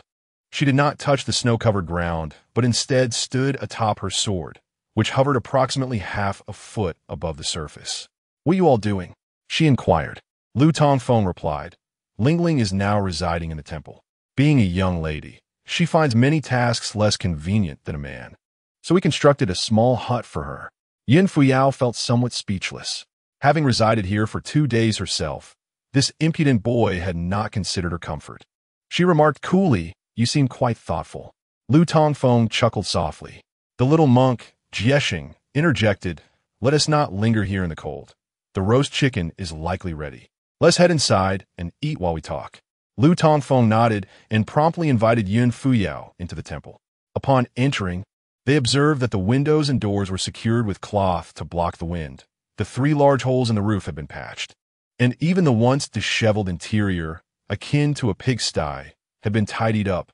The most noticeable feature was a small area in the corner, partitioned off with a cloth, revealing a bed and bedding beyond. Witnessing this, Yin Fuyao could not help but cast a glance at Lu Tongfeng, her expression icy, even if he was indeed considering others. This was excessive. In terms of beauty, physique, and skin, she surpassed that Lingling by a margin. While she was recovering, this rascal had not even swept the floor for her, forcing her to sleep on a straw mat and even smear her face with herbal ash. Yet, after Lingling arrived, the temple was instantly transformed. The roof repaired, the windows fixed, the latrine restored, and a small bedroom partitioned off for Lingling. Had she received such treatment, she would not have been at this boy's mercy while changing clothes. Unaware of the resentment simmering within Yuan Fuyao, Lu Tongfeng, with an air of pride, declared, "Fuyao, what do you think of my little temple? Quite tidy, isn't it?" Yuan Fuyao replied coolly, "Not just tidy, it's splendid. With a few red fabrics hung up, this place could serve as a bridal chamber. Great minds think alike." Ha ha ha. Lu Tongfeng laughed heartily. "Little madman, Fuyao. You two chat for a moment. I'm starving and will eat first," Jiexing said, tearing into a chicken leg and praising. "Lingling, your cooking is excellent. Delicious, truly delicious." Yu Lingling approached Yuan Fuyao, saying, "Fuyao, you've come." Yuan Fuyao nodded slowly. Yu Lingling continued, "Brother Feng, you must be hungry too. I saw rice by the stove and cooked a pot of porridge. Wash your hands and eat some." "Lingling, I've told you your hand is injured. Don't exert yourself. Rest and eat something." Yu Lingling shook her head. "I'm not hungry at all." Lu Tongfeng interjected, "That one tea do. Since Grandma Lu and Aunt Fat passed away. How long has it been since you've eaten?" Yuan Fuyao stated matter-of-factly, "Miss Lingling consumed a fasting pill the other day. With its spiritual energy, she won tea feel hunger for half a month." Realizing this, Lu Tongfeng scratched his head. "You're right. Fuyao, you should join us for a meal. I assure you, Lingling's porridge is delightful. I learned how to make it from her." Yuan Fuyao replied, "I've already eaten. I came here to inform you that I am leaving this place." "Leaving?" Lu Tongfeng was taken aback. Yuan Fuyao continued, "Yesterday, over 10 disciples from Yuntian's sect came, including 2 elders. My injury has not fully healed, and I must return with them." Lu Tongfeng nodded. "That makes sense. What do you plan to leave?" Yuan Fuyao said, "This afternoon, we will depart from the town, but I suspect we must first address matters that have arisen here." Lu Tongfeng inquired, "By the way, I wanted to ask you, I saw many cultivators flying toward the town today. What is the situation?" Yuan Fuyao explained, "It has been largely confirmed that the recent string of missing girl cases in Yuzhou, along with the massacre in Fuyang town, are the work of the remnants of the demonic sect, Jianmen. The Confucian scholars, utilizing divination techniques, have traced the white-clad individuals who escaped that night and have obtained leads. This afternoon, disciples from various sects will arrive." Jiexing, who was savoring his chicken, noted, "The master of Jianmen, Inyang Zuns, is not only cruel and evil, but also exceedingly cunning. Over 30 years ago, Yuntian sect quietly located their lair using Confucian divination, yet Inyang Zuns managed to escape. Given the commotion this time and the passage of 2 days, even if the Confucian scholars can pinpoint their old lair, Inyang Zuns has likely already fled. At most, they might drive the remnants of Jianmen out of Yuzhou. Exterminating the sect seems improbable." Lu Tongfeng nodded slowly. Although he was unaware of Inyang Zun's background, he had seen that group of white-clad individuals the night before, all of whom were capable of flying. Now that Xinshu sect and royal cultivators had set their sights on them, and even many from Yuntian's sect had arrived, the demons of Jianmen would not foolishly remain in Yuzhou awaiting the righteous cultivators and Appos' assault. They had undoubtedly fled. Jianmen, Inyang Zuns, Yu Lingling standing nearby, bore an expression filled with hatred, repeatedly murmuring these names as if to engrave them deeply into her bones and infuse them into her very blood. Yuan Fuyao spoke calmly. "The people of Xinshu sect also believe Inyang Zuns has escaped. However, the pursuit must continue. For Xinshu sect, even if this endeavor does not eradicate Jianmen, driving them from their territory suffices. As long as Jianmen does not commit evil within their domain, that is enough." Jiexing nodded in agreement. Yuan Fuyao turned to Lu Tongfeng, asking, "What are your plans moving forward?" Lu Tongfeng glanced at Yu Lingling beside him, saying, "Lingling is my good friend. I will ensure she is settled before contemplating my next steps." Yuan Fuyao nodded slowly and then said, "Lu Tongfeng, step outside. I have something to discuss with you privately." Lu Tongfeng, filled with suspicion, followed Yuan Fuyao to the temple entrance. She gazed at the ancient well and slowly remarked, "Lu Tongfeng, do you remember the promise you made to me?" Lu Tongfeng was taken aback, upon noticing her gaze fixed on the well. He quickly understood. She wanted him to descend into the well to retrieve something. Chapter 54, I Have a Mountain. As Lu Tongfeng gazed at the ancient well through Yuan Fuyao and Appos, Sighs, he instantly surmised that she wished for him to descend into the well to retrieve something for her. Over the course of their acquaintance, Lu Tongfeng had only agreed to this one request after asking Yun Fuyao for a fasting pill to save Yu Lingzhang. That day, when he returned from delivering the fasting pill to her, night had already fallen. Subsequently, due to the commotion in the town, this matter had been postponed. At this moment, Lu Tongfeng felt a flicker of fortune. He was thankful that he had recalled his promise to Yun Fuyao that morning and had not continued to relieve himself, for otherwise, the stench would have been unbearable. Rest assured, Fairy Fuyao, you lent me the fasting pill, and I vowed to help you retrieve your belongings from the bottom of the well. I, Lu Tongfeng, am certainly not want to go back on my word. I shall fetch a rope at once. As Lu Tongfeng turned to return to the house for his equipment, he was unexpectedly intercepted by Yun Fuyao. Let be for today. What? Let be for today? But where in Oppos? T you planning to leave? Aren't and Oppos. T you returning to Yunshinzong? If we don in Oppos, T retrieve it today, how will I return it to you in the future? Yun Fuyao cast a subtle glance around. You can give it to me next time we meet. Next time? Lu Tongfeng felt perplexed. He believed that once Yun Fuyao departed today, they would never cross paths again in their lifetime. How could there possibly be a next time? Noticing Lu Tongfeng's dazed expression, Yun Fuyao spoke in a hushed tone. Do not trust anyone, and do not acknowledge that you are a descendant of Yunshinzong.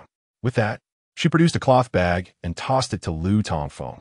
Before he could react, she mounted her celestial sword and soared into the sky, transforming into a streak of white light heading towards the northern town. Lu Tongfeng stood frozen, watching the fading brilliance of Yun Fuyao, a sense of melancholy washing over him. What a beautiful maiden she was! He had even imagined names for the 13 children he would have with her, only to realize that it was but a fanciful dream. Yet, he did not dwell in despair. While he had many flaws, he also possessed the virtue of self-awareness, recognizing the vast disparity in status between himself and Yun Fuyao. She was a swan, and he was but a toad, not even of the same realm. It was futile to become ensnared in such illusory daydreams. At this moment, Lu Tongfeng felt a peculiar sensation. What did Yun Fuyao and Amp, Oppos, as parting words mean? Why did she urge him not to trust anyone? Why should he not acknowledge his lineage from Yunshinzong? Brother Feng, stop staring. Fairy Fuyao has already gone far. The voice of Yu Lingzhang broke Lu Tongfeng's reverie. He shook slightly, returning to reality. What is it you hold in your hand? Yu Lingzhang inquired, gazing at the exquisite cloth bag in Lu Tongfeng and Amp, Oppos, as grasp. I don and Amp, Oppos, Tino. It was just given to me by Fairy Fuyao, Lu Tongfeng replied, curiosity piquing as he opened the bag. Instantly, both he and Yu Lingzhang were rendered speechless. Inside the bag lay 5 gold ingots, some silver coins, and a silver note from Jiuzhou Bank with a denomination of 100 taels. He had seen these items before in Yun Fuyao and Amp, Oppos, storage bag within the cave. However, Lu Tongfeng was a man of principles. Although Yun Fuyao had been unconscious at the time, and he was in dire need of funds, he had taken not a single coin from her, only indulging in a fine wine. Such an abundance of gold and silver. While Lu Tongfeng and Yu Lingzhang were lost in astonishment, the chubby little monk, Zexio Heshang, poked his head over, exclaiming, 100 taels of gold, 80 taels of silver, and 100 tael silver note. With this amount, we could rebuild this temple and construct 2 side halls. Why would Fairy Fuyao give you such a sum? Yu Lingzhang asked. Could it be that she has feelings for me? Lu Tongfeng mused. Absolutely not. Both Zexio Heshang and Yu Lingzhang replied in unison, their voices resolute. Lu Tongfeng chuckled awkwardly. Then it must be because I am her little master uncle, and, as a junior, she ought to show filial piety towards me. Regardless of Yun Fuyao's reasons for bestowing such a large sum, Lu Tongfeng felt justified in accepting it. After all, he had saved her. Her life was worth far more than this amount of silver. He tucked the bag into his bosom and glanced once more towards the town before declaring, let us hurry inside for a meal. We have matters to attend to this afternoon. Having finished their meal by midday, Lu Tongfeng instructed Yu Lingzhang to rest in the temple while he took Zexio Heshang, armed with a shovel and pickaxe, towards the bamboo grove in the west, intending to find a favorable burial site for Grandma Lu and Aunt Fat. Soon, Lu Tongfeng marked a spot beside his master's grave. He called Zexio Heshang to assist in clearing the accumulated snow. Is it appropriate to bury here, little madman? Does this mountain have an owner? We would want to be thrown out by the mountain's proprietor, Zexio Heshang questioned. Not at all. Can't you see my master's grave right beside? This entire mountain belongs to me. Yours? Indeed. Over 60 years ago, when my master arrived, he purchased this small hillock. The temple and this bamboo grove are all mine. The land deed was issued by the court. Unless I sell it, this place will forever be mine, Lu Tongfeng proclaimed with pride. He had always declared that once he achieved success, he would return to renovate the temple, for this considerable plot of land was his. Of course, even if he never made a name for himself in this life, it did not matter. With this land, he could always return as a humble beggar. Zexio Heshang raised his thumb in admiration. Little madman, I never knew you owned mountain. Impressive. If I were ever expelled from the Kuhai temple, I would come seek refuge with you. Then we might truly become neighbors. Just you, the gluttonous monk. Being expelled from Kuhai temple is only a matter of time. Indeed, if that day comes, I shall return to lay down my monk and Appo's robe. And we shall build a few houses here, marry some wives, and have children. How delightful. Stop right there. I say, little monk, you haven't even been expelled yet. And you and Appo's, were you already dreaming of marriage and children? Delightful, delightful my foot. The little monk grinned. I'm merely imagining. Is that not permissible? Hee, little madman.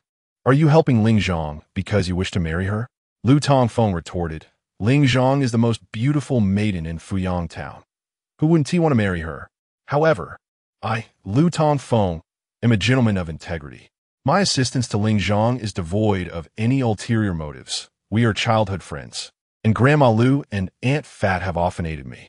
Now that Ling Zhang's family is in dire straits and she stands alone, who else could help her if not I? Is that truly the case? Zexio Heshang questioned, his expression laden with skepticism. As the two bantered and jested, they began to dig the grave. Chapter 55. The tattered new garment, although the ground was frozen solid, making it difficult to dig, the two cultivators were undeterred.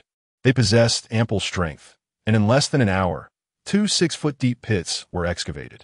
At that moment, they observed hundreds of streaks of light ascending slowly from Fuyang town. Heading eastward, they realized these were the righteous cultivators who had come to Fuyang town to vanquish demons and monsters a couple of days ago. The numbers were indeed considerable, likely around 300.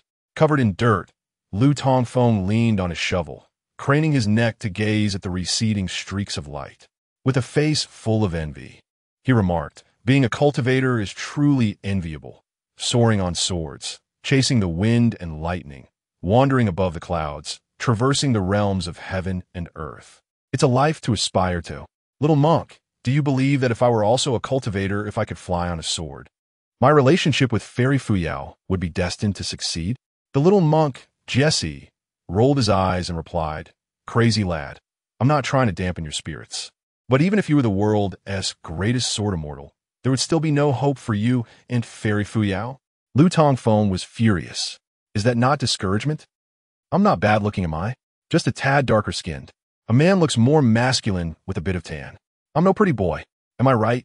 Dahe barked a few times, supporting his little master. Jesse nodded, saying, I must admit, your looks are on par with mine. We are both rare beauties in this world. However, the chances of a monk like me with Fairy Fuyao are far greater than yours. You monk, are you blind? Look at yourself. You're stocky with small eyes, of similar height and build to me. How can you claim our looks are comparable? Furthermore, your chances with Fairy Fuyao are greater than mine. Shameless. Lu Tongfeng spat in disdain. Jesse chuckled, Little madman, don't be angry. I'm not deceiving you. Do you know who Fairy Fuyao's master is? I believe it's someone called Yukenzi. Yes, Yukenzi, the current leader of Yuntian's sect. So what? Lu Tongfeng replied. My master is the sword god. Am I boasting? Herein lies the problem. Setting aside the generational gap between you and Fairy Fuyao, simply considering the enmity between your master and hers, you are fated to be worlds apart. Lu Tongfeng paused. My master has enmity with Yukenzi? Not merely enmity. It's quite profound, Ba. I am a monk and do not concern myself with worldly affairs, Jesse said. Little monk, tell me more, and I shall buy you some roasted chicken in town later. Jesse's eyes sparkled. I'm not after the roasted chicken. I'm interested in you. As the sword god's disciple, you ought to know of the events that transpired back then. What events? Tell me quickly, not until you procure the roasted chicken. Jesse insisted, shouldering his pickaxe and striding purposefully toward the land temple to the west. Lu Tongfeng dragged his shovel, calling out, Little monk, don't run. I, Lu Tongfeng, am a man of my word. If I say I'll buy you roasted chicken, I will definitely do it. I could even throw in a big pork knuckle. Just tell me. Jesse remained unmoved, cleverly withholding information until he saw the promised food. The bamboo forest was not far from the land temple, and soon they were playfully bickering as they returned to the temple. Yu Lingdang sat before the coffins of her mother and grandmother, seemingly drained of tears over these past few days. Apart from a sorrowful expression, she did not weep, lost in thought. As the sounds of their playful banter drew nearer, Yu Lingdang rubbed her cheeks to make her complexion appear better. Shortly thereafter, two dirt-covered figures entered the land temple, wielding their shovels and pickaxes. Lingdang, we've finished digging the graves for Lu Grandma and Fat Aunt. It's right by my master's grave, a true feng shui treasure. Later, the little monk and I will head to town to buy some paper money, candles, and incense. We can bury the coffins in the next couple of days. Thank you, Brother Feng and little monk, Yu Lingdang said softly. Ah, Lingdang, it's not that I'm scolding you. Why are you being so polite? We're all one family. If you keep being this courteous, I might get angry. Lu Tongfeng feigned a stern expression. Yu Lingdang nodded and said, Your clothes are all dirty. Take them off, and I'll wash them for you. Jesse responded, Sure. This monk's robe hasn't been washed in months. He then removed his muddy light blue robe and retrieved a faded robe from his storage bag to wear. Lu Tongfeng retorted, I say, little monk, you're not being polite at all. Lingdang's hand is still healing. You should wash yourself. Yu Lingdang took the robe Jesse had discarded and waved it in front of Lu Tongfeng, saying, My hand is fine now. Brother Feng, you should take yours off as well. I'll pass. This is my only cotton coat. I have no spare to change into. We'll deal with it later. Yu Lingdang turned to a nearby broken bamboo basket and pulled out a patched cotton coat.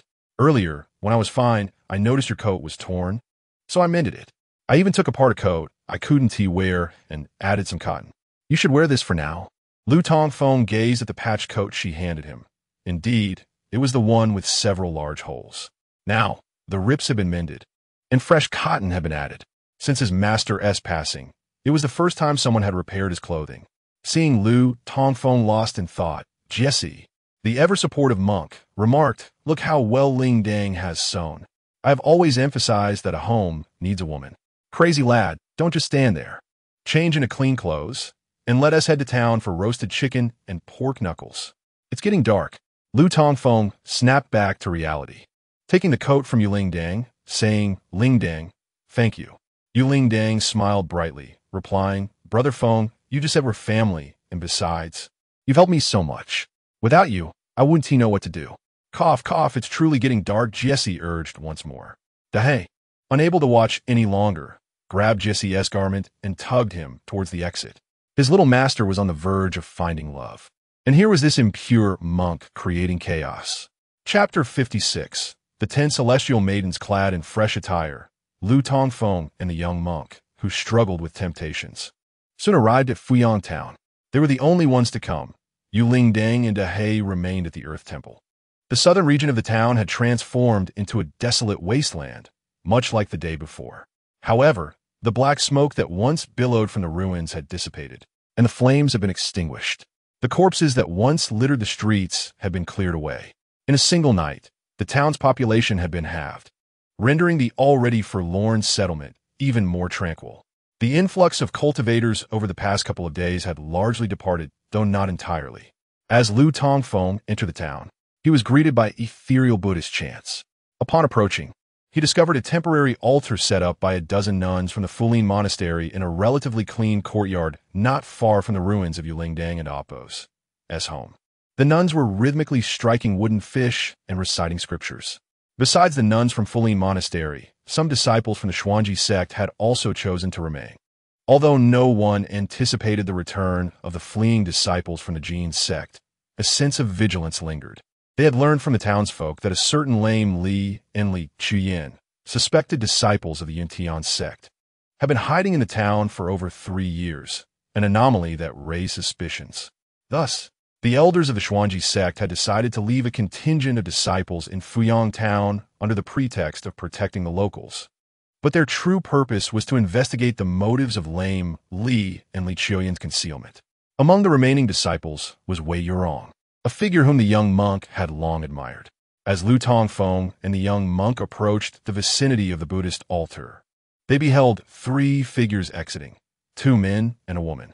Lu Tongfeng recognized the 2 men.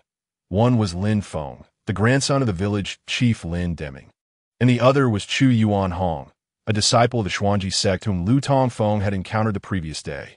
As for the woman, both Lu Tongfeng and the young monk were instantly captivated.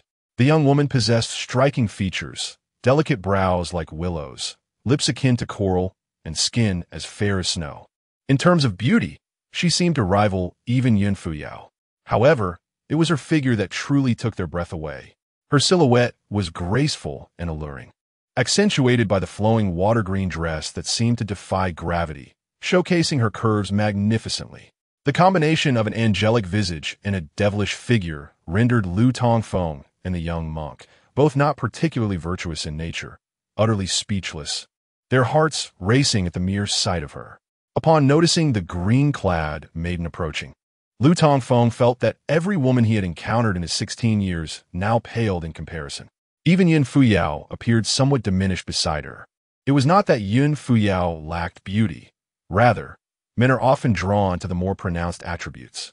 In terms of grace and allure, Yun Fuyao had the edge. Yet when it came to form, she could not compete with this captivating maiden. Initially, both Lu Tongfeng and the young monk were slack-jawed and drooling at the sight of her. However, as she neared, their expressions shifted, one adopting the demeanor of a nonchalant gentleman in a patched cotton coat, while the other transformed into a solemn young monk exuding an air of reverence. It is often said that birds of a feather flock together, and it seems these 2 newly acquainted individuals were indeed of a similar disposition, each adept at swiftly altering their demeanor. In one moment, their expressions could be lascivious, and in the next, utterly grave. Chu Yuanhong remarked, "Sister Yurong, this is the monk known as Jie, a disciple of the revered monk at the Kuhuai temple, and this is Lu Xiaoxia." Upon hearing this, both Lu Tongfeng and the young monk and amp, Appo's eyes gleamed with recognition. Sister Yurong? Wei Yurong, the green-clad maiden, appearing no older than 18 or 19, was indeed the fabled Wei Yurong, an esteemed member of the Xuanji sect and amp, Appo's younger generation, ranked among the 10 celestial maidens, her name often mentioned alongside Yun Fuyao. Gazing at the 2 before her, Wei Yurong and Appo's almond-shaped eyes sparkled with youthful exuberance. The young monk clasped his hands together and said, "Ba, it is an honor to finally meet the illustrious Wei Yurong, a name I have long revered." With a melodic laugh, Wei Yurong replied, "Ah, you are the Jie monk from Kuhuai temple. Your reputation has certainly eclipsed mine in recent years." Her voice was delightful, each word pronounced with clarity. In contrast to Yun Fuyao's reserved demeanor, Wei Yurong radiated vivacity, her bright smile and melodious voice adding to her charm.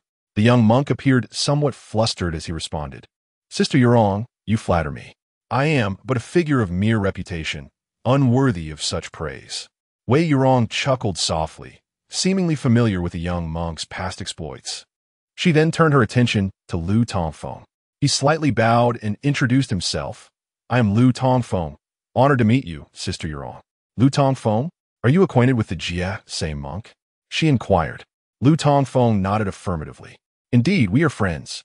Then I presume you are not of the most virtuous character." She teased lightly. Lu Tongfeng was taken aback by her unexpected remark. Had the young monk inadvertently tarnished his image in her eyes? Just then, Chu Yuanhong interjected. "By the way, Sister Yurong, this gentleman, Lu Xiaoxia, grew up in Fuyang town and is, in fact, a junior uncle to the illustrious Yun Fuyao." At this revelation, Wei Yurong's smile faltered, and she looked at him with newfound interest. A junior uncle to Yin Fuyao? You grew up here? Why was this not mentioned before? Chu Yuanhong hesitated, realizing that although he was among the first Xuanji sect disciples to arrive in the town, his status within the sect was not high, and he was unaware of the true purpose behind Wei Yorong's presence. Yesterday, I was surprised to hear Yin Fuyao refer to you as her junior uncle. However, Lin Gongzi mentioned that you had never left the town in over a decade and were not a cultivator, so I didn't amp. Oppose. Think much of it, he explained. Wei Yorong scrutinized Lu Tongfeng, her eyes glimmering with intrigue. So, are you a disciple of the Yintian sect? Lu Tongfeng felt a stir of recognition, recalling Yin Fuyao and Oppo's words before her departure that morning. He shook his head, saying, I am neither a disciple of the Yintian sect nor a cultivator. Lin Xiao has it right. I am merely a beggar, surviving on the charity of the townsfolk. Lin Feng chimed in, Indeed, we have known him since childhood. He is just a beggar whom we affectionately call an Oppos, little madman. And Oppos. Is that so? But why does Yin Fuyao refer to you as her junior uncle? Wei Yorong and Oppos' expression reflected skepticism, as if she found it hard to believe Lu Tongfeng and Oppos' claims. The appearance of Lame Li, Li Qiuyin, and now the sudden emergence of Yin Fuyao, coupled with this new junior uncle, led Wei Yorong to suspect that the congregation of so many Yintian sect disciples in this town was anything but coincidental. Chapter 57. Inaccurate Scriptures and Doubts in Restraint in response to Wei Yorong and Oppos' inquiry. Lu Tongfeng and Oppos' mind raced as he replied with a smile. Not only am I the junior uncle of the immortal Fuyao, but I'm also a junior uncle to the immortal herself. Wei Yorong's fair and handsome face revealed a hint of confusion as she asked, What do you mean? Lu Tongfeng explained. ISN and Oppos. He had said that the righteous path of the world is one. My master used to be the temple priest of the local earth god shrine and was also a Taoist, apparently holding a respectable position within the Taoist sect. Thus, not only must the young disciples of your Taoist sect refer to me as junior uncle, but so too must the young disciples of the Buddhist sect. Restraint. Wouldn't amp. Oppos. Do you agree? The young monk, Jesse, nodded eagerly, adding, Indeed, Yang Immortal, Lu Benefactor is correct. In terms of seniority, Lu Benefactor is indeed one generation above us. The temple priest to the earth god shrine? Is that true, young Master Lin? Wei Yorong turned to Lin Feng. Lin Feng quickly affirmed yes. The shrine is located at the foot of the mountain 3 miles south of town and has been there for decades. When the old priest was alive, the shrine had some incense offerings. However, since that old priest passed away 6 years ago, the shrine has fallen into disrepair, with the back rooms collapsing and the small temple abandoned. For these years, Lu Tongfeng has lived alone in the dilapidated shrine.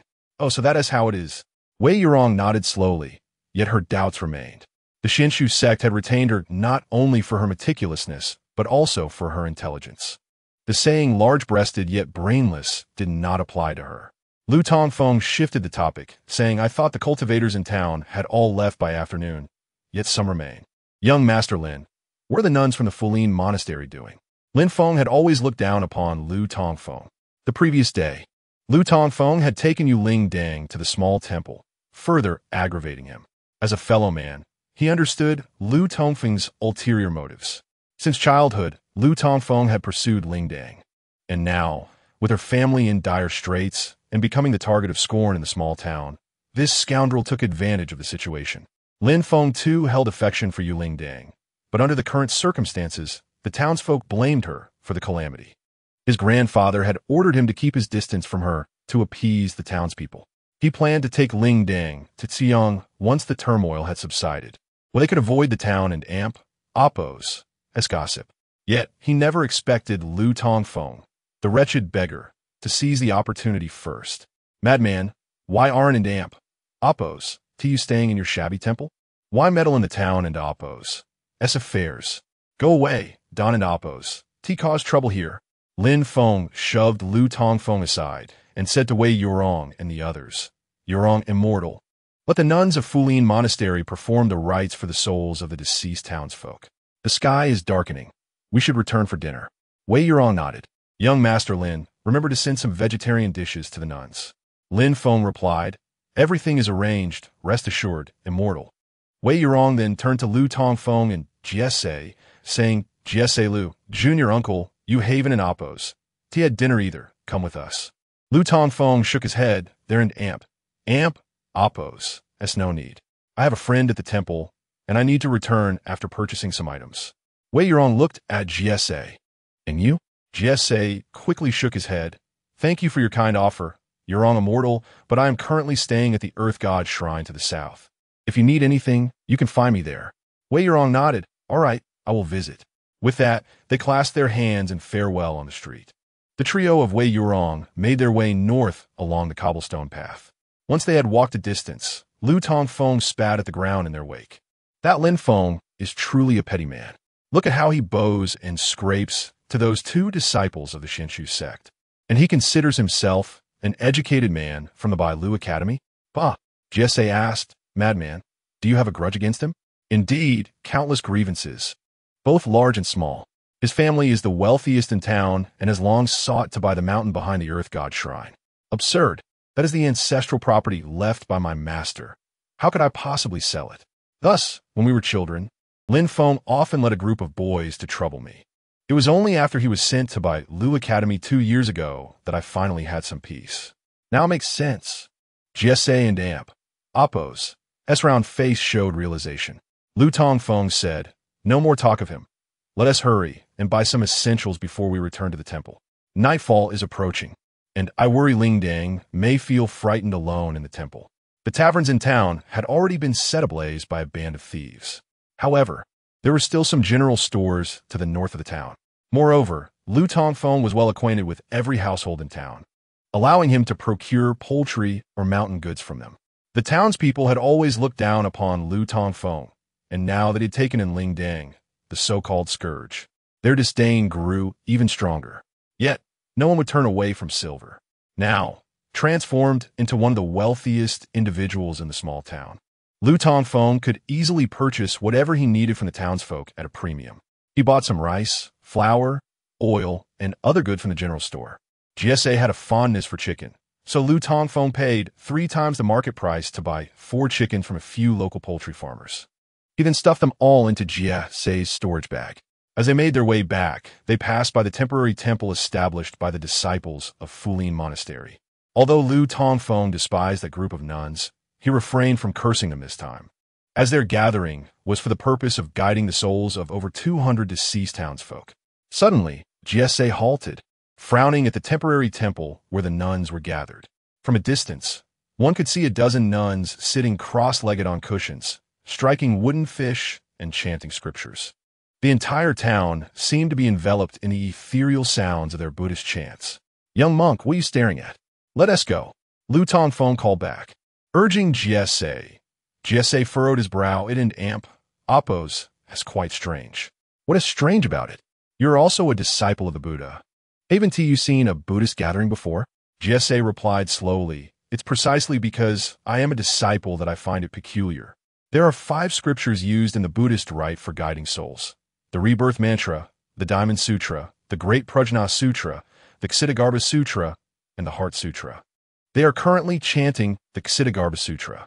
And so, you, not being a member of the Buddhist sect, wouldn't understand that the 5 scriptures serve different purposes in guiding the deceased, following a specific order. The Ksitigarbha Sutra can be used to guide souls, but it is meant to be recited last. Ksitigarbha Bodhisattva governs the underworld. It is only after a soul has entered the netherworld for 7 days that this scripture is chanted to assist the spirit in escaping the evil path and being reborn into a good one. Given that the town was massacred just 2 days ago, they should be reciting the Rebirth Mantra, not the Ksitigarbha Sutra. A look of confusion filled Jesse's face. Chapter 58. A first flight, almost terrifying though the young monk, known for his lack of adherence to the strictures of the Buddhist faith, was a disciple of the renowned Khi Temple. Under the tutelage of the illustrious Su Nbei, he possessed an intimate understanding of Buddhist scriptures. The Earth Store Sutra, recited 7 days after death, is a common knowledge among Buddhist disciples. However, the residents of the small town had only been here for 2 days. The souls had yet to enter the underworld and reach the domain of Ksitigarbha Bodhisattva. It would be understandable for a small temple, lacking a substantial following and housing only a few monks, to err in such a manner due to limited understanding of Buddhist teachings. Yet this morning, the young monk had encountered a group of nuns, who were practitioners arriving on the golden clouds of Buddha's light. Any temple that could boast over 10 practitioners surely was not a mere backwater shrine with shallow comprehension of the Dharma. How could they possibly commit such a fundamental error? Lu Tongfeng scoffed, "You're a monk, and they're nuns. Perhaps the precepts differ between you. Come on, Lingling and Dahe are still waiting for us in the temple. Is that so?" The young monk pondered, feeling somewhat skeptical. He had indeed had little interaction with the nuns, and he could not discount the possibility of what Lu Tongfeng suggested. The complexities of the human Buddhist world encompassed not only monasteries filled with monks, but also nunneries and distinctions between various schools, such as Zen and esoteric Buddhism. The Khi temple, where the young monk resided, belonged to the Zen lineage. Perhaps the procedures and regulations concerning the salvation of the deceased in esoteric Buddhism or at a nun-s temple differed significantly from those at Khi temple. Gradually setting aside his doubts, the young monk proceeded southward with Lu Tongfeng. Upon exiting the town, darkness had completely enveloped the sky. The snowy path was treacherous, prompting the young monk to remove the large wooden fish from his back. "Little madman, let us just fly back. You can fly, but I can't." "You really can't?" "Of course not. I'm not a cultivator. How could I possibly fly?" The young monk rolled his eyes, recalling how he had witnessed Lu Tongfeng's cultivation the previous night. The pure, vigorous aura emanating unconsciously during Lu's practice was far more potent than his own, suggesting that this little madman might be more adept than he was. The young monk could not fathom why Lu Tongfeng would deny being a cultivator while simultaneously practicing in front of him. Surely, Lu was testing him. Thus, he refrained from further inquiry.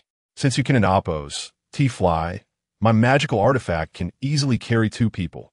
I'll take you flying then." "Ah, this flower monk truly has a sense of camaraderie. I've never flown in my life. I never imagined I would experience the sensation of a cultivator soaring through the skies in my lifetime." Lu Tongfeng exclaimed with delight. Having seen numerous cultivators flitting about in the sky over the past few days, he was consumed by envy and eager to experience flying for himself. The young monk formed a hand seal and silently chanted an incantation. The large wooden fish suddenly radiated a soft golden light, hovering before them. He grasped Lu Tongfeng's wrist, leaping onto the floating wooden fish. Lu Tongfeng expected it to sway like a boat, but to his astonishment, the fish was remarkably stable, allowing them to stand upon it without any movement, creating the sensation of walking on solid ground. Under the young monk and Appo's guidance, the large wooden fish ascended to about 10 feet above the ground, flying at a leisurely pace. It was Lu Tongfeng and Appo's first experience of flight, and everything felt fresh and exhilarating. Initially worried about plummeting to the ground, he gradually realized it wasn't as dangerous as he had thought. "Hey, little monk, can you fly a bit higher? We in Appo's, we're not even above the saplings. Just 3 miles, why rush to land? Then speed up. At this pace, you in Appo's, we're not even as fast as Dahe. That's doable." Hearing the young monk and Appo's slightly mischievous chuckle, Lu Tongfeng felt a sense of foreboding. "What are you planning to do?" "I want to get down." A startled cry startled many birds from the surrounding trees. The wooden fish, glowing with golden Buddhist light, suddenly vanished from beneath them. "Ah, slow down." Dahe rolled in the snow at the entrance of the Earth God Temple, seemingly quite exhilarated.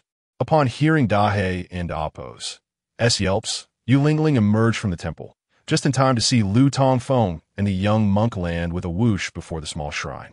As the wooden fish hovered about 3 feet above the ground, the young monk tossed Lu Tongfeng off. Lu Tongfeng trembled, struggling to maintain his balance. "Stinky monk, do you seek to end my life?" The young monk fell from the wooden fish, slinging it back onto his back. "You wanted to fly faster. How can you still complain about me?" "So what, little madman, how does it feel to soar through the skies?" "Ordinary. Just mediocre." Lu Tongfeng, now resembling a dead duck, could only stubbornly retort. Throughout the journey, his cries had been incessant for 3 miles. "You're back. It's windy outside, come in. Yu Lingling's voice called out. Lu Tongfeng leaned against a boulder and waved. You go ahead. I'll just take a quick leak. The young monk chuckled. No way. You got scared and wet yourself from just that short flight? You're talking nonsense. How could I possibly wet myself? I just haven't TP'd all day. It's just a coincidence. As the young monk and Yu Lingling entered the Earth God Temple, Lu Tongfeng hurriedly unfastened his belt. That was close. So close to an accident. If I had wet myself in front of Yu Lingling, how would I face her again? Now at last, he felt relieved. This 3-mile flight had allowed Lu Tongfeng to witness the experience of a cultivator soaring through the skies. The sensation was not particularly pleasant. After relieving himself, Lu Tongfeng moved his trembling limbs and finally stepped into the temple. The young monk was busy retrieving various supplies they had purchased in the town from his storage bag. They had acquired an assortment of ingredients, wild game, and poultry sufficient to feed the 3 of them for a fortnight. Lu Tongfeng had spent over 30 taels of silver on these supplies, a significant investment indeed. Yu Lingling, ever industrious, began to prepare a fire and cook. Lu Tongfeng wished to help, but was shooed away by Yu, who insisted she could manage. Not knowing how to repay Lu Tongfeng and the young monk, she felt that washing their clothes and cooking for them was the best way she could express her gratitude. Seeing Yu Lingling so determined, Lu Tongfeng could only join the young monk, taking out a gourd to share a drink and chat. Meanwhile, Dahe lay by the makeshift stove, drooling at the mountain delicacies hanging from the wall, having endured years of hunger alongside his little master. At last, the days of hardship seemed to be over. Chapter 59. The 10 Fairies of the Present Age. One who is not picky. Wow. Little madman, this wine of yours is quite exquisite. The small monk, Jesse, lifted the cup of wine that Lu Tongfeng had handed him, taking a moment to savor its aroma before his eyes sparkled with delight.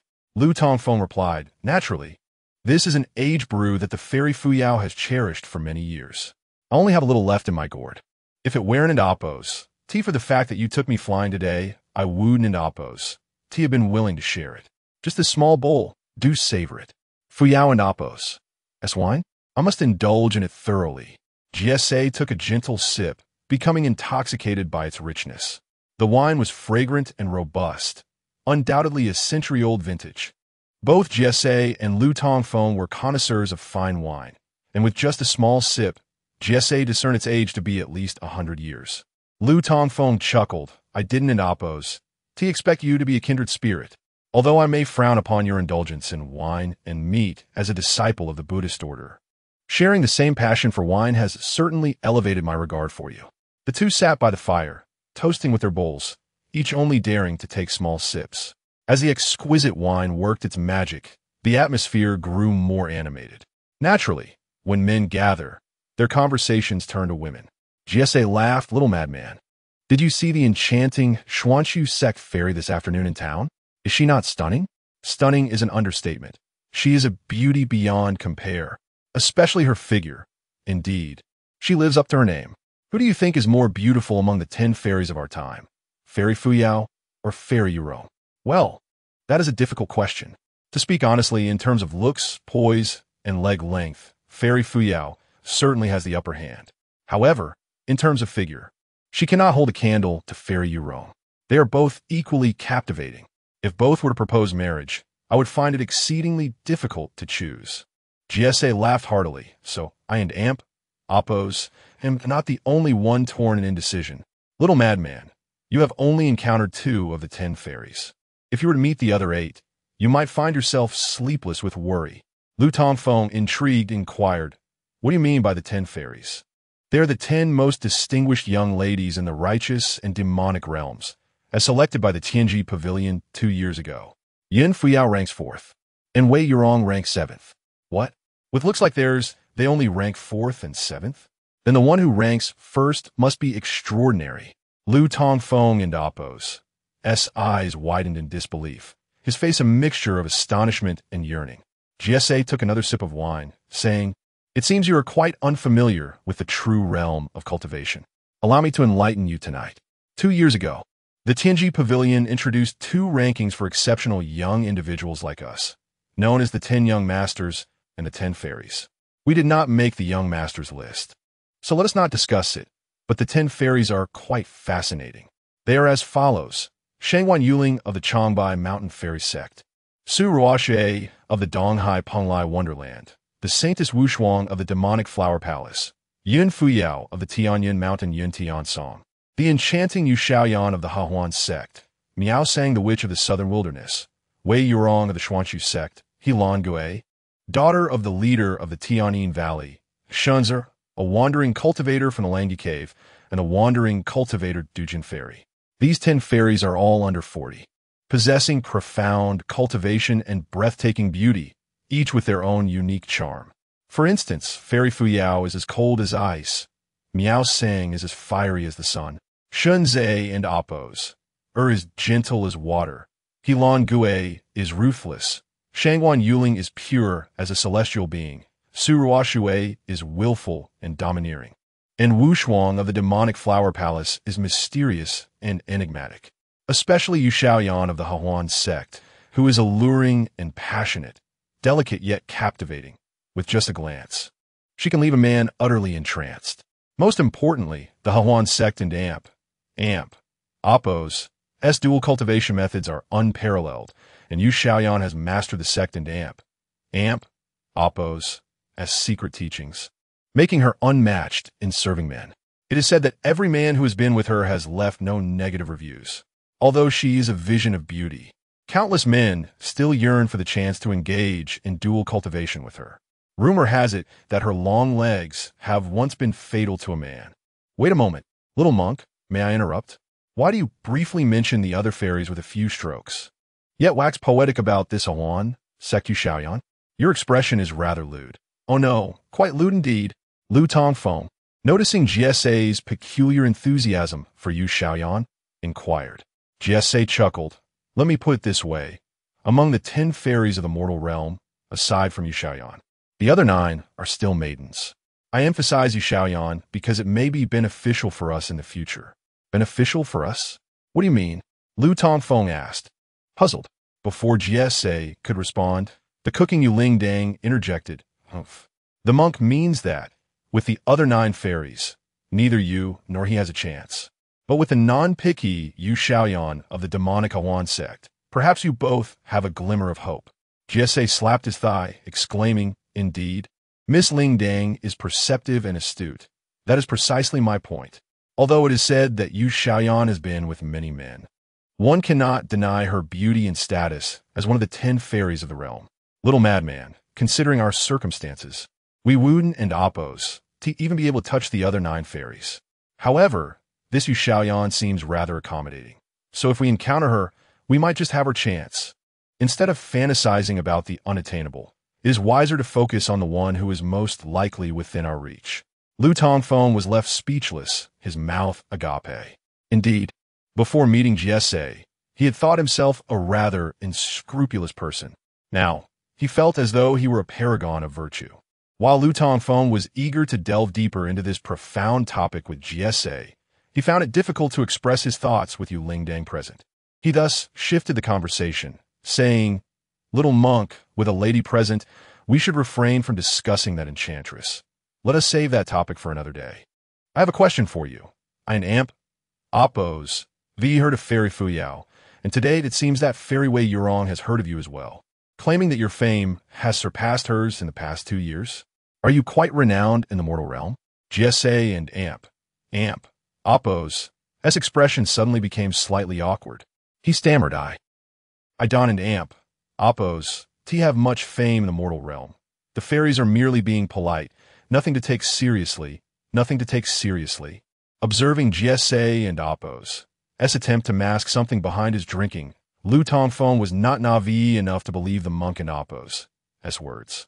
It seemed that the rotund monk and Appos' reputation was less than stellar, which made him reluctant to admit it. Lu Tongfeng was not surprised. A monk who indulged in wine and meat and yearned to engage in passionate encounters with the demonic enchantress Yu Shaoyan would hardly have a good reputation. Chapter 60. The Opportunity of Abstinence and the Heart Method of Tongfeng. Little monk, I have yet to inquire about your age and your level of cultivation. Lu Tongfeng expressed his curiosity. The abstinent little monk replied, I am 28 years old, with rather mediocre talent. Currently only at the initial stage of the 5th layer of harmonization. Cough. Lu Tongfeng nearly choked, realizing why this little monk, who lacked both beauty and a sculpted physique, had gained considerable fame in the mortal realm. It is his cultivation, Lu Tongfeng exclaimed in astonishment. The immortal Fuyao is 30 this year and also at the initial stage of harmonization. Yet you are only 28 and already at this stage? You are even more formidable than her. The little monk chuckled awkwardly, attributing it to luck.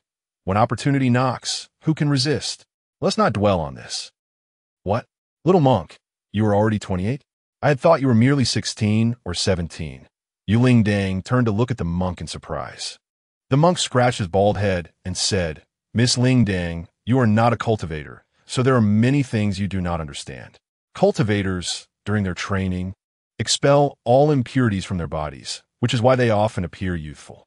Although I am 28, I will forever maintain a heart as youthful as an 18-year-old. Yu Lingdang and Appo's eyes brightened with a hint of longing. What girl does not wish for eternal youth? Lu Tongfeng stroked his chin, observing the little monk and Appo's somewhat peculiar expression. This fellow, with a round face and a plump physique, hardly resembled a prodigy in cultivation. How could such extraordinary talent exist? Achieving harmonization at 28 is certainly more impressive than Yuan Fuyao. Noticing Lu Tongfeng and Appo's scrutinizing gaze, the little monk withdrew his not-so-obvious neck and chuckled nervously. Little madman, could you refrain from looking at me with such unusual eyes? It makes me a bit uneasy. I can assure you, my inclinations are entirely normal, with no hint of any peculiar tastes. Lu Tongfeng replied, do not overthink it. My inclinations are even more normal than yours. I merely find it astonishing that the adage holds true. One should not judge by appearances, and the sea cannot be measured by mere buckets. I did not expect that beneath your exterior lay a rare prodigy of cultivation. The little monk, seemingly a bit shy, said, what rare prodigy?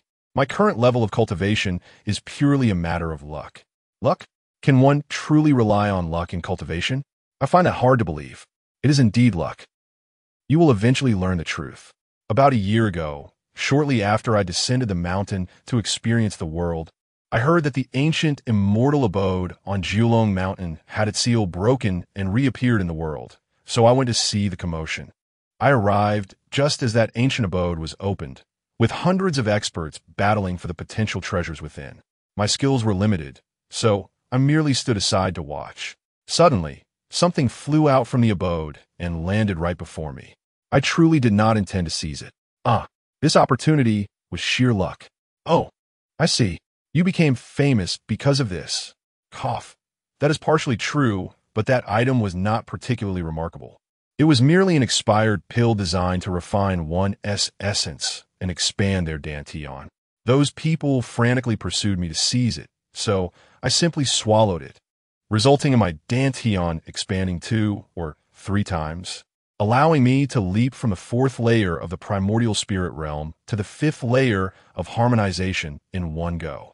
Otherwise, with my aptitude, it would have taken me 3 to 5 decades to reach harmonization. The little monk chuckled, appearing somewhat bashful, yet his eyes brimmed with pride. Lu Tongfeng, however, unhesitatingly raised a finger in disdain.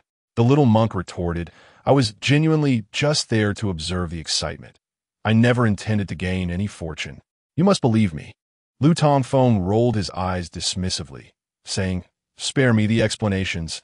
I'm not a cultivator and have no interest in your expired pill. The little monk said, little madman, this is rather uninteresting.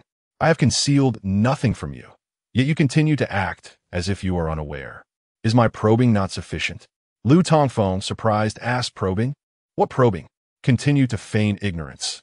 Your cultivation level is not beneath mine and may even surpass it. How is this not considered cultivation? Lu Tongfeng frowned slightly, saying, little monk, do not speak carelessly. What cultivation level do I possess? I merely have a bit more strength. Even striking Lingdang is a challenge. The little monk rolled his eyes, saying, last night I witnessed your training and Lingdang saw it too, right, Miss Lingdang? Lingdang turned back to them and nodded, yes. I saw last night. Brother Feng, we have known each other since childhood, Yet you never mentioned that you are a cultivator. Me? Cultivating? Oh, I understand now. You mean when I was meditating last night? That was not cultivation. It was merely a method my master taught me to endure cold and hunger. Realizing this, Lu Tongfeng explained, enduring cold and hunger? And that is all? Little madman, are you still pretending? Is this amusing? We are friends. Why would I deceive you? The method my master passed on to me simply helps with cold endurance and hunger and grants a bit more strength and speed. Nothing else. Oh, the little monk, observing Lu Tongfeng's earnest expression, suddenly became intrigued. He secretly activated his Buddhist visualization, and within his eyes, a golden light seemed to gather. As he scrutinized Lu Tongfeng, he sensed that this fellow might not be lying. This revelation astonished the little monk. Could it be that he is unaware of his own prowess? Or did I misjudge last night? Little madman, may I check your pulse? You wish to examine my pulse. Is there anyone else who would do so? Indeed, just a few days ago, Immortal Fuyao did not believe I was not a cultivator and insisted on checking my body. She eventually gave up when she realized I hadn't bathed in months. Oh, I do not mind. How about I check your pulse? Lu Tongfeng thought to himself, since Yun Fuyao has left, allowing this monk to check my pulse and ascertain whether I possess spiritual roots could be a worthwhile endeavor. Suddenly, the drooling black dog lying near the stove lifted its head. It seemed to contemplate stopping him as before, but after a few moments of hesitation, it returned to drooling. With the sword and Oppos, bond established, the seal on Lu Tongfeng has been broken, and the black dog understood that it no longer needed to guard Lu Tongfeng and Oppos as secrets. Chapter 61. The Method of Acupoint Cultivation. The little monk, devoted to abstinence, rested 3 fingers gently on Lu Tongfeng's outstretched wrist.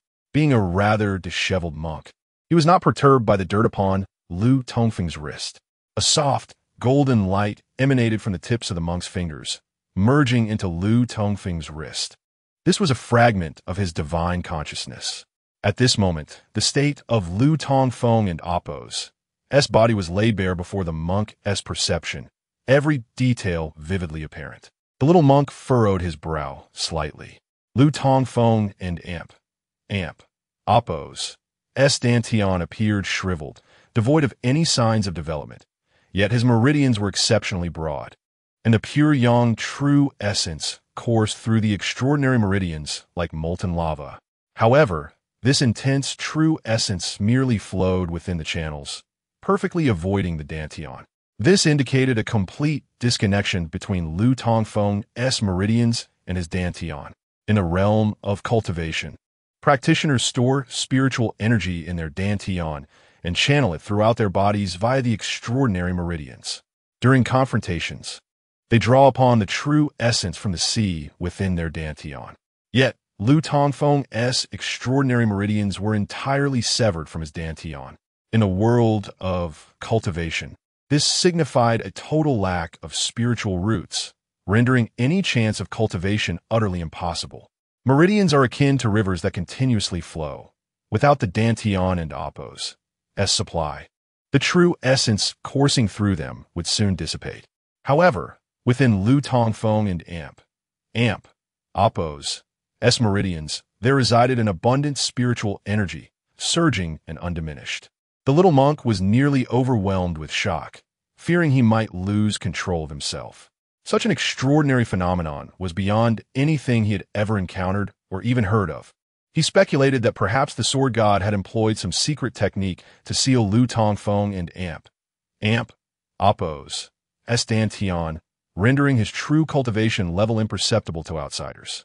Yet, upon inspecting Lu Tongfeng's dantian closely with his divine consciousness, he found it to be utterly desiccated, devoid of even the slightest ripple of true essence. Undeterred, the little monk directed his divine consciousness upward into Lu Tongfeng and Oppos' mind. Within a cultivator's body lie 2 seas, the sea of the dantian and the sea of the soul. The former resides in the lower abdomen, while the latter dwells within the mind. One is the source of spiritual power, the other of mental energy. The 3 souls and 7 spirits, along with the primordial spirit, all reside within the sea of the soul. Both souls and primordial spirits are remarkably fragile. Thus, the sea of the soul is meticulously protected. Situated above the heavenly spirit, the sea resembles a vast expanse with only one entrance, necessitating passage over two bridges, the heavenly spirit bridge and the earthly soul bridge. These bridges are formidable, resistant to external forces. Only by traversing both can one enter the sea of the soul. At present, the little monk's divine consciousness halted before the two bridges of Lu Tongfeng. He was taken aback, for both bridges were fractured, lacking any connection. This signified that Lu Tongfeng had never cultivated his soul and had never condensed a primordial spirit. This was truly astonishing. The little monk swiftly withdrew his hand, gazing at Lu Tongfeng in utter disbelief. Observing the rapid shift in expression on the monk's round face, Lu Tongfeng felt a surge of anxiety. Little monk, what's wrong? Is my body all right? Are my organs healthy? Do I possess the spiritual roots you cultivators speak of? The little monk remained silent, staring at him with a look of astonishment. This filled Lu Tongfeng with an unsettling premonition, prompting him to extend his hand once more towards the monk. Please, take another look. Your silence frightens me. Am I not gravely ill and on the brink of death? Little monk, master you, who have renounced worldly attachments, must save me. The little monk shivered slightly, as if finally regaining his composure from the shock. He scrutinized Lu Tongfeng and declared, Your internal organs are in perfect condition.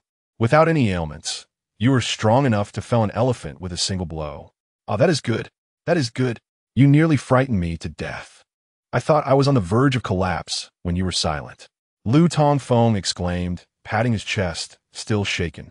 The little monk inquired, You madman, I must ask you, why is there abundant spiritual energy flowing through your meridians, yet your dantian is not connected to the extraordinary meridians? And why are your heavenly and earthly bridges also severed? Dantian, heavenly and earthly bridges? Where are those? Lu Tongfeng asked in bewilderment. Are you serious? You don't even know what a dantian or the heavenly and earthly bridges are. The little monk exclaimed, leaning back in disbelief. Lu Tongfeng gently shook his head. At this moment, the little monk finally understood why Lu Tongfeng had persistently claimed he was not a cultivator. It was because he genuinely did not realize he was one. The little monk pointed to a spot just below Lu Tongfeng and Appo's navel. The dantian is located here. It should be a slowly rotating vortex, connecting to the extraordinary meridians to store true essence. The larger the space within the dantian, the greater the stored power and the higher the cultivation level. He then pointed to Lu Tongfeng's head, saying, The heavenly and earthly bridges are above the head, connecting to the sea of the soul, where the primordial spirit and souls reside. Ah, you mean the sea of qi and the sea of the soul, Lu Tongfeng realized. Exactly. The Taoist tradition speaks of such concepts. Can you explain why your dantian, that is, your sea of qi, is so shriveled? There is neither a rotating vortex nor a connection to the extraordinary meridians. Why must there be a connection? Lu Tongfeng questioned, confused. If you do not connect to your dantian sea of qi, how can you mobilize true essence? How can you store true essence? The little monk replied, emphasizing the importance of a connection. Lu Tongfeng paused, saying, mobilizing true essence, storing true essence? What does that have to do with the internal sea? Of course it matters. The abundant spiritual energy flowing through your meridians is solid and unyielding. If you do not store it in your dantian sea of qi, where else could it be stored? In the acupoints? Lu Tongfeng inquired, perplexed. In the acupoints? Do you even understand what you are saying? The little monk exclaimed, astonished. You mean to say you've been storing the energy in your acupoints all this time? Of course not. We cultivators store true essence in our dantian sea of qi. How could one store it in acupoints? I have never even heard of such a thing. Ah, Lu Tongfeng felt a momentary lapse. For many years, he had believed that all cultivators stored their power within acupoints. This was the first time he had heard that everyone else stored it within the sea of qi. It seemed he was the only one who had been storing it in his acupoints. Feeling somewhat disheartened, Lu Tongfeng lamented, I told you I wasn't a cultivator. But you would believe me. Sigh. I thought the techniques my master passed down were truly those of a cultivator. What a false hope it has been. Chapter 62. Rebirth from the Flames. Connecting to the Sea of Divine Souls, Lu Tongfeng currently found himself in a state of profound despondency. Who among the aspirants of immortality does not yearn for the ability to soar through the heavens on a sword, to laugh in the face of adversity? It is a dream cherished by every man. When Yun Fuyao spoke to the abstinent little monk, claiming to be a cultivator, a flicker of hope ignited within him. Perhaps the techniques imparted by his master since childhood were indeed methods of cultivation, only he was yet too young to achieve the mastery of flight. However, that flicker of hope was now extinguished. After the abstinent little monk examined his body, the remnants of Lu Tongfeng and Appo's expectations and fantasies were utterly shattered. Today, he learned that the spiritual energy of cultivators was not stored within acupoints, but rather in the Dantian's Qi Sea.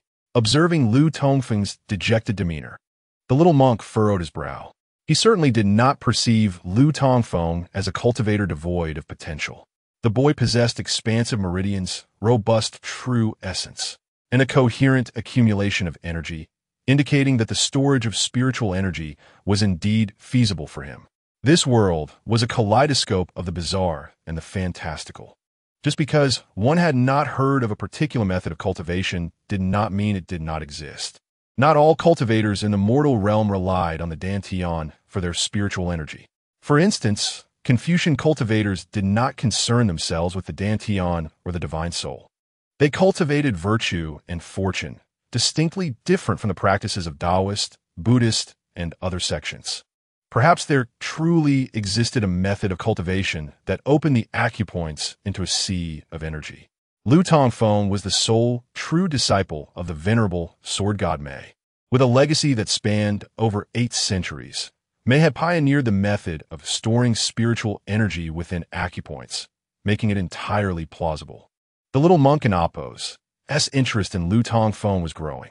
Little madman, could you enlighten me about the method you practice that allows you to withstand cold and hunger? He inquired, believing the issue lay within that technique, possibly a novel system of cultivation that the sword god might have comprehended in his later years. Lu Tongfeng regarded the little monk with suspicion. Don and Amp, Appo's, to even think about it. My master has repeatedly instructed me that this method is to be cultivated solely by me and must not be shared with others. The little monk had anticipated this response.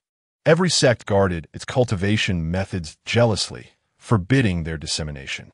I am but a disciple of the Buddhist path, not versed in Taoist sorcery.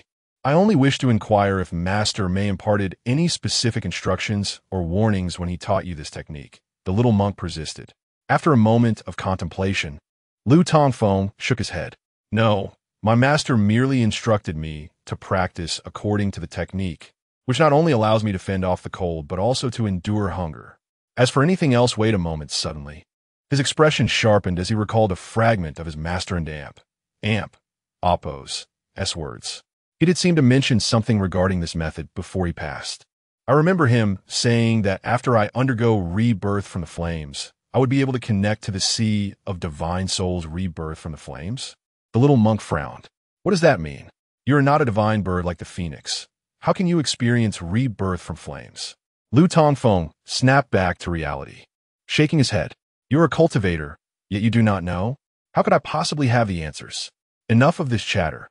The meal is ready. At that moment, Yuling Dang called for them to wash their hands and join her for dinner. She had prepared a pot of rice and a stew of wild game. As they dined, the little monk, aware of Lu Tongfeng's limited knowledge regarding the mortal realm's cultivation society, shared tales of the cultivation world.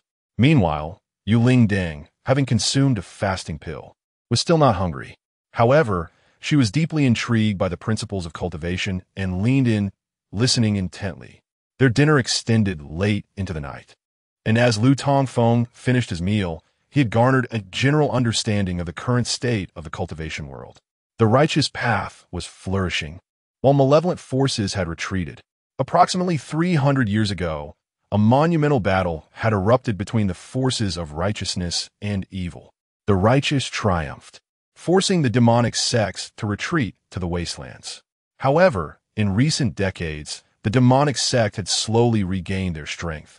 and traces of their disciples began to reappear in the prosperous Middle Kingdom. The Yin Gate, which had recently plagued Yuzhou, was but a minor faction of the demonic sections.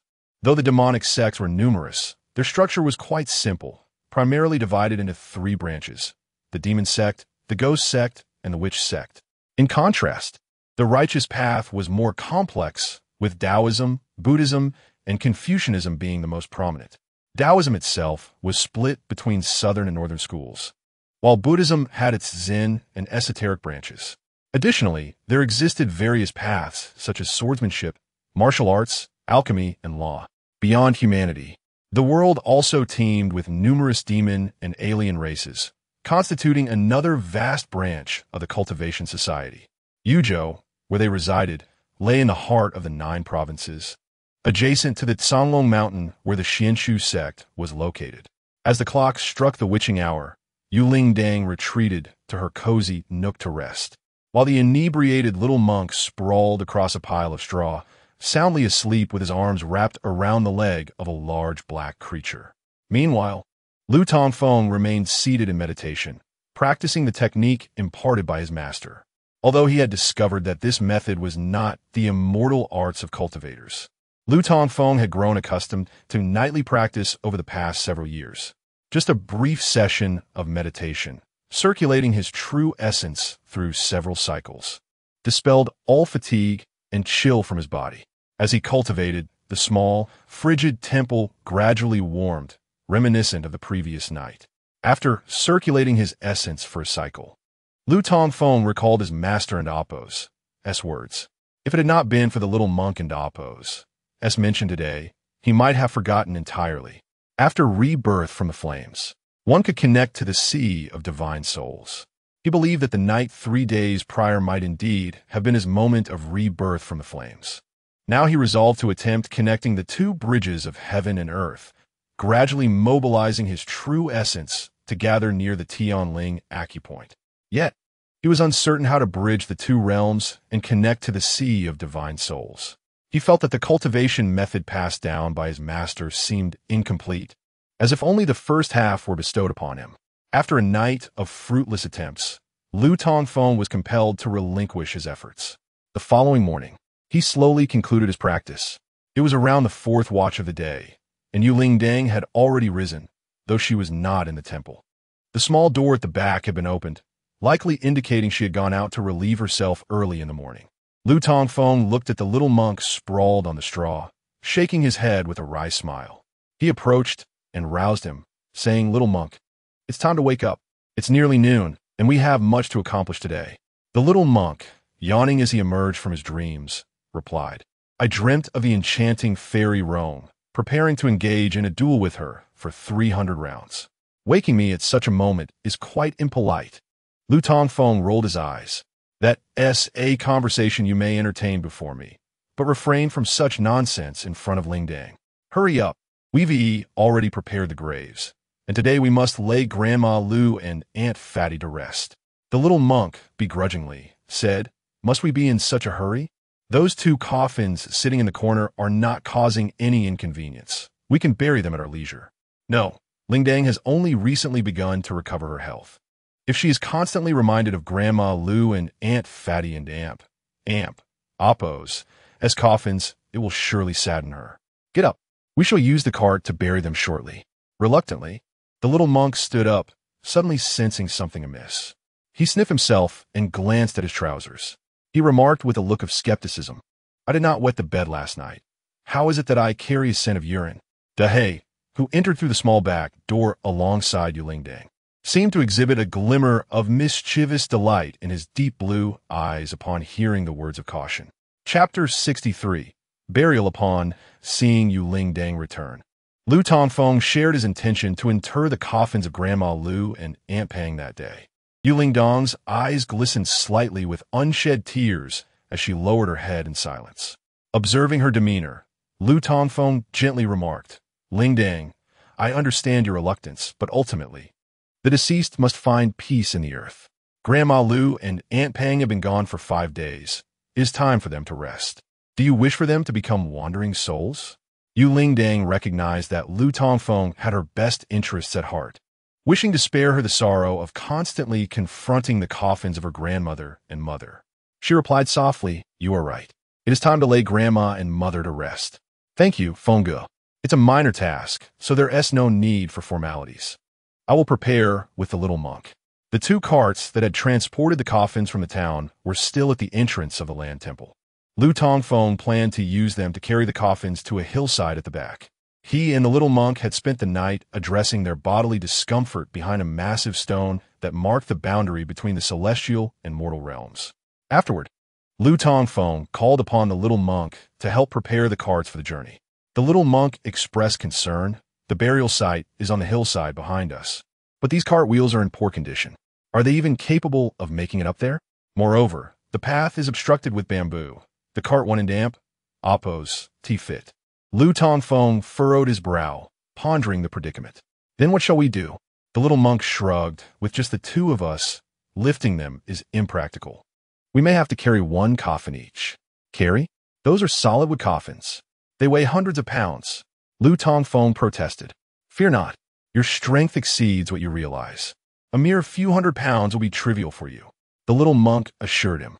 With doubt and a lack of confidence, Lu Tongfeng questioned, "Really? Am I truly that strong?" "Little monk, might it be possible to store Grandma Lu and Aunt Pang and Appo's as coffins in your storage pouch for transport, retrieving them at the burial site?" "Isn't that a brilliant idea?" The little monk and Appo's round face froze momentarily before he pointed an accusatory finger at Lu Tongfeng. "Do you hear the absurdity of your words? Those are your mother-in-law and grandmother. I, an outsider, would willingly carry them, and you hesitate? You want to stuff them into my storage pouch? How outrageous! I appreciate your words. For that, I shall carry my mother-in-law and Appo's coffin," Lu Tongfeng declared. "However, such sentiments should not be spoken in front of Ling Dang. I fear it may embarrass her." Lu Tongfeng pushed the two dilapidated wooden carts aside, contemplating their fate after the burial of Grandma Lu and Aunt Pang. He intended to dismantle them for firewood, using the planks for a bed. Returning to the temple, Ling Dang had donned heavy mourning garments and was burning paper offerings before the coffins, tears streaming down her cheeks. A large black dog lay beside her, seemingly mourning the two kind souls who often treated it to meat buns. "Ling Dang, it is nearly noon. We should proceed with the burial of Grandma Lu and Aunt Pang," Lu Tongfeng suggested gently. With silent resolve, Ling Dang rose, her fair cheeks adorned with glistening tears. Perhaps her beauty did not rival Yin Fuyo and Appo's, but she was undeniably lovely, her appearance reminiscent of a pear blossom in the rain, evoking deep sympathy. Lu Tongfeng first carried the two burning braziers outside, and then, alongside the little monk, lifted the coffins out. The snow was thick outside, and Ling Dang knelt in it, sobbing uncontrollably. Lu Tongfeng refrained from offering comfort. This was her final moment of such heart-wrenching grief. After the burial, she would gradually return her normal life. As Lu Tongfeng and the little monk secured the coffins with ropes, a sudden bark from the black dog broke the somber atmosphere. Turning to investigate, Lu Tongfeng spotted a large group approaching from the south. Leading the pack was an old acquaintance, Lin Yuqing, the town and damp, Appo's constable, accompanied by two security personnel, Ergo and Sanhua, with a throng of officers in tow, at least 70 or 80 in total. Lu Tongfeng hastily set aside his task and approached them. 5 days prior, he had encountered Lin Yuqing and his companions at the foot of Tsuiping Mountain, en route to report to the magistrate in Xuyang City. It was time for their return. "Lin uncle, Ergo Sanhua," Lu Tongfeng greeted. The group soon arrived at the small temple. Lin Yuqing stepped forward. "Little madman, you've returned." Lu Tongfeng nodded. "Indeed. After meeting you, I came back." "Lin uncle, are you aware of what transpired in the town the night before?" With a sorrowful expression, Lin Yuqing confirmed, casting a glance toward the ruins of the town. "I learned of it 2 days ago at the relay station in Xuyang City and rushed back immediately." He then turned to the north toward the town. Ergo and Sanhua approached, their faces drawn with concern. "Little madman, are my family members safe?"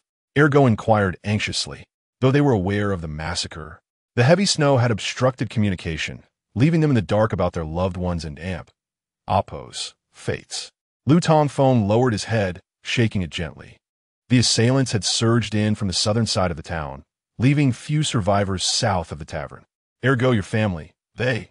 Ergo and Oppos. S face drained of color as if all vitality had been sucked away, and he collapsed into the snow. Father, mother. He suddenly sprang up, wailing and stumbling toward the town. Despite previous tensions with Ergo, Lu Tongfeng felt a pang of sympathy upon witnessing his anguish. He turned to Lin Yuqing and Sanhua. Lin uncle, Sanhua, it appears your families have fared better. Both men displayed fleeting relief, though they suppressed their joy at seeing Ergo and Oppos. Pain. Lin Yuqing glanced at the coffins before them, and at Yu Lingdang, who wept with her back turned. Little madman. Who is this? This is Lingdang. Her home collapsed that night. The townsfolk have shunned her due to the incident. So I brought her and the coffins of Grandma Lu and Aunt Peng to the land temple for burial today. Indeed, Lingdang is not to blame for what occurred. Tongfeng, you have done well. I must return to the town immediately. Please light incense for Grandma Lu and Aunt Peng on my behalf. Of course. Lu Tongfeng replied with a nod. Lin Yuqing then called for the resting officers to continue their journey. Watching the large group pass by him, Lu Tongfeng sighed softly. After they had departed, he returned to the coffins at the temple entrance. The little monk had already secured them with ropes. Are they from Xiang City? He inquired. Lu Tongfeng nodded slowly yes. He then gently lifted the weeping Yu Lingdang, saying, Lingdang, time is of the essence. It is time for Grandma Lu and Aunt Peng to embark on their journey. Chapter 64. The arrival of the celestial maiden Lu Tongfeng approached a coffin, grasping the bound ropes to test their strength. To his astonishment, he effortlessly lifted the several hundred-pound coffin. Since that fateful night when he was engulfed in flames, he had sensed a remarkable increase in his strength, yet he had not anticipated it to be so substantial. Realizing he could carry the coffin, Lu Tongfeng quickly steadied his mind. Alongside the monk Jiesha, who was also bearing a coffin, they made their way towards the back of the Earth God Temple. In front, Yu Lingdang, clad in heavy mourning attire, held 2 spirit tablets, with the Hei following closely by her side. This was a mournful funeral. There were no pallbearers, no relatives or friends lamenting, not even a devoted son. Only Yu Lingdang walked alone at the front. The distance of over 100 paces was not particularly far, yet the path was treacherous, laden with thick snow and requiring an ascent through a mountain dense with bamboo. The two bore the coffin horizontally, often needing to turn sideways to navigate through the bamboo grove. After an entire incense stick and Oppos' worth of time, they finally arrived at the grave they had dug the previous day. Once the coffin was laid upon the ground, Yu Lingdang knelt, weeping inconsolably. Due to the simplicity of the funeral, with no one present, Lu Tongfeng had to see to the burial himself, sending Hei to comfort Yu Lingdang to prevent her from fainting in sorrow. After untying the ropes, Lu Tongfeng and the monk Jiesha slowly lowered the 2 coffins into the pit one by one. Lu Tongfeng scattered a considerable amount of paper money and tossed a few taels of silver into each grave. With a gentle sigh, he gestured for Jiesha to begin covering the graves. With a push of his palms, Jiesha swiftly filled the graves with the earth that had been excavated the day before. Grandmother, mother, Yu Lingdang cried out, watching the coffins gradually being buried. Lu Tongfeng quickly pulled her back a bit, fearful that in her despair, she might leap into the grave herself. With the assistance of the monk, the burial proceeded swiftly. Soon, 2 fresh mounds appeared in the tranquil bamboo forest. Kneeling before the graves, Lu Tongfeng burned incense while expressing, Grandmother Lu, Aunt Fat, rest in peace. I will take good care of Lingdang and ensure that no one dares to bully her, nor will I allow her to suffer even the slightest grievance. He then bowed 3 times before each grave. The monk Jiesha took out his large wooden fish sitting on the snowy ground, striking the fish while quietly reciting sutras. Yu Lingdang lay atop the grave, tears streaming down her face. The 3 remained at the gravesite for a long while, with Yu Lingdang adamantly refusing to depart. As the afternoon wore on, Lu Tongfeng consoled her, Lingdang, let us return for now. This place is so close. We can come daily to pay our respects to Grandmother Lu and Aunt Fat. Gradually, Yu Lingdang ceased her weeping and deeply bowed to Lu Tongfeng and the monk. Brother Feng, monk, Thank you for helping to bury my grandmother and mother. I will repay you both in the future. Seeing Yu Lingdang no longer in tears, Lu Tongfeng felt a sense of relief. After crying since morning, further tears might surely take a toll on her fragile health. Yu Lingdang and Amp, Oppo's expression remained sorrowful and haggard. Before they even descended the mountain, she faltered and collapsed onto the ground. Lu Tongfeng was taken aback, quickly assisting her up. Lingdang, are you all right? She gently shook her head, replying, I'm fine. Look how exhausted you are. Let me carry you. Though she insisted she could walk after just a few steps, she stumbled again, ultimately conceding to Lu Tongfeng's offer to carry her down the mountain. As she nestled against Lu Tongfeng and Amp, Oppo's back, a wondrous warmth emanated from him, rapidly enveloping Yu Lingdang's cold body, warming not only her skin, but also her heart. She rested her head on his shoulder, feeling an immense comfort and security. Unbeknownst to her, her eyes slowly closed. Upon reaching the Earth God Temple, Lu Tongfeng discovered that Yu Lingdang had fallen asleep on his back.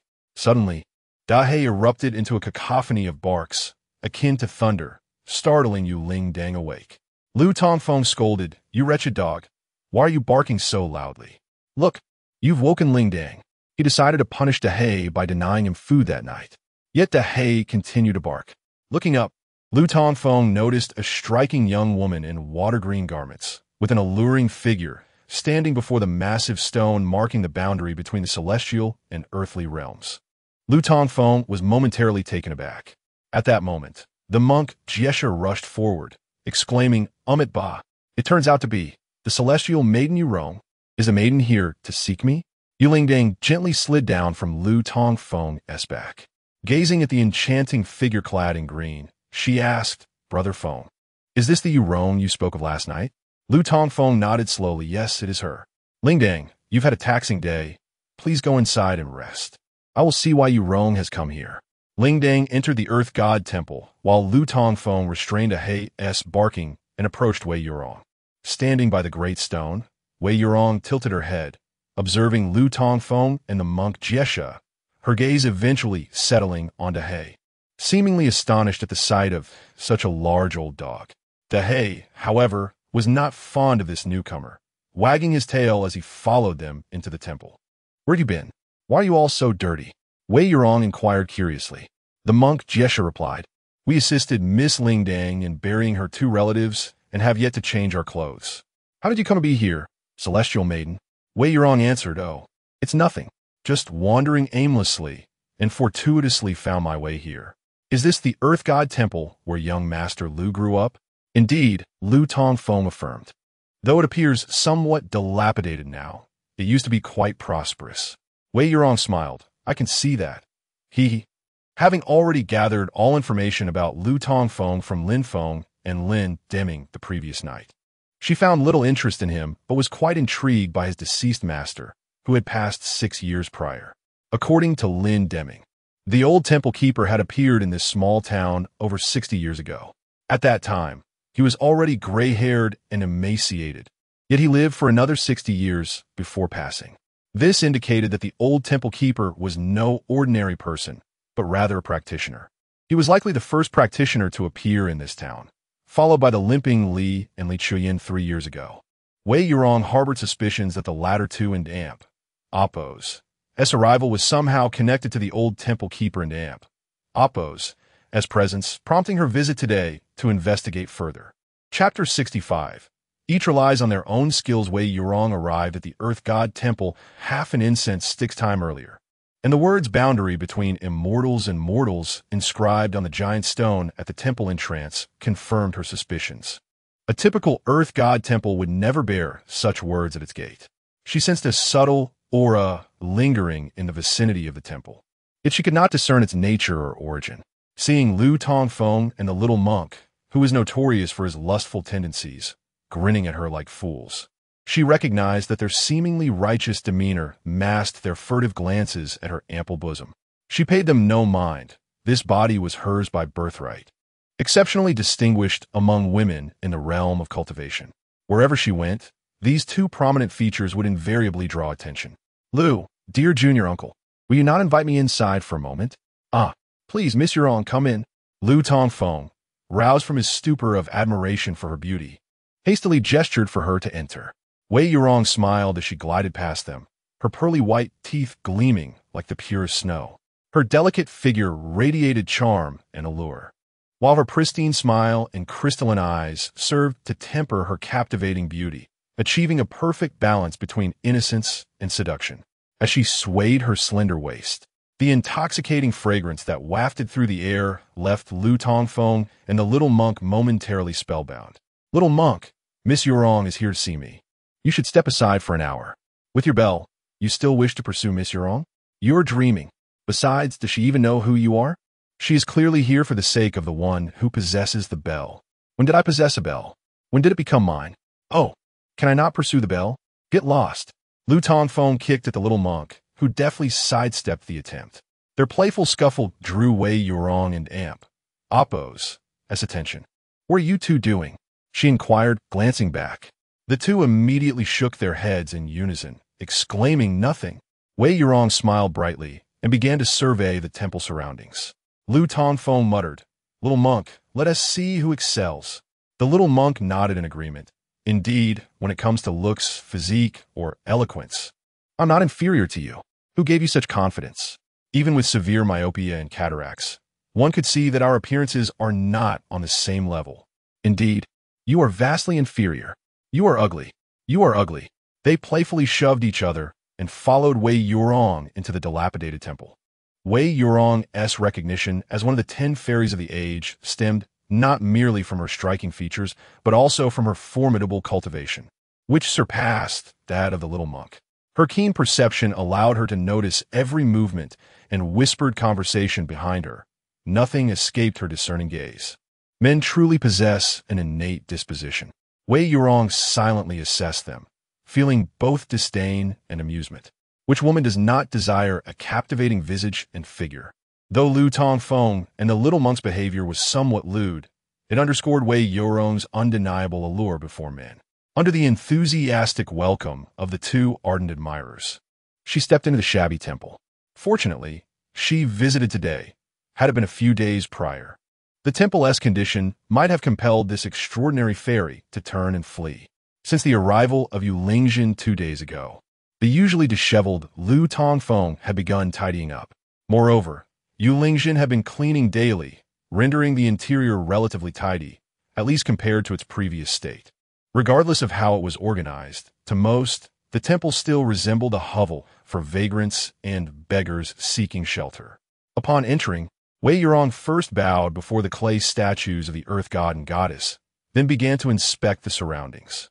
As expected, everything appeared dilapidated and decayed. The clay statues were severely damaged, and much of the paint had flaked off, revealing the gray-brown clay beneath. Cobwebs adorned the ceiling, and a faintly acrid, smoky scent lingered in the air. The modest temple housed a bedroom, kitchen, dining area, and perhaps even a latrine within its not-so-spacious confines. Wei Yurong spotted Yu Lingjin, who had changed out of her mud-stained morning attire into a simple cotton jacket. Despite her slightly wan appearance, her ethereal beauty shone through. Wei Yurong's eyes sparkled. She had not anticipated encountering such an exquisite girl in this backwater village. She was well aware of the events surrounding the bloodshed in Fuyang Town and had learned from Lin Feng that the girl responsible for the tragedy, named Yu Lingjin, was currently in this earth god temple. Upon seeing Yu Lingjin's visage, Wei Yurong understood why the Yin sect had targeted her. Although Yu Lingjin's beauty might not rival her own or that of the fairy Fuyo, she was nonetheless quite remarkable within the Xuanqu sect. You must be Miss Lingjin. Indeed, you possess a beauty that captivates the heart, Wei Yurong remarked. Yu Lingjin bowed slightly, replying, Lingjin has heard of Miss Yurong. You know of me? Yu Lingjin glanced at Lu Tongfeng and the little monk. Yesterday, I heard Brother Feng and the little monk speak of you. Wei Yurong cast a sidelong glance at the two. What did you say about me last night? Lu Tongfeng replied, Oh, nothing. Just some heartfelt compliments about your enchanting beauty and profound cultivation that commands admiration. Ha! Your tongue is quite sweet. Wei Yurong laughed. I heard you seem to be acquainted with Yin Fuyo. Quite well, I presume. Not too well. A few days ago, Fairy Fuyo passed through here. and we exchanged a few words as fellow disciples of the Tao. Oh, is that so? I heard that Yin Fuyo specifically sought you out. 7 days ago, she appeared in the town, inquiring about the Earth God Temple. Wei Yurong regarded Lu Tongfeng with a beaming smile. Lu Tongfeng felt a surge of understanding. Wei Yurong was not merely visiting, but was here to gather intelligence. With this realization, he grew cautious. Specifically seeking me? That's impossible. I have lived here my entire life without ever leaving. Fairy Fuyo is the pride of Yintian's sect. We have never met. What did she want with me? Chapter 66. Reluctance to depart. Lu Tongfeng's response left Wei Yurong momentarily speechless. Observing the look of confusion on Lu Tongfeng's face, Wei Yurong realized she had underestimated him. Prior to her arrival, she had conducted thorough research.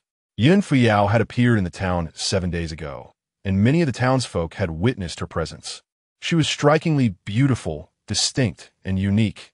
Anyone who caught a glimpse of her would surely remember her for a lifetime.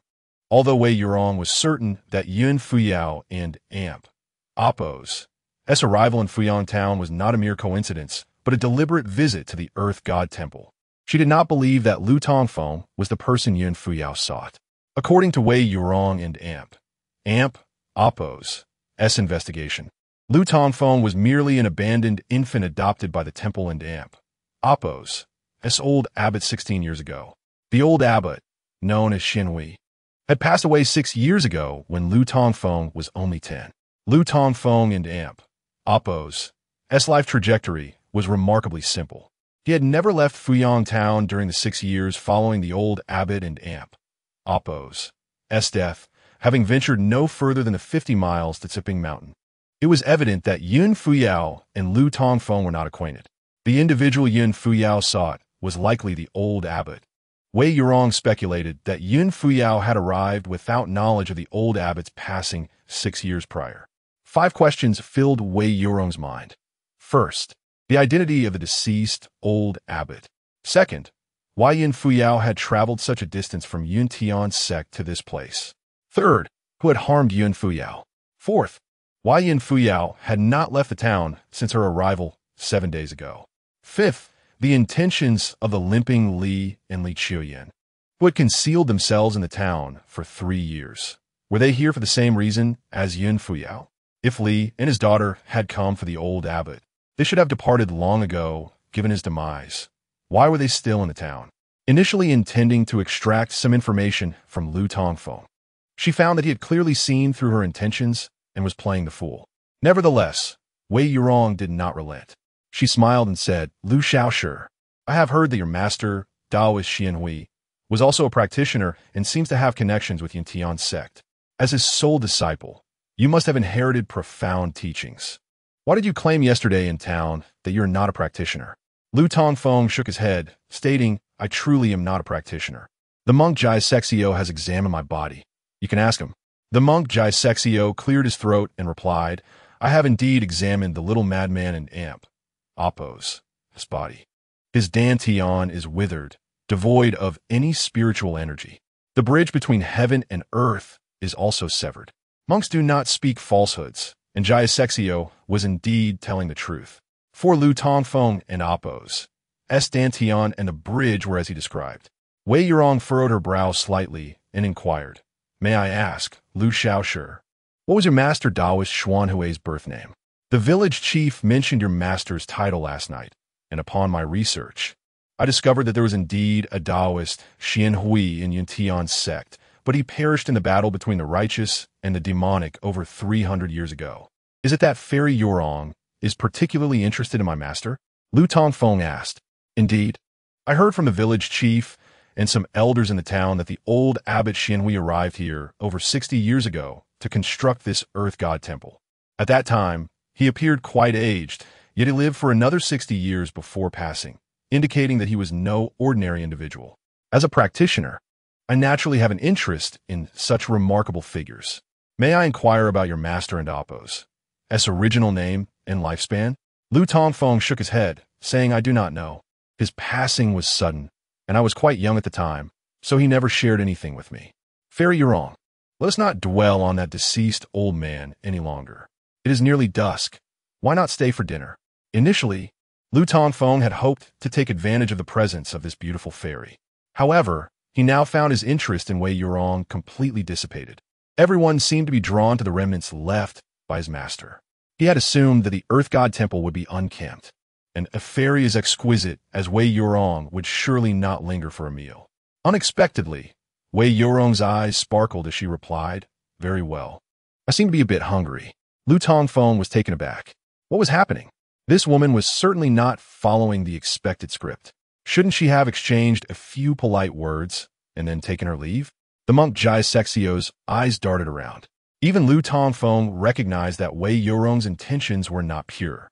Jai Sexio, being clever and seasoned from 2 years of experience in the world, could certainly discern this as well. Not wishing to expose Lu Tongfeng and Amp, Oppos, secret as the sword god and Amp, Oppos, heir, Jai Sexio remarked, "Little madman, I am not criticizing you. But how can you invite Fairy Yurong to dine in such a shabby place without even a table or teapot? Isn't that embarrassing?" Wei Yurong laughed. "We are both children of the martial world. Spending nights in the wilderness is not uncommon. Moreover, this place offers some shelter from the wind and rain, far superior to dining on the ground." Seeing that Wei Yurong was intent on staying, Lu Tongfeng felt he had no choice but to acquiesce. He could hardly toss her out. At that moment, Yu Lingdang spoke up, "Since Fairy Yurong wishes to stay for dinner, I shall prepare it now." Wei Yurong interjected, "No need for trouble, Miss Lingdang. We're merely seeking a place to enjoy some wine and discuss matters of the martial world. I heard that Jai Sexio seems to enjoy chicken, and I happen to bring several plump chickens from town. Roasting them would be delightful." Lu Tongfeng immediately agreed. Yu Lingdang was quite fatigued, having dozed on his back during their descent, and he did not want her to exert herself further. Wei Yurong did not use a storage bag, but rather a more advanced storage bracelet. From it, she retrieved several already cleaned chickens. Initially, Dahe had been somewhat displeased with her, lying in its nest and ignoring her. However, upon seeing the chicken she brought, Dahe perked up, wagging its tail and approaching her. Wei Yurong handed the chickens to Lu Tongfeng and then took out a jar of wine from her storage bracelet. The jar was nearly half a person tall, more accurately described as a vat. The faded red characters indicated it was Zweiking, suggesting it had some years behind it. Clearly, Wei Yurong had come prepared. When her beauty ploy did not yield results, she planned to employ the tactic of drunken confessions, hoping to extract some information from Lu Tongfeng. Wei Yurong smiled and said, "Knowing that Jai Sexio enjoys wine, I specifically prepared this for you." Jai Sexio clasped his hands together and replied, "Thank you, Fairy Yurong." Lu Tongfeng gathered some firewood from the stove and ignited it, placing the cleaned chickens over the flames to roast. This was a process he was quite familiar with, having roasted chickens at the temple frequently over the years. Before long, a faint aroma of meat began to waft through the temple as the sky outside gradually darkened. Chapter 67.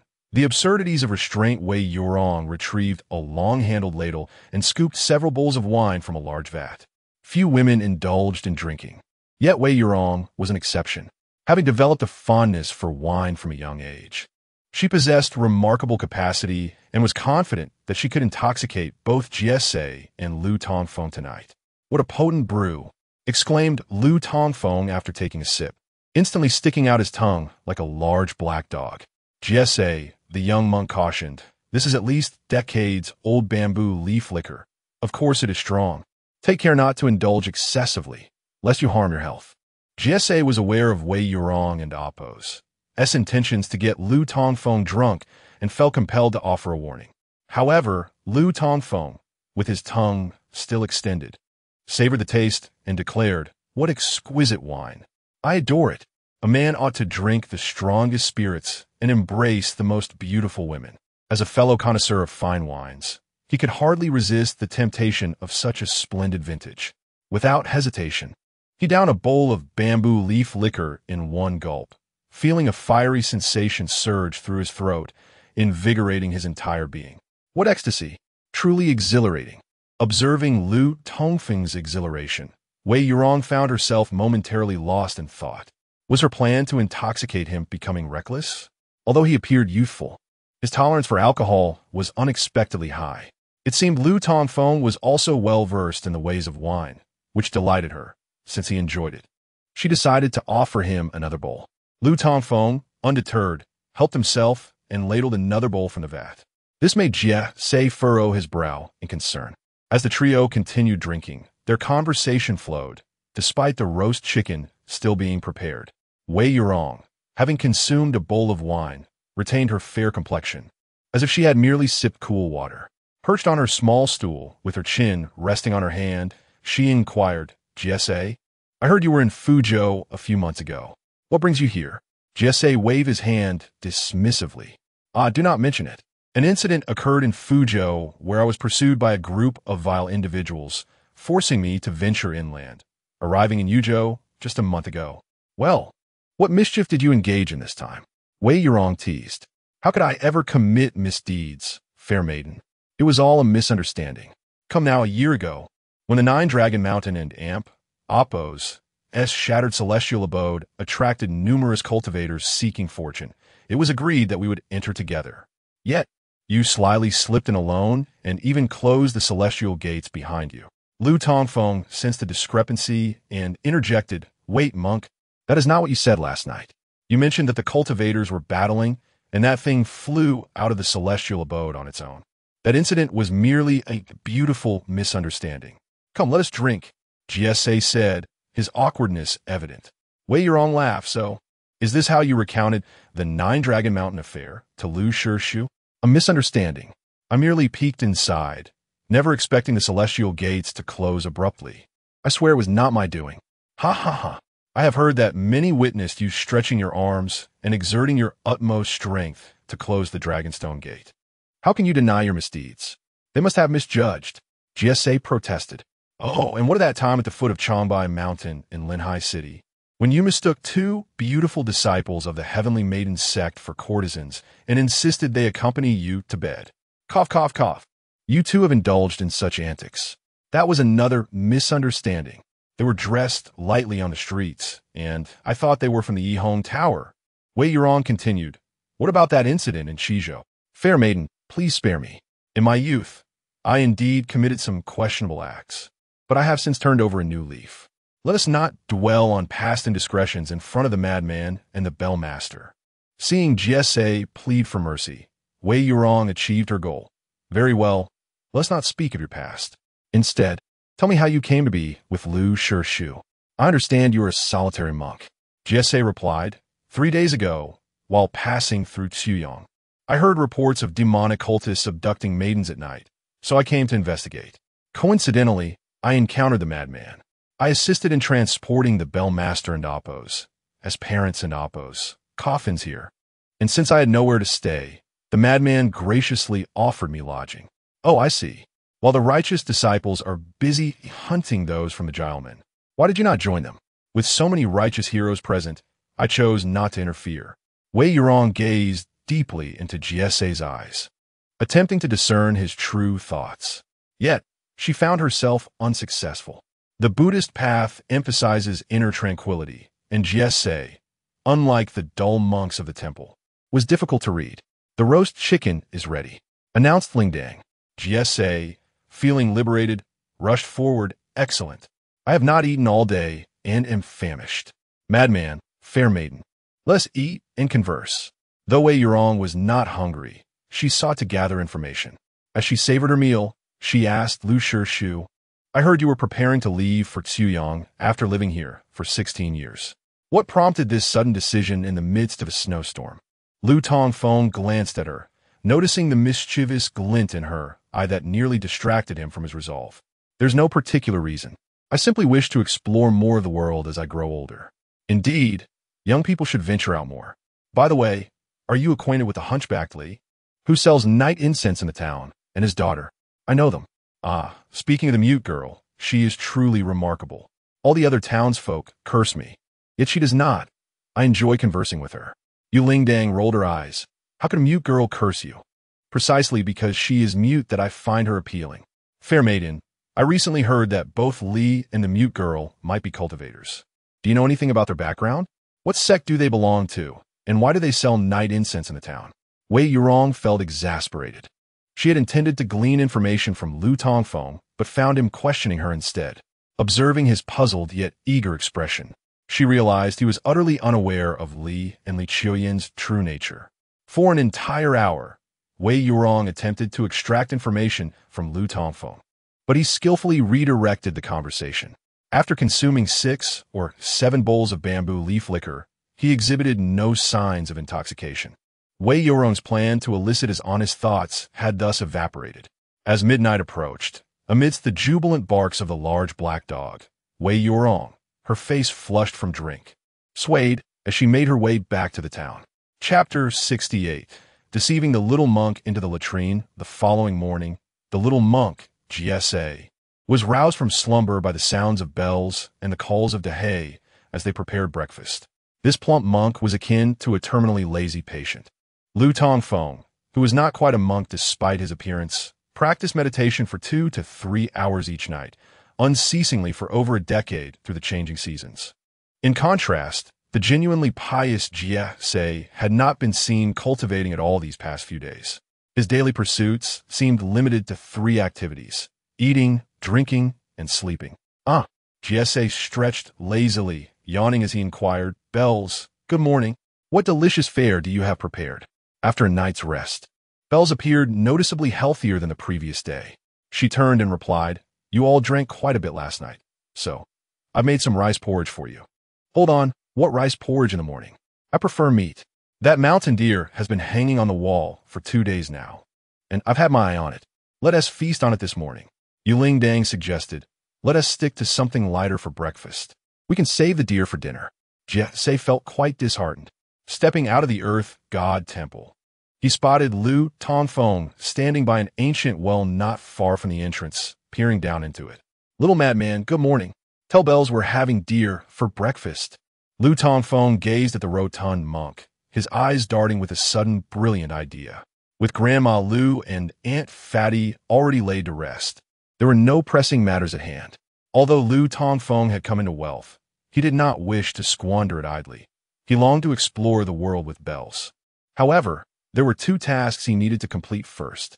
The first was to erect gravestones for Grandma Lu and Aunt Fatty. With the casket shop in town having been reduced to ashes, purchasing one was out of the question. He would have to carve 2 stones himself. The second task involved descending into the well to retrieve something for Yun Fuyao. When she departed 2 days prior, she had asked him to find her in Tianyan Mountain and had given him a generous sum of silver, likely for travel expenses. Since he had promised to assist her in retrieving her lost item, he could not go back on his word. It was also an opportune moment to visit Yin Tian's sect. Relying on his master's reputation, even if he did not become a disciple of Yin Tian's sect, he could at least earn a few hundred taels of silver. When he and Bells returned, they could restore the temple and lead a carefree, blissful life. The dilemma was that this ancient well had become an open-air latrine over the past 2 years, filled with vile filth. Though the weather was cold and the contents frozen beneath a layer of snow, merely contemplating the well as a cesspool made Lu Tongfeng feel nauseous. Just as he pondered how to proceed, GSA emerged. Observing the little monk's chubby, pale face, an idea struck Lu Tongfeng. He had only promised to help Yun Fuyao retrieve her item. He had never stated he would do it personally. This seemingly naive GSA could easily be deceived into taking the plunge. "Little monk, come here." Lu Tongfeng beckoned eagerly. GSA waddled over little madman. "What do you need?"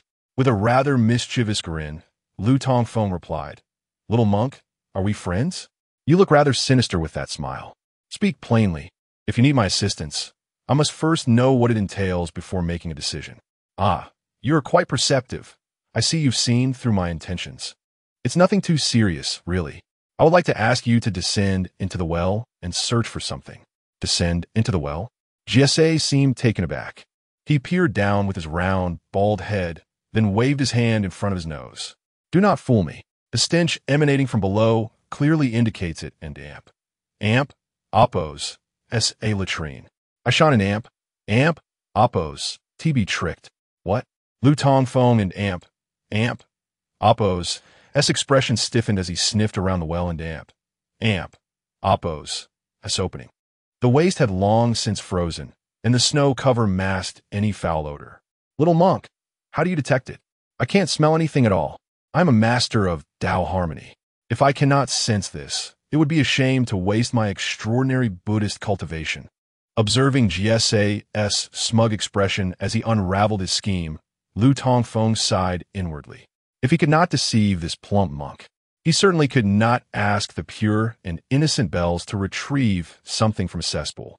Never mind, I'll just find a rope and descend myself, he muttered. What is so important that you dropped it into this latrine? GSA inquired curiously. Lu Tongfeng shook his head. It's not mine. I'm not blind. How could I drop something in? It's for Fuyao. She mentioned that during her last visit, she dropped something into the well. I promised her I would help retrieve it so that I might borrow a pill from her to save bells. It's for Fuyao. It wouldn't happen to be a personal item, would it? Like a hairpin, purse, embroidered shoes, or a personal undergarment? Lu Tongfeng rolled his eyes. What do you think? GSA replied, It is precisely because I do not know that I am asking you. What exactly did Fuyao drop into this well? I don't know, but since she asked me to deliver it to Tianyan Mountain, it must be significant to her. GSA stroked his chin, falling into contemplation. You wouldn't be deceiving me, would you? Why would I deceive you? If it truly belongs to Fuyao, I would be happy to assist. However, when we meet again, you must tell Fuyao that it was I who retrieved it. Lu Tongfeng thought his ruse had failed. He was ready to descend himself when, unexpectedly, the rotund monk offered to go down after all. Rest assured, I will ensure all the credit goes to you, leaving a favorable impression on Fuyao. Lu Tongfeng promised. This will greatly enhance your chances. Enough of that. I know my own worth. Fuyao is as cold as ice, with eyes in the back of her head. I shall never have a chance in this life, or the next, or the one after that.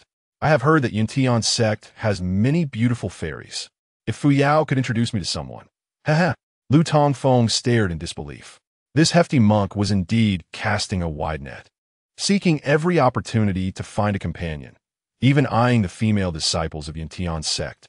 Fine, as long as you go down to retrieve it. I will ask Fuyao to introduce you to someone. If she refuses, I will personally play matchmaker for you. In an amp, oppose, SA deal. Jia Sei chuckled heartily, appearing quite simple and sincere.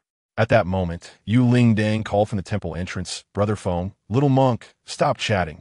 Breakfast is ready. Come eat. Chapter 69. The legend of the sword god Lu Tongfeng and the monk, who refrains from indulgence, heard the call of Yu Ling Dang and departed from the ancient well. Upon entering the temple, they were greeted by the sight of Dehei already in the midst of a hearty meal. On a simple bamboo table, 2 bowls of rice porridge and several large flatbreads were laid out. Although the monk claimed to be one who relishes meat, Yu Ling Dang had not prepared any for him. After all, what meat is there to be at so early in the morning? Without it, the plump monk still savored the porridge with great delight. As the monk chewed on a flatbread, he remarked, Little madman, I was genuinely worried for you yesterday. Lu Tongfeng chuckled. Were you concerned that I might fall for Wayne Nida and Oppos? As charms, but did you doubt my capacity for drink? Both, perhaps. However, it seems my worries were unfounded. The people of Xuanshu sect had vacated the small town, yet Wei Yurong remained behind. Her presence was not merely to deter the disciples of the extreme Yin sect from returning unexpectedly. She was likely investigating the matters surrounding the lame man Li Qiuyin, and Yun Fuyo's appearance here. Although you said little yesterday, it is evident that Wei Yurong has set her sights on you. What are your plans moving forward? Lu Tongfeng's expression grew solemn as he glanced at Yu Ling Dang and said, I intend to leave this place and journey to Tianyan Mountain, but I am concerned for Ling Dang. Then let us go together. Ling Dang is alone now. It is a perfect opportunity for her to venture forth. Moreover, I perceive great potential in Ling Dang. Perhaps upon reaching Yuntian's sect, she may catch the eye of one of its esteemed elders and be taken as a disciple. Yu Ling Dang's eyes sparkled at this suggestion. Little monk, are you saying I could also become a cultivator? Absolutely. Your innate talent is exceptional and should surpass that of most cultivators in this era. Once your destined opportunity arrives, you shall soar to great heights. However, such opportunities are not merely awaited. They are often seized through one's own efforts. You could remain in this dilapidated temple with little madman, but you would forever remain an ordinary mortal. I can introduce you to the Buddhist path, but the strictures of Buddhism are many, and if you were to become a nun, little madman would surely take my life. Tianyan sect could be an excellent choice for you. You have likely learned that Little Madman's master was once a formidable elder of Tianyan sect. With this connection, gaining entry into the realm of immortals and acquiring your own fortune is not an insurmountable task. The events here have come to a close, and you have nowhere else to go. Why not accompany us to Tianyan Mountain? Yuling Dang was greatly tempted. She yearned to join the ranks of the cultivators, not for her own sake, but to avenge her grandmother and mother, as well as the 200 innocent souls lost in her town. Now that her grandmother and mother had been laid to rest, their home lay in ruins. She felt no lingering attachments here. If she could follow Lu Tongfeng and seek her own fortune, she might finally exact vengeance for her family. Wait, little monk. What do you mean by an amp? Amp? Oppos. We an amp? Amp oppos. Are you suggesting that you wish to accompany me to Tianyan Mountain? Lu Tongfeng inquired. The monk nodded indeed. I have come down from the mountain to cultivate my mind. I am willing to accompany you both for mutual support on the journey. Besides, this was the instruction given to me by Fairy Fuyao, and I cannot go back on my word. Instruction from Fairy Fuyao? I was unaware of this. Of course you were unaware. If it were not for her directive, would a well-known monk like me reside in this drafty temple?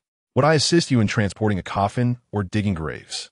On our first meeting, you went to town seeking a wooden cart, and at that moment, disciples from Xuanxu sect came to inform Fairy Fuyao of the arrival of over a dozen disciples from Yintian sect.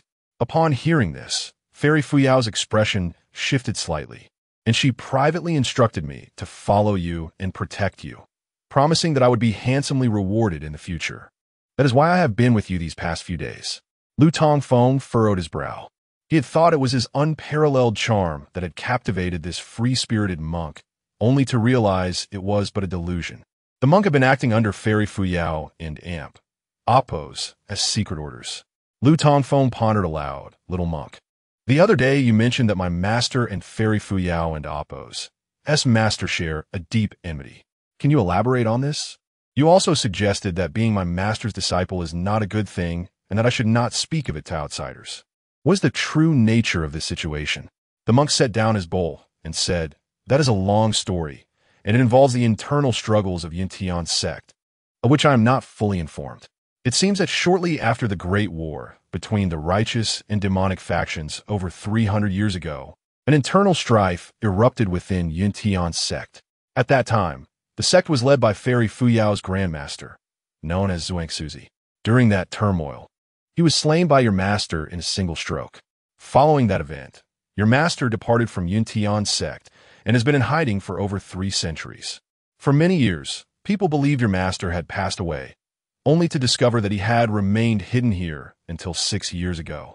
Lu Tongfeng was left speechless, astonished that his master had such an illustrious past. Over 300 years ago, he had single-handedly slain the leader of Yintian sect. Then in shock, he exclaimed then, how can I possibly go to Yintian sect? The current leader, Yu Qixi, is a disciple of Zhuangzi. Wouldn't I be walking into a trap? The monk replied, no. Yu Qixi and your master are aligned. If it weren't and Oppos, for your master slaying Zhuangzi, Yu Qixi would never have ascended to the position of leader. What do you mean? The more I hear, the more confused I become, Lu Tongfeng said, his brow furrowed in perplexity. The monk elucidated. This is all a matter of internal conflict within a major sect, much like the power struggles among royal heirs vying for the throne. At that time, there were 3 individuals competing for the position of leader: Yu Qixi, his senior brother Yu Yangzi, and Yu Hengzi. The internal strife of Yintian sect not only revolved around these 3 brothers vying for power, but also intertwined with the events of the Great War. The reasons behind your master and Oppos' decision to kill Zhuangzi are many, but the most widely circulated version suggests that during the war, Zhuangzi was injured by the blood demon ancestor and fell victim to the blood demon's heart-devouring poison, leading to a drastic change in his character, becoming bloodthirsty and lost in demonic delusions. Your master, for the sake of the common people and the legacy of Yintian sect, was compelled to take his life. Some believe your master betrayed his sect, while others view it as an act of righteousness.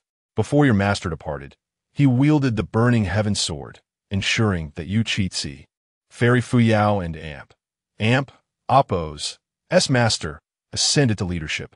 Thus, your master is regarded as a benefactor by Yuchitsi. Should you go to Yuntian's sect, he would not harm you. However, given that your master killed Fairy Fuyao and Appo's Grandmaster, it is certain that there will be no favorable outcomes for you in this lifetime. Chapter 70. Deceived by the portly monk, it was only until today that Lu Tongfeng gradually began to comprehend a mere fraction of his master's extensive life. He now increasingly believed that his master was indeed the foremost figure of the Yuntian sect in a millennium. Had it not been for his formidable cultivation, how could he have effortlessly vanquished the previous sect leader with a single strike? Noticing Lu Tongfeng's furrowed brow in silence, the monk, known for his restraint, continued. There are numerous rumors about your master in the mortal realm. It was prudent of you not to reveal your identity to Wei Nai. The greatest peril you might face is likely to come from outside the Yuntian sect, rather than from within it. Upon hearing this, Lu Tongfeng felt a wave of confusion wash over him. Are there many enemies of my master outside of the Yuntian sect? Indeed, there are quite a few. Since we have some time today, allow me to recount your master's illustrious life, the monk replied. The Ziyun sect is known for its benevolence, while the Magian god, known as Xian Shi, was a disciple of the previous sect leader, the real man Shomin of the Yuntian sect. According to historical records, the Magian god entered Shomin and Appo's tutelage at the tender age of 12, achieving the first level of Qi refinement within a month. In less than half a year, he successfully established his foundation, and by the second year, he had reached the third level of the ability to manipulate objects in the air. Half a year later, he ascended to the fourth level of the Yuan Shun realm. By the age of 16, he attained the fifth level of the harmonization realm, earning accolades as the most extraordinary talent of the Yuntian sect in 1,000 years, renowned throughout the world. At the age of 21, the Magian god entered the sixth level of the transformation realm, and by 30, he had ascended to the realm of celestial beings. Presently, the most outstanding and rapidly advancing disciple of the Yuntian sect is undoubtedly Yun Fuyo. However, at the age of 30, Yun Fuyo only reached the fifth level of the harmonization realm, while the Magian god had already attained the seventh level of the celestial realm. This stark contrast illustrates the exceptional innate talent of the Magian god in the path of cultivation. After reaching this celestial realm, the Magian god descended the mountain with the burning heaven sword, challenging the masters of various sects in the mortal realm. Over the subsequent century, it is clearly documented that the Magian god challenged a total of 736 individuals, achieving a record of 730 victories, 5 draws, and a single defeat. He was hailed as the greatest sword god of his time, the burning heaven sword god. The more than 700 opponents he vanquished were all esteemed masters of their respective sects, both righteous and demonic. While most have since passed, their disciples still walk the earth. Should they learn that the burning heaven sword god has a disciple in you, they would undoubtedly seek you out for vengeance on behalf of their ancestors. Therefore, you must never disclose your identity as the disciple of the Magian god. Otherwise, you risk meeting a gruesome fate on the streets. Lu Tongfeng shuddered slightly. He finally understood why his master had changed his name and why he had never revealed his true identity, even in death. It turned out that this old man had accumulated so many enemies during his lifetime. Was he not digging a pit for himself? Wait, 730 victories, 5 draws, and a single defeat?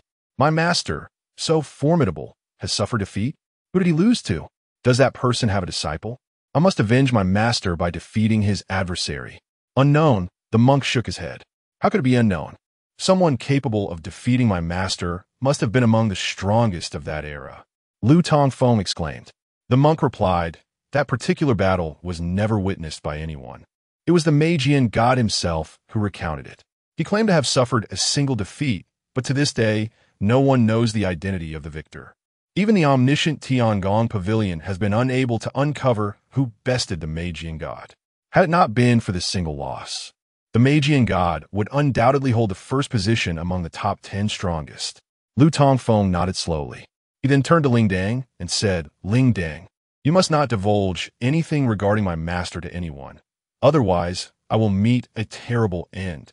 Yu Ling Dang nodded earnestly, assuring him that she would keep the secret. After finishing breakfast, the monk's tale also came to a close. However, sensing that Lu Tongfeng was still too uninformed about the realm of cultivation, the monk retrieved a thick book from his storage bag and handed it to him.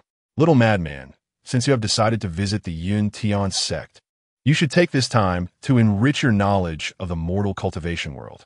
This book was purchased at a high price from the Tiangong Pavilion, and it details the secret lore of various sects in the present day, along with names of powerful individuals, magical artifacts, beasts, and alien races. It will be immensely beneficial for you. Lu Tongfeng nodded gratefully, saying, "Thank you. I will read it diligently." Cough. Gratitude should be manifested in practice. As I mentioned earlier, this book is a product of the Tiangong Pavilion, and I spent a considerable sum on it. Wait, I am merely borrowing it. You're not gifting it to me. This still requires payment, doesn't it, Amp? Oppose it? Such words cannot be entertained. Borrowing also entails wear and tear. And I do not ask for much, merely 5 taels of silver. 5 taels? You might as well rob someone. If you refuse to pay, then return the book to me. In his pursuit of knowledge about the mortal realm of cultivation, Lu Tongfeng could only grit his teeth and reluctantly produce the silver. Upon receiving the silver, the monk gleefully declared, "Very well, you read it first. Weren't you saying last night that you would erect a tombstone for Lingdong's parents today? This matter is on me.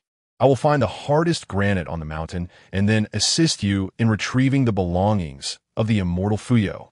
Watching the portly monk hurriedly exit the temple, Lu Tongfeng felt a mix of astonishment and suspicion. He mused to himself that this monk's heart seemed to be in the right place. However, when he opened the book into Amp, Oppo's S cover, he immediately leaped up in a fit of rage. The first page read chronicles of the Immortals and demons of the 9 provinces, with a small line beneath stating it was published by the Tiangong Pavilion, priced at 1 tael. Holding the book, Lu Tongfeng chased after the monk outside the temple, shouting, "You shameless monk, this book is only priced at 1 tael, and it looks so worn. You charge me 5 taels for a few days of borrowing? Just wait." Previously, Lu Tongfeng had only been the one to deceive others, but today, this soaring eagle found itself pecked at by the portly monk. After cursing for a while and receiving no response, Lu Tongfeng could only return to the temple in frustration. Yuling Dang was busy washing pots and pans and spoke up. "Brother Feng, once you finish reading, could you let me have a look? I wish to learn about these immortals too." "Sure, once I finish, I will gift it to you. Just keep it and do not return it to that fat monk." Throughout the morning, Lu Tongfeng immersed himself in the chronicles of the immortals and demons of the 9 provinces. He recalled having seen several books published by the Tiangong Pavilion on Yun Fuyo during their time in the cave, but none were as thick as this one. This appeared to be a compilation. The book was substantial, nearly half a foot thick. Just as the monk had described, it provided a comprehensive introduction to the establishment, development, current leaders, and notable magical artifacts of the various righteous and demonic sects in the mortal realm. It even included records of rogue cultivators and powerful families. Essentially, it encompassed all aspects of the current cultivation world.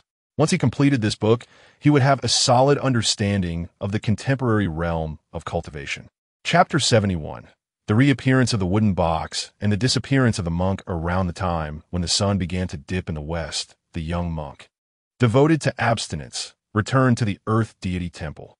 It was uncertain where this plump monk had gone to quarry stones. Yet he indeed managed to bring back 2 pieces of granite. Lu Tongfeng chose not to reclaim the silver that the rotund monk had swindled from him that morning, considering it as remuneration for the young monk and Amp, Oppo's S labors. Outside the temple, the 2 of them began to chisel the granite into the semblance of a tombstone. Under the guidance of Yuling Zhang, they inscribed the names of Grandma, Lu, and Aunt Fat. By the afternoon, they placed the carved tombstone at the grave on the back hill. After completing this task, they returned to the temple just as dusk settled in. Yuling Zhang was preparing dinner for the 2 of them inside the temple, while Lu Tongfeng accompanied the young monk to the ancient well. "Do not worry, young monk. The bottom has long since frozen solid, and you will not tread upon any earthly remains. I assure you, little madman, do not deceive me. Why would I deceive you? I have lived here alone, and I hardly disturb the place. Just leap down and gently brush away the snow layer above." and you shall surely uncover the treasures that the fairy Fuyo has dropped. That item must hold great significance for her. Should she discover that you retrieved it from the well, she would be immensely grateful.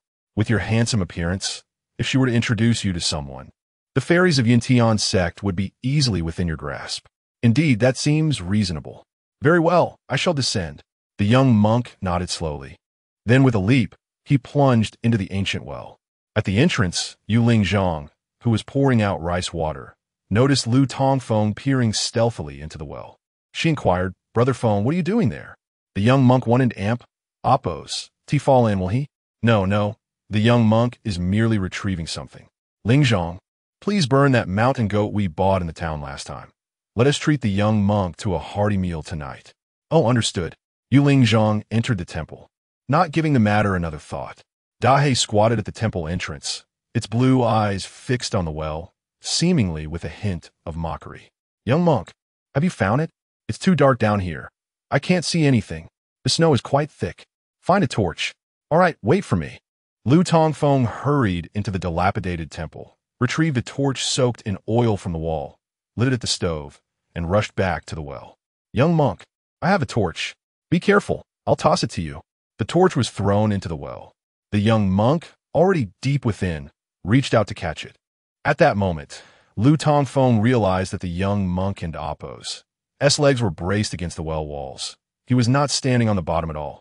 Presumably, he feared that his hefty body would disturb the frozen filth below. One hand held the torch while the other delicately scraped the snow away. In that confined space, a beautifully locked wooden box soon emerged from the snow.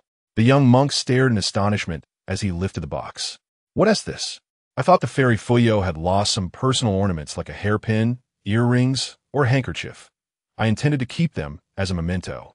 Why is a wooden box? And it's locked. Did she really hold such a large box above her head to peer into the well? What?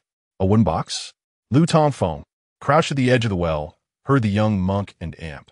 Oppos' words and his expression turned serious. He quickly inquired, is it a locked rosewood box? Yes, indeed. The young monk waved the box in his hand. Is this what the fairy Fuyo dropped? Lu Tongfeng was taken aback. The distance from the bottom of the well to the opening was merely about 10 feet, and he could clearly see, illuminated by the torchlight, that the box in the young monk and amp, Oppos' hands was the very one he had entrusted to Yun Fuyo that day. Lu Tongfeng had always believed that the box had been seized by those who attacked Yun Fuyo. He never imagined that it would reappear here. Realizing the truth, he quickly pieced together the events. The assailants had never taken a box. Before he had found Yun Fuyo, she must have returned, fearing capture, and thus discarded the box into the well. No wonder she had given me so much silver. No wonder she asked me to bring something to Yintian's sect to find her. In that instant, Lu Tongfeng comprehended much. Little madman, is this it? Speak up. Yes, this is it. Oh, thank goodness. It's so foul down here. Can you manage your business better in the future? The well walls are covered in filth. Stand back. I shall ascend now. Lu Tongfeng quickly stepped back. Suddenly, a dull thud resonated from the depths of the well, followed by the young monk and amp, Oppos' bewildered shout, what in the world? Ow! Before Lu Tongfeng could grasp the situation, something shot out from the well and landed at his feet. It was the box. He hastily picked it up. Indeed, it was the box he had guarded for 6 long years. At that moment, the well seemed to tremble as if about to collapse, accompanied by a resounding roar, even echoing with the chants of Buddhist hymns and golden light. When the sound subsided and the light faded, Lu Tongfeng approached the well's edge to peer down.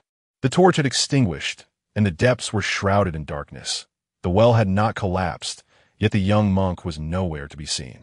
Young monk? Young monk? What happened? Did you fly out? Seeing no sign of the young monk below, Lu Tongfeng looked around. It was still dusk, not yet dark, and the surroundings were clear. Yet, there was no trace of the young monk. Lu Tongfeng scratched his head, pondering the recent events. It seemed that only the box had emerged. Cultivators possess great abilities.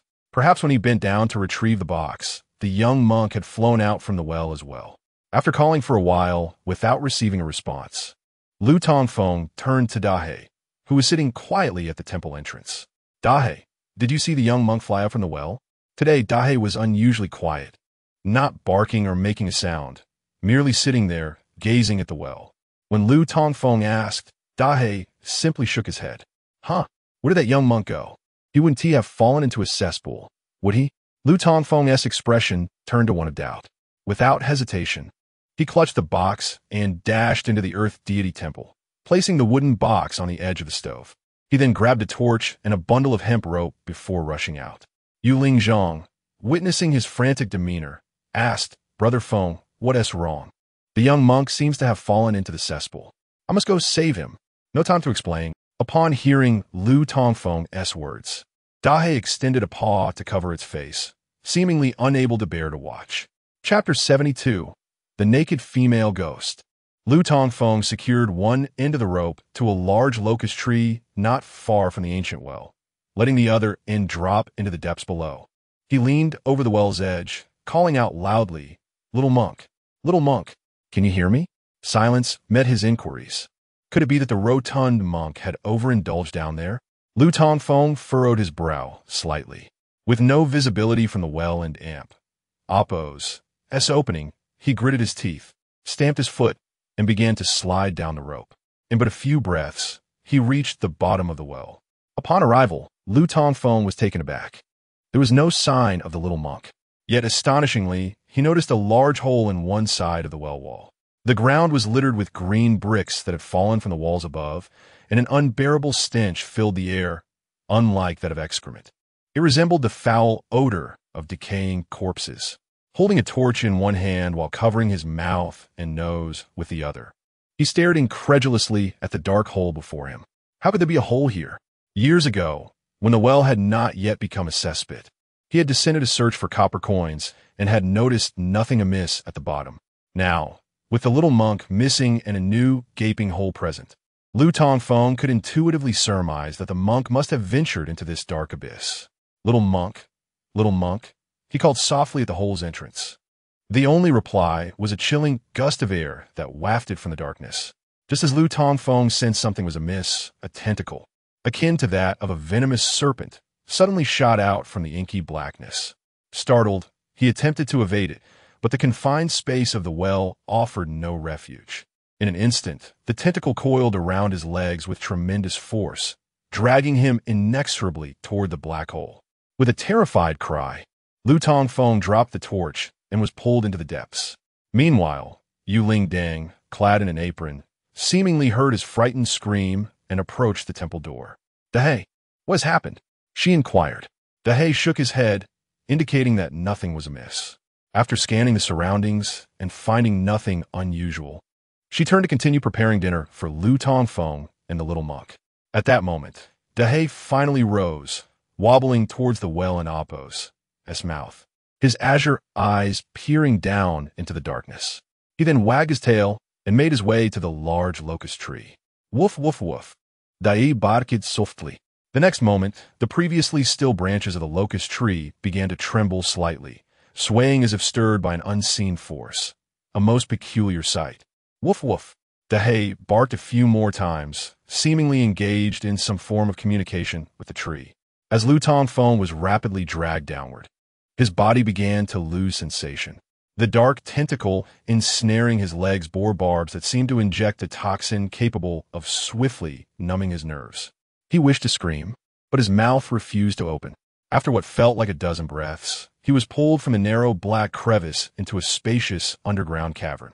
Surrounding him was a green luminescence emanating from the ethereal souls that floated throughout the cave. Though his body was immobilized, his consciousness remained intact.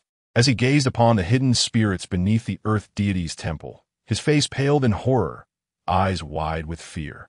Through the eerie green light, he discerned that the tentacle binding him was not that of a creature, but rather a vine. The little monk was similarly ensnared, suspended in midair, his body slowly rotating. Whenever he faced Lu Tongfeng, he would strain to convey a message with his eyebrows. What the plump monk intended to express remained a mystery. Hundreds of spirits, young and old, male and female, retained their appearance from the moment of death. They lacked physical bodies, existing solely as ethereal forms devoid of clothing. The sight was most unsettling. Lu Tongfeng found himself unable to move, forced to watch in terror as these ghastly apparitions advanced towards him. Truly, the Earth Deity's temple was haunted by a multitude of ghosts. It was all over. He was doomed. Despite the adage that those who live without guilt fear not the spirits that haunt the night, Lu Tongfeng harbored many a guilty secret, and thus he trembled at the thought of ghosts. His mind conjured numerous scenarios of being devoured by these spectral beings. Yet, he could do nothing but close his eyes and await the inevitable exhaustion of his vitality. After a considerable time with his eyes shut, he felt no pain. Instead, a soft, chilling sensation glided across his cheek as if icy water had brushed against him. Lu Tongfeng cautiously cracked open his eyes, only to be met with a sight that nearly caused him to faint. Before him floated a beautiful young woman, her body radiating a green light, completely unclad. She extended a pale hand, glowing with an oily green hue, and gently caressed Lu Tongfeng's face. The ghost was stunning, with flowing hair and a visage that suggested she was in her early 20s, her features delicate and her figure alluring, though not quite rivaling the beauty of Wei Nai. At that moment, all of Lu Tongfeng's courage seemed to evaporate. Thoughts of appreciating her beauty were far from his mind. His throat quivered as he attempted to plead for mercy, but no sound escaped his lips. As a naked female, Ghost continued to stroke his cheek. Her voice took on a seductive lilt. Lu Tongfeng, how did you fall into this cesspit? Hee, what a careless mishap. Lu Tongfeng's heart raced with both shock and fear. This ghost recognized him and even knew his name. Seeing the mixture of dread and confusion in his eyes, the enchanting ghost let out a melodic laugh. Her hands tightened around his neck, her beautiful face suddenly twisting into a menacing expression. I shall consume you. I shall consume you. Lu Tongfeng had never encountered such a predicament. His eyes rolled back, and he fainted. The naked female ghost hesitated, slapping his cheeks gently. Lu Tongfeng? Lu Tongfeng? Little Feng Feng. You aren't dead, are you? She turned a glance at the little monk, who hung suspended, spinning slowly in fear. From his perspective, the alluring ghost appeared to have strangled Lu Tongfeng and was now extending her wicked grasp towards him. What are you staring at, you filthy monk? Have you never seen such a beautiful ghost? Look again, and I'll pluck out your eyeballs. The little monk promptly shut his eyes. The ghost appeared satisfied. At that moment, the vine binding Lu Tongfeng and Appo's legs began to loosen and fall away. An ancient voice echoed through the cavern filled with spirits. Xiao Rou, how is this young man faring? No worries, he is likely stunned by my beauty and has fainted in excitement. Chapter 73. You are not guarding the land temple. It is the land temple guarding you. Lu Tongfeng's period of unconsciousness was remarkably brief. Soon, his awareness returned, seemingly stimulated by the paralyzing toxin. Changes began to unfold within him. The 360 meridians emitted a soft glow, and the celestial sword hanging at his waist appeared to respond to an enigmatic force, trembling slightly. A surge of intense energy erupted from his body's acupoints, coursing rapidly through his entire being. The paralyzing toxin within him was swiftly dissipated under the influence of this powerful and fervent spiritual energy. Lu Tongfeng abruptly sat up, initially believing he had merely experienced a dream. However, upon seeing the little monk hanging upside down on a swing and the multitude of spectral figures floating around him, he let out a startled cry and instinctively drew the celestial sword from his waist. A resonant sound akin to a dragon's roar echoed as the divine sword was unsheathed, releasing a terrifying aura that swept forth. A faint radiance burst forth from the azure blade. He hardly had time to ponder why his body had suddenly regained mobility. Stay back. Stay back. You wretched spirits. Do you wish to absorb my vital essence? Not a chance. Whoever dares to approach, I will send you to reincarnation. Despite his trembling limbs, Lu Tongfeng's voice resonated with unwavering resolve. Heh. Lu Tongfeng, do not be afraid. I was merely frightening you. We mean you no harm. A delicate, naked female ghost emerged from the crowd of spirits. You, how do you know my name? Who are you? The ethereal female spirit replied. I am Yisharo. You may not know me, but I know you. Rest assured, having been neighbors for so many years. If we wish to harm you, we would have done so long ago. Yi Xiaoro, I have never heard of you. Release my friend at once, or I shall show you no mercy. Do not think that just because there are many of you, I am afraid. Lu Tongfeng asserted, forcing himself to remain calm. Yi Xiaoro floated closer to him, gently waving her hand. Instantly, the hundreds of glowing spirits transformed into streaks of green light, soaring upwards towards the cave ceiling. It was only then that Lu Tongfeng noticed the numerous vine-like tendrils resembling tree roots above him. These spirits merged into the vines, leaving only the enchanting figure of Yi Xiaoro behind. As she began to spin, the green light enveloping her gradually faded, replaced by a soft, white luminescence. In no time, her form solidified from translucent to corporeal, transforming into a young woman clad in white with flowing hair, albeit with skin paler than that of the living. Yi Xiaoro twirled before Lu Tongfeng and said, "What do you think? I have materialized and clothed myself. You are no longer afraid, are you?" Lu Tongfeng gazed at the white-clad spirit in a daze. "No, I'm not afraid anymore." Yet, he found himself preferring her previous, unclad form. He maintained his vigilance and inquired, "Where exactly is this place?" Yi Xiaoro answered, "This is beneath Grand Huai, dear." "Grand Huai, greetings, little madman." An aged voice echoed once more. Lu Tongfeng then observed a thick vine twisting and waving, seemingly greeting him. "You!" Lu Tongfeng and Amp, Appos, eyes widened in shock. "You cannot be the Grand Huai tree." "Indeed, I am a Grand Huai tree," it replied. Lu Tongfeng felt as though his worldview had shattered. However, upon reflection, it seemed entirely reasonable. If the old dog He had attained sentience, why not the Grand Huai tree? The tree spirit continued, "Little madman, there is no need for fear. We are friends of you, master." Lu Tongfeng sensed that both the female spirit and the ancient tree spirit harbored no malevolence toward him, and thus sheathed his divine sword. Rubbing his aching head, he remarked, "He has become sentient. The Grand Huai tree has as well, and there are hundreds of spirits. After guarding the land temple for so many years, I was utterly oblivious." Yi Xiaoro chuckled, "Little Feng, did you think you were the guardian of the land temple?" No, it is the land temple that has been guarding you." "What? Guarding me? The land temple?" Lu Tongfeng was momentarily bewildered. At that moment, the vine that had bound the little monk gently descended and was laid before him. The rotund monk, however, appeared petrified, with only his eyes able to move. Lu Tongfeng hurriedly crouched down, calling out, Little monk, are you still alive?" Yi Xiaoro reassured him, "He is fine. He has merely been poisoned by the barbed thorns released by Grand Huai. With his cultivation, he will recover shortly." Seeing the little monk blink at him, Lu Tongfeng felt a wave of relief wash over him. "Can someone explain what is truly happening?" Yi Xiaoro replied, "You have grown, and it is indeed time you learned. This is the boundary between the celestial and mortal realms, where yin and yang converge. To put it plainly, there lies a spiritual vein beneath us, which has attracted us spirits. As for Grand Huai, it has been absorbing the spiritual energy from this vein for years, gaining sentience thousands of years ago. Many years ago, an old Taoist from your Yin Tian sect discovered this spiritual vein and built a Yu Lao temple here. The temple stood for around 700 or 800 years, until it was destroyed over 60 years ago. You should be aware of what transpired thereafter. Your master rebuilt the Yu Lao temple, but due to the troubles caused by a local bully, it was later transformed into a land temple." Lu Tongfeng frowned. "Did my master always know of your existence?" "Yes," Yi Xiaoro confirmed. "Your master is formidable. He immediately recognized that Grand Huai had attained sentience over thousands of years. However, he did not trouble us and often offered assistance. Before his passing, he entrusted you to us, instructing us to protect you.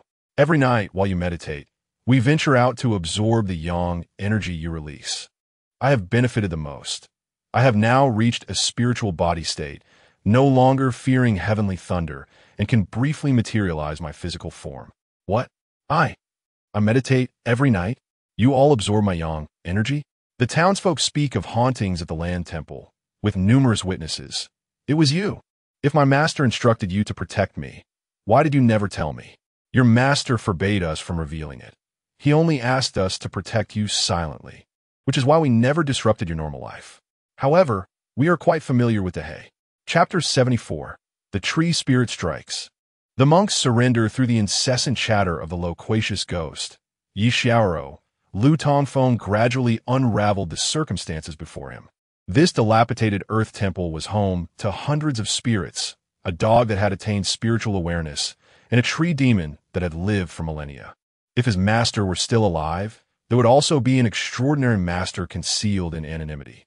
Had he truly been the only normal human in this temple all these years? At this moment, Lu Tongfeng's fear began to dissipate, replaced by a sense of relief. How terrifying! The thought of meditating each night, surrounded by hundreds of spectral entities, filled him with dread. Fortunately, these spirits were friends with the tree demon and his deceased master. Otherwise, he would have either been consumed as fertilizer by the tree demon or drained of his vital energy by the ghostly entourage led by Yi Xiaoro, potentially meeting a gruesome fate in the process. However, Lu Tongfeng found it perplexing. Based on his recent insights into the cultivation world, including what he had gleaned from the 9 provinces of immortals and demons that morning, cultivators and spirits were typically polar opposites. Righteous disciples descended the mountains to hone their skills, vanquishing demons and upholding justice, a critical aspect of which involved dealing with any encountered spirits. How was it that his deceased master not only failed to eliminate these spirits, but instead befriended them? As Lu Tongfeng pondered this, the small monk, who had been lying in a state of restraint, suddenly stirred. A faint golden light emanated from his body.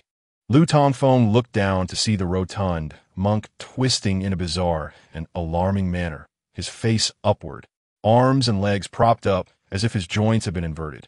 Startled, Lu Tongfeng took several steps back, while even Yi Xiaoro gasped in fear, retreating behind him. The monk continued to contort, baring his teeth in a grimace. Yi Xiaoro clutched Lu Tongfeng and Appo's garment, peering out from behind him, her heart racing in terror. What manner of creature was this bald-headed figure? Was he about to transform? How frightening! Great-Grandpa Huai, please vanquish this monster.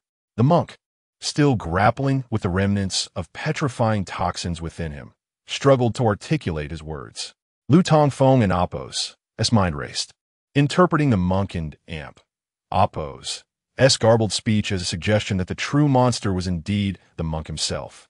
Through sheer determination, the monk eventually transitioned from lying down to a seated position, forming a golden seal with his hands, the radiance emanating from him intensifying. After a few moments, the monk pressed his palms together, murmuring incantations. A soft golden glow enveloped him, and a radiant halo appeared behind his head, ethereal sounds reverberating through the cavern. The sound of his sacred chants spread like sound waves, leaving Lu Tongfeng largely unaffected, while Yi Xiaoro and Appo's face blanched, causing her to drift farther away. In contrast, the cave was suddenly filled with anguished wails from the previously concealed spirits. On one side was the majestic sound of the monk and Appo's chanting, and on the other, the harrowing cries of the tormented souls. Light versus dark, yin versus yang, embodying the extremes of existence. Is it the great sun Tathagata and Appo's mantra? Monk, cease your recitation. These spirits are not malevolent. They have never harmed anyone. If you continue, they may be utterly destroyed. Croaked the voice of the ancient tree spirit, Huai. The sacred sound halted, and the monk slowly opened his eyes, which had transformed from black and white to a resplendent golden hue. In that moment, he exuded an air of solemnity and reverence, devoid of his usual playful demeanor. Amiba, well said, well said. Humans have their paths, and spirits have theirs. All things are born to follow their own ways. Spirits do not belong to this realm, and must enter the underworld for rebirth. As cultivators, we must understand the laws of nature and uphold the order of the heavens. The monk continued to chant the great sun Tathagata's mantra, unleashing a fresh wave of anguished cries from the spirits. Suddenly, several tendrils, varying in thickness, writhed rapidly towards the monk like venomous snakes. Yet, a golden light barrier materialized around him, preventing the tendrils from penetrating his defense. Just then, an ominous sound echoed from above. Lu Tongfeng looked up, only to see countless tendrils descending from above. Monk, Lu Tongfeng shouted in alarm. Little madman, stay back. A mere tree spirit and a few spirits do not intimidate me. The monk retorted confidently. Are you certain? Lu Tongfeng pointed upwards. The monk glanced up and turned pale. Tang Sung, what in the world? He exclaimed, leaping into action. The sacred sound faded, and the golden light surrounding him dissipated. The monk chuckled nervously, just a jest. Gust Ayist. You are all fine friends of the sword god, and thus my friends as well. He had previously been poisoned, rendering him petrified, yet his mind was intact. He had been fully aware of Lu Tongfeng and Amp. Appo's dialogue with the ghostly Yishaoro and the ancient tree spirit, recognizing that these spirits were companions of the sword god, and thus he could leverage this to his advantage. As a human, one must possess the ability to adapt. His master had warned him before descending the mountain. The world is perilous. If necessary, retreat. While he could eliminate the spirits here, the ancient tree spirit was not something he could contend with. To preserve his life, the monk wisely chose to yield. Upon witnessing the monk's capitulation, the myriad tendrils, resembling tentacles, slowly retracted back to the cave ceiling. Little monk, are you all right? Lu Tongfeng inquired softly. Of course I am well. With my cultivation of the Tao realm, what could possibly afflict me? A trifling poison cannot harm me. It was merely a small jest. The monk replied, Are you a disciple of the Bitter Sea Temple? You are quite young, yet possess commendable skills. Which of the 4 venerable monks do you serve? Croaked the ancient tree spirit, sounding like a frail elder. The monk clasped his hands together. I am GSA, a disciple of the Xianbei monk. May I inquire your name? Just call me Great-Grandpa Huai, the tree spirit responded. Oh, so you are the esteemed Great-Grandpa Huai. It is an honor. This place is truly remarkable, a convergence of ley lines and the intersection of yin and yang. No wonder you have attained spiritual awareness. Little madman, now that our misunderstanding is resolved, let us ascend. It has been a while since we came down. I suspect the bell-ringing master has prepared dinner. Let us return for a meal. There will be venison tonight.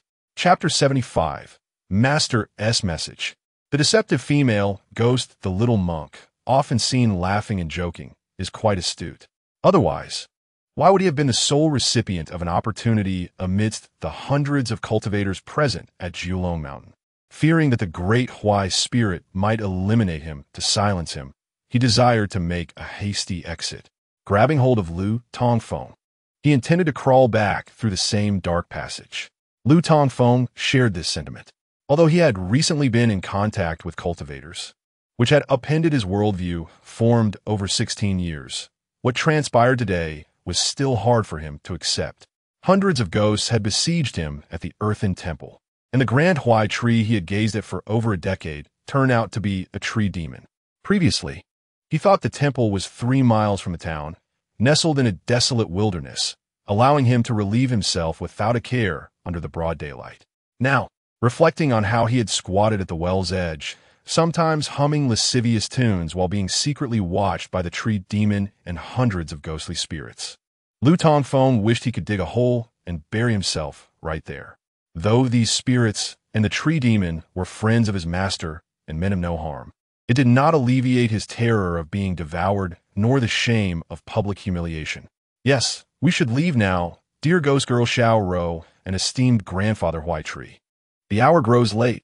You should rest. I shall take my leave. Wait, the voice of the Huai spirit emerged, resembling the hoarse, mournful tone of an elder watching over a wheat field, slow and deliberate. Lu Tongfeng turned back and asked, Grandfather Huai, do you have something to say? You are about to depart, and it is uncertain when you shall return. Your master left you a few words before he passed. What did my master say? Lu Tongfeng's expression settled into tranquility. His feelings toward his deceased master were complex, filled with both dissatisfaction over years of deception and deep gratitude for his nurturing. On that stormy night 6 years ago, when his master passed, he was merely warned to await the person who bore the secret sign, with no further admonitions for his future. He longed to know what his master had conveyed through the voice of the tree demon. The aged voice of the Huai spirit resonated. 9 suns open the heavenly gate. Burning skies become the wind's song. The soul traverses the second bridge. Do not cultivate the primordial spirit. Countless question marks appeared above Lu Tongfeng's head. Grandfather Huai, are these the words left by my master? Indeed. What do they mean? I merely relay your master's words. Their interpretation is for you to discern. Lu Tongfeng scratched his head, murmuring to himself. Yet he could not fathom the meaning of those 4 phrases. Suddenly, the little monk, whose focus was on abstaining from temptation, interjected, Old Huai, did the sword god may leave anything else besides these 4 phrases? Perhaps gold, treasures, techniques, or the burning sky divine sword? The old Huai tree replied, the burning sky divine sword has already been destroyed. What? The burning sky divine sword destroyed? How could that be possible? It is one of the 10 great weapons of the age. With the prowess of sword god Mei, who could possibly destroy it? The little monk exclaimed in astonishment. The old Huai tree replied, I cannot say. The little monk murmured, the second phrase from earlier, burning skies become the wind's song. Could it be that the burning sky divine sword was destroyed by the wind song divine sword? Surely not at that moment. The ethereal and stunning female ghost, Yi Xiaoro, drifted over. With a fierce glare, she fixed her eyes on the little monk, who had nearly sent her soul into disarray, before turning to Lu Tongfeng, who wore a frown of contemplation. With a bright smile, she said, Lu Tongfeng, your master indeed left you something. What is it? Lu Tongfeng asked, curiosity piqued. Yi Xiaoro extended her pale hand, and a soft glow began to swirl in her palm, gradually coalescing into a piece of green ancient jade. The jade was inscribed with intricate patterns, reminiscent of swirling clouds or the gluttonous beast motif. Here, this is the ancient jade. Lu Tongfeng reached for the jade. It felt icy to the touch, though its quality appeared mediocre, and its translucence was not remarkable. Is this mere trinket all? Indeed, I seldom deceive, and I would not mislead you. This jade is of tremendous benefit to your cultivation. You must carry it close to you every day, even while bathing, though of course, you do not particularly enjoy bathing. Thank you, I understand. Lu Tongfeng tucked the jade into his robe. Once assured that his master had not left any other treasures or messages, Lu Tongfeng beckoned the little monk to retrace their steps. The Huai tree was only 3 to 4 zhang from the ancient well, and the 2 quickly crawled back inside. It was pitch black within, but fortunately, the rope remained. The little monk soared upward, leaping out of the well, while Lu Tongfeng, lacking such prowess, could only climb using the rope. His abundant spiritual energy allowed him to ascend at remarkable speed. In the blink of an eye, Lu Tongfeng emerged back onto the surface. Azdai, who sat at the temple entrance, noticed the pair emerging from the well. He barked a few times before turning to enter the earthen temple. Below, the collapsed rock walls of the ancient well began to rapidly restore themselves, returning to their original state and emitting a faint glow. Clearly, a mystical barrier had been set in place around this cave. Inside the cavern, Yi Xiaoro clapped her hands, giggling. It worked. This fool is truly easy to deceive. The Huai spirit remarked, Xiaoro, you gave your soul crystal jade to the madman.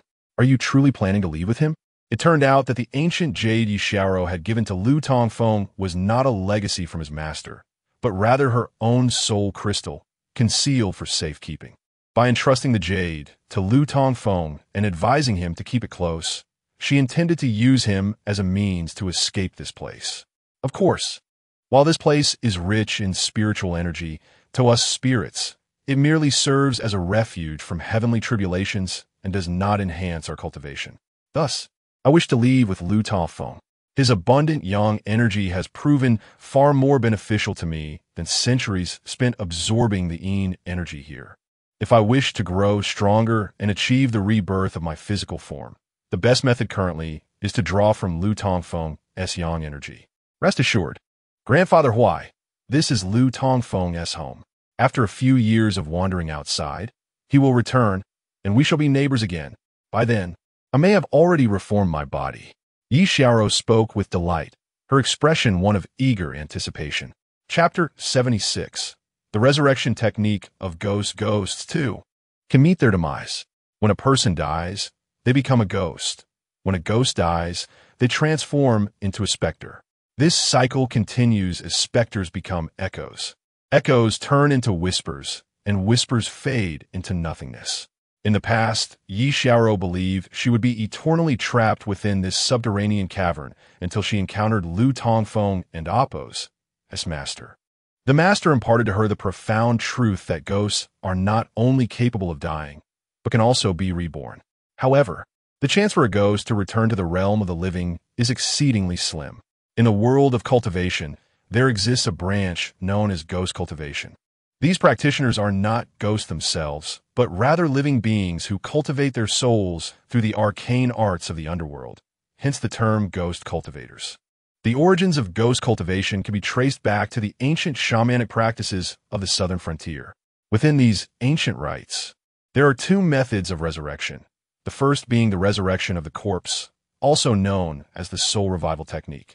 The second is the resurrection of the spirit, referred to as the resurrection technique. Yi Xiaoro falls under the latter category. Her physical body had long since decayed hundreds of years ago, leaving only her 3 souls and 7 spirits intact. The integrity of these souls and spirits is a prerequisite for the resurrection technique. Missing even one soul or spirit renders the process impossible. Moreover, numerous stringent conditions must be met, such as the infusion of the legendary water of life and the use of the mythical reshaping grass as a catalyst. According to the shamanic texts, the resurrection technique can only be employed once. Thus, when a ghost successfully fulfills all the arduous conditions and achieves rebirth, they are barred from undergoing the process a second time once their new life reaches its conclusion. Although the likelihood of success is exceedingly rare, and history offers no accounts of anyone achieving a successful resurrection, for Yi Xiaoro, it represents a flicker of hope that she must cling to. Since discovering the existence of the resurrection technique over 60 years ago, she has pursued this goal with relentless determination. While this location is a convergence of spiritual veins, the essence of spiritual energy benefits only the living. For instance, cultivators can enhance their practice here, and the ancient mulberry tree, through years of absorbing this energy, has developed sentience, evolving from an ordinary tree into a tree spirit. However, for the spirits of the deceased, spiritual energy does not nourish them. They require the malevolent energy of the underworld, typically found in places such as neglected graveyards. Additionally, there is a vital force, yang energy, that emanates from the living, which is why many ghostly entities wreak havoc, seeking to siphon this energy from the living, evoking fear among the populace. Thus, every night during his training, Lu Tongfeng becomes a magnet for these spirits, who emerge from the depths to congregate outside the earth deity and Appos' shrine, greedily absorbing the pure yang energy he inadvertently releases. Yi Xiaoro offered her soul crystal, an ancient jade, to Lu Tongfeng, intending to nurture her own power through the yang energy he possesses. The tree spirit sighed and said, "Very well, since you have made your decision, I shall not dissuade you. However, do not act foolishly and do not attempt to bewitch that child. His essence is unique, and your current spirit form cannot withstand the overwhelming yang energy within him. Simply remain within the soul crystal and gradually absorb the pure yang energy he releases." Yi Xiaoro replied with a smile, "I have no interest in that child. He may be a child now, but in a few years, he will no longer be one. You should exercise restraint and not squander your centuries of cultivation for a mere man. Fear not, I cherish my cultivation dearly. I will not act recklessly." Meanwhile, on the surface, Lu Tongfeng and the monk who abstains from desire were busy untangling the ropes that bound them to the mulberry tree before stepping into the shrine. They were absent for a brief period, and Ling Dang remained oblivious to their return. "Have you returned? Dinner is ready. I was just about to call you." She paused, noticing an unpleasant odor. "What is that smell? You both are covered in dirt. Hurry and change your clothes. Wash your hands. Dinner is about to be served." They exchanged glances, confirming the foul stench emanating from each other. Retreating behind the statue of the earth deity, they quickly changed into fresh garments, discarding the soiled ones outside. After a brief cleanup, they emerged revitalized, the stench nearly dissipated. With plans to depart the next day, Yu Lingdang prepared a lavish feast for them. A farewell banquet, as well as a gesture of gratitude for Lu Tongfeng and the monk's assistance in burying her mother and grandmother. Although Yuling Dang still felt no hunger and had no desire for alcohol, she lifted her cup and said, "Brother Feng, little monk, I sincerely thank you for giving my mother and grandmother a proper burial. Without your help, I would not know what to do. I raise this cup in your honor." In their bewilderment, Yuling Dang downed the contents of her cup in one gulp. Her fair complexion flushed crimson, and she grimaced in pain, sticking out her tongue. Lu Tongfeng exclaimed, "Ling Dang, what are you doing? You can't handle alcohol. Quickly eat something to counteract it." Yuling Dang mumbled in agreement, reaching for her chopsticks, only to collapse before the meat could reach her lips. The piece of meat fell to the ground. According to the rules of the martial world, anything that touches the ground belongs to the dogs. Big Black, lightning fast, swiftly devoured the fallen morsel. Lu Tongfeng, holding his wine cup, gazed at the sleeping Yuling Dang with a mix of amusement and exasperation. He set down his cup and gently carried the tipsy girl to the bed behind the curtain, covering her with a blanket. This little girl, why must she overexert herself with alcohol? One big cup, and how could she not be overwhelmed? The little madwoman cannot be faulted for this. It is her way of expressing gratitude. Since she has succumbed to slumber, let us indulge. He raised his cup. Dear meat and wine, the more we drink, the merrier. Come, let us toast. As the evening wore on, their conversation drifted back to the mulberry tree and the spirits. The monk chuckled. You know, that little ghost, Yi Xiaoro, is rather intriguing, especially when she is unclothed. Her curves, her form, what a beauty. A magnificent ghost.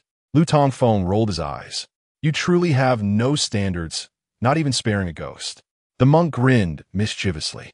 But you see, once a female ghost solidifies her spirit form, she can be utilized. Is it any wonder that so many scholars venture into the mountains, enchanted by female ghosts, only to be drained of their yang energy? How about you? Interested in playing with a ghost? Not at all. This is my first encounter with a ghost, and after meeting so many, my heart has yet to settle. Tomorrow morning, we must hastily leave this haunted place as far away as possible, to a realm devoid of spirits, monsters, and tree demons. Lu Tongfeng shook his head while savoring the deer meat. The monk remarked, such places do not exist. Even in our sacred Buddhist lands, many spirits and creatures abound. Yet, truth be told, those spirits are not frightening. The only one with real prowess is that Yi Xiaoro. The tree demon, however, is formidable. In a confrontation, I would stand no chance. Indeed, I overheard that Yi Xiaoro mentioned the old mulberry tree has existed for thousands of years. It's only natural you cannot defeat it. Chapter 77. Further inquiries. Many mortals often confuse spirits, monsters, and demons, for they bear semblance to one another. In truth, they are entirely distinct entities. According to the ancient tome Shan Hai Jing, demons are indicative of aberrant phenomena or occurrences. As the saying goes, unusual events invariably harbor demons. And disturbances in heaven signify calamity, while disturbances in the earth signify demons. They may manifest as animals, plants, or other non-human entities that, through the absorption of celestial energies or fortuitous circumstances, have awakened intelligence and acquired certain supernatural powers. Spirits, on the other hand, are typically cultivated from flora and fauna. They possess wisdom and exhibit a disinclination for violence, often embodying a gentle and benevolent nature. Monsters, conversely, are non-human life forms that, after cultivation, bear little resemblance to humanity. They are predominantly derived from animals and are often malevolent, exhibiting destructive tendencies and a propensity for violence. The grand locust tree before the temple, referred to as a tree demon, is a misnomer. It inflicts no harm upon humans or other life forms and is quite amicable. Thus, it is more aptly designated as a tree spirit. Such tree spirits, akin to the grand locust tree, are not uncommon in the human realm, especially within the remote recesses of towering mountains, where one might frequently encounter awakened tree spirits. However, tree spirits like the grand locust tree, which have silently absorbed celestial energies for millennia at the convergence of Earth and Oppos, SLA lines, are relatively rare among humans. Most tree spirits in the deep wilderness have been devoured by beastly demons or monsters. A millennia-old tree spirit is already a rarity. let alone one that has existed for several millennia. The young monk, Jesse, possessing considerable prowess at the Tao realm, stands out among human cultivators under 40. Yet when faced with a tree spirit of several millennia, his limited Buddhist knowledge is utterly insufficient. Although Jesse is reluctant to accept this reality, he eventually concedes that he cannot overpower the grand locust tree spirit. As the two converse and drink within the dilapidated temple, time slips by unnoticed, and Jesse soon finds himself somewhat inebriated. He inquires, "Little madman, let us speak of other matters. I am quite curious. Did that box truly fall by chance from the celestial maiden Fuyao?" "Indeed, it was she," replies Lu Tongfeng. "I must deliver the box to Yuntian." As he speaks, his expression suddenly shifts. Having been preoccupied with rescuing Jesse and later encountering the Yin spirit and tree spirit, he had forgotten the precious box left by his master amidst the subsequent changes of clothes and meals. He hastily glances toward the stove. Fortunately, the wooden box he had carelessly placed near the stove remains, albeit slightly shifted by the bell. Lu Tongfeng rushes over to retrieve it. The box undoubtedly contains something valuable. It must not be lost. Jesse leans forward. "Little madman, that box appears rather exquisite. Could it be Fuyao?'s jewelry box?" Lu Tongfeng shakes his head. "Who can say? However, since Fuyao tasked me with retrieving this item and bringing it to Yuntian's sect to find her, it must hold great significance for her." Lu Tongfeng refrains from revealing the full truth to Jesse. "Fuyao is merely toying with you," Jesse dismisses, his expression one of skepticism. "Toying with me? What do you mean?" Lu Tongfeng, intrigued, prompts further explanation. "That ancient well is akin to your latrine. It reeks to high heaven. Even I can detect it. How could Fuyao not perceive it? If something fell, it is most likely a hairpin or earring that slipped while peering into the well. There is no way she would accidentally drop such a large wooden box. Clearly, Fuyao intended to cast it down. I surmise she wishes for you to return to Yuntian's sect. Given your master's past actions, she might be concerned that you would hesitate to go. Thus, she discarded the box, compelling you to retrieve it and present it to Yuntian's sect. Even if you are reluctant, you must comply." Praised as the most astute monk of the Buddhist order, Jesse is confident in his deduction. Observing Jesse's confident demeanor, Lu Tongfeng can only smile wryly, thinking to himself that this time he has indeed misjudged. Only he knows that although the box was cast into the ancient well by Yun Fuyao, he has safeguarded it for the past 6 years. It undoubtedly contains something of great importance, which is why Yu Chunzi discreetly sent Yun Fuyao to retrieve it, leading to her ambush. Yet, one question lingers in Lu Tongfeng's mind. Why did Yun Fuyao, despite having over a dozen disciples from Yuntian's sect in Fuyang Town, not retrieve the box herself? Was it a matter of trust? Recalling Yun Fuyao's admonition to him before her departure, to trust no one, Lu Tongfeng senses that there may be considerable strife and undercurrents within Yuntian's sect. What, then, could be contained within this box? A glance at the large black dog, gnawing on a bone, reveals that perhaps only Dahe, who has accompanied his deceased master for years, knows what lies within. Although he has witnessed Dahe transform into a creature the size of a house, the celestial beast, known as Wang Dianhao, cannot articulate human speech, rendering any inquiry about the contents of the box futile. Lost in thought, Lu Tongfeng finds little desire to continue drinking and conversing with Jesse. The young monk, having indulged sufficiently for the night, drains the last of his drink and staggers to lie down amidst the thatch in the corner. "Little madman, hasten your cultivation. The night grows cold." This is Jesse's final utterance of the night. Lu Tongfeng shakes his head with a wry smile. What does this rotund monk take him for? A hand warmer. It matters not if the portly monk feels cold, but the delicate and tender-boned bell must not be allowed to suffer from the chill. Lu Tongfeng discards the remaining dishes from the table into Dahe's bowl, then tucks the wooden box beneath the thatch before beginning to breathe deeply and sit in meditation. As he cultivates, the temperature within the temple gradually begins to rise, and within a mere quarter of an hour, it is as warm as spring. After circulating his energy for a full cycle, Lu Tongfeng slowly concludes his practice, reveling in the warmth of the room. Over the years, he had never realized that during his cultivation, his body could emit such an abundance of heat. akin to having 5 or 6 large stoves within the room. Could the heart method imparted by his master truly be extraordinary? As thoughts swirl in his mind, he recalls the 4 phrases communicated to him by Grandfather Locust. The 9 suns open the heavenly gate, burning the heavens to transform into wind song. The divine soul crosses the 2 bridges. One must not cultivate the primordial spirit. What do these enigmatic words signify? Why did his master choose to convey them through Grandfather Locust rather than directly? Moreover, his master once mentioned that only after he emerged reborn from the flames would he be able to connect the 2 bridges of heaven and earth. When he was ignited by that sword last time, did it count as a rebirth? Is this heart method truly a genuine cultivation technique? Am I even a cultivator? In a moment, a myriad of questions floods Lu Tongfeng's mind. Chapter 78. Wei Yurong's doubts the following day. In the early morning at Fuyang Town, Wei Yurong, along with Chu Yuanhong and the disciples of the Xinshu sect, as well as Lin Deming and Lin Feng, arrived at the Taoist temple established by the nuns of the Fulin Monastery. At this moment, the temple had been dismantled to a considerable extent. The nuns had been conducting a ceremony here for 3 days to guide the souls of the deceased townsfolk, and today they were preparing to return to Fulin Monastery. Thus, the disciples of the Xinshu sect and the village head, Lin Deming, came to bid farewell. The recent upheaval in the town had severely affected Lin Deming, who appeared to have aged significantly in just a few days. Previously, he could walk with the aid of a cane, but now he required assistance from 2 individuals.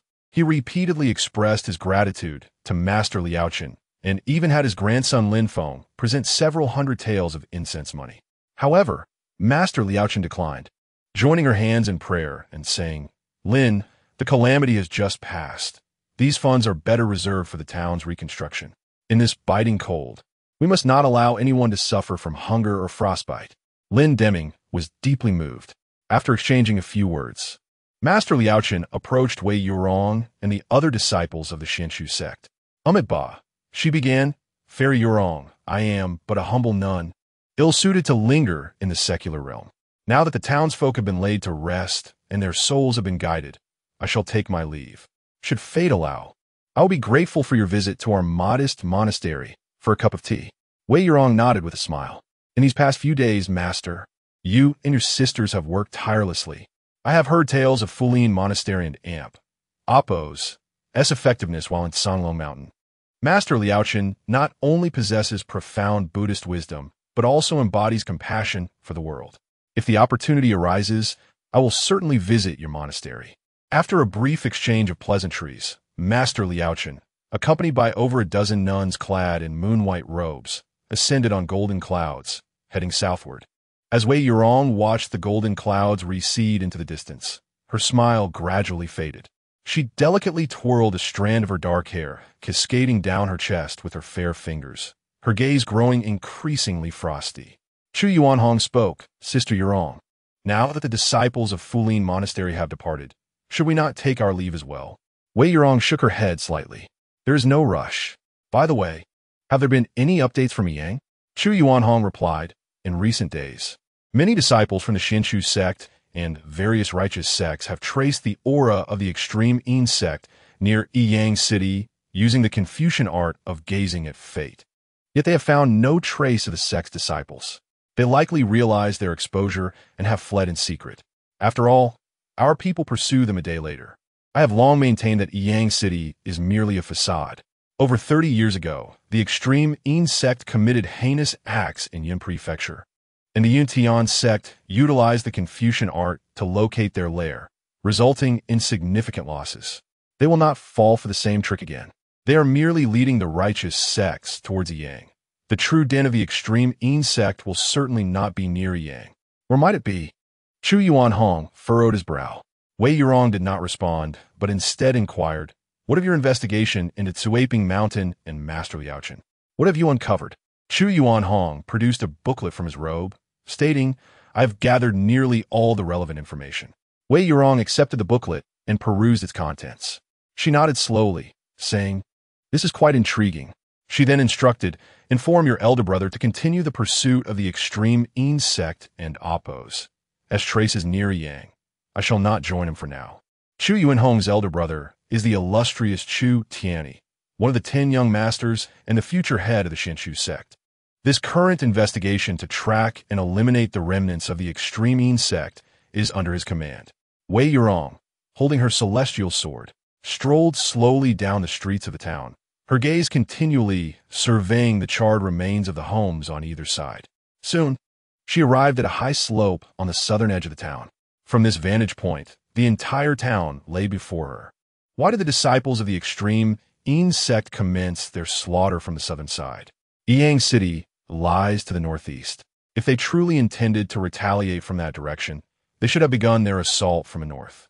The Confucian art had only detected the residual aura released by these individuals upon their departure, failing to trace their arrival. Thus, it could be concluded that they did not arrive via magical means, but rather utilized lightness techniques without employing their spiritual power. They must have come from the south. Wei Yurong turned her gaze southward once more. In the distance, a mountain peak could be faintly discerned. A smile touched her lips as she murmured, "This is becoming increasingly interesting." With a gentle push from her toes, she soared toward the direction of the land god temple. Despite the failures of her beauty trap and drunken truth plan, Wei Yurong's suspicions regarding Lu Tongfeng remained unshaken. Meanwhile, within the land god temple, Lu Tongfeng and Yu Lingzhan were tidying up their belongings. Lu Tongfeng had little to pack, merely a single satchel, while Yu Lingzhan had more items, including a large wooden box. However, with the presence of the abstinent young monk, the quantity of their luggage became inconsequential. To travel light, Lu Tongfeng wrapped the wooden box left by his master in a piece of green cloth and secured it to his back, while all the miscellaneous items were stuffed into the young monk's storage bag. Yu Lingzhan, on the other hand, left without even a satchel. Initially, the young monk was reluctant to allow these two to cram their belongings into his storage bag. Yet, Lu Tongfeng devised a strategy to persuade him. He promised to cover all expenses along the journey and assured that if they had to sleep rough, Lingzhan would wash his clothes and prepare meals for him. With this promise, the young monk reluctantly agreed. With the young monk's storage bag facilitating their packing, the process was swift. Even the firewood from the temple and the grains and oils purchased in the town were hastily shoved into the young monk's bag. Lu Tongfeng even wished to take the clay statues of the land god and goddess with him. As Lu Tongfeng stood behind the temple, contemplating the makeshift latrine constructed for Yu Lingzhan just days prior, the young monk could no longer restrain himself. "Little madman, you aren't seriously considering taking a latrine with you, are you? We are far from Tianyin Mountain, and in the wild, it wouldn't be a problem for us two gentlemen, but you must consider Lingzhan. Do you really want to carry a latrine on your journey? Little madman, do you believe I want to kick you to death?" he exclaimed. "Have you ever heard of someone traveling far while dragging along a latrine?" Due to the young monk's insistence, Lu Tongfeng had no choice but to compromise on the latrine issue. "Very well, we will leave the latrine behind. But can we discuss the clay statues of the land god and goddess further?" The young monk fixed his watery eyes on Lu Tongfeng for a moment. After a brief pause, Lu Tongfeng rubbed his backside and re-entered through the back door of the temple, grumbling, "If we wanted to amp Oppos, take them, then why kick me? I've never seen a monk with such a temper. It's truly impolite." Chapter 79. Re-entering the Jianghu Bell. "Have you packed your things?" "Yes, it's almost done." "Brother Feng, when do we set off?" "Right now. We should hit the road early and aim to reach Ciyang by tomorrow. That would make the journey easier." The snow-covered roads were treacherous. Lu Tongfeng had initially hoped to leverage the large wooden fish of the monk who refrained from desire, soaring with them and the hefty dahe to Tianyin Mountain. However, this suggestion was promptly dismissed by the monk, as his wooden fish could accommodate no more than 2 individuals, and dahe was as large as a calf. With no alternative, Lu Tongfeng resolved to head towards Xuyang City first. Once they reached the official road, travel would become much more convenient.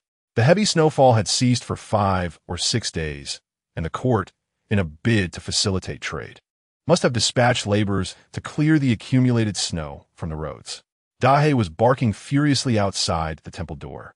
Hearing the commotion, Lu Tongfeng stepped out to investigate and spotted familiar golden Buddhist clouds approaching from the direction of the town, atop which stood a dozen or so nuns. Realizing they were returning to Tsuaping Mountain after their Dharma assembly at Fulin Temple, he scoffed inwardly. What is so impressive about flying? Bah! Despite having forged a close friendship with the monk who refrained from desire, his animosity towards the nuns of Fulin Temple remained unchanged. Once the nuns had vanished from sight, Lu Tongfeng approached the grand locust tree. "Grandpa Locust, I know you can hear me. I'm about to leave. Please tell Miss Yishara not to come out to see me off. I'll be venturing out for a few years, but I promise I will return." As if stirred by a gentle breeze, the branches of the locust tree began to sway softly. Many red strings, once tied by past worshippers, danced gracefully in the wind. Dahe, standing beside his little master, let out a few low barks, seemingly bidding farewell to his friends. After taking his leave from Grandpa Locust, Lu Tongfeng turned to head towards the Earth Temple when a faint, ethereal light shot from the locust tree, quickly merging into his body. He felt a sudden chill wash over him, causing him to shudder involuntarily. Fortunately, this eerie sensation was fleeting and went unnoticed by him. Yet, Dahe observed the entire scene, his deep blue eyes shimmering with a profound wisdom that seemed to penetrate all. "Junior Uncle Lu." As Lu Tongfeng reached the temple entrance, he heard a familiar and melodious female voice. Turning around, he saw Wei Yurong, clad in green, swooping down from the north and landing gracefully before him. Lu Tongfeng marveled. "Wei Yurong? What brings you here again?" Wei Yurong's enchanting eyes sparkled as she replied with a smile. "What's wrong?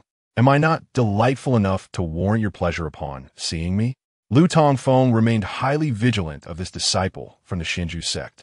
Nevertheless, as he was about to depart, he thought it best to adopt a mindset of out of sight, out of mind, as long as she refrained from causing him trouble. He was indifferent to her antics in Fuyang Town. "Miss Yurong, you've misunderstood. I certainly welcome your presence. However, I must be leaving now." "Leaving? With the heavy snow? Where do you intend to go?" Wei Yurong asked, eyeing the small bundle on Lu Tongfeng and Amp, Oppo's back with curiosity. Lu Tongfeng refrained from revealing his destination of Tianyan Mountain, merely stating, "Belle has been ostracized by the townsfolk, so I plan to take her to Chuyang City first." That makes sense. This dilapidated temple could be toppled by a strong wind. It is indeed unfit for habitation. By the way, what of the monk who refrains from desire? Just as Lu Tongfeng was about to respond, the monk and Oppo's voice echoed from within the temple. "Miss Yurong, did you come specifically to find me?" The portly monk waddled out, his ample form jiggling. Wei Yurong inquired, "Monk, are you joining Junior Uncle Lu on his journey?" "Indeed, it's just the right opportunity for a companion along the way. By the way, how has your sect fared in dealing with the extreme sect?" Wei Yurong shook her head. Currently, the Xianzhu sect, alongside several hundred disciples from the righteous path, is pursuing leads in Yang City, yet we have not located any traces of the extreme sect disciples. The monk nodded thoughtfully. The righteous disciples wasted precious time and have likely alerted the enemy. Those fiends from the extreme sect have probably dispersed and fled. Wei Yurong remarked, "One thing has puzzled me. Yang City lies to the northeast of the town. Why did the massacre commence from the south? Moreover, the Confucian art of Qi observation only traced their exit, not their arrival."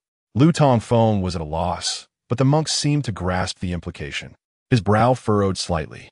"Miss Yurong, are you suggesting that Yang City is merely a front for the extreme sect? That they did not arrive from that direction, but rather from the south of the town?" Wei Yurong nodded slowly. Lu Tongfeng began to piece things together. "The south of the town? Could that be the direction of Chuyang City?" Wei Yurong replied, "It's certainly a possibility. However, it's too late to speculate now. Days have passed, and the righteous cultivators are gathered hundreds of miles away in Yang City. Even if the extreme sect and Oppo's lair were near Chuyang, those demons have likely long escaped." Both Lu Tongfeng and the monk murmured in agreement. Lu Tongfeng declared, "They may have evaded capture today, but they cannot escape justice forever. The extreme sect has committed heinous acts and slain the innocent. I believe the righteous cultivators will eventually eradicate them and avenge the innocent lives lost." Originally, Wei Yurong intended to inquire further about that fateful night, but refrained when she saw Yu Ling Dang emerging from the temple, clutching 2 spirit tablets. She chose not to probe further, wishing to spare Ling Dang the pain of remembrance. "Indeed, since you are departing, let us not delay. In a day or two, Our Xianju sect will also leave. The mountains will remain green, and the waters will flow eternally. If fate wills it, we shall meet again." After exchanging pleasantries, they bid each other farewell. Wei Yurong mounted her flying sword and soared towards the town. Lu Tongfeng turned his attention back to Yu Lingdang. "Lingdang, why do you still carry the spirit tablets of Aunt Fat and Grandma Lu?" Yu Lingdang replied, "Aren't we heading south? I thought I would place Grandma and Mother S spirit tablets in the Guanyin Temple for offerings when we pass by Tsuaping Mountain." Though Lu Tongfeng harbored disdain for the nuns, he recognized this as Yu Lingdang's filial devotion and chose not to dissuade her. He nodded, "That's a good idea. Fulin Temple is bustling with incense. Placing Grandma Lu and Aunt Fat's spirit tablets, there will surely bring them blessings." Chapter 80. The burden of beauty. Lu Tongfeng departed once more from the Land Temple, a place he had called home for 16 years. This marked his second venture into the martial world. The first, merely 8 days prior, had seen him traverse 50 miles, only to return through biting winds and swirling snow 2 days later. This time, however, he felt an unshakable certainty that he would not return in the near future. Unlike his previous journey, which had been accompanied solely by the loyal Dahe, he was now joined by the spirited Yu Lingdang and the temperate monk Jiasexio. In the brief span of a week, the small town had undergone a significant transformation, altering not only Yu Lingdang and Appo's fate, but also that of many others. As he closed the temple door, casting one last glance at the dilapidated structure, the trio, along with their canine companion, ventured southward, their footsteps crunching upon the freshly fallen snow. The journey was surprisingly lighthearted. Lu Tongfeng and Jiasexio, both free-spirited individuals, reveled in their shared camaraderie. Jiasexio regaled the group with amusing anecdotes, while Lu Tongfeng shared his own humorous misadventures, lifting the spirits of the melancholy Yu Lingdang. Being an ordinary woman without any martial prowess, Yu Lingdang found herself lagging behind, particularly in light of the recent presence of official troops led by Lin Yuqing, whose footprints marred the pristine snow. It was only around noon that they reached the 10-mile pavilion. Lu Tongfeng suggested they rest there for a moment, yet upon glancing back, he saw the Land Temple still lingering in the distance. This was unacceptable. At their current pace, they would never reach Tsuaping Mountain by dawn. Thus, Lu Tongfeng inquired of Jiasexio if he possessed any miraculous elixirs that could grant them the ability to travel 1,000 miles by day and 800 by night. Hoping to procure a vial for Yu Lingdang, Jiasexio rolled his eyes, retorting, "If such a potion existed, I would have consumed it myself long ago." Yu Lingdang, feeling apologetic, said, "I'm sorry, Fengge, for being a burden." "Not all," Lu Tongfeng reassured her. "We are not in any hurry. However, it would be ideal to reach the foot of Tsuaping Mountain by nightfall, where there is a cave suitable for rest. If we fail to reach the mountain, we may have no choice but to camp in the wilderness." Jiasexio interjected, "Given the biting cold of the night, it would be unwise for Lingdang to endure the elements. Little madman, you should carry her. Despite your claims of being no cultivator, the true essence flowing through your meridians is formidable." Lu Tongfeng clapped his hands in agreement. "What a splendid idea. Lingdang, what do you think?" Though somewhat embarrassed at the notion of being carried by Lu Tongfeng, Yu Lingdang realized that her own pace would severely hinder their progress. Moreover, she recalled how warm and comfortable she had felt when he had previously carried her back to the Land Temple. After a moment of contemplation, she conceded, "I suppose I must trouble you, Fengge." "Trouble? He carries you, and yet you speak of hardship. He is fortunate indeed," Jiasexio quipped, causing both Lu Tongfeng and Yu Lingdang to flush with modesty. After a brief respite, the group resumed their journey, with Lu Tongfeng effortlessly bearing Yu Lingdang upon his back. He moved with agility across the snow, and their speed significantly increased. While Yu Lingdang initially felt shy, she soon acclimated to the warmth radiating from him, finding comfort in the bitter cold of winter. Meanwhile, in the cave of Tsuaping Mountain, the once bustling hideout of the Jin sect lay eerily quiet. After suffering devastating losses over 30 years ago at the hands of the Yuntian sect, the once thriving sect had dwindled to a mere 30 or 40 members, the majority being female disciples. The Jin sect had become exceedingly low profile, their development stunted. The male disciples had almost all perished, and only a handful remained, joined by their master, the Yin Patriarch. The female disciples had largely integrated into the ranks of the nuns at Fulin Monastery, where they spent their days in prayer and meditation, far removed from the revelry of their past. At this moment, the nun Liao Chan returned from Fuyang town to report to the Yin Patriarch about the recent events and intelligence gathered regarding the pursuit of Su Tsang and his cohorts by the righteous sections.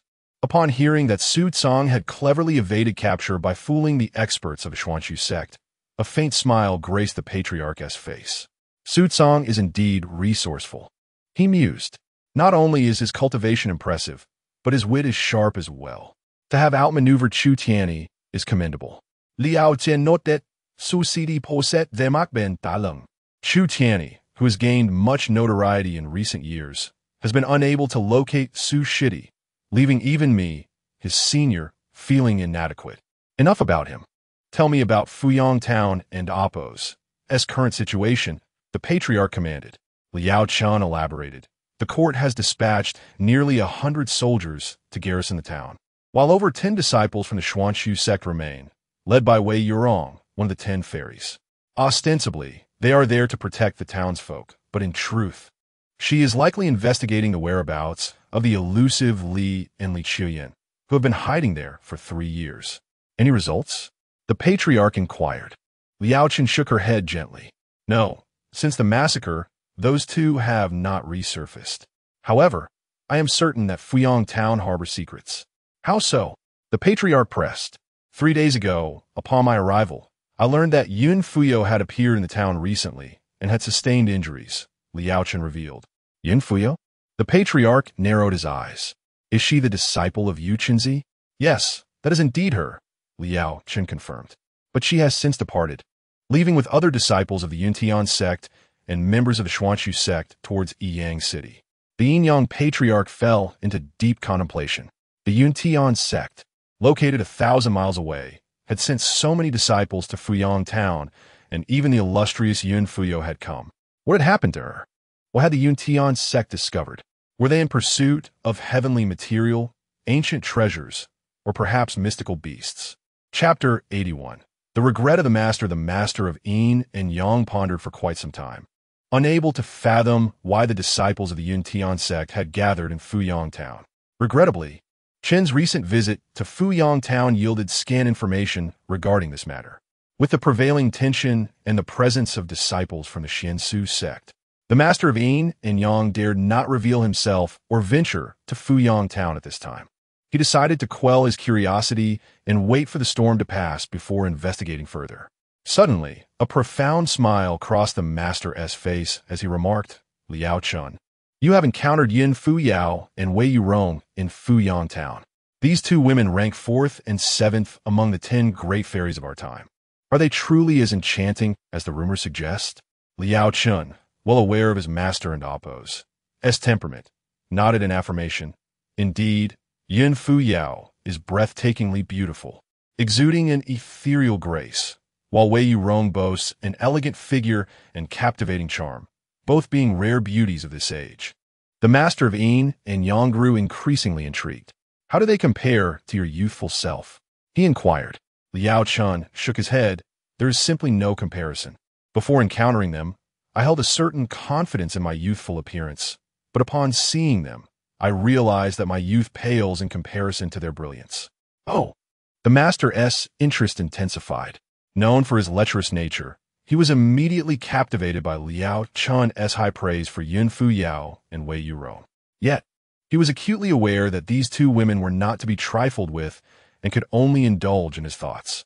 Alas, I have courted countless women in my lifetime and have tasted the pleasures of virtuous fairies, yet they were merely of decent quality.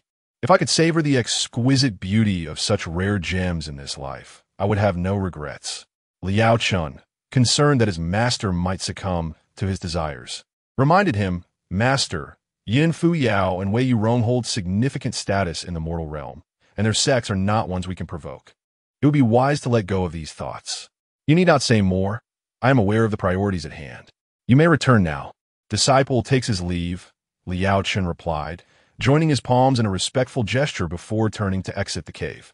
The master of yin and yang, filled with pent-up frustration, made his way to the chamber where the girls were imprisoned. After days of confinement, the girls no longer exhibited the same fear and evasion as before, allowing the master's aged form to press upon them. Their faces bore expressions of reluctant pleasure, emitting sounds akin to a cat's purr. This was the master's method of subjugation. The secret elixirs of the He Huan sect could transform a virtuous maiden's temperament in a remarkably short time. The female disciples of the extreme Yin sect, having been abducted, ultimately yielded to the master's will, becoming puppets at his disposal. As dusk fell, Lu Tongfeng and his companions arrived at the foot of Chui Ping Mountain.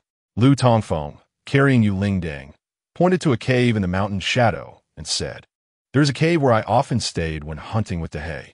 Recently, I also lodged there on my way to Chuyang City. Let us spend the night there, and tomorrow we shall ascend the mountain to pay respects to Granny Lu and Aunt Pang." Yu Lingding nodded gently. "Yes, Brother Feng. You have walked many miles this afternoon and must be weary. Let me walk on my own." Lu Tongfeng chuckled. "Lingdang, you underestimate me. I am quite strong now. I could run for a day and a night without fatigue. Dehei, little monk, stop dawdling. Let's be on our way." After some time, Lu Tongfeng arrived at the mouth of the cave. It appeared largely unchanged from his last visit, save for some accumulated snow at the entrance. He set down Lingdang and called upon the capable little monk to clear the space. The monk, adept in the ways of the Buddha, forcefully expelled the snow and debris from the cave with a powerful push of his palms, creating a whirlwind of dust. The two companions and their canine friend quickly stepped aside to avoid the cloud of particles. After a while, the dust settled, thanks to the little monk and Appo's storage bag. Lu Tongfeng managed to carry away nearly everything salvageable from the dilapidated temple, including firewood and straw. Even the makeshift bamboo bed he had crafted for Yu Lingdang was forcibly stashed into the little monk's bag.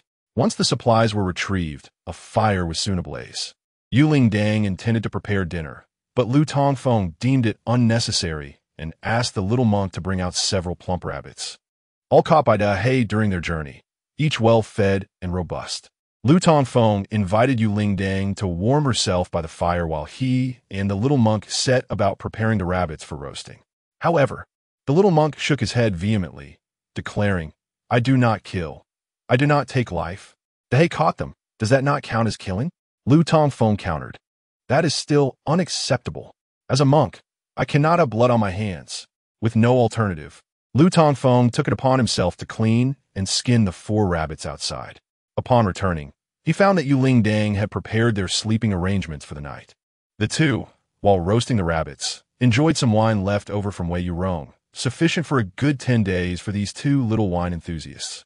As night descended, Lu Tongfeng began to meditate and cultivate, allowing Yu Lingdang and the little monk to rest comfortably in the warm environment until dawn.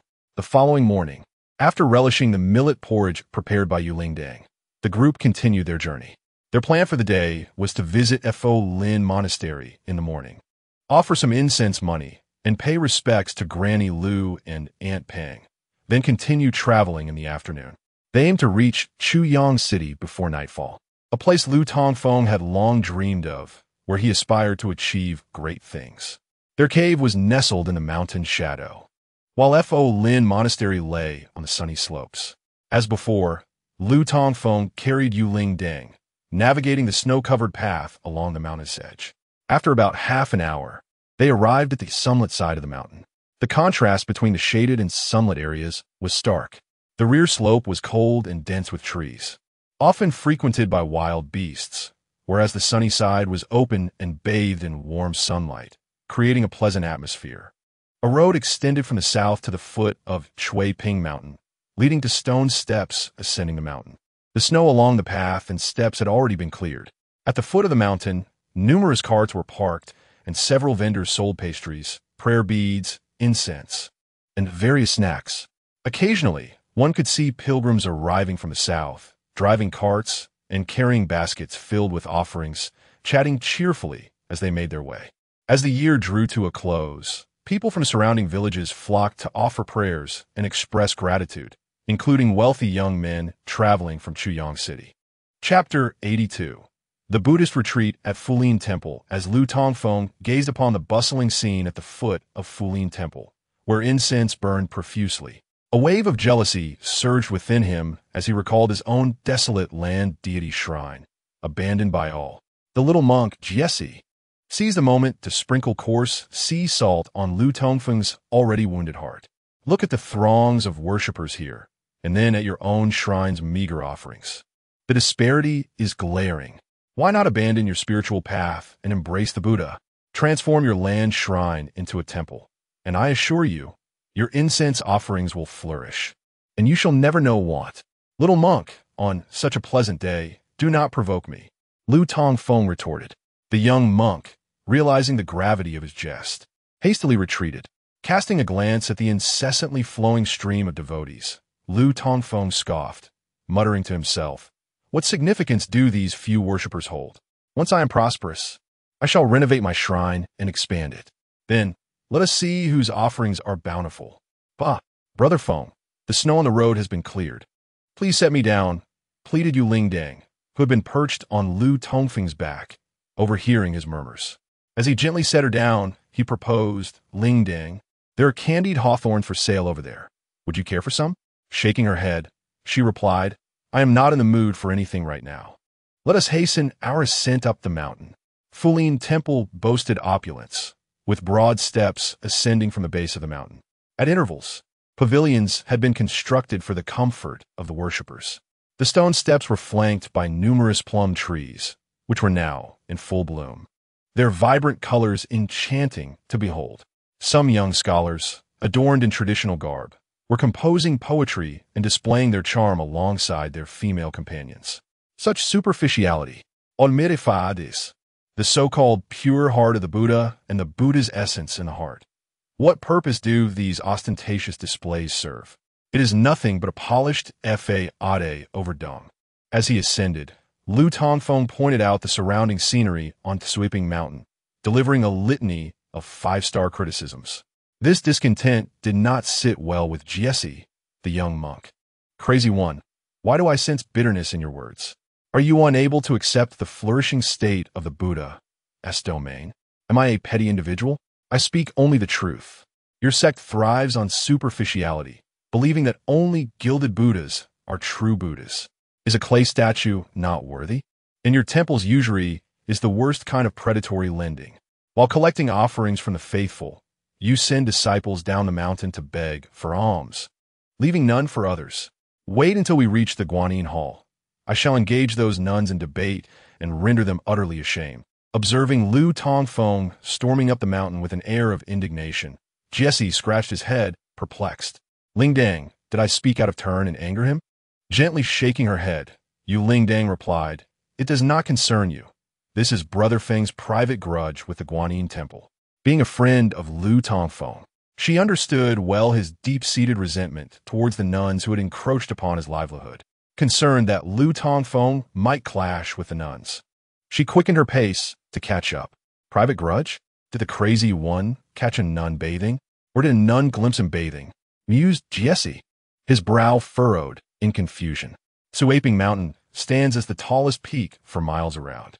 Fulin Temple is situated approximately 200 to 300 feet above the ground. Once a humble retreat for a handful of elderly nuns, now transformed into a bustling temple housing nearly 100 individuals in just 4 to 5 years, a testament to its rapid growth. The primary reason for this success was, of course, an abundance of resources coupled with the blessings of a divine visitation in years past. Before long, Lu Tongfeng arrived at the entrance of Fulin Temple. Before him lay a sprawling complex of temples, adorned with red walls and golden roofs, their hexagonal eaves shimmering under the sun, casting a gentle halo. Lu Tongfeng and Appo's mouth fell slightly agape.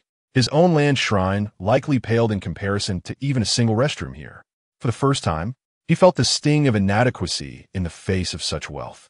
At the temple and Appo's entrance stood a 9-tiered tower crafted entirely of pure bronze, where several devotees cast coins onto its surface.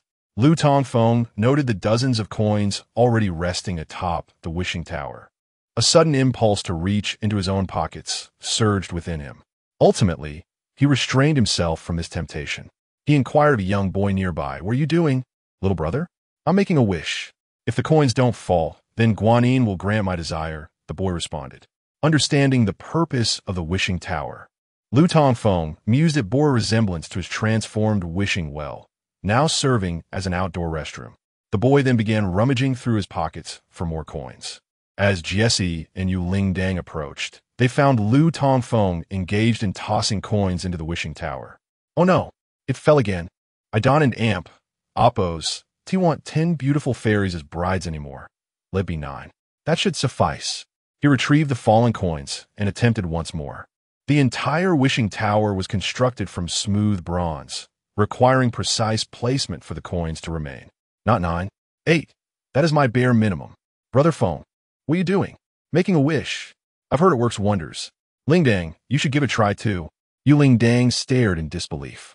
What was happening? Just moments ago, Lu Tongfeng had been irate, intent on confronting the nuns in a verbal duel. Yet now his demeanor had shifted so dramatically. Jesse interjected, "Enough of this coin-tossing game. Time is of the essence. I am eager for a grand feast in Suyang City tonight at a luxurious inn. If we delay any longer, we shall miss our chance." Reluctantly, Lu Tongfeng departed from the wishing tower, only to return moments later. 3. I only wish to marry 3 wives, he declared, tossing his coins once more, only to see them fall again. What nonsense! It's all a scam. Bah! He picked up the coins in frustration and stormed off. Fullin Temple houses 3 main halls, the foremost being the Manjusri Hall, dedicated to Manjusri Bodhisattva, who is revered for bestowing peace. Families often pray here when illness strikes, seeking blessings for health. Ascending further, the second hall, the Puxian Hall, venerates Puxian Bodhisattva, believed to bestow wisdom and fortune, frequented by scholars, officials, and those seeking wealth. The highest and most lavish hall is the Guanyin Hall, where young men and women seeking partners or couples yearning for offspring come to beseech Guanyin for blessings. Just as Lu Tongfeng approached the Manjusri Hall, he was intercepted by a young novice, nun clad in robes and a hat. This girl, appearing no older than 18 or 19, had not shaved her long hair as she was a novice in training. She was currently sweeping the entrance, clearing away fallen leaves and dust. Upon seeing Lu Tongfeng enter with a large black dog, she stepped forward, placing a hand over her heart and stating, "Amit Ba, this is a sacred place of the Buddha. To prevent any harm, the black dog must remain outside." Chapter 83. Doubts arise from restraint Dahe. Witnessing the audacious little nun obstructing his path, was filled with rage. What was this? It was often said that dogs look down upon humans. But this was the first time he encountered a human looking down on a dog. Immediately, he bared his teeth and barked ferociously at the blocking bhikkhuni. Dahe was no ordinary dog. He was a celestial hound, the most illustrious among divine canines. His barks sent the beautiful little nun reeling back in terror, her face turning pale as she stumbled away. Nearby pilgrims were also frightened by the sheer size of Dahe, akin to a young bull. Lu Tongfeng had intended to explain to the little nun that Dahe was a well-behaved dog and posed no threat. However, upon witnessing Dahe and Amp, Oppos' fearsome display that sent people scattering, and recalling the night of the massacre in the town where Dahe had devoured a man and left several others as mere remnants, a chill ran down his spine. The words of defense lodged in his throat, and he could utter not a single punctuation mark. Finally, he relented, saying to Dahe, "Cease your barking and find a corner to lie down until we return." In the presence of a nun, Lu Tongfeng chose to remain low-key, recognizing that he was on the domain of the Buddhist Lin and Amp, Oppos, and rather than his own humble temple. He refrained from advocating for Dahe or asking the young monk, who also belonged to the Buddhist order, to intercede on behalf of Dahe. Dahe cast an indignant glance at his young master, but ultimately obeyed the command, wagging his tail as he trotted to the side of the one-shoe hall, where he settled in a corner, awaiting his master's return. Seeing Dahe's compliance brought great satisfaction to Lu Tongfeng, who turned to the nun wielding a broom and remarked, "May we enter now?" The little nun, taken aback by Dehai's cleverness, replied, "Please, esteemed patrons, come in." Lu Tongfeng and Yu Ling Deng passed by the little nun, stepping over the substantial threshold of the grand hall. The young monk clasped his hands in greeting towards the nun. She, slightly surprised, inquired, "And this venerable monk is?" Replied earnestly, "I am Jiese, a disciple of the Xianbei sect from the Kuhai Temple. I happen to pass by your humble abode with friends and wish to pay a visit." Kuhai Temple? The nun and Appo's expression stiffened. She was acutely aware that it was one of the 6 major sects of the righteous path. It was renowned as the foremost Zen temple in the realm, boasting over 30,000 monks, far beyond the scope of their modest linen. After a moment of astonishment, the little nun responded, "Amit Ba, it is indeed an honor to meet you.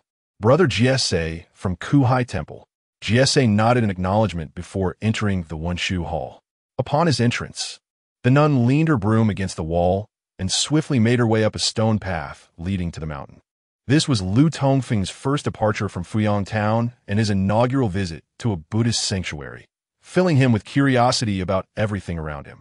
The Wenshu Hall was dedicated to the Bodhisattva Manjushri, resplendent in gold and adorned with vibrant murals on its lofty walls and ceiling. The imposing statue of Manjushri sat atop a lotus pedestal, radiant in purple and gold, crowned with 5 top knots, hands forming the Dharma seal, embodying the essence of universal salvation. Flanking him were 16 statues that appeared to be crafted from pure gold, each radiating a unique expression and faintly glowing with an ethereal light. Could it be that these statues are indeed forged from pure gold? At that moment, Lu Tongfeng felt like a rustic bumpkin, his mouth nearly watering at the sight of the opulent hall. He mused that if he could manage to carry away a golden statue, it would surely cover the cost of restoring his own temple. However, Jiese, after surveying the hall and Appo's decor, frowned slightly. He took a few steps back to examine the plaque above the entrance. Indeed, it read Wenshu Hall. Jiese scrutinized the 3 characters gleaming in the dawn and Appo's light, his brows knitting together. He then stepped back inside, scanning the surroundings. How peculiar this nunnery seems. Could it be a sect of esoteric Buddhism? No, that doesn't align with the style. As a disciple of the significant Kuhai Temple, Jiese immediately sensed the oddities permeating the Wenshu Hall. More accurately, it was eerie. Firstly, the statue of Manjushri appeared somewhat askew. In Buddhist iconography, Manjushri is typically accompanied by a lion, holding a blue lotus in one hand and a sword in the other. Moreover, the scriptures describe Manjushri possessing 32 distinct characteristics, with corresponding statues arranged in a particular order beside him. Yet here, the 32 golden statues flanking Manjushri were out of order and bore little resemblance to the traditional representations. Furthermore, the murals adorning the walls depicted stories from the Ksitigarbha Sutra, suggesting amateurish decoration. Jiese's expression grew solemn. Recalling the day he heard the nuns at Linen incorrectly chant scriptures during a rite for the souls of the town, suspicion ignited within him. If this were merely an ordinary small temple, Jiese would not have thought twice. However, Linen was no ordinary establishment. It housed several nuns of significant cultivation. Their understanding of Buddhist teachings should not be so superficial. Having spent nearly 2 years descending from the mountain and frequently residing in other temples, Jiese had never encountered such a ludicrous and absurd Buddhist venue. Inside the Wenshu Hall, many pilgrims knelt in prayer before the Bodhisattva, while in a corner, a wooden table draped in yellow fabric featured a middle-aged nun clad in dark yellow robes. This was the nun responsible for interpreting fortunes. After a young gentleman completed his fortune-telling and joyfully presented his offering, Lu Tongfeng approached. "Excuse me, old nun. How much is required to offer a longevity tablet in your temple?" The moderately attractive middle-aged nun replied slowly, "One longevity tablet costs 30 taels of silver per year." "Ah, so much? 2 longevity tablets would amount to 60 taels. Are you robbing me?" "Amit Ba, the 4 truths of Buddhism are void. We are not tainted by the sin of copper. These funds are solely for temple repairs and providing aid to the common folk. I believe you as much as I would ghost." Lu Tongfeng shot her a scornful glance before striding over to Jiese. "Monk, Why are you in a daze? Jie gradually returned to reality. Where is Ling Dang? Lu Tongfeng gestured towards Yu Ling Dang, who was prostrating herself on a mat, praying for blessings for Grandma Lu and Aunt Fat. I just inquired with that insufferable nun about the cost for a longevity position here. It's 30 taels for one, and 60 for two. Since you are also a disciple of the Buddhist order, why not negotiate a discounted rate? Following Lu Tongfeng's gaze, Jie's eyes fell upon the middle-aged nun at the table, who seemed to notice him as well and quickly averted her gaze. Jie whispered, "Little madman, this place feels rather strange. It might be a wild fox Zen temple. We should advise Ling Dang not to place her elder's spirit tablets here." Chapter 84. Escape. Upon hearing the words of the young monk Jie, Lu Tongfeng was momentarily taken aback. Just as he was about to inquire further, a resonant chant filled the air. Amit Ba, esteemed guest, I apologize for not welcoming you properly. My sincerest regrets. Lu Tongfeng and the young monk turned towards the source of the voice, and they beheld a middle-aged nun clad in light blue robes, accompanied by two young female nuns. One of the young nuns, whom Lu Tongfeng recognized, was the one who had previously obstructed He from entering the temple outside the Wenshu Hall. The middle-aged nun had fair skin, and although the passage of time had left its marks on her cheeks, it was evident that she had once been a renowned beauty in the region. This nun was none other than Liaochen, the abbess of Fulin Monastery. The young girl had circled around the Wenshu Hall to report Jie and Appo's arrival to her. Upon learning that Jie, a disciple of Master Xianbei from Kuhuai Temple, had come to this place, Liaochen did not dare to treat the matter lightly and promptly came to greet him. Liaochen had heard of Jie's name several times in the past year, and during her recent visit to Fuyang Town, she learned that Jie had also been there. She had assumed that Jie had already departed from the area, only to find him unexpectedly at Fulin Monastery today. As Liaochen approached Lu Tongfeng and the young monk, she regarded the chubby Jie and clasped her hands together, saying, I am Liaochen, the abbess of this modest monastery. You must be the esteemed disciple of Master Xianbei, Jie. The young monk, Jie, also clasped his hands together and replied, I am Jie, and I pay my respects to Abbess Liaochen. Liaochen smiled and said, as fellow disciples of the Buddha, there is no need for excessive formalities. May I inquire if you have come here to stay? Or was there another purpose for your visit? Jie shook his head and explained, a tragic incident occurred in Fuyang Town a few days ago, and I want to see what had transpired. I met two friends there, and we decided to travel south together. While passing by Tsuaping Mountain, I heard of a Buddhist sanctuary atop the mountain, and I hope to trouble you for your understanding. Oh, I just returned from Fuyang Town yesterday. It is indeed a tragedy of human suffering. Since you have come here, allow me to show you around the monastery, Liaochen offered. Jie shook his head again, saying, Thank you for your kind offer, but we must continue our journey and cannot impose further. Since we are here at the monastery, how can we not explore? Although the scenery cannot compare to Kuhuai Temple, it possesses its own charm beneath the snow, Jie remarked, still refusing. Lu Tongfeng silently observed from the side, not pondering how Liaochen had managed to elevate Fulin Monastery in such a short span of 4 to 5 years. Instead, he reflected on the young monk and Appo's earlier whispered words. Having navigated the challenges of Fuyang Town for many years, Lu Tongfeng had become quite astute. From Jie's comments and his persistent refusal of Abbess Liaochen's invitation, it was clear to Lu that this was not a favorable place. Thus, he chose to remain on the sidelines and watch the developments unfold. It was undeniable that Abbess Liaochen held a significant reputation, revered by the local populace. Many pilgrims who encountered her bowed and prostrated themselves, treating her as a bodhisattva. The scene inside the Wenshu Hall grew increasingly chaotic, prompting Liaochen to step forward and calm the devotees. When she turned back, she noticed that the young monk Jie had already left the hall. A frown creased Liaochen's brow, tinged with concern. She instructed the two young nuns to soothe the crowd while she ventured outside in search of Jie. Upon reaching the entrance, she heard a woman and Appo's voice from outside. Young monk, I have yet to offer the spirit tablets for my grandmother and mother here. How can you let us leave now? Yes, young monk, what is going on? Little madwoman, Lingling, this is not the place for idle chatter. If you trust me, follow me quickly, Jie urged. Seeing the serious expression on Jesse's face, Lu Tongfeng did not hesitate and called out, "Hey, let us go." Although Lingling was reluctant, she chose to trust Jesse. Hearing the exchange outside, Liaochen and Apos' eyes flickered with caution. Rather than stepping outside to retain them, she approached the middle-aged nun who was interpreting the divination texts. "Did that monk Jesse speak to you? Did he inquire about anything?" The middle-aged nun shook her head gently, responding, "He entered the hall, observed for a while, then exited. A moment later, he returned to survey the surroundings, but did not speak to me. However, that young man with him asked me how much oil money was required for offering 2 longevity tablets in the monastery." Liaochen's expression shifted slightly upon hearing this.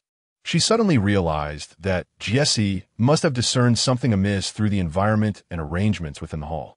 The enigmatic Yin elder had merely acquired some Buddhist texts. He was not truly a practitioner of the faith. Though Liaochen had become a nun only 4 to 5 years ago and had studied a few renowned Buddhist scriptures during this time, she had not visited any Buddhist temples, and thus was unaware of many of the traditions and practices involved.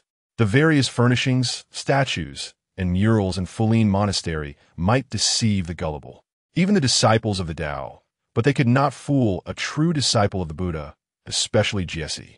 Others might overlook the inconsistencies, but for Jesse, who hailed from the foremost Buddhist sect, detecting such flaws was certainly within the realm of possibility.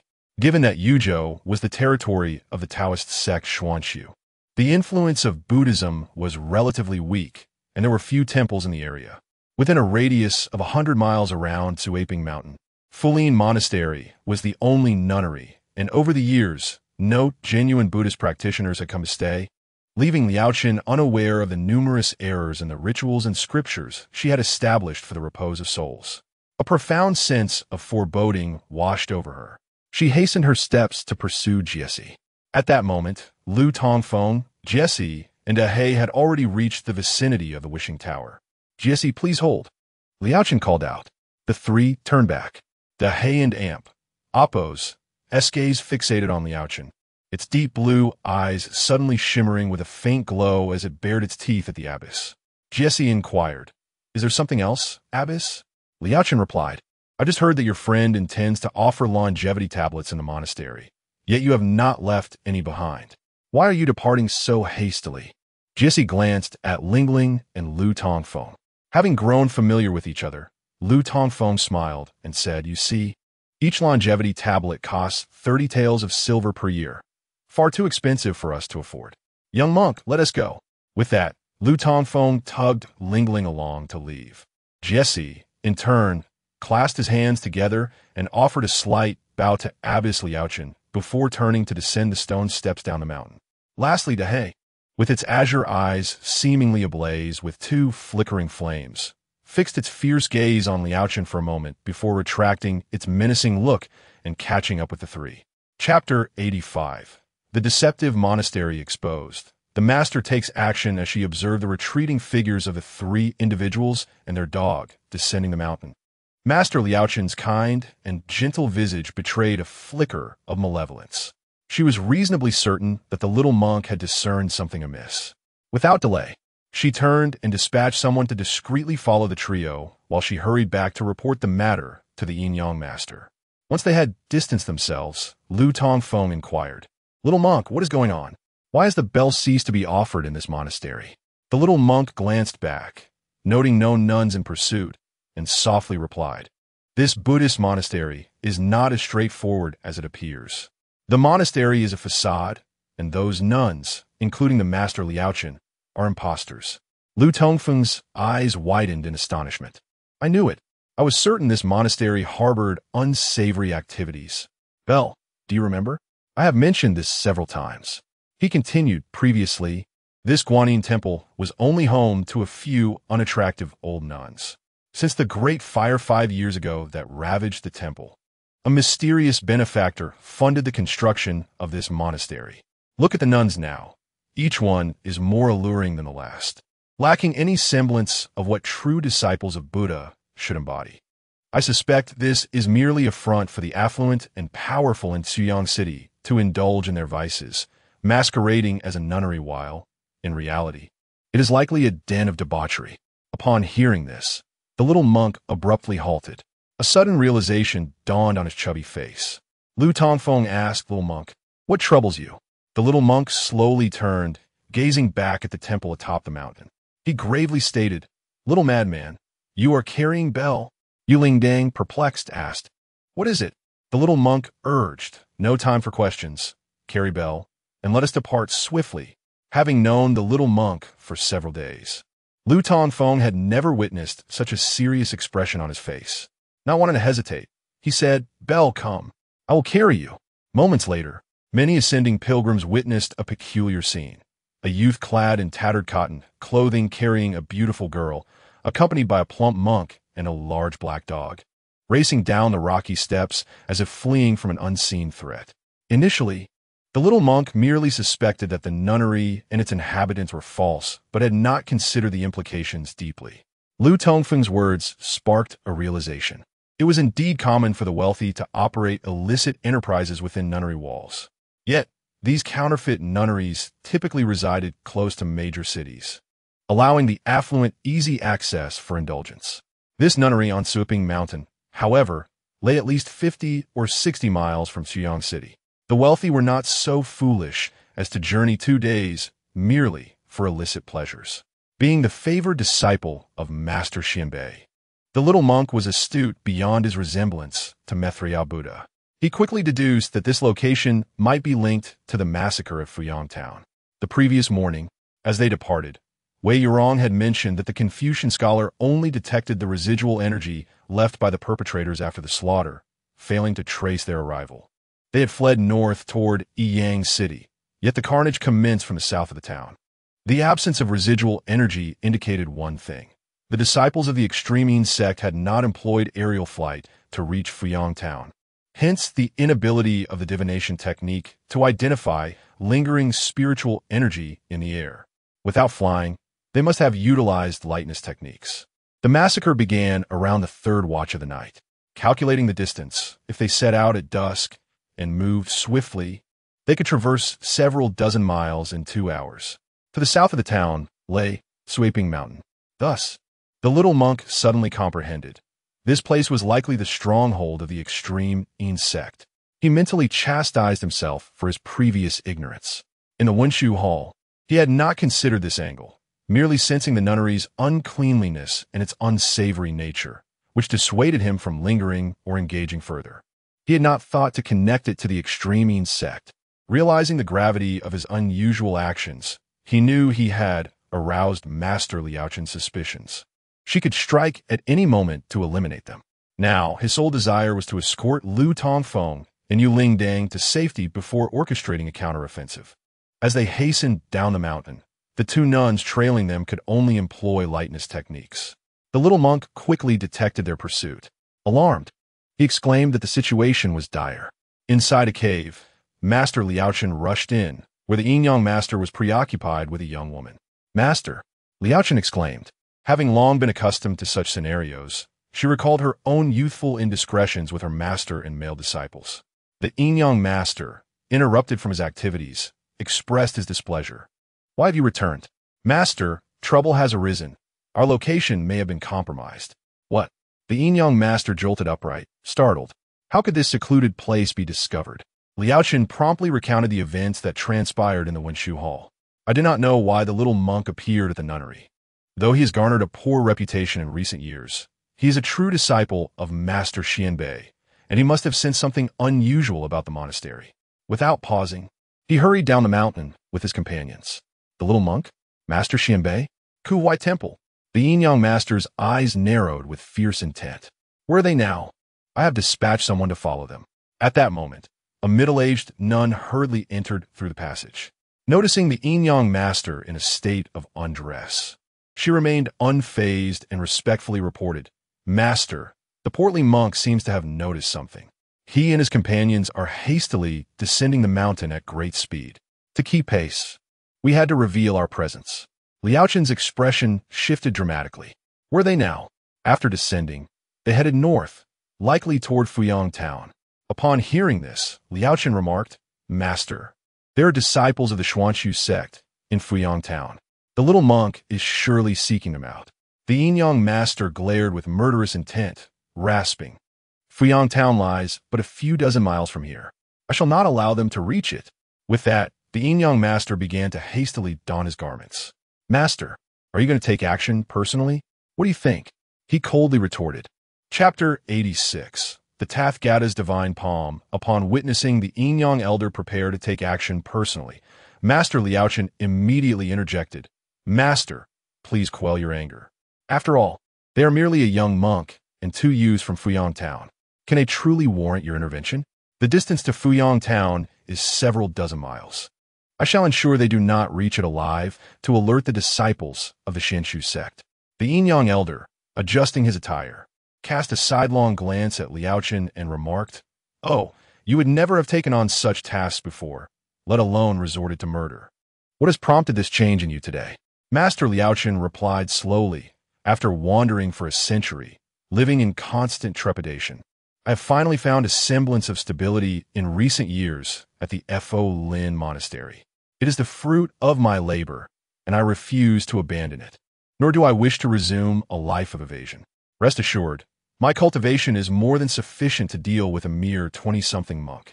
The yin-yang elder studied Liaochen for a moment before slowly nodding. Since you wish to alleviate my burdens, I am most pleased. Remember, the quieter the operation, the better. Do not let anyone notice, and do not leave any survivors. Master Liaochen assured him, Do not worry, Master. I know what must be done. With a respectful bow to the yin-yang elder, Master Liaochen and the other nuns strode purposefully out of the cave. Upon exiting the cave passage and pushing open a stone door, they found themselves in a secluded hall behind the Guanyin Temple of Fo Lin Monastery. Stepping outside the hall, Master Liaochen gazed up at the azure sky. The middle-aged nun beside her inquired, Senior sister, should we not summon a few more sisters? Master Liaochen shook her head. There is no need for fanfare in dealing with a young monk from the Sea of Suffering Temple, especially since time is of the essence. The 2 of us will suffice. At the foot of Tsuiping Mountain, a voice called out, Little monk, why are you running so fast? Have you encountered an ex-girlfriend at the temple, or perhaps a lady of the night? Lu Tongfeng, carrying a bell, sprinted through the snow, striving to keep pace with the shouting loudly. Despite the combined weight of himself and the bell, his footprints barely disturbed the snow, leaving almost no trace.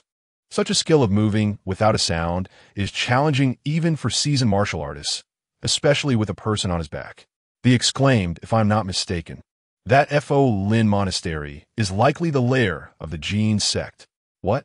Lu Tongfeng's expression changed abruptly upon hearing this, and he came to an abrupt halt. Yuling's face turned pale as well. He darted ahead, noticing Lu Tongfeng had lagged behind. He called back, Little madman, what are you dawdling for? Hurry.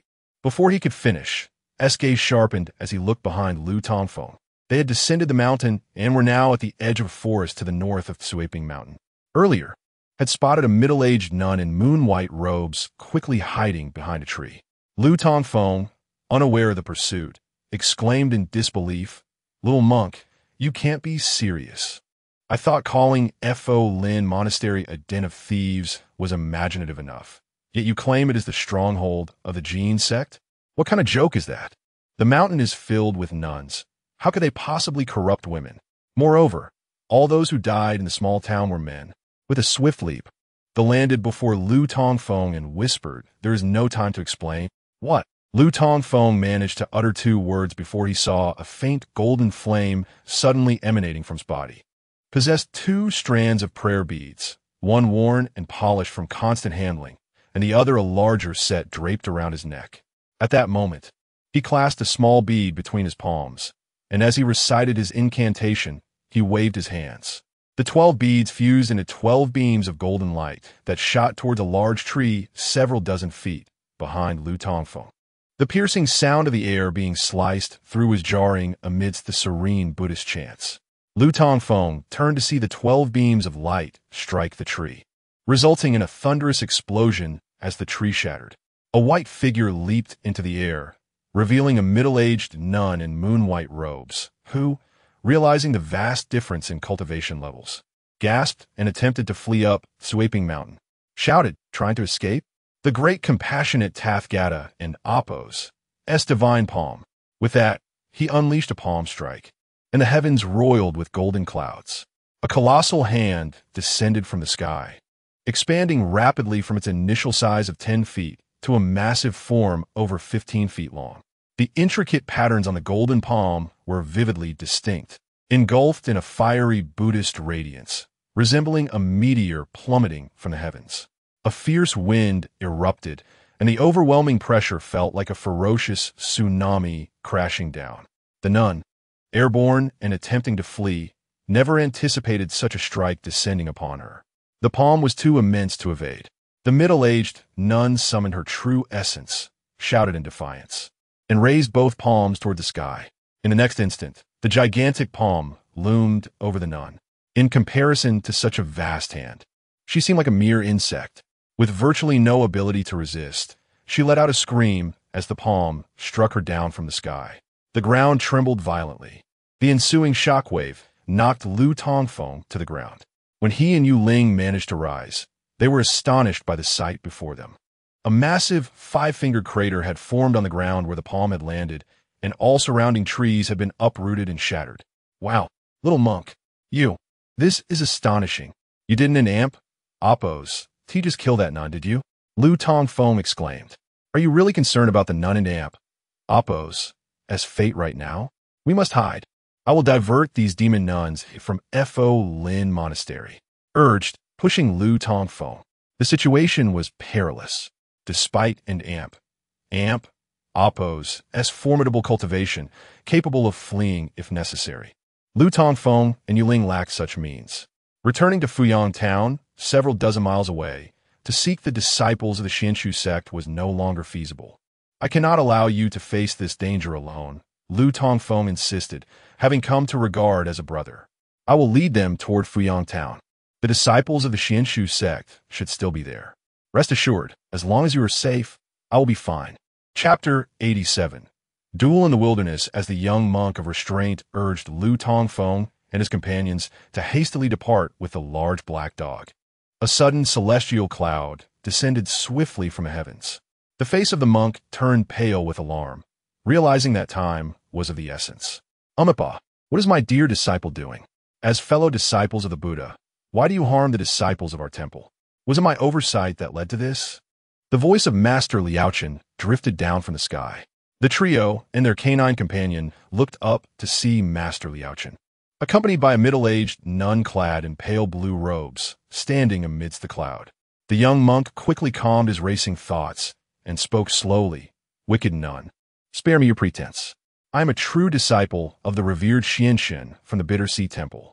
Your deceitful temple may fool others, but it cannot deceive my keen Buddhist eye. If I am not mistaken, you are remnants of the evil sect, responsible for the numerous disappearances of women and the recent massacre in Fuyang town. Master Liaochen stood poised upon the cloud, her expression serene as she gazed at the young monk. I have meticulously cultivated my path for years without a single misstep. I am curious as to how you discern the flaws within the Hall of Manjushri with but a single step inside. Her words confirmed their identity as remnants of the evil sect. Yu Lingdong's eyes glistened with fury as she shouted, So you truly are wicked nuns. I shall avenge my grandmother and mother, and seek retribution for the countless innocent lives lost in our town. Seeing Yu Lingdang and Oppos' agitation, Lu Tongfeng quickly grasped her arm. The young monk of restraint whispered, I will hold them off. You two find a chance to escape. Understanding the gravity of the situation, Lu Tongfeng nodded and replied, Be careful, little monk. Don't let yourself perish. He then hoisted Yu Lingdang onto his back, declaring, We must flee swiftly. These wicked nuns are cultivators. Staying here would only lead to our demise. At this moment, the large black dog remained remarkably composed. It cast a glance at its young master, who was hastily carrying Yu Lingdang away, and then turned to look at Master Liaochen above. After barking a few times, it dashed after its master. Noticing Lu Tongfeng and Amp, Oppos' and Yu Lingdang and Amp, Oppos' escape, Master Liaochen addressed the middle-aged nun beside her. Liaoyin, those two are yours to deal with. The middle-aged nun nodded and, standing atop a wicked blade, soared from the cloud. The young monk and Oppos' expression shifted as he immediately took action. 12 Buddhist beads appeared once more, shooting towards the nun named Liao Yin. Just as she prepared to evade, a golden light shot forth. A series of explosive sounds erupted as Master Liaochen intervened, her cultivation surpassing that of the young monk, effortlessly shattering the 12 beads. Liao Yin glanced at Master Liaochen, said nothing, and accelerated in pursuit of Lu Tongfeng and Appo's retreating figure. The young monk reached out, and a wooden fish drumstick flew forth from the mouth of a giant wooden fish behind him, his primary magical artifact for battle. Just as he was about to obstruct Liao Yin again, Master Liaochen and Appo's voice echoed in his ear. Restraint, you cannot save your friends with me here. If you reveal how you perceive the flaw in the Hall of Manjushri, I might spare your life. The young monk retorted fiercely, want to know? Perhaps in your next life. His stout form whirled wildly, gathering the surrounding snow into a whirling tempest as he charged toward Liao Yin. Master Liaochen's gaze sharpened, and in an instant, she vanished from the celestial cloud, reappearing to intercept the young monk between him and Liao Yin. With a swift motion, she unleashed a palm strike. The impact of her hand sent a resonating shockwave toward the young monk and Appo's spinning form. Boom! The wooden fish stick in the young monk and Appo's grasp radiated with brilliant golden light as it struck the oncoming palm print with tremendous force, akin to slamming against a colossal boulder. With a resounding crash, the young monk was sent reeling backward, a blazing golden halo of fire igniting behind his head. Master Liaochen narrowed her eyes, somewhat surprised. The Vajra aspect of the Buddha? I did not expect one so young to have attained such a state. It seems your fortune at Jiulong Mountain was indeed significant. Alas, had you reached the 6th level of the transformation of spirit, I would truly find it difficult to contend with you today. The young monk's skin gleamed a brilliant gold, resembling a celestial being of strength. His gaze burned with intensity, emanating a formidable aura of Buddhist power. Though I may not have achieved the transformation of spirit, I can still vanquish you, wicked nun. Realizing that to rescue Lu Tongfeng and Yuling Deng, he must act decisively, the young monk resolved to eliminate the present threat without hesitation. His body transformed into a blazing inferno of Buddhist flames as he charged toward Master Liaochen once more. Simultaneously, a profound Buddhist chant resonated through the air, its penetrating sound reaching far and wide, causing pilgrims miles away to kneel in reverence, believing a celestial being had manifested. Confronted with the young monk's formidable cultivation, Master Liaochen did not underestimate him. As the massive fireball surged forth, she conjured a long knife in her hand, a wicked blade commonly wielded by practitioners of the evil sect. Under the infusion of her true essence, the knife emitted a faint, eerie glow. Break! With a decisive shout, Master Liaochen swung the knife downward. The sharp edge sliced through the air with such velocity that it created a thunderous sound, akin to the roar of celestial thunder.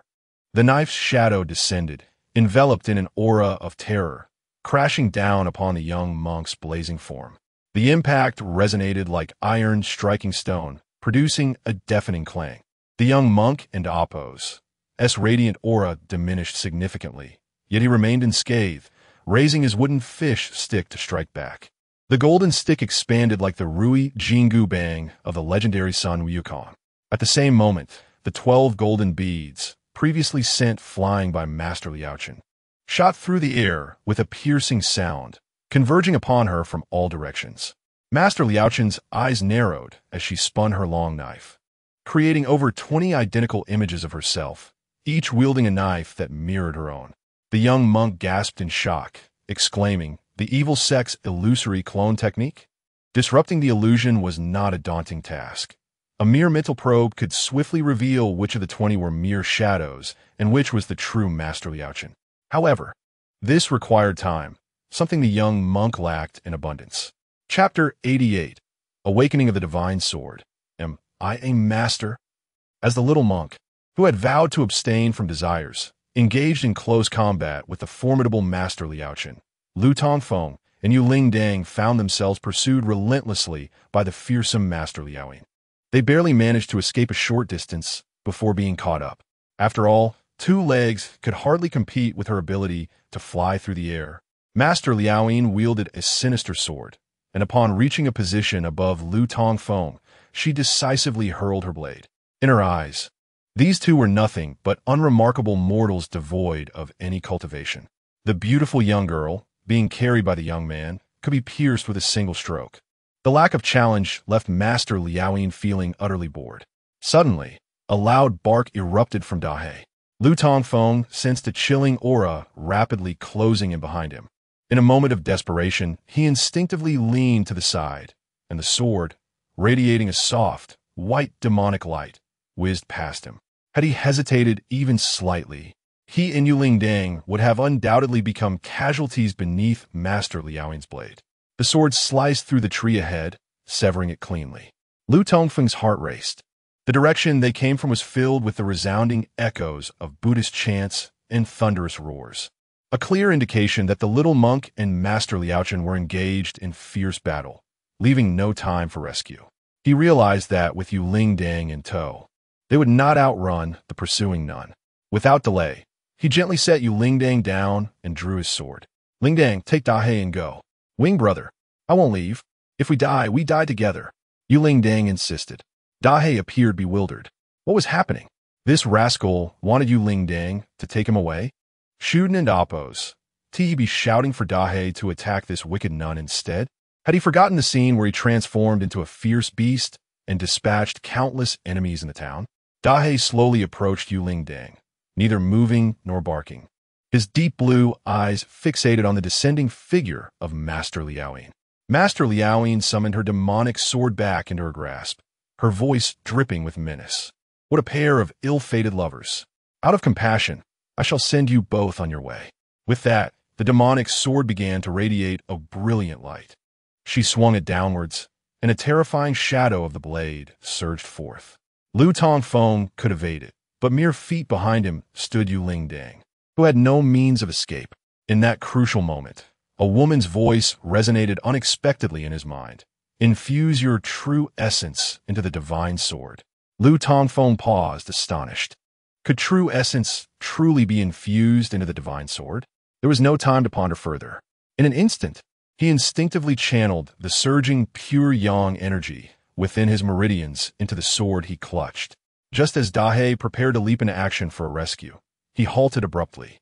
The ancient, azure sword in Lu Tongfeng's hand, adorned with intricate patterns of time, seemed to awaken under the influence of some mysterious force. A surge of azure light erupted suddenly. Understanding that he no longer needed to intervene, Dahe stood still. Lu Tongfeng instinctively raised the sword to counter the incoming blade. Squeezing his eyes shut, a resounding clash echoed as the iron and stone collided, followed by a wave of backlash that reverberated through the divine sword.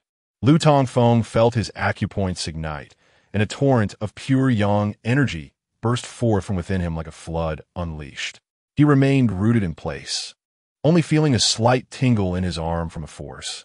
Meanwhile, Master Liaoyin, standing 3 yards away, staggered back, struggling to maintain her balance, retreating several steps before finally regaining her footing. When Lu Tongfeng opened his eyes, he found himself unharmed, the divine sword still glowing faintly azure in his grip. Before him, the nun who had been pursuing them wore an expression of shock as she gazed at her trembling sword.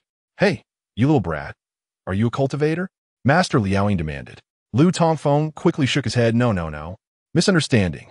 I am but an ordinary mortal. You dare deceive a monk? Prepare to die.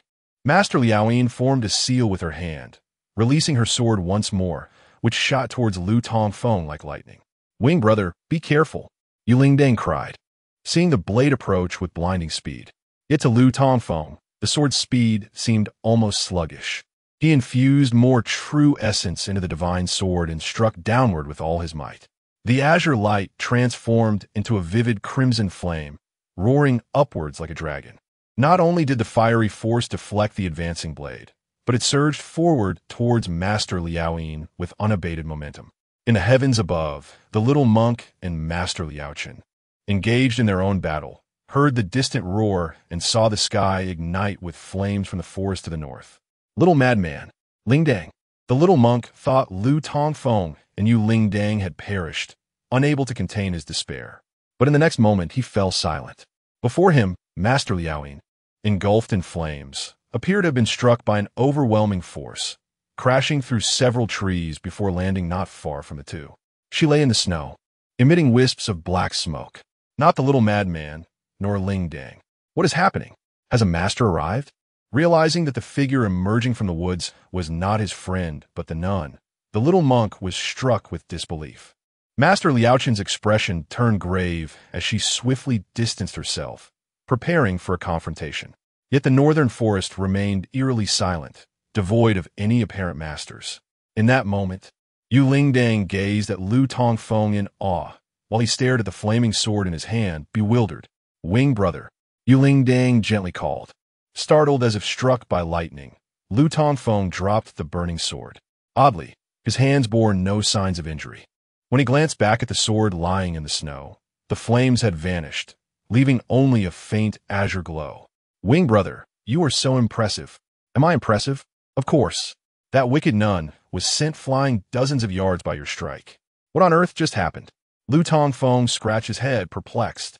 As memories of the night when the town was slaughtered flashed through his mind, how the sword had instantly dispatched 2 white-clad demons.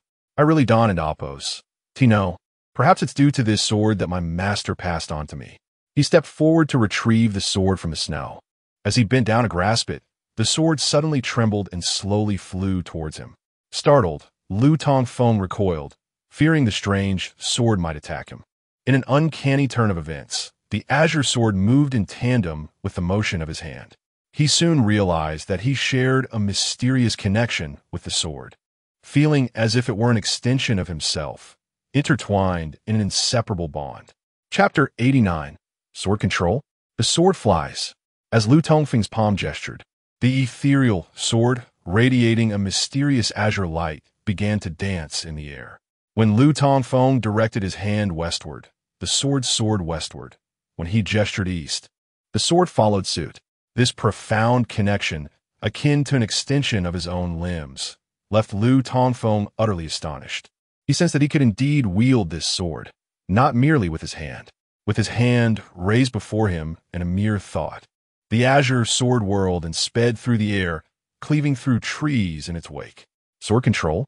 At this moment, Lu Tongfeng was finally convinced that he truly commanded this blade. With his right hand forming a sword-like gesture, he summoned the celestial sword, which zipped toward him at an astonishing speed, coming to a steady halt before him. The sword hovered in front of Lu Tongfeng, exuding azure brilliance that flickered like a gentle flame, accompanied by a low, resonant hum, reminiscent of a spirit long sealed, now liberated and rejoicing. Lu Tongfeng slowly extended his hand to grasp the hilt. The instant his fingers touched it, an enigmatic force surged into his being, delicate as a brook, chilling as ice. It invigorated his every vein, providing an indescribable comfort. At that moment, Yu Lingzhang approached him from behind.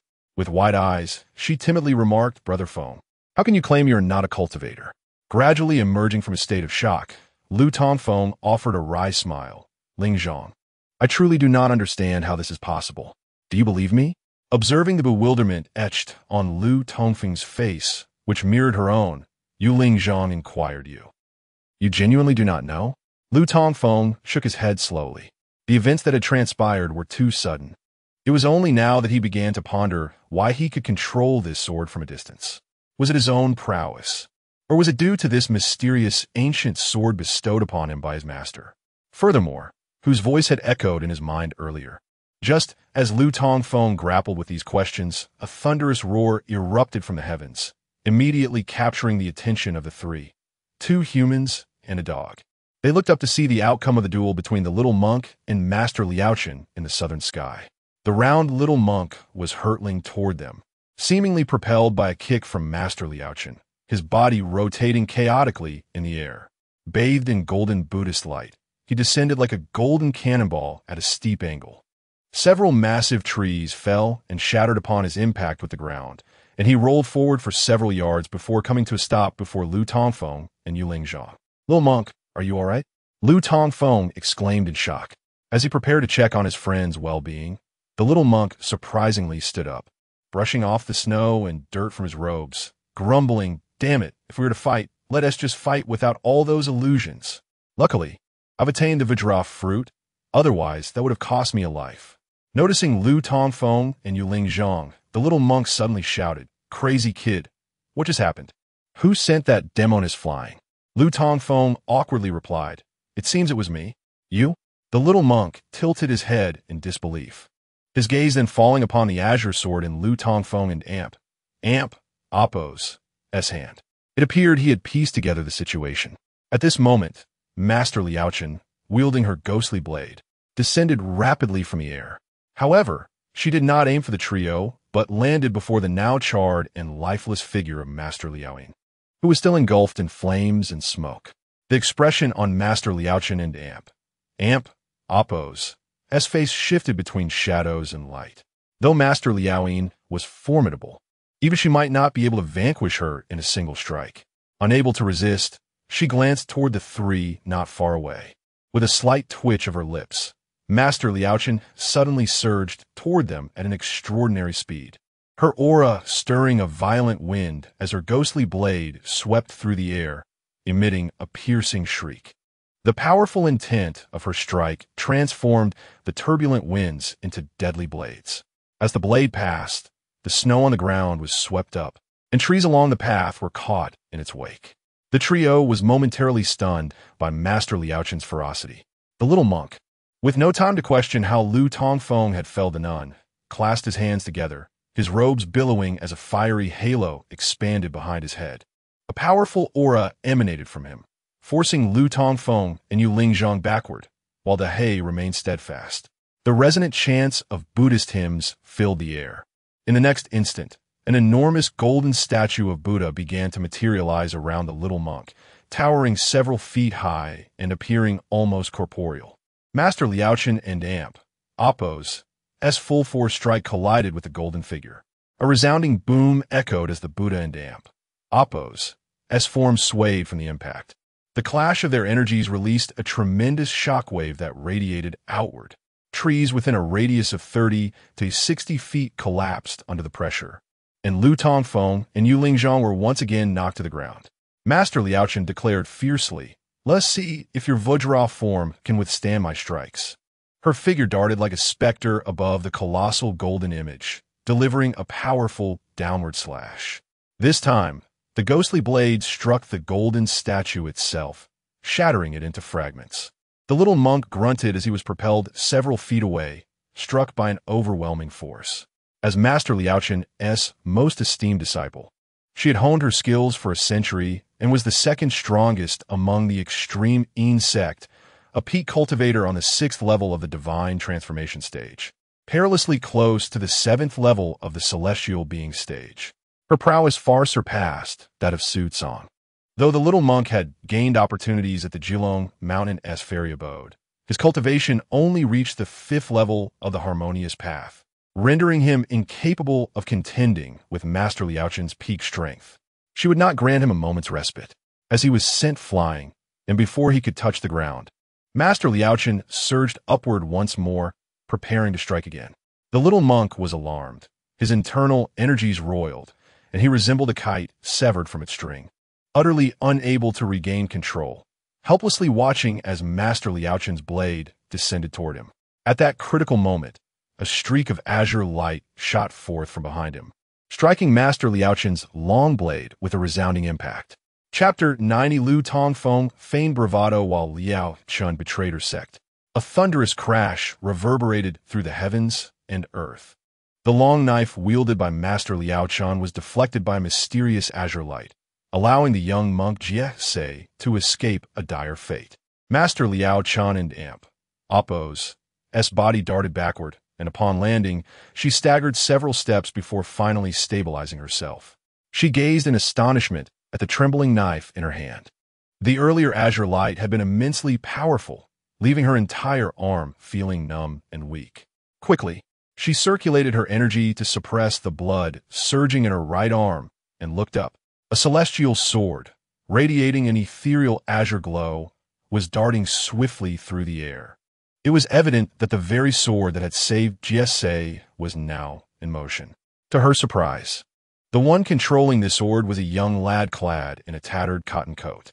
Lu Tongfeng shouted, little monk, struggling to rise from the snow. Jie grunted defiantly, I won't die.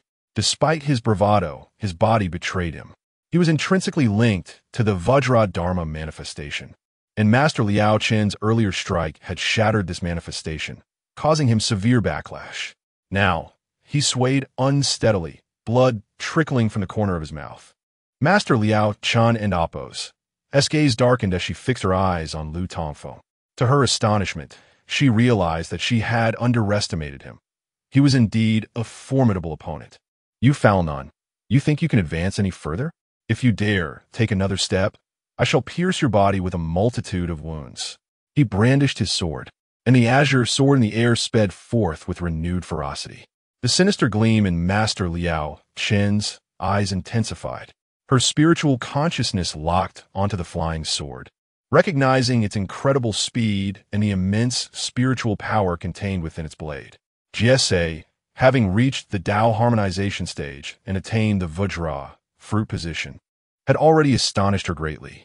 The boy controlling the sword appeared even younger than Jie, yet his cultivation seemed superior. Such remarkable prowess at such a tender age led Master Liao Chen to ponder the identity of this youth. Could he be a disciple of one of the 10 eminent figures of this era?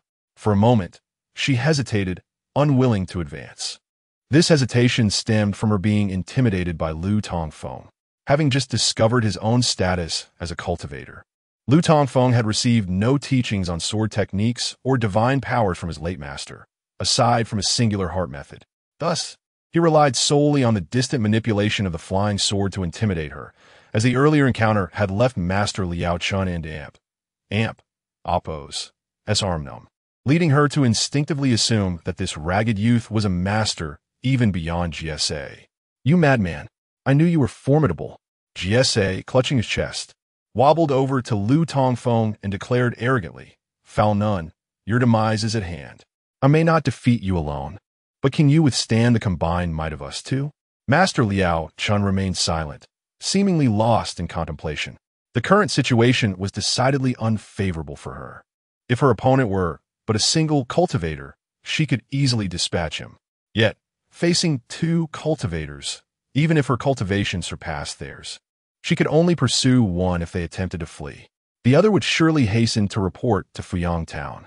Even if she succeeded in slaying one, her long-established Buddhist temple would undoubtedly be revealed. A soft sigh escaped her lips. Once a girl abducted by the Yin sovereign and later becoming his disciple, she had long grown weary of the tumultuous life within the extremes of Yin sect. Unfortunately, she found herself bound by the sovereign's control, unable to break free. She had hoped to use the Buddhist temple as a base and finally seize her evasion. Yet this simple aspiration remained elusive. Suddenly, Master Liao Chen conceived another possibility. Since the exposure of the Buddhist temple had become inevitable, why not seize this opportunity to thoroughly rid herself of the Yin sovereign's control? As long as the sovereign lived, she would remain a mere tool for his pursuit of beauty. Only with his demise could she attain true freedom. Although she had entertained this thought before, the Yin sovereign was a master of the celestial realm, beyond her ability to slay. However, her inability to kill him did not imply that others could not. The righteous path was filled with skilled masters, many of whom were more powerful than the sovereign. This time, the Xuanyu sect had dispatched numerous experts to eradicate the extremes of Yin sect. If the exposure of the Buddhist temple could not be prevented, could she not take advantage of this situation to eliminate the Yin sovereign by the hands of the righteous? With this thought, a flicker of determination sparkled in Master Liao Chen and Appo's eyes. She slowly spoke, Indeed, heroes emerge in youth. This young benefactor possesses remarkable skills. Might I inquire as to your identity and the esteemed master from whom you have learned? Unaware of Master Liao Chen's ulterior motives, Lu Tongfeng, seeing that the old nun had been intimidated, smiled and replied, I am Lu Tongfeng, a disciple of the Yuntian sect. In terms of seniority, the current sect leader, Yu Qinzi, is my senior brother. As for my master, you, foul none, are not worthy of knowing his name. Yin sect? The Yu lineage? Master Liao Chun and Appo's expression shifted slightly. Disciples of the righteous path place great importance on respect for seniority, and they would never jest about such matters. Thus, this youth named Lu Tongfeng must be a disciple of an elder from the Xian lineage of the Yin sect. Master Liao Chun slowly sheathed her long knife and said, "So, you are indeed the sword immortal of the Xian sect. No wonder your swordsmanship is so exquisite. Since you are aware that Suaping Mountain is the lair of the extremes of Yin sect, I shall no longer conceal the truth. I have long grown weary of the strife within the cultivation world, yearning instead for the companionship of ancient lamps and Buddha. Alas, I have been shackled for many years. You must leave at once. The Yin-Yang sovereign is atop the mountain. If he arrives, you'll find no escape." With that, Master Liao Chun turned and soared towards Suaping Mountain.